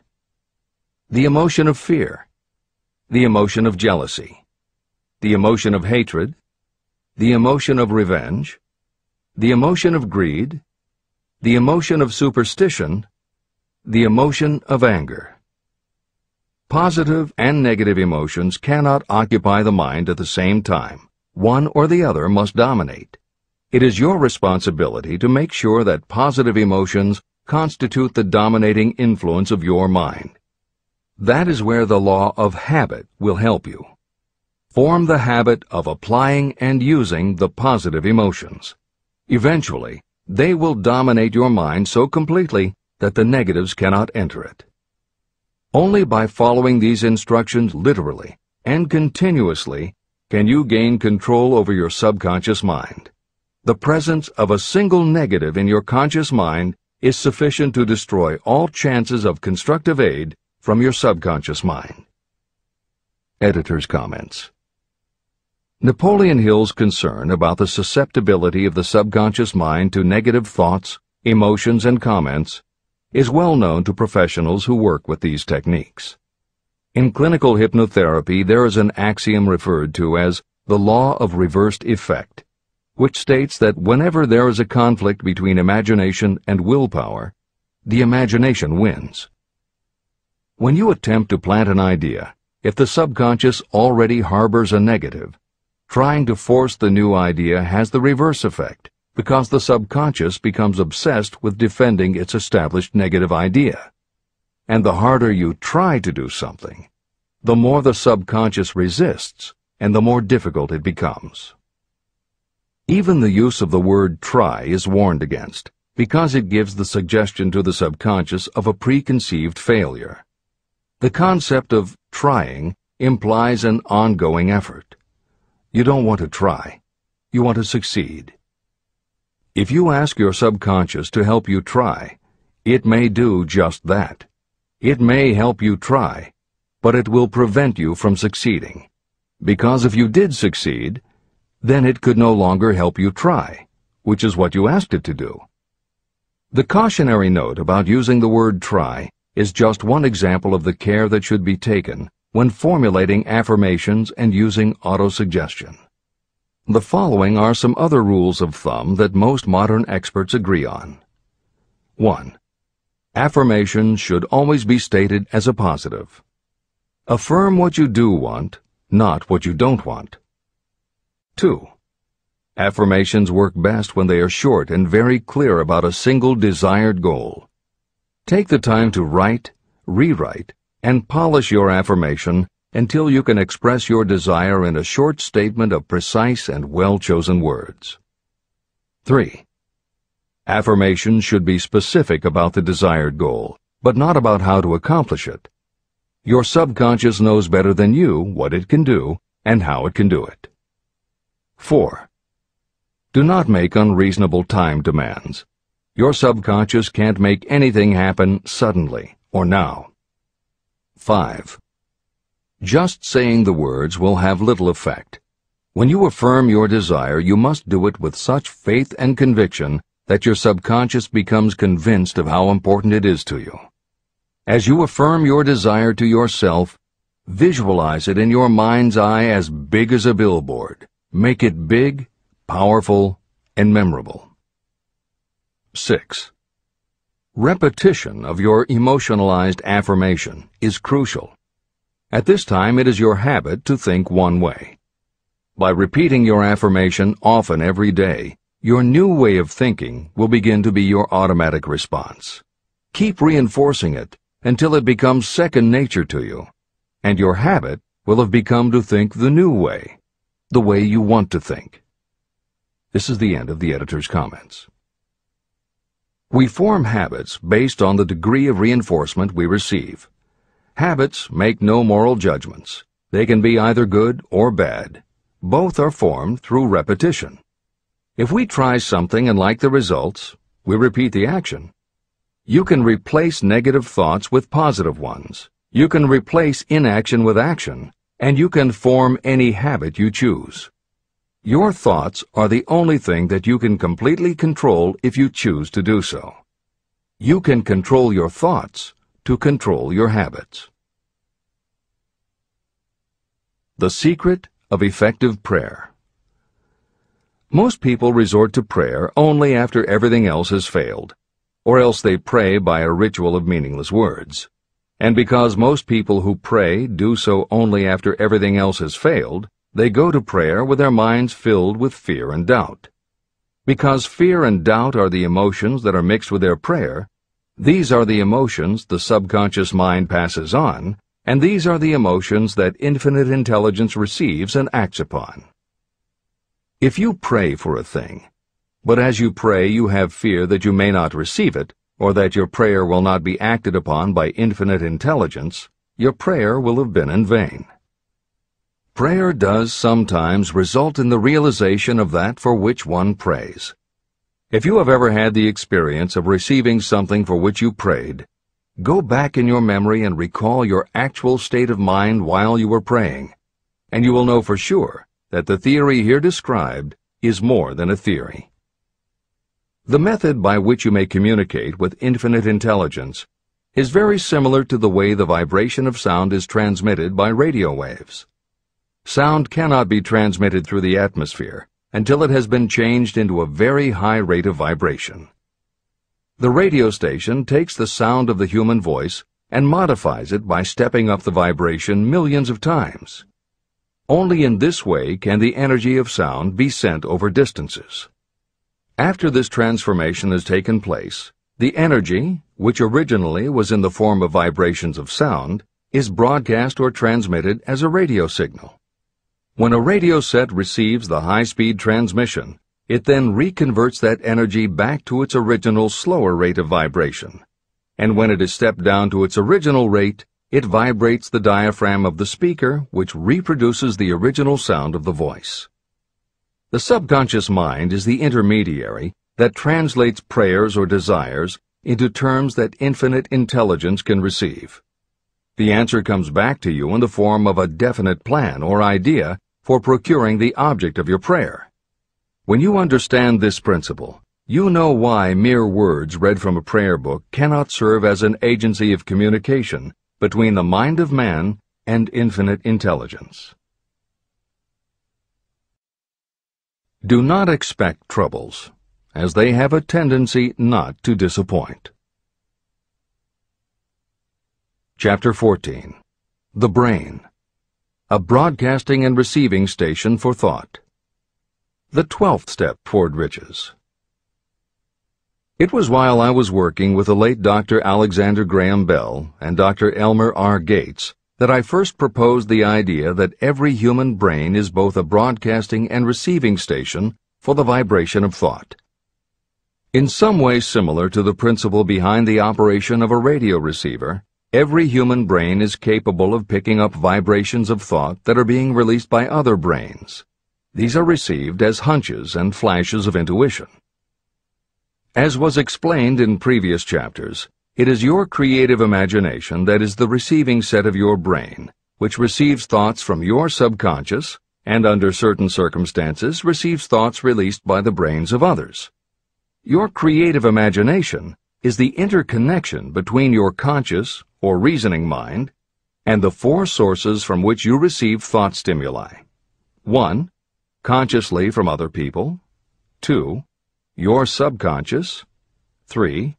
Subconsciously from other people. And 4. Infinite intelligence. When stimulated or stepped up to a high rate of vibration, the mind becomes more receptive to thoughts that reach it from outside sources. This stepping up process takes place through either the positive emotions or the negative emotions. Through the emotions, the vibrations of thought may be increased. The brain that has been stimulated by emotions functions at a much more rapid rate than it does when that emotion is quieted or absent. The result is the increase of thought to such a pitch that the creative imagination becomes highly receptive to ideas. On the other hand, when the brain is functioning at a rapid rate, it also gives to your own thoughts the emotional feeling that is essential before those thoughts will be picked up and acted upon by your subconscious mind. The subconscious mind is the sending station of the brain, through which vibrations of thought are broadcast. Autosuggestion is the medium by which you may put into operation your sending station. The creative imagination is the receiving set through which the energies of thought are picked up. Editor's comments. The following combines the above concept with the related materials from previous chapters to provide a step-by-step recap of Napoleon Hill's view of the process. 1. The brain is simultaneously both a broadcaster and a receiver. 2. Emotion affects both your ability to send and your ability to receive. When under the effect of strong emotion, the more powerfully you can send thoughts. When under the effect of strong emotion, the more receptive you are to receiving thoughts. 3. When you send thoughts, to where do you send them? You send them to your subconscious by using autosuggestion. 4. When you receive thoughts, where do they come from? They come from your subconscious and you receive them through your creative imagination. 5. Your subconscious mind has two aspects. Your subconscious is a storehouse of information, as explained in the previous chapter. Your subconscious is your connection to infinite intelligence. 6. Infinite intelligence is the medium through which you receive thoughts from other brains. Infinite intelligence is Hill's term for describing the following basic law of physics. Because everything in the universe is made of time, space, energy, or matter, and because matter is just energy in a different form, then everything is actually different parts of the same thing. This means that your subconscious mind, energy, has a common base with every other subconscious mind, energy. 7. Thoughts from other brains come to you as follows. When you are under the effect of a strong emotion and your receiver is especially receptive, sometimes its pull is so strong that it attracts a thought from the subconscious mind of another brain. It is able to do this because infinite intelligence interconnects your subconscious with the subconscious of the other brain. 8. These thoughts from other brains are what we refer to as intuition, hunches, déjà vu, and foreknowledge. Although Hill's explanation depends on the action of an intangible force that cannot be isolated and dissected in a laboratory, neither medical science nor psychology can offer a better explanation for those thoughts that depend on knowledge or information that we do not have. This is the end of the editor's comments. The greatest forces are intangible. In the past, we've depended too much on our physical senses and have limited our knowledge to physical things that we could see, touch, weigh, and measure. I believe we have entered the most marvelous of all ages, an age that will teach us more about the intangible forces of the world about us. Perhaps we shall learn that there is an other self that is more powerful than the physical self we see when we look in a mirror. Many people do not take seriously such intangibles, the things that they cannot perceive through any of their five senses. However, to belittle the idea of forces that are intangible or cannot be explained is to ignore the fact that all of us, every day, are controlled by forces that are unseen and intangible. The whole of mankind has not the power to cope with nor to control the intangible force wrapped up in the rolling waves of the oceans. We still do not fully understand the intangible force of gravity, which keeps this little Earth suspended in space and keeps us from falling from it, much less have the power to control that force. We are entirely subservient to the intangible force that comes with a thunderstorm, and we are just as helpless in the presence of the intangible force of electricity. We do not understand the intangible force and intelligence wrapped up in the soil of the earth, the force that provides us with every morsel of food we eat, every article of clothing we wear, and every dollar we carry in our pockets. Last but not least, with all of our culture and education, we still understand little or nothing of the greatest of all the intangibles, thought. However, we have begun to learn a good deal about the intricate workings of the physical brain, and the results are stunning. We know that the central switchboard of the human brain, the number of lines that connect the brain cells to each other, is written as the figure 1, followed by 15 million zeros. Dr. C. Judson Herrick of the University of Chicago says, "The figure is so stupendous that astronomical figures, dealing with hundreds of millions of light years, become insignificant by comparison. It has been determined that there are from 10 billion to 14 billion nerve cells in the human cerebral cortex, and we know that these are arranged in definite patterns. These arrangements are not haphazard. They are orderly.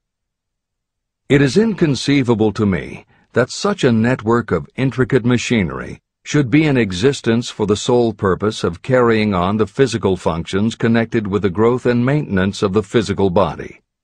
Is it not likely that the same system, which gives billions of brain cells the media for communication, one with another, also provides the means of communication with other intangible forces?" Editor's comments. In the time since Hill wrote the above comments, we have learned a great deal more about the physical brain and how it operates. We understand much about the chemistry of the brain. We can measure the energies it releases. We know which areas control the various functions of the body and which areas affect memory, emotions, reasoning, and many other subtleties related to the thinking process. Through surgery, medication, and other techniques, we know how to prevent the brain from having certain kinds of thoughts. And we know how to encourage the brain to produce certain other kinds of thoughts when we want it to. For instance, a specific area can be stimulated and you will have pleasurable thoughts. But we cannot yet control what those pleasurable thoughts will be, and we have no idea what the bits and pieces of information are that go into your pleasurable thoughts. With all of our advanced knowledge about the physical brain, we still don't know how to make it have a specific thought or idea, especially not an original thought or a creative idea. And medical science offers no better theory than Hill's as to how we could have an intuition or hunch made up from information that we don't have and were never exposed to. In short, the physical properties of the brain confirm that it is where the thinking process takes place. But it does not offer the answer to the question of how it happens, or how thoughts from one brain might travel to another. In previous commentaries, we pointed to the laws of physics as they relate to Hill's theory about the interconnectedness of all things. And although this is not meant to be a science lesson, it may reassure you to know that the work of renowned scientists lends support to the idea. Quantum theory deals with subatomic particles so minuscule that they are almost at the level of the basic stuff from which everything is made. Albert Einstein developed what is called the EPR effect, Einstein, Podolsky, and Rosen, and Irish physicist John Stuart Bell proposed Bell's theorem, both of which pertain to the concept that when two linked subatomic particles are separated from each other, when a change is made to particle A, the same change will instantly happen in particle B, even though the two are distant from each other. Another related concept is called the holographic brain or holographic universe, and is named after an unusual quality of holograms.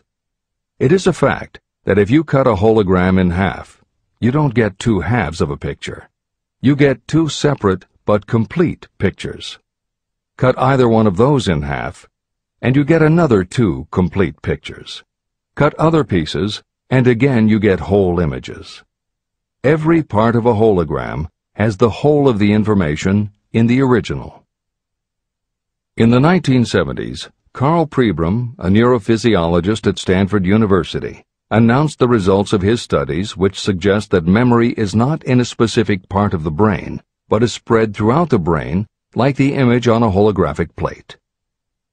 At almost the same time, renowned physicist David Bohm proposed that the workings of the universe were like a holographic image, that among all things there is total interconnectivity, and that all things influence all other things.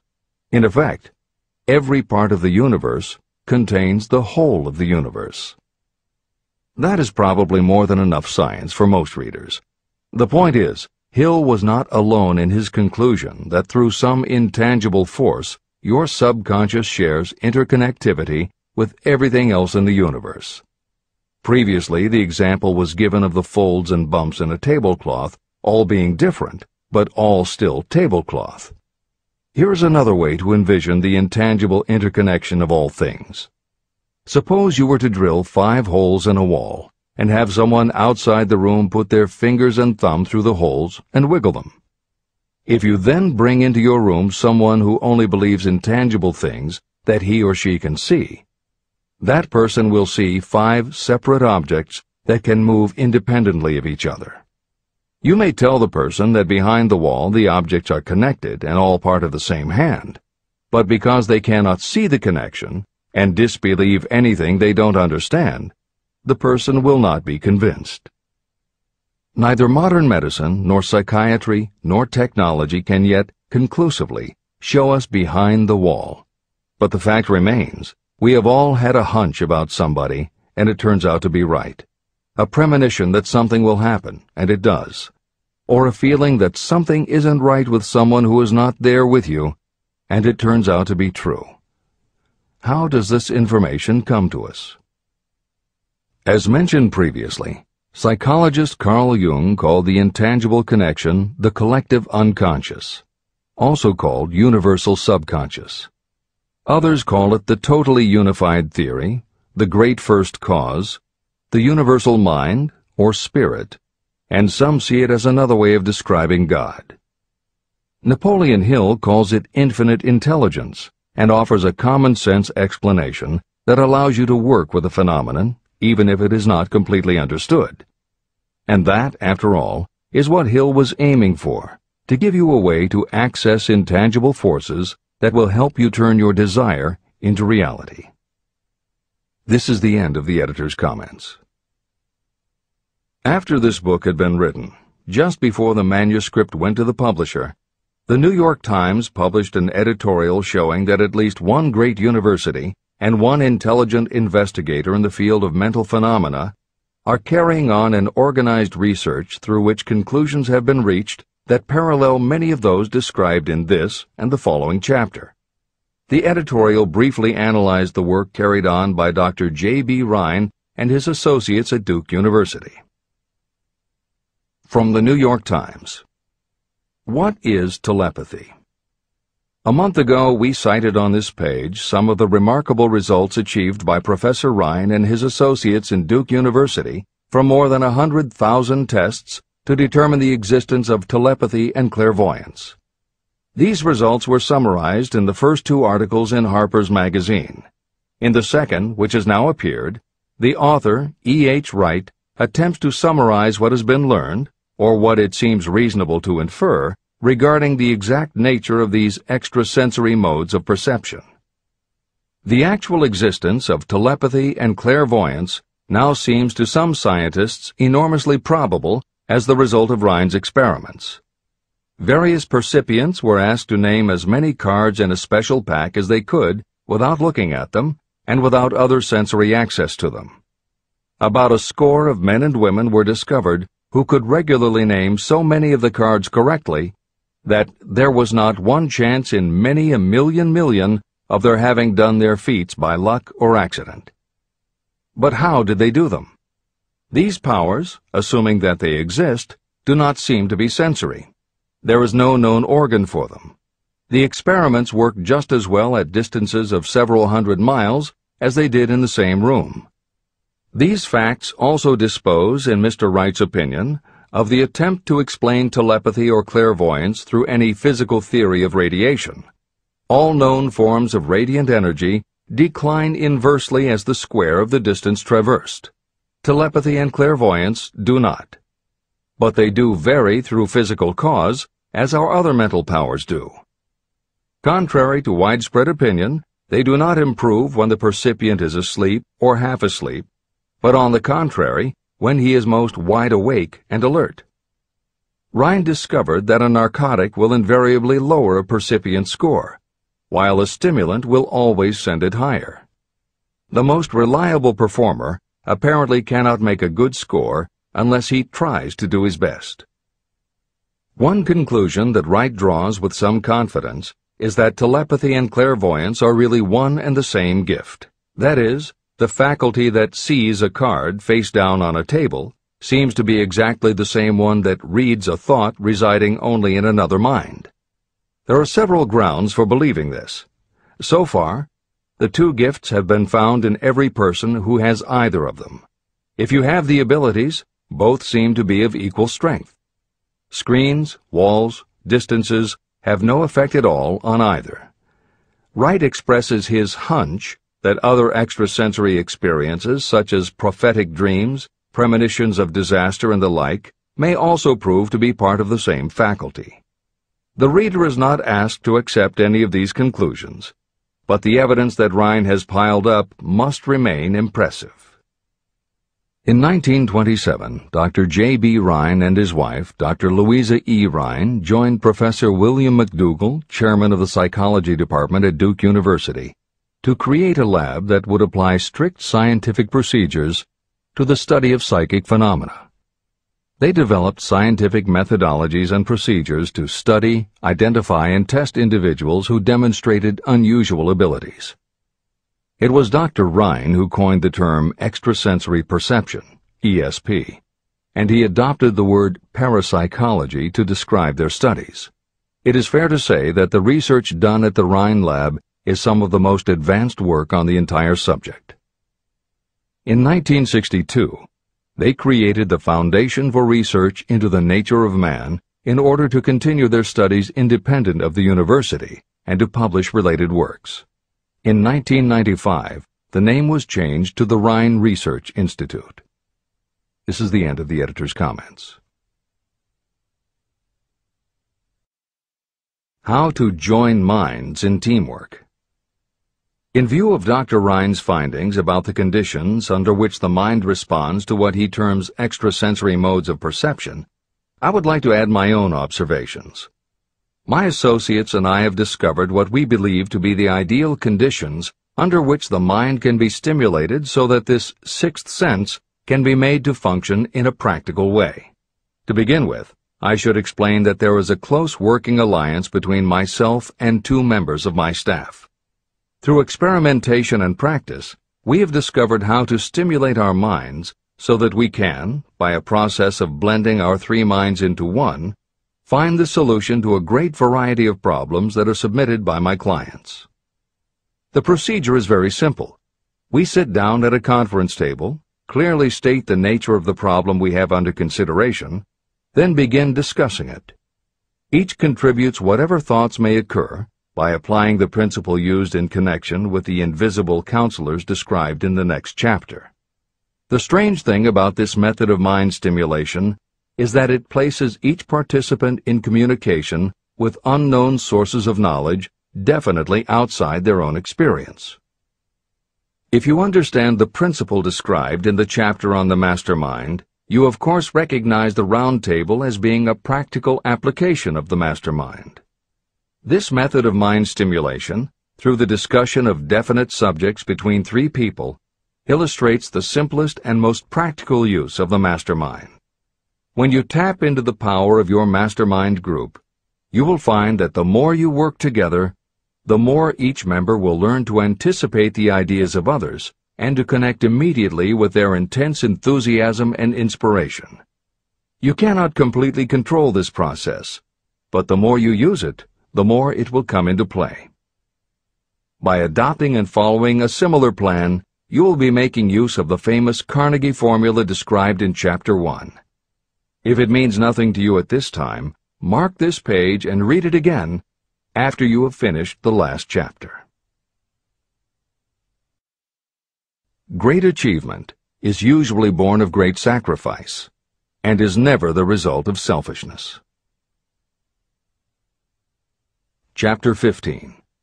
The Sixth Sense. The Door to the Temple of Wisdom. The 13th Step Toward Riches. The 13th principle is known as the Sixth Sense, through which infinite intelligence may and will communicate voluntarily without any effort from or demands by the individual. This principle is the apex of the philosophy of success. It can be assimilated, understood, and applied only by first mastering the other 12 principles.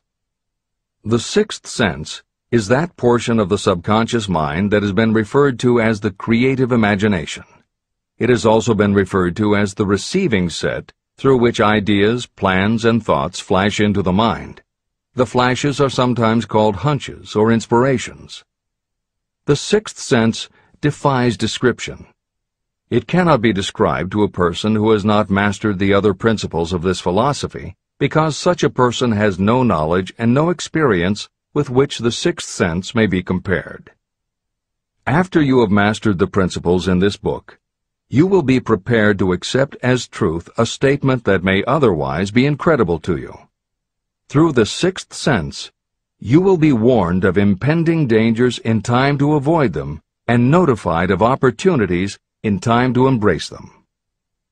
As you develop your sixth sense, it is almost as though a guardian angel comes to you to be of help and assistance, a guardian angel who will open to you at all times the door to the Temple of Wisdom. Miracles of the Sixth Sense. I am not a believer in, nor an advocate of, miracles, for the simple reason that I have enough knowledge of nature to understand that nature never deviates from her established laws. However, I believe that some of nature's laws are so incomprehensible that they produce what appear to be miracles. The sixth sense comes as near to being a miracle as anything I have ever experienced. This much I do know, that there is a power, or a first cause, or an intelligence which permeates every atom of matter and embraces every unit of energy perceptible to man. I know that this infinite intelligence is the thing that converts acorns into oak trees, causes water to flow downhill in response to the law of gravity, follows night with day and winter with summer, each maintaining its proper place and relationship to the other. Through the philosophy explained in this book, this intelligence can help turn your desires into concrete or material form. I know this because I have experimented with it, and I have experienced it. Step by step through the preceding chapters, you have been led to this, the last principle. If you have mastered each of the preceding principles, you are now prepared to accept, without being skeptical, the extraordinary claims made here.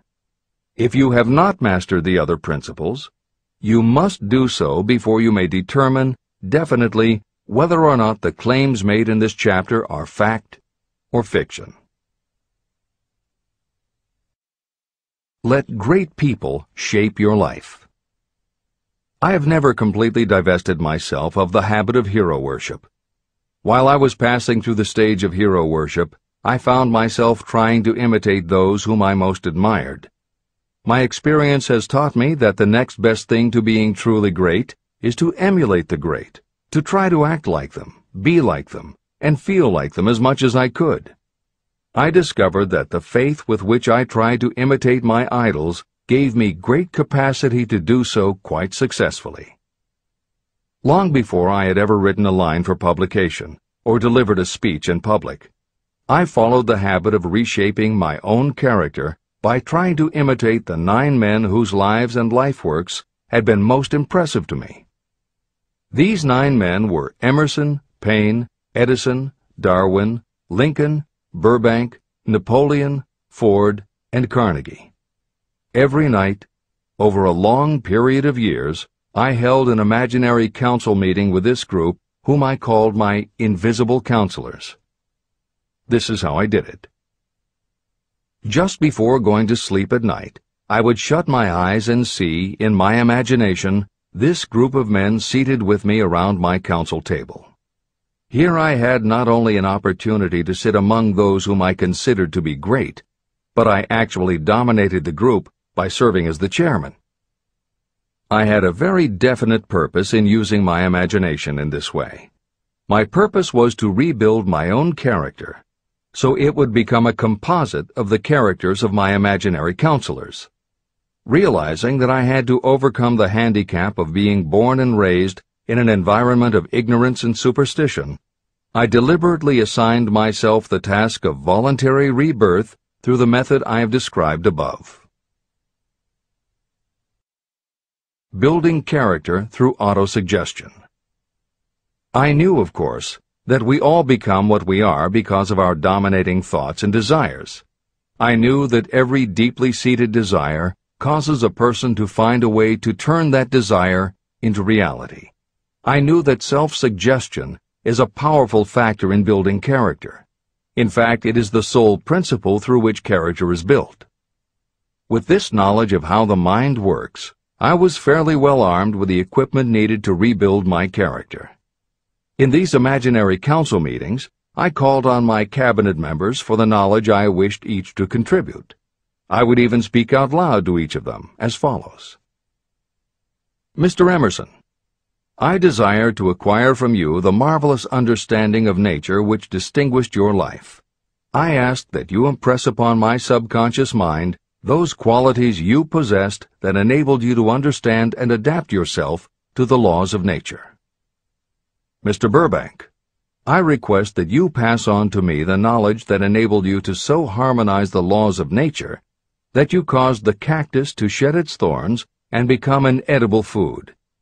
Give me access to the knowledge that enabled you to make 2 blades of grass grow where but 1 grew before. Napoleon, I desire to acquire from you the marvelous ability you possess to inspire men and will rouse them to greater and more determined spirit of action.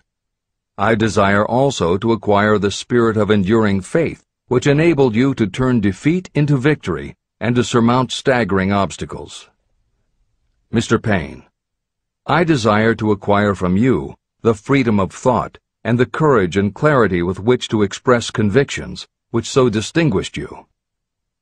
Mr. Darwin, I wish to acquire from you the marvelous patience and ability to study cause and effect without bias or prejudice so exemplified by you in the field of natural science. Mr. Lincoln, I desire to build into my own character the keen sense of justice, the untiring spirit of patience, the sense of humor, the human understanding, and the tolerance that were your distinguishing characteristics. Mr. Carnegie, I wish to acquire a thorough understanding of the principles of organized effort, which you use so effectively in the building of a great industrial enterprise. Mr. Ford, I wish to acquire your spirit of persistence, the determination, poise, and self-confidence that have enabled you to master poverty and to organize, unify, and simplify human effort so I may help others to follow in your footsteps. Mr. Edison, I wish to acquire from you the marvelous spirit of faith with which you have uncovered so many of nature's secrets, the spirit of unremitting toil with which you have so often wrested victory from defeat. The startling power of imagination. My method of addressing the members of my imaginary cabinet would vary according to the traits of character I was most interested in acquiring. I studied the records of their lives with painstaking care. After some months of this nightly procedure, I was astounded as each time my imaginary counselors started to become more and more real to me. Each of these 9 men developed individual characteristics that surprised me. For example, Lincoln developed the habit of always being late, then walking around in solemn parade. He always wore an expression of seriousness on his face. Rarely did I see him smile. This was not true of the others. Burbank and Payne often indulged in witty repartee, which seemed at times to shock the other members of the cabinet. On one occasion, Burbank was late. When he came, he was excited with enthusiasm, and explained that he had been late because of an experiment he was making, through which he hoped to be able to grow apples on any sort of tree. Payne chided him by reminding him that it was an apple that started all the trouble between man and woman. Darwin chuckled as he suggested that Payne should watch out for little serpents when he went into the forest to gather apples, as they had the habit of growing into big snakes. Emerson observed, "No serpents, no apples," and Napoleon remarked, "No apples, no state." These meetings became so realistic that I became fearful of their consequences and discontinued them for several months.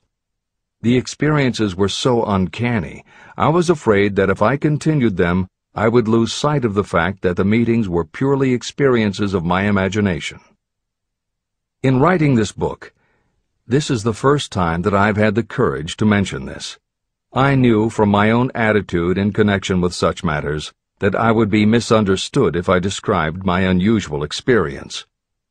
I now have the courage to put this on the printed page, because I am now less concerned about what they say than I was in the years that have passed. While the members of my cabinet may be purely fictional, and the meetings existed only in my own imagination, they have led me into glorious paths of adventure, rekindled my appreciation of true greatness, encouraged my creativity, and inspired me to be honest and bold in expressing my thoughts. Editor's comments. Napoleon Hill's experience with his imaginary counselors is not as uncommon as it may seem on first reading. In fact, it happens to novelists all the time.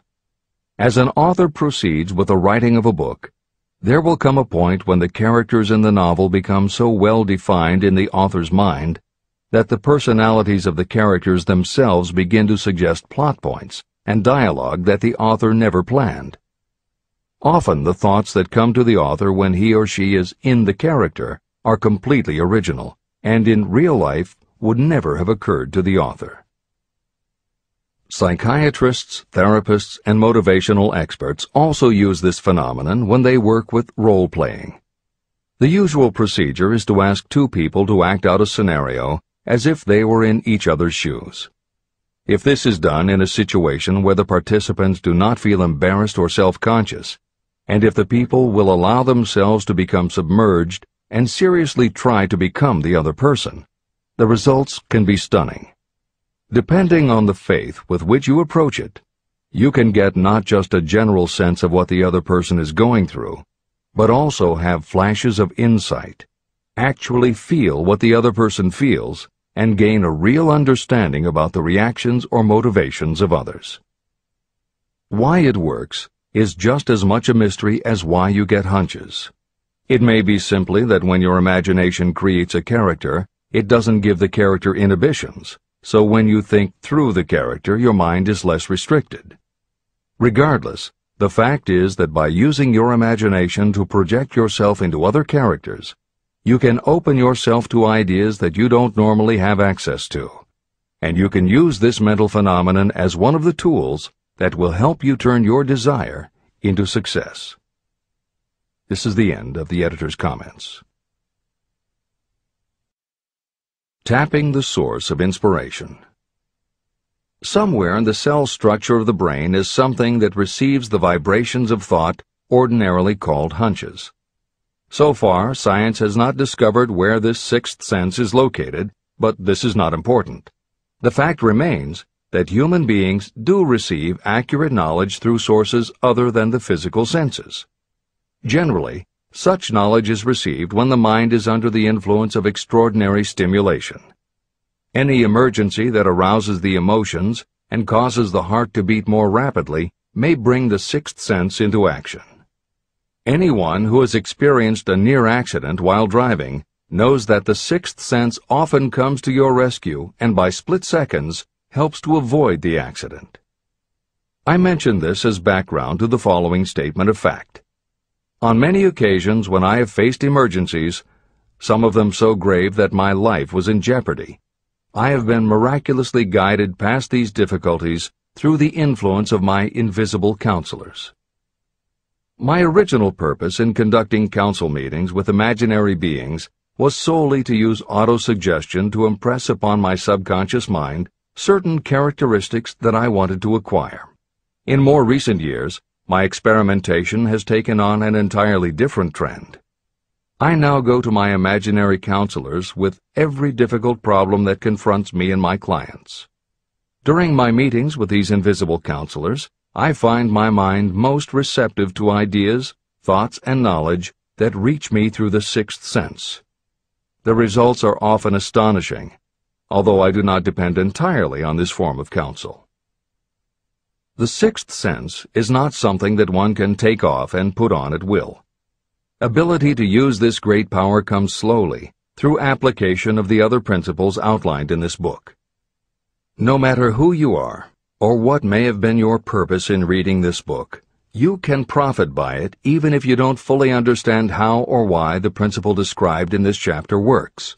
This is especially true if your major purpose is that of accumulation of money or other material things.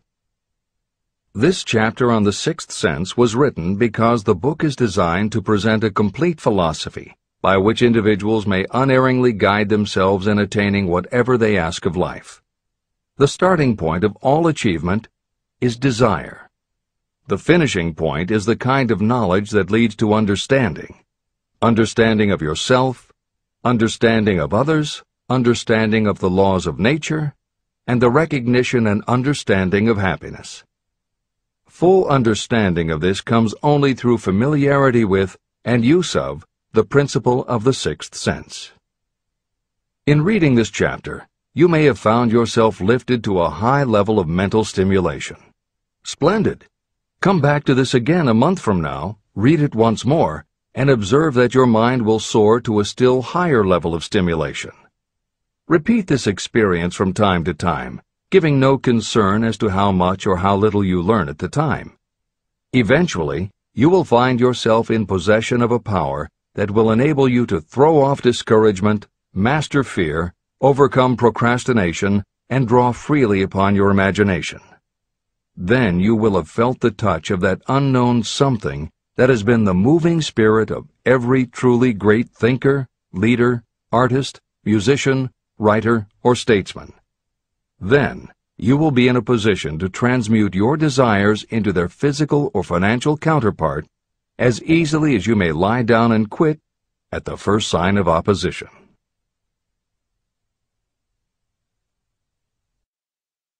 The man who actually knows just what he wants in life has already gone a long way toward attaining it.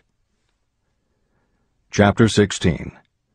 The Six Ghosts of Fear. How many are standing in your way? Take inventory of yourself as you read this closing chapter, and find out how many of the ghosts are standing in your way. Before you can put any portion of this philosophy into successful use, your mind must be prepared to receive it. The preparation is not difficult. It begins with study, analysis, and understanding of three enemies that you will have to clear out: indecision, doubt, and fear. The sixth sense will never function while these three negatives, or any one of them, remain in your mind. The members of this unholy trio are closely related. Where one is found, the other two are close at hand. Indecision is the seedling of fear. Remember this as you read. Indecision crystallizes into doubt. The two blend and become fear. The blending process often is slow. This is one reason why these three enemies are so dangerous. They germinate and grow without their presence being observed. The remainder of this chapter describes a state of mind that you must attain before the philosophy can be put into practical use. This chapter also analyzes a condition that has reduced huge numbers of people to poverty, and it states a truth that must be understood by all who accumulate riches, whether measured in terms of money or in terms of a state of mind that may be of far greater value than money. The purpose of this chapter is to turn the spotlight of attention on the cause and the cure of the 6 basic fears. Before you can master an enemy, you must know its name, its habits, and where to attack it. As you read, analyze yourself carefully and determine which, if any, of the 6 common fears have attached themselves to you. And keep in mind that sometimes they are hidden in the subconscious mind, where they are difficult to locate and still more difficult to eliminate. The 6 basic fears. There are 6 basic fears. At one time or another, every person suffers from some combination of these fears. Most people are fortunate if they do not suffer from the entire 6. Named in the order of their most common appearance, they are the fear of poverty, the fear of criticism, the fear of ill health, the fear of loss of love of someone, the fear of old age, and the fear of death. All other fears are of minor importance, and are in fact just variations on these 6. Fears are nothing more than states of mind. Your state of mind is subject to your control and direction. You can create nothing that you do not first conceive in the form of an impulse of thought. The following statement is of even greater importance. Thought impulses begin immediately to translate themselves into their physical equivalent, whether those thoughts are voluntary or involuntary. Even thought impulses that are picked up by mere chance, thoughts that have been released by other minds, may determine your financial, business, professional, or social destiny just as surely as the thoughts that you create by intent and design. This circumstance also explains why some people seem to be lucky, while others of equal or greater ability, training, experience, and brain capacity seem destined to have misfortune. The explanation is that you have the ability to completely control your own mind. With this control, you may open your mind to the thought impulses that are being released by other brains, or you can close the doors tightly and admit only thought impulses of your own choice. Nature has endowed human beings with absolute control over only one thing, and that one thing is thought. This fact, coupled with the additional fact that everything we create begins in the form of a thought, leads us very near to the principle by which fear may be mastered. If it is true that all thought has a tendency to clothe itself in its physical equivalent, and this is true beyond any reasonable room for doubt, it is equally true that thought impulses of fear and poverty cannot be translated into terms of courage and financial gain. The first basic fear. The fear of poverty.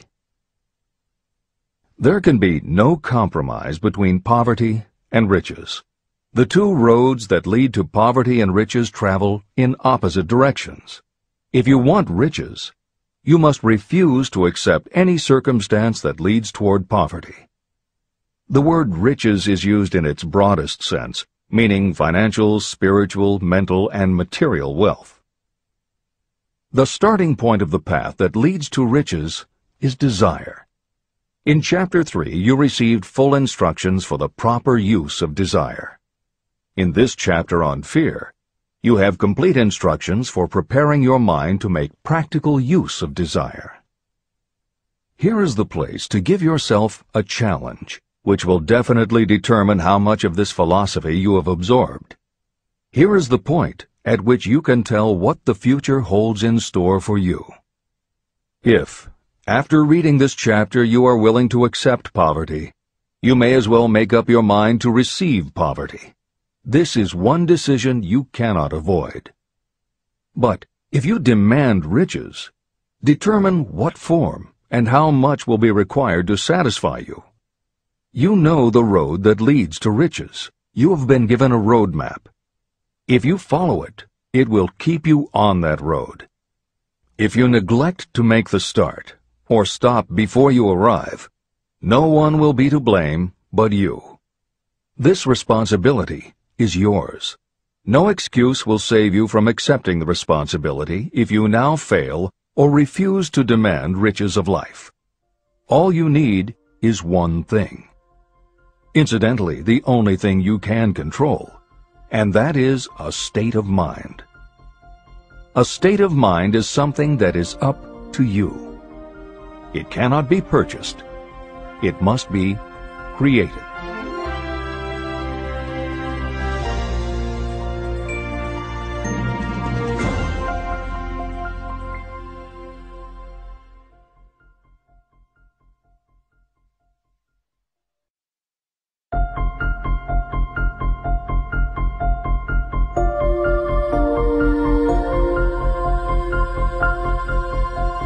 The most destructive fear.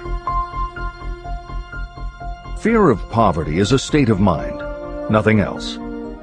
But it is sufficient to destroy your chances of achievement in any undertaking. This fear paralyzes your ability to use reason, destroys the imagination, kills off self-reliance, undermines enthusiasm, discourages initiative, leads to uncertainty of purpose, encourages procrastination, wipes out enthusiasm, and makes self-control an impossibility. It takes the charm from your personality, destroys the possibility of accurate thinking, diverts concentration of effort. It defeats persistence, turns willpower into nothingness, destroys ambition, clouds the memory, and invites failure in every conceivable form. It kills love and assassinates the finer emotions of the heart, discourages friendship and invites disaster in 100 forms, leads to sleeplessness, misery, and unhappiness. And all this despite the obvious truth that you live in a world of overabundance of everything your heart could desire, with nothing standing between you and your desires except lack of a definite purpose. The fear of poverty is, without doubt, the most destructive of the 6 basic fears. It has been placed at the head of the list because it is the most difficult to master. The fear of poverty grew out of our inherited tendency to prey upon our fellow human beings economically. Nearly all animals lower than us are motivated by instinct, but their capacity to think is limited, and therefore they prey upon one another physically. We, with our superior sense of intuition, with the capacity to think and to reason, do not eat others bodily. Human beings get more satisfaction out of eating others financially. Humans are so avaricious that every conceivable law has been passed to safeguard us from one another. Nothing brings so much suffering and humility as poverty. Only those who have experienced poverty understand the full meaning of this. It is no wonder that we fear poverty. Through a long line of inherited experiences, we have learned for sure that some people cannot be trusted where matters of money and earthly possessions are concerned. So eager are we to possess wealth that we will acquire it in whatever manner we can, through legal methods if possible, through other methods if necessary or expedient. Self-analysis may disclose weaknesses that you do not like to acknowledge, but this form of examination is essential if you are going to demand of life more than mediocrity and poverty. Remember, as you check yourself point by point, that you are both the court and the jury, the prosecuting attorney and the attorney for the defense, and that you are both the plaintiff and the defendant. You are on trial. Face the facts squarely. Ask yourself definite questions and demand direct replies. When the examination is over, you will know more about yourself. If you do not feel that you can be an impartial judge, call upon someone who knows you well to serve as judge while you cross-examine yourself. You are after the truth. Get it, no matter at what the cost, even though it may temporarily embarrass you. The majority of people, if asked what they fear most, would reply, "I fear nothing." The reply would be inaccurate, because few people realize that they are bound, handicapped, whipped spiritually and physically through some form of fear.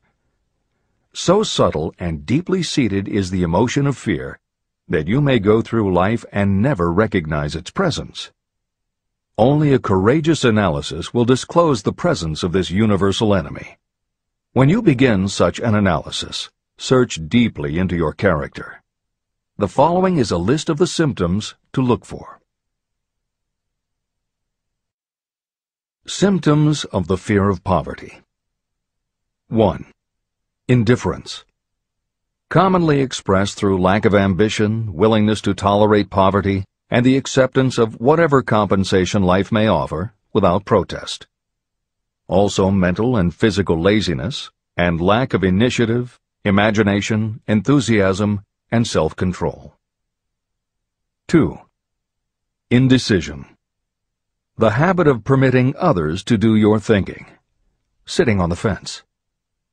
3. Doubt. Generally expressed through alibis and excuses designed to cover up, explain away, or apologize for your failures. Sometimes expressed in the form of envy of those who are successful, or by criticizing them. 4. Worry.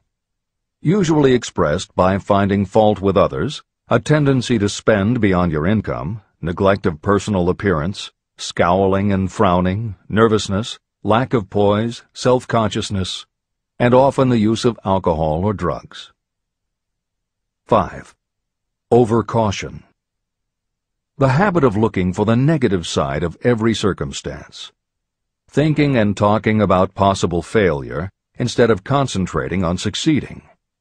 Knowing all the roads to disaster, but never searching for the plans to avoid failure. Waiting for the right time to begin, until the waiting becomes a permanent habit.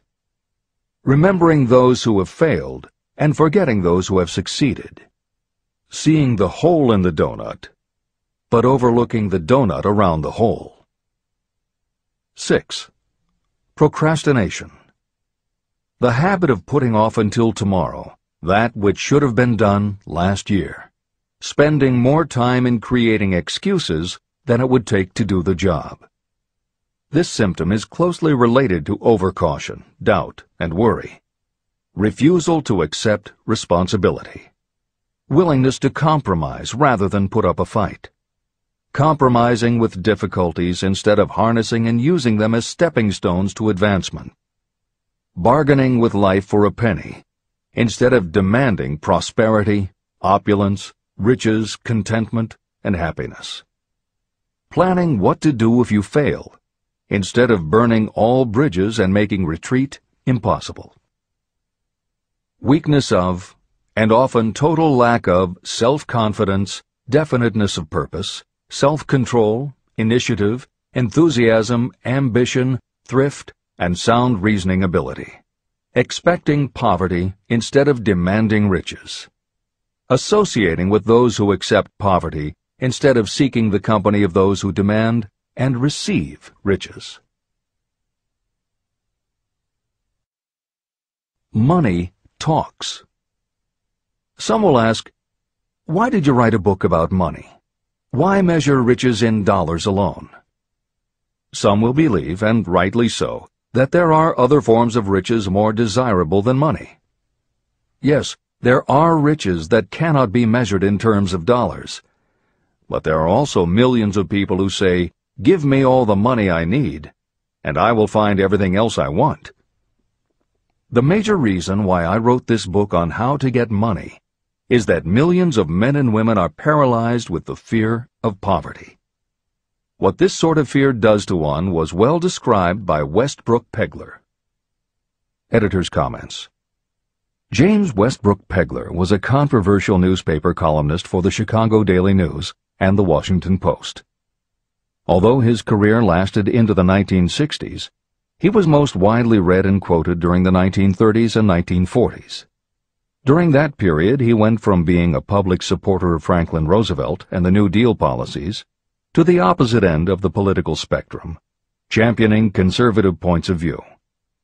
Pegler was also the author of 3 books based on his columns, and in 1940 won the Pulitzer Prize for his expose of union racketeering.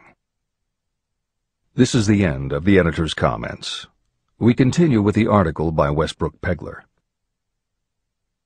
Money is only clamshells or metal discs or scraps of paper, and there are treasures of the heart and soul which money cannot buy.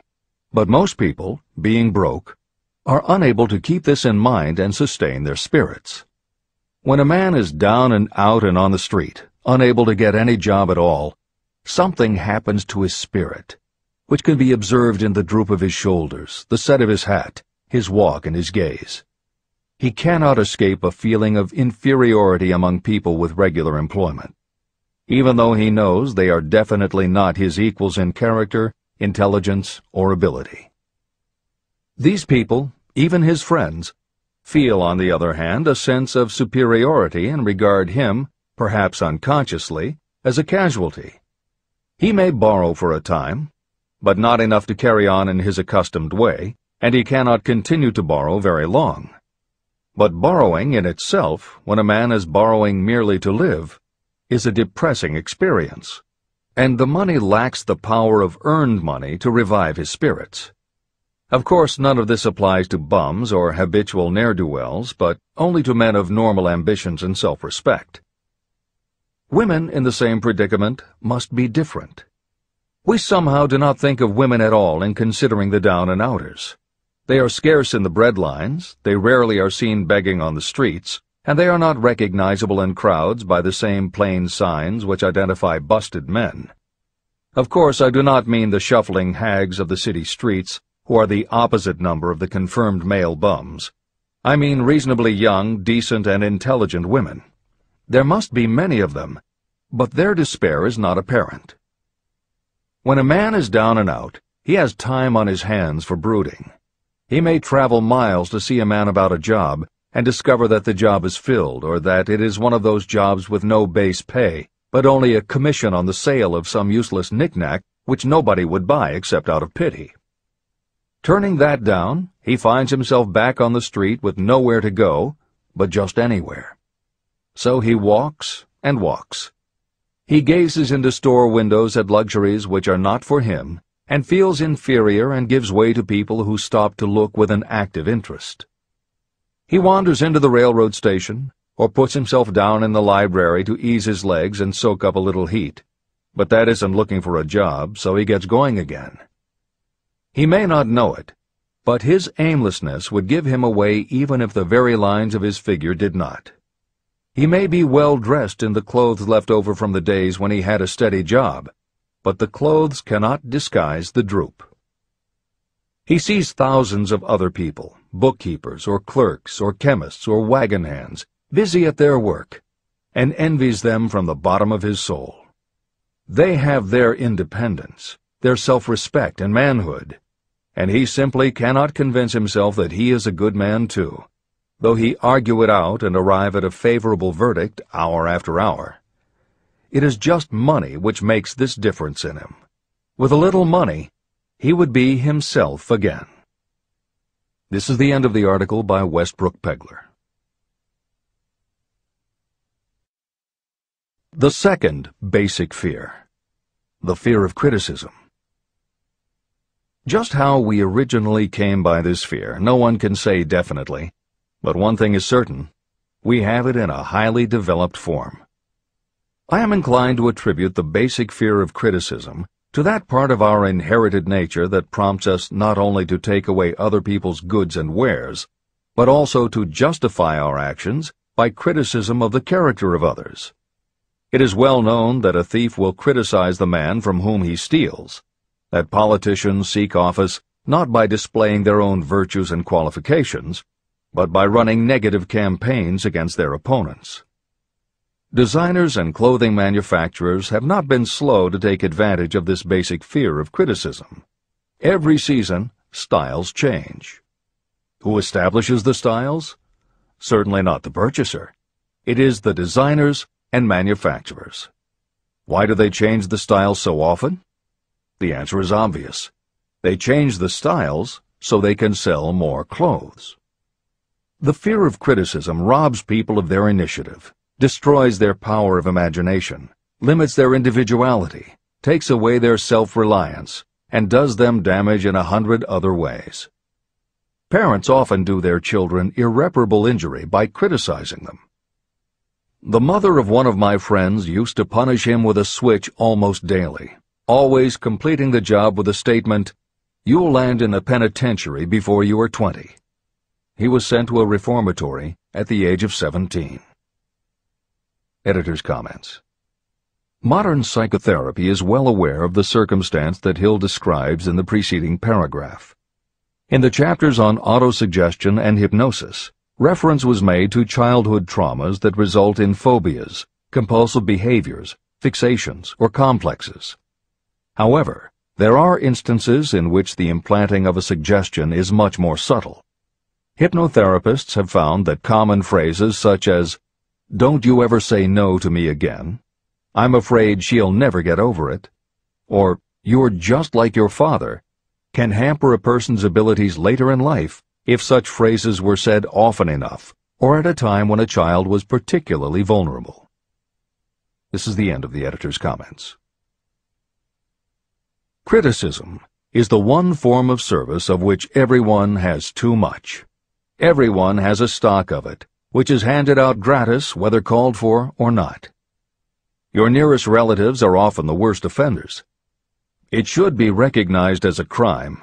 In reality, it is a crime of the worst nature for any parent to build inferiority complexes in the mind of a child through unnecessary criticism.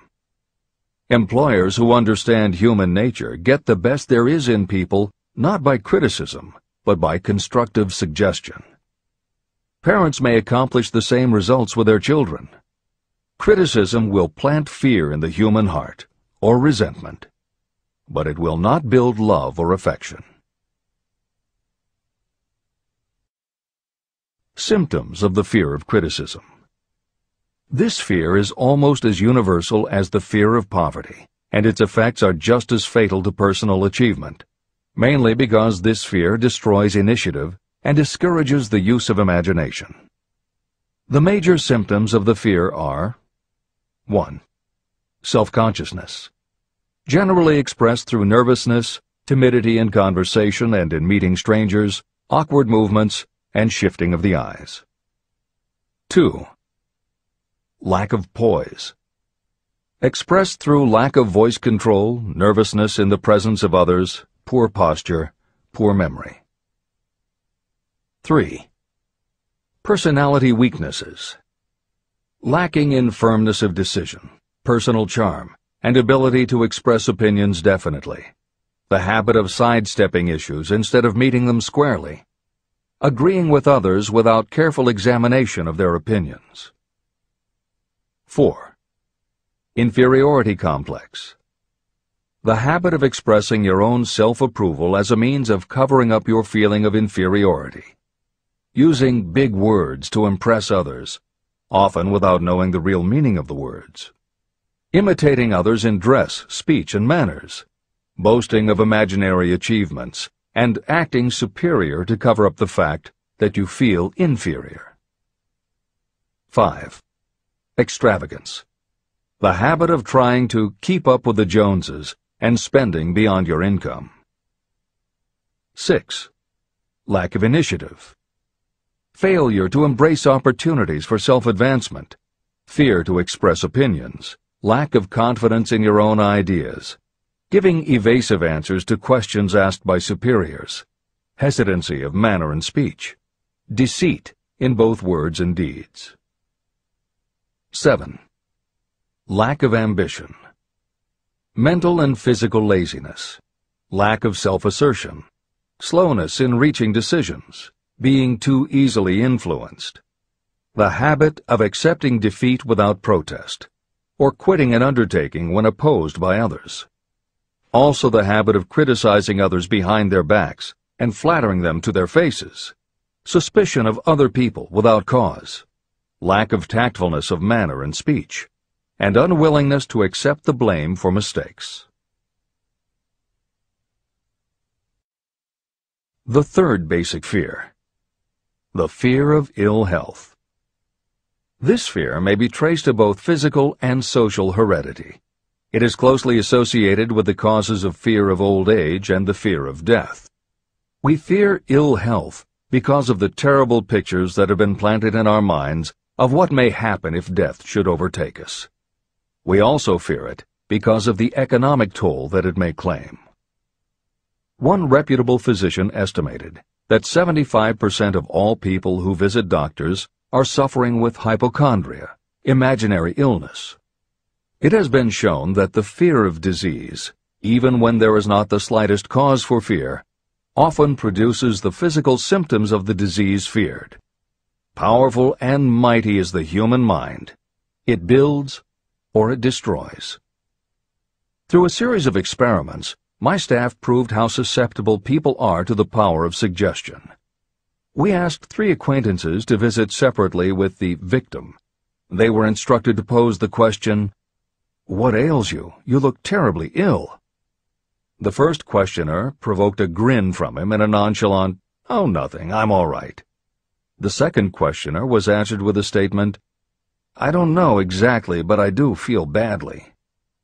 The third questioner was met with the admission that the victim was actually feeling ill. Editor's comment. Hill's experiment is one that you do not want to carry too far. It is not that different from the principle behind certain religious sects whose members take vengeance on their enemies by hexing or placing a spell on a victim. The spell only works because the victim believes that spells can be cast and that it is possible he or she could be hexed. When the hex victim is informed that someone has cast a spell on them, they accept that it is possible, and their mind does the rest. The same theory operated when Hill's associate was told 3 times that he looked ill. He believed it was possible. Being told 3 times was convincing, and his mind went to work and made it so. This is the end of the editor's comment. There is overwhelming evidence that disease sometimes begins in the form of negative thought impulse. Such thoughts may be planted in your mind by suggestion or created by you in your own mind. Doctors send patients to new climates for their health because a change of mental attitude is necessary. The seed of fear of ill health lives in every human mind. Worry, fear, discouragement, or disappointment can cause this seed to germinate and grow. Symptoms of the fear of ill health. The symptoms of this almost universal fear are 1. Autosuggestion. The habit of negative use of self-suggestion by looking for and expecting to find symptoms of all kinds of disease. Enjoying your imaginary illness and speaking of it as being real. The habit of trying fads and isms recommended by others as having therapeutic value. Talking to others of operations, accidents, and other forms of illness. Experimenting with diets, physical exercises, weight loss systems without professional guidance. Trying home remedies, patent medicines, and quack remedies. 2. Hypochondria, a medical term for imaginary disease. The habit of excessively talking about illness, and by concentrating the mind on disease you begin to expect it to happen to you. Nothing that comes in bottles can cure this condition. It is brought on by negative thinking, and nothing but positive thought can cure it. Hypochondria is said to do as much damage on occasion as the real disease might do. 3. Exercise. Fear of ill health often interferes with proper physical exercise and results in overweight. 4. Susceptibility. Fear of ill health breaks down your natural resistance, which makes you susceptible to real disease. The fear of ill health is often related to the fear of poverty, especially in the case of the hypochondriac, who constantly worries about the possibility of having to pay doctor's bills, hospital bills, etc. This type of person spends much time preparing for sickness, talking about death, saving money for cemetery plots, burial expenses, and such. 5. Self-coddling. The habit of seeking sympathy. The habit of feigning illness to cover your laziness, or to serve as an alibi for lack of ambition. People often resort to this trick to avoid work. 6. Intemperance. The habit of using alcohol or drugs to destroy pain instead of eliminating the cause. 7. The habit of reading about illness and worrying over the possibility of being stricken by it. The fourth basic fear. The fear of loss of love. Jealousy and other similar forms of neurosis grow out of our fear of the loss of love of someone. This fear is the most painful of all the 6 basic fears. It probably plays more havoc with the body and mind than any of the other basic fears. Editor's comment. By way of introduction to each of the 6 basic fears, Napoleon Hill usually postulates how the fear originated in humans. In the original edition of this book, he suggested that the fear of loss of love may have started with prehistoric man's habit of stealing his neighbor's mate and taking liberties with her whenever he could. Though amusing, this theory does not take into account that women fear the loss of a love just as profoundly as men do, and both men and women fear losing the love of not just their mates, but also of family members and others with whom they are close. How the emotion of love originated may remain a mystery, but there is no mystery about how we feel when we lose it. This is the end of the editor's comment. The fourth basic fear. The fear of loss of love. Jealousy and other similar forms of neurosis grow out of our fear of the loss of love of someone. This fear is the most painful of all the 6 basic fears. It probably plays more havoc with the body and mind than any of the other basic fears. Editor's comment. By way of introduction to each of the 6 basic fears, Napoleon Hill usually postulates how the fear originated in humans. In the original edition of this book, he suggested that the fear of loss of love may have started with prehistoric man's habit of stealing his neighbor's mate and taking liberties with her whenever he could. Though amusing, this theory does not take into account that women fear the loss of a love just as profoundly as men do, and both men and women fear losing the love of not just their mates, but also of family members and others with whom they are close. How the emotion of love originated may remain a mystery, but there is no mystery about how we feel when we lose it. This is the end of the editor's comment. Symptoms of the fear of loss of love. The distinguishing symptoms of this fear are 1. Jealousy. The habit of being suspicious of friends and loved ones. The habit of accusing wife or husband of infidelity without grounds. General suspicion of everyone and absolute faith in no one. 2. Fault-finding. The habit of finding fault with friends, relatives, business associates, and loved ones upon the slightest provocation, or without any cause whatsoever. 3. Gambling. The habit of gambling, stealing, cheating, and otherwise taking hazardous chances to provide money for loved ones, in the belief that love can be bought. The habit of spending beyond your means, or incurring debts to provide gifts for loved ones in order to make a good impression. Also insomnia, nervousness, lack of persistence, weakness of will, lack of self-control, lack of self-reliance, bad temper. The fifth basic fear: the fear of old age. In the main, this fear grows out of two sources. First, the thought that old age may bring with it poverty. Second is the concern that many have for what may await them in the world beyond. The most common cause of fear of old age is associated with the possibility of poverty. Poorhouse is not a pretty word. It throws a chill into the mind of every person who faces the possibility of having to spend declining years having to live on some form of charity. The possibility of ill health, which is more common as people grow older, is also a contributing cause of this common fear of old age, as is concern about diminishing sexuality. Another contributing cause of the fear of old age is the possibility of loss of freedom and independence, as old age may bring with it the loss of both physical and economic freedom. Symptoms of the fear of old age. The most common symptoms of this fear are: 1. Lack of enthusiasm. The tendency to slow down and develop an inferiority complex, falsely believing you are slipping because of age. The habit of killing off initiative, imagination, and self-reliance by falsely believing you are too old to exercise these qualities. 2. Self-consciousness of speech. The habit of speaking apologetically of yourself as being old merely because you have reached the age of 40 or 50, instead of reversing the rule and expressing gratitude for having reached the age of wisdom and understanding. 3. Inappropriate dress and action.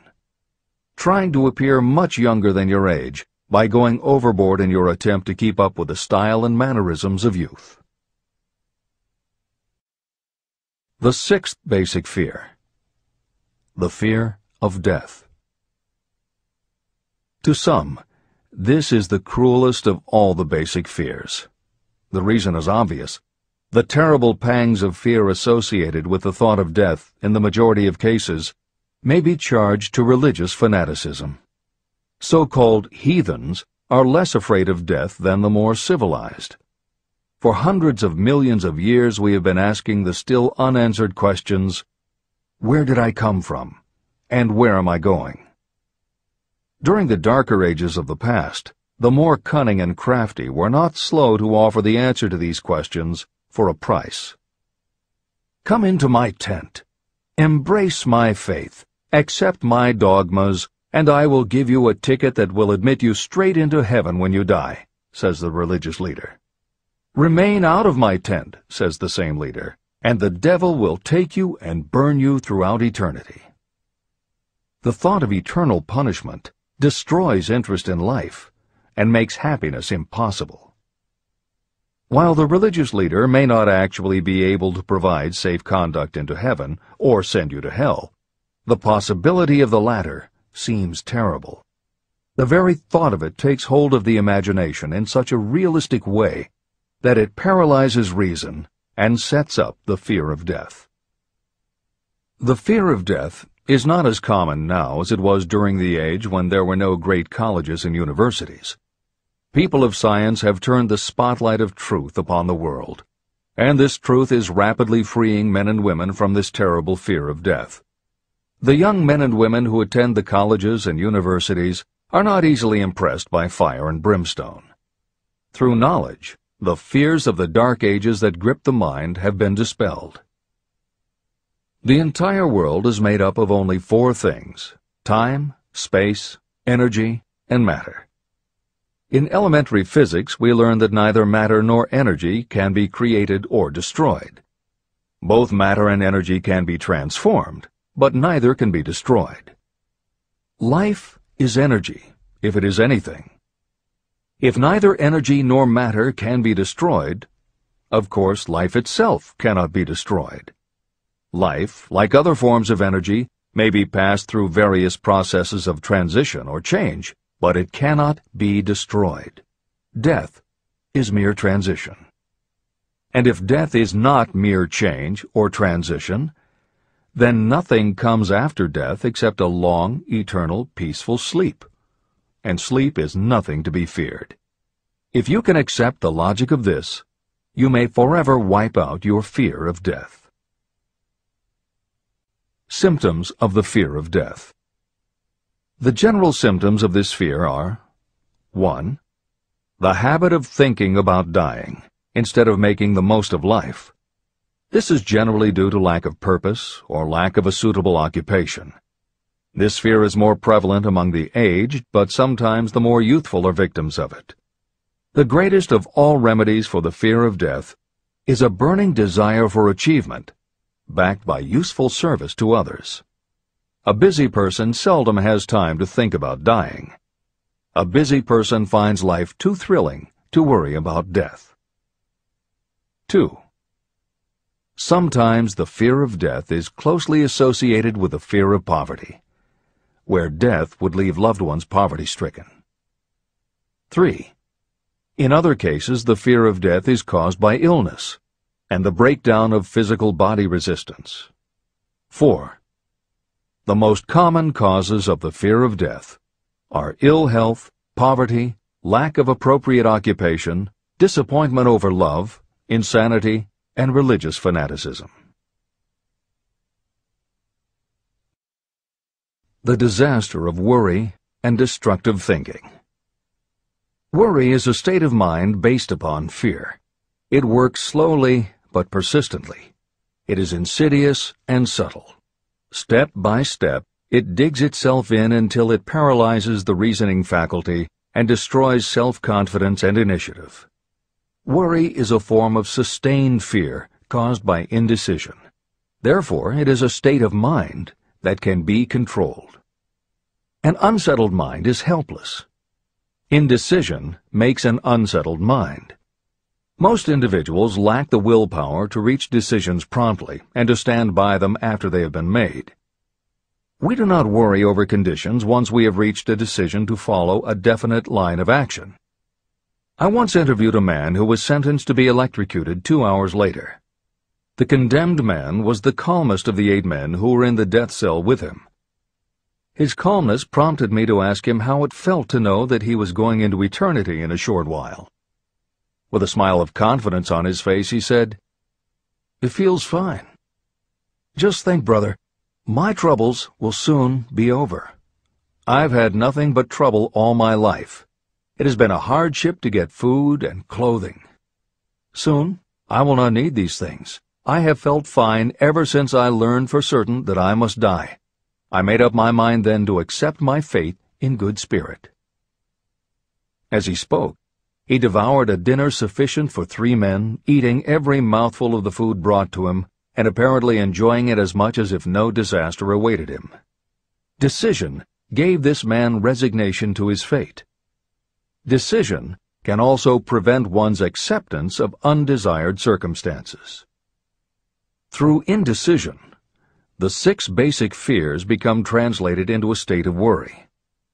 Relieve yourself forever of the fear of death by reaching a decision to accept death as an inescapable event. Eliminate the fear of old age by reaching a decision to accept it not as a handicap, but as a great blessing that carries with it wisdom, self-control, and understanding. Master the fear of loss of love by reaching a decision to get along without love, if that is necessary. Defeat the fear of criticism by reaching a decision not to worry about what other people think, do, or say. Overcome the fear of ill health by the decision to forget symptoms, and whip the fear of poverty by reaching a decision to get along with whatever wealth you can accumulate without worry. Kill the habit of worry in all its forms by reaching a general blanket decision that nothing life has to offer is worth the price of worry. With this decision will come poise, peace of mind, and calmness of thought, which will bring happiness. If your mind is filled with fear, you not only destroy your own chances of intelligent action, but you transmit these destructive vibrations to the minds of all who come into contact with you, and you destroy their chances too. Even a dog or a horse knows when its master lacks courage. It will pick up the vibrations of fear given off by its master and behave accordingly. The vibrations of fear pass from one mind to another just as quickly and as surely as the sound of the human voice passes from the broadcasting station to a radio receiver. The person who constantly speaks of negative or destructive thoughts is practically certain to experience the results of those words in the form of destructive feedback. But even negative thoughts without words will come back to you. The release of destructive thought impulses alone also produces feedback in more ways than one. First, and perhaps most important to be remembered, the person who releases thoughts of a destructive nature must suffer damage through the breaking down of creative imagination. Secondly, the presence in the mind of any destructive emotion develops a negative personality, which repels people and often converts them into antagonists. The third source of damage is that negative thoughts not only affect others, but they also embed themselves in the subconscious mind of the person releasing them and there become a part of that person's character.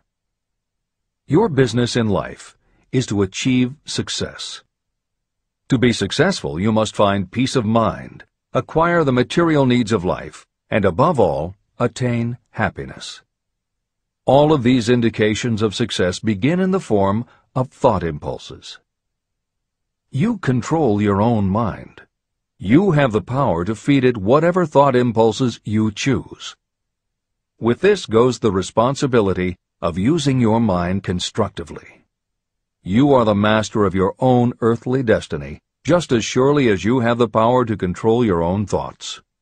You may influence, direct, and eventually control your own environment, making your life what you want it to be.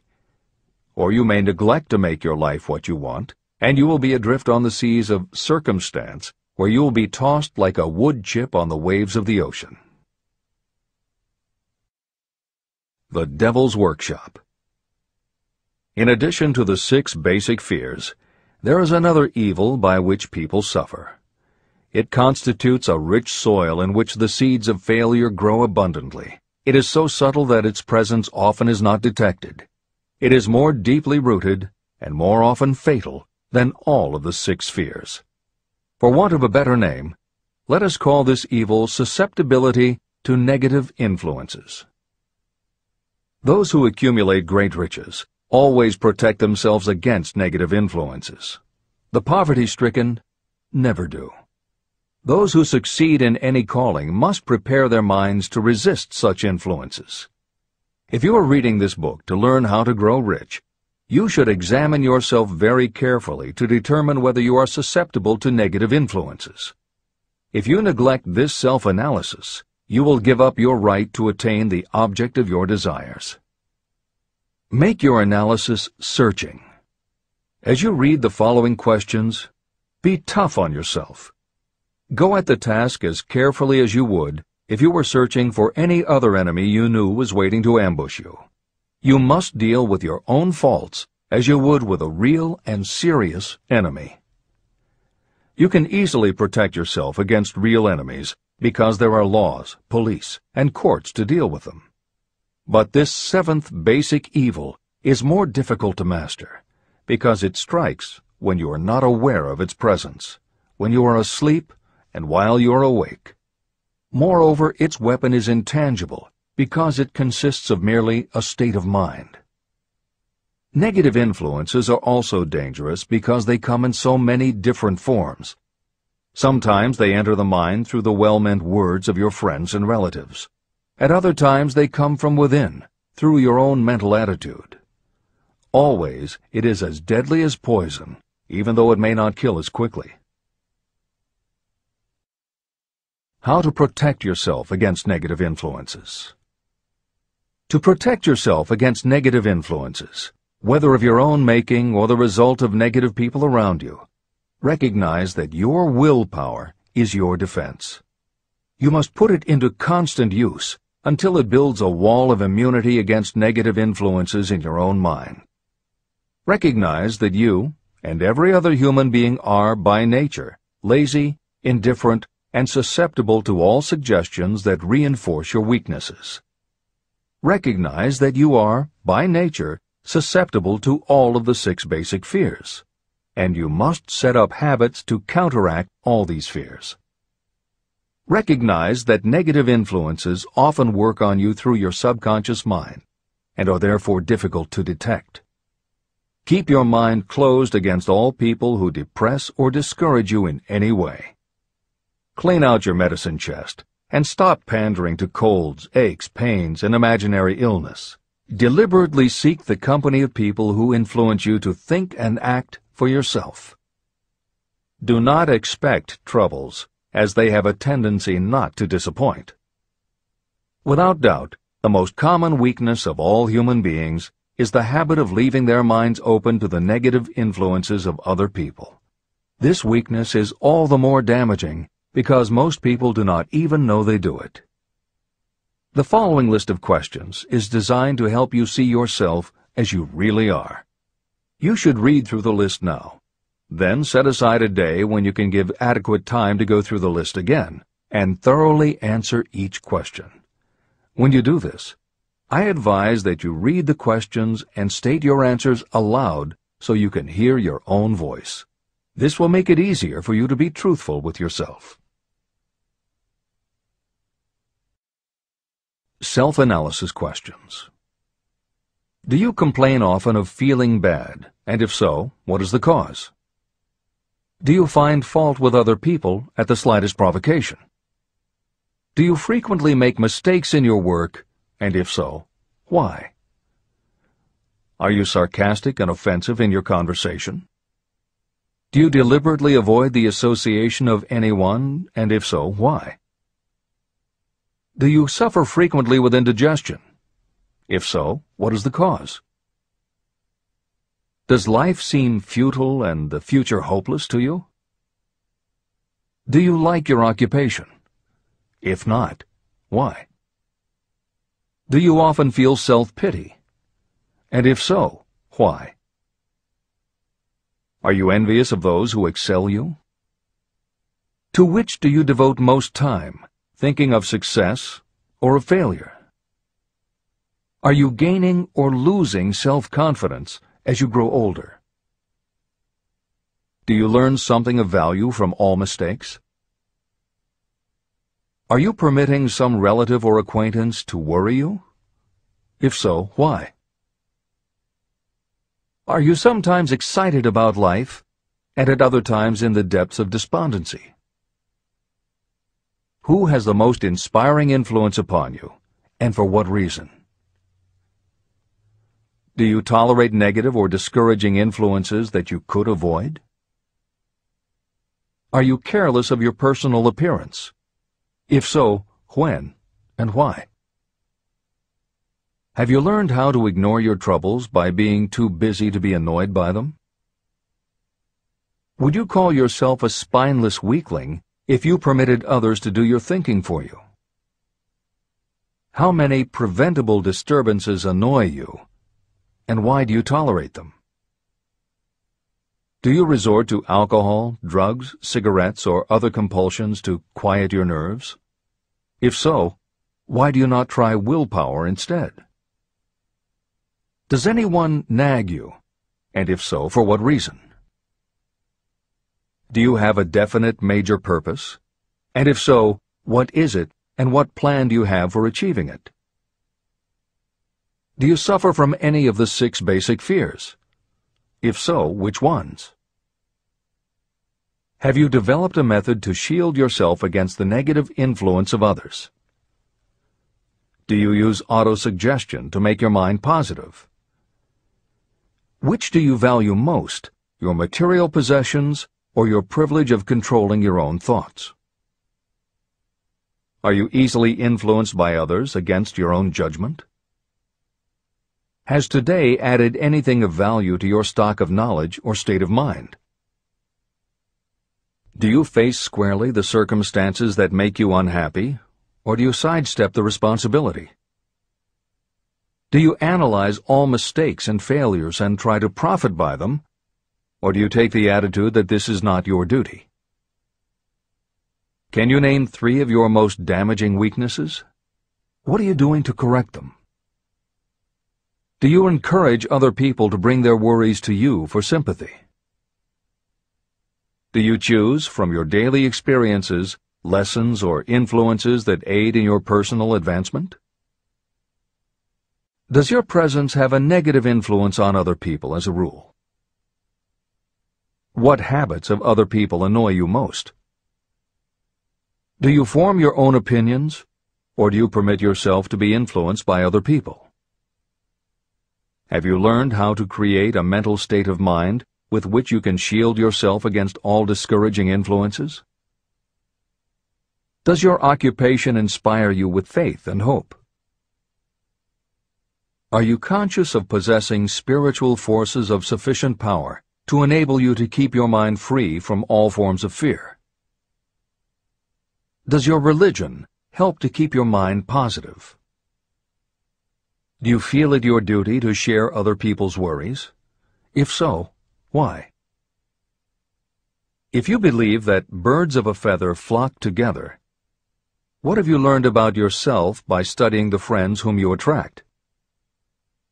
What connection, if any, do you see between the people with whom you associate most closely and any unhappiness you may experience? Could it be possible that some person whom you consider to be a friend is, in reality, your worst enemy because of his or her negative influence on your mind? By what rules do you judge who is helpful and who is damaging to you? Are your intimate associates mentally superior or inferior to you? How much time out of every 24 hours do you devote to your occupation, sleep, play and relaxation, acquiring useful knowledge, plain wasted time? Who among your acquaintances encourages you most, cautions you most, discourages you most? What is your greatest worry? Why do you tolerate it? When others offer you free, unsolicited advice, do you accept it without question, or do you analyze their motive? What, above all else, do you most desire? Do you intend to acquire it? Are you willing to subordinate all other desires for this one? How much time daily do you devote to acquiring it? Do you change your mind often? If so, why? Do you usually finish everything you begin? Are you easily impressed by other people's business or professional titles, college degrees, or wealth? Are you easily influenced by what other people think or say about you? Do you cater to people because of their social or financial status? Whom do you believe to be the greatest person living? In what respect is this person superior to yourself? How much time have you devoted to studying and answering these questions? At least one day is necessary for the analysis and the answering of the entire list. If you have answered all these questions truthfully, you know more about yourself than the majority of people. Study the questions carefully. Come back to them once each week for several months, and be astounded at the amount of additional knowledge of great value to yourself you will have gained by the simple method of answering the questions truthfully. If you are not certain about the answers to some of the questions, seek the counsel of those who know you well, especially those who have no motive in flattering you, and see yourself through their eyes. The experience will be astonishing. The one thing over which you have absolute control. You have absolute control over only one thing, and that is your thoughts. This is the most significant and inspiring of all facts known to humans. It reflects our divine nature. This ability to control your thoughts is the sole means by which you may control your own destiny. If you fail to control your own mind, you may be sure you will control nothing else. Your mind is your spiritual estate. Protect and use it with the care to which divine royalty is entitled. You were given your willpower for this purpose. Unfortunately, there is no legal protection against those who, by design or through ignorance, poison the minds of others with negative suggestion. Those with negative minds tried to convince Thomas A. Edison that he could not build a machine that would record and reproduce the human voice, because, they said, no one else has ever produced such a machine. Edison did not believe them. He knew that the mind could produce anything the mind could conceive and believe. That knowledge was the thing that lifted the great Edison above the common herd. Men with negative minds told F.W. Woolworth he would go broke trying to run a store on 5 and 10-cent sales. He did not believe them. He knew that he could do anything within reason if he backed his plans with faith. Exercising his right to keep the negative suggestions of others out of his mind, he piled up a fortune of more than $100 million. Doubting Thomases scoffed scornfully when Henry Ford tried out his first crudely built automobile on the streets of Detroit. Some said the thing would never become practical. Others said no one would pay money for such a contraption. Ford said, "I'll belt the earth with dependable motor cars." And he did. For the benefit of those seeking vast riches, let it be remembered that practically the sole difference between Henry Ford and a majority of workers is this: Ford had a mind, and he controlled it. The others have minds that they do not try to control. Mind control is the result of self-discipline and habit. You either control your mind, or it controls you. There is no halfway compromise. The most practical method for controlling your mind is the habit of keeping it busy with a definite purpose, backed by a definite plan. Study the records of those who achieve noteworthy success, and you will see that they have control over their own minds, and that they exercise that control and direct it toward the attainment of definite objectives. Without this control, success is not possible. 55 Famous Alibis by Old Man If. People who do not succeed have one distinguishing trait in common. They know all the reasons for failure and have what they believe to be airtight alibis to explain away their own lack of achievement. Some of these alibis are clever, and a few of them are justifiable by the facts, but alibis cannot be used for money. The world wants to know only one thing: have you achieved success? A character analyst compiled a list of the most commonly used alibis. As you read the list, examine yourself carefully and determine how many of these alibis you use. Remember, the philosophy presented in this book makes every one of these alibis obsolete. If I didn't have a wife and family. If I had enough pull. If I had money. If I had a good education. If I could get a job. If I had good health. If I only had time. If times were better. If other people understood me. If conditions around me were only different. If I could live my life over again. If I did not fear what they would say. If I had been given a chance. If I now had a chance. If other people didn't have it in for me. If nothing happens to stop me. If only I were younger. If I only could do what I want. If I had been born rich. If I could meet the right people. If I had the talent that some people have. If I dared to assert myself. If only I had embraced past opportunities. If people didn't get on my nerves. If I didn't have to keep house and look after the children. If I could save some money. If the boss only appreciated me. If I only had somebody to help me. If my family understood me.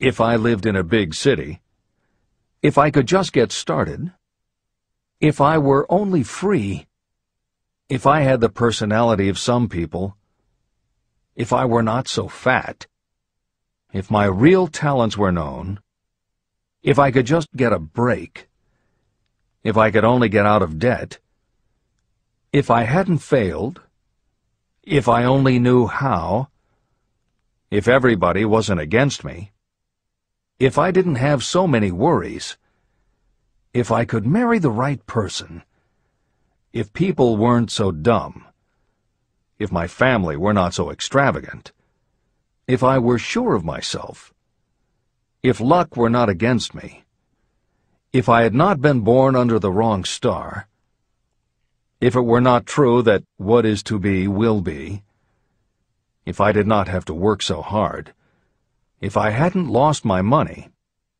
if I lived in a different neighborhood, if I didn't have a past, if I only had a business of my own, if other people would only listen to me, if, and this is the greatest of them all, if I had the courage to see myself as I really am, I would find out what is wrong with me and correct it. And I know that something must be wrong with the way I have done things, or I would already have the success that I desire. I recognize that something must be wrong with me, otherwise I would have spent more time analyzing my weaknesses and less time building alibis to cover them. Building alibis to explain away failure is a national pastime. The habit is as old as the human race and is fatal to success. Why do people cling to their pet alibis? The answer is obvious. They defend their alibis because they create them. Your alibi is the child of your own imagination. It is human nature to defend your own brainchild. Building alibis is a deeply rooted habit. Habits are difficult to break, especially when they provide justification for something we do. Plato had this truth in mind when he said, "The first and best victory is to conquer self. To be conquered by self is, of all things, the most shameful and vile." Another philosopher had the same thought in mind when he said, "It was a great surprise to me when I discovered that most of the ugliness I saw in others was but a reflection of my own nature."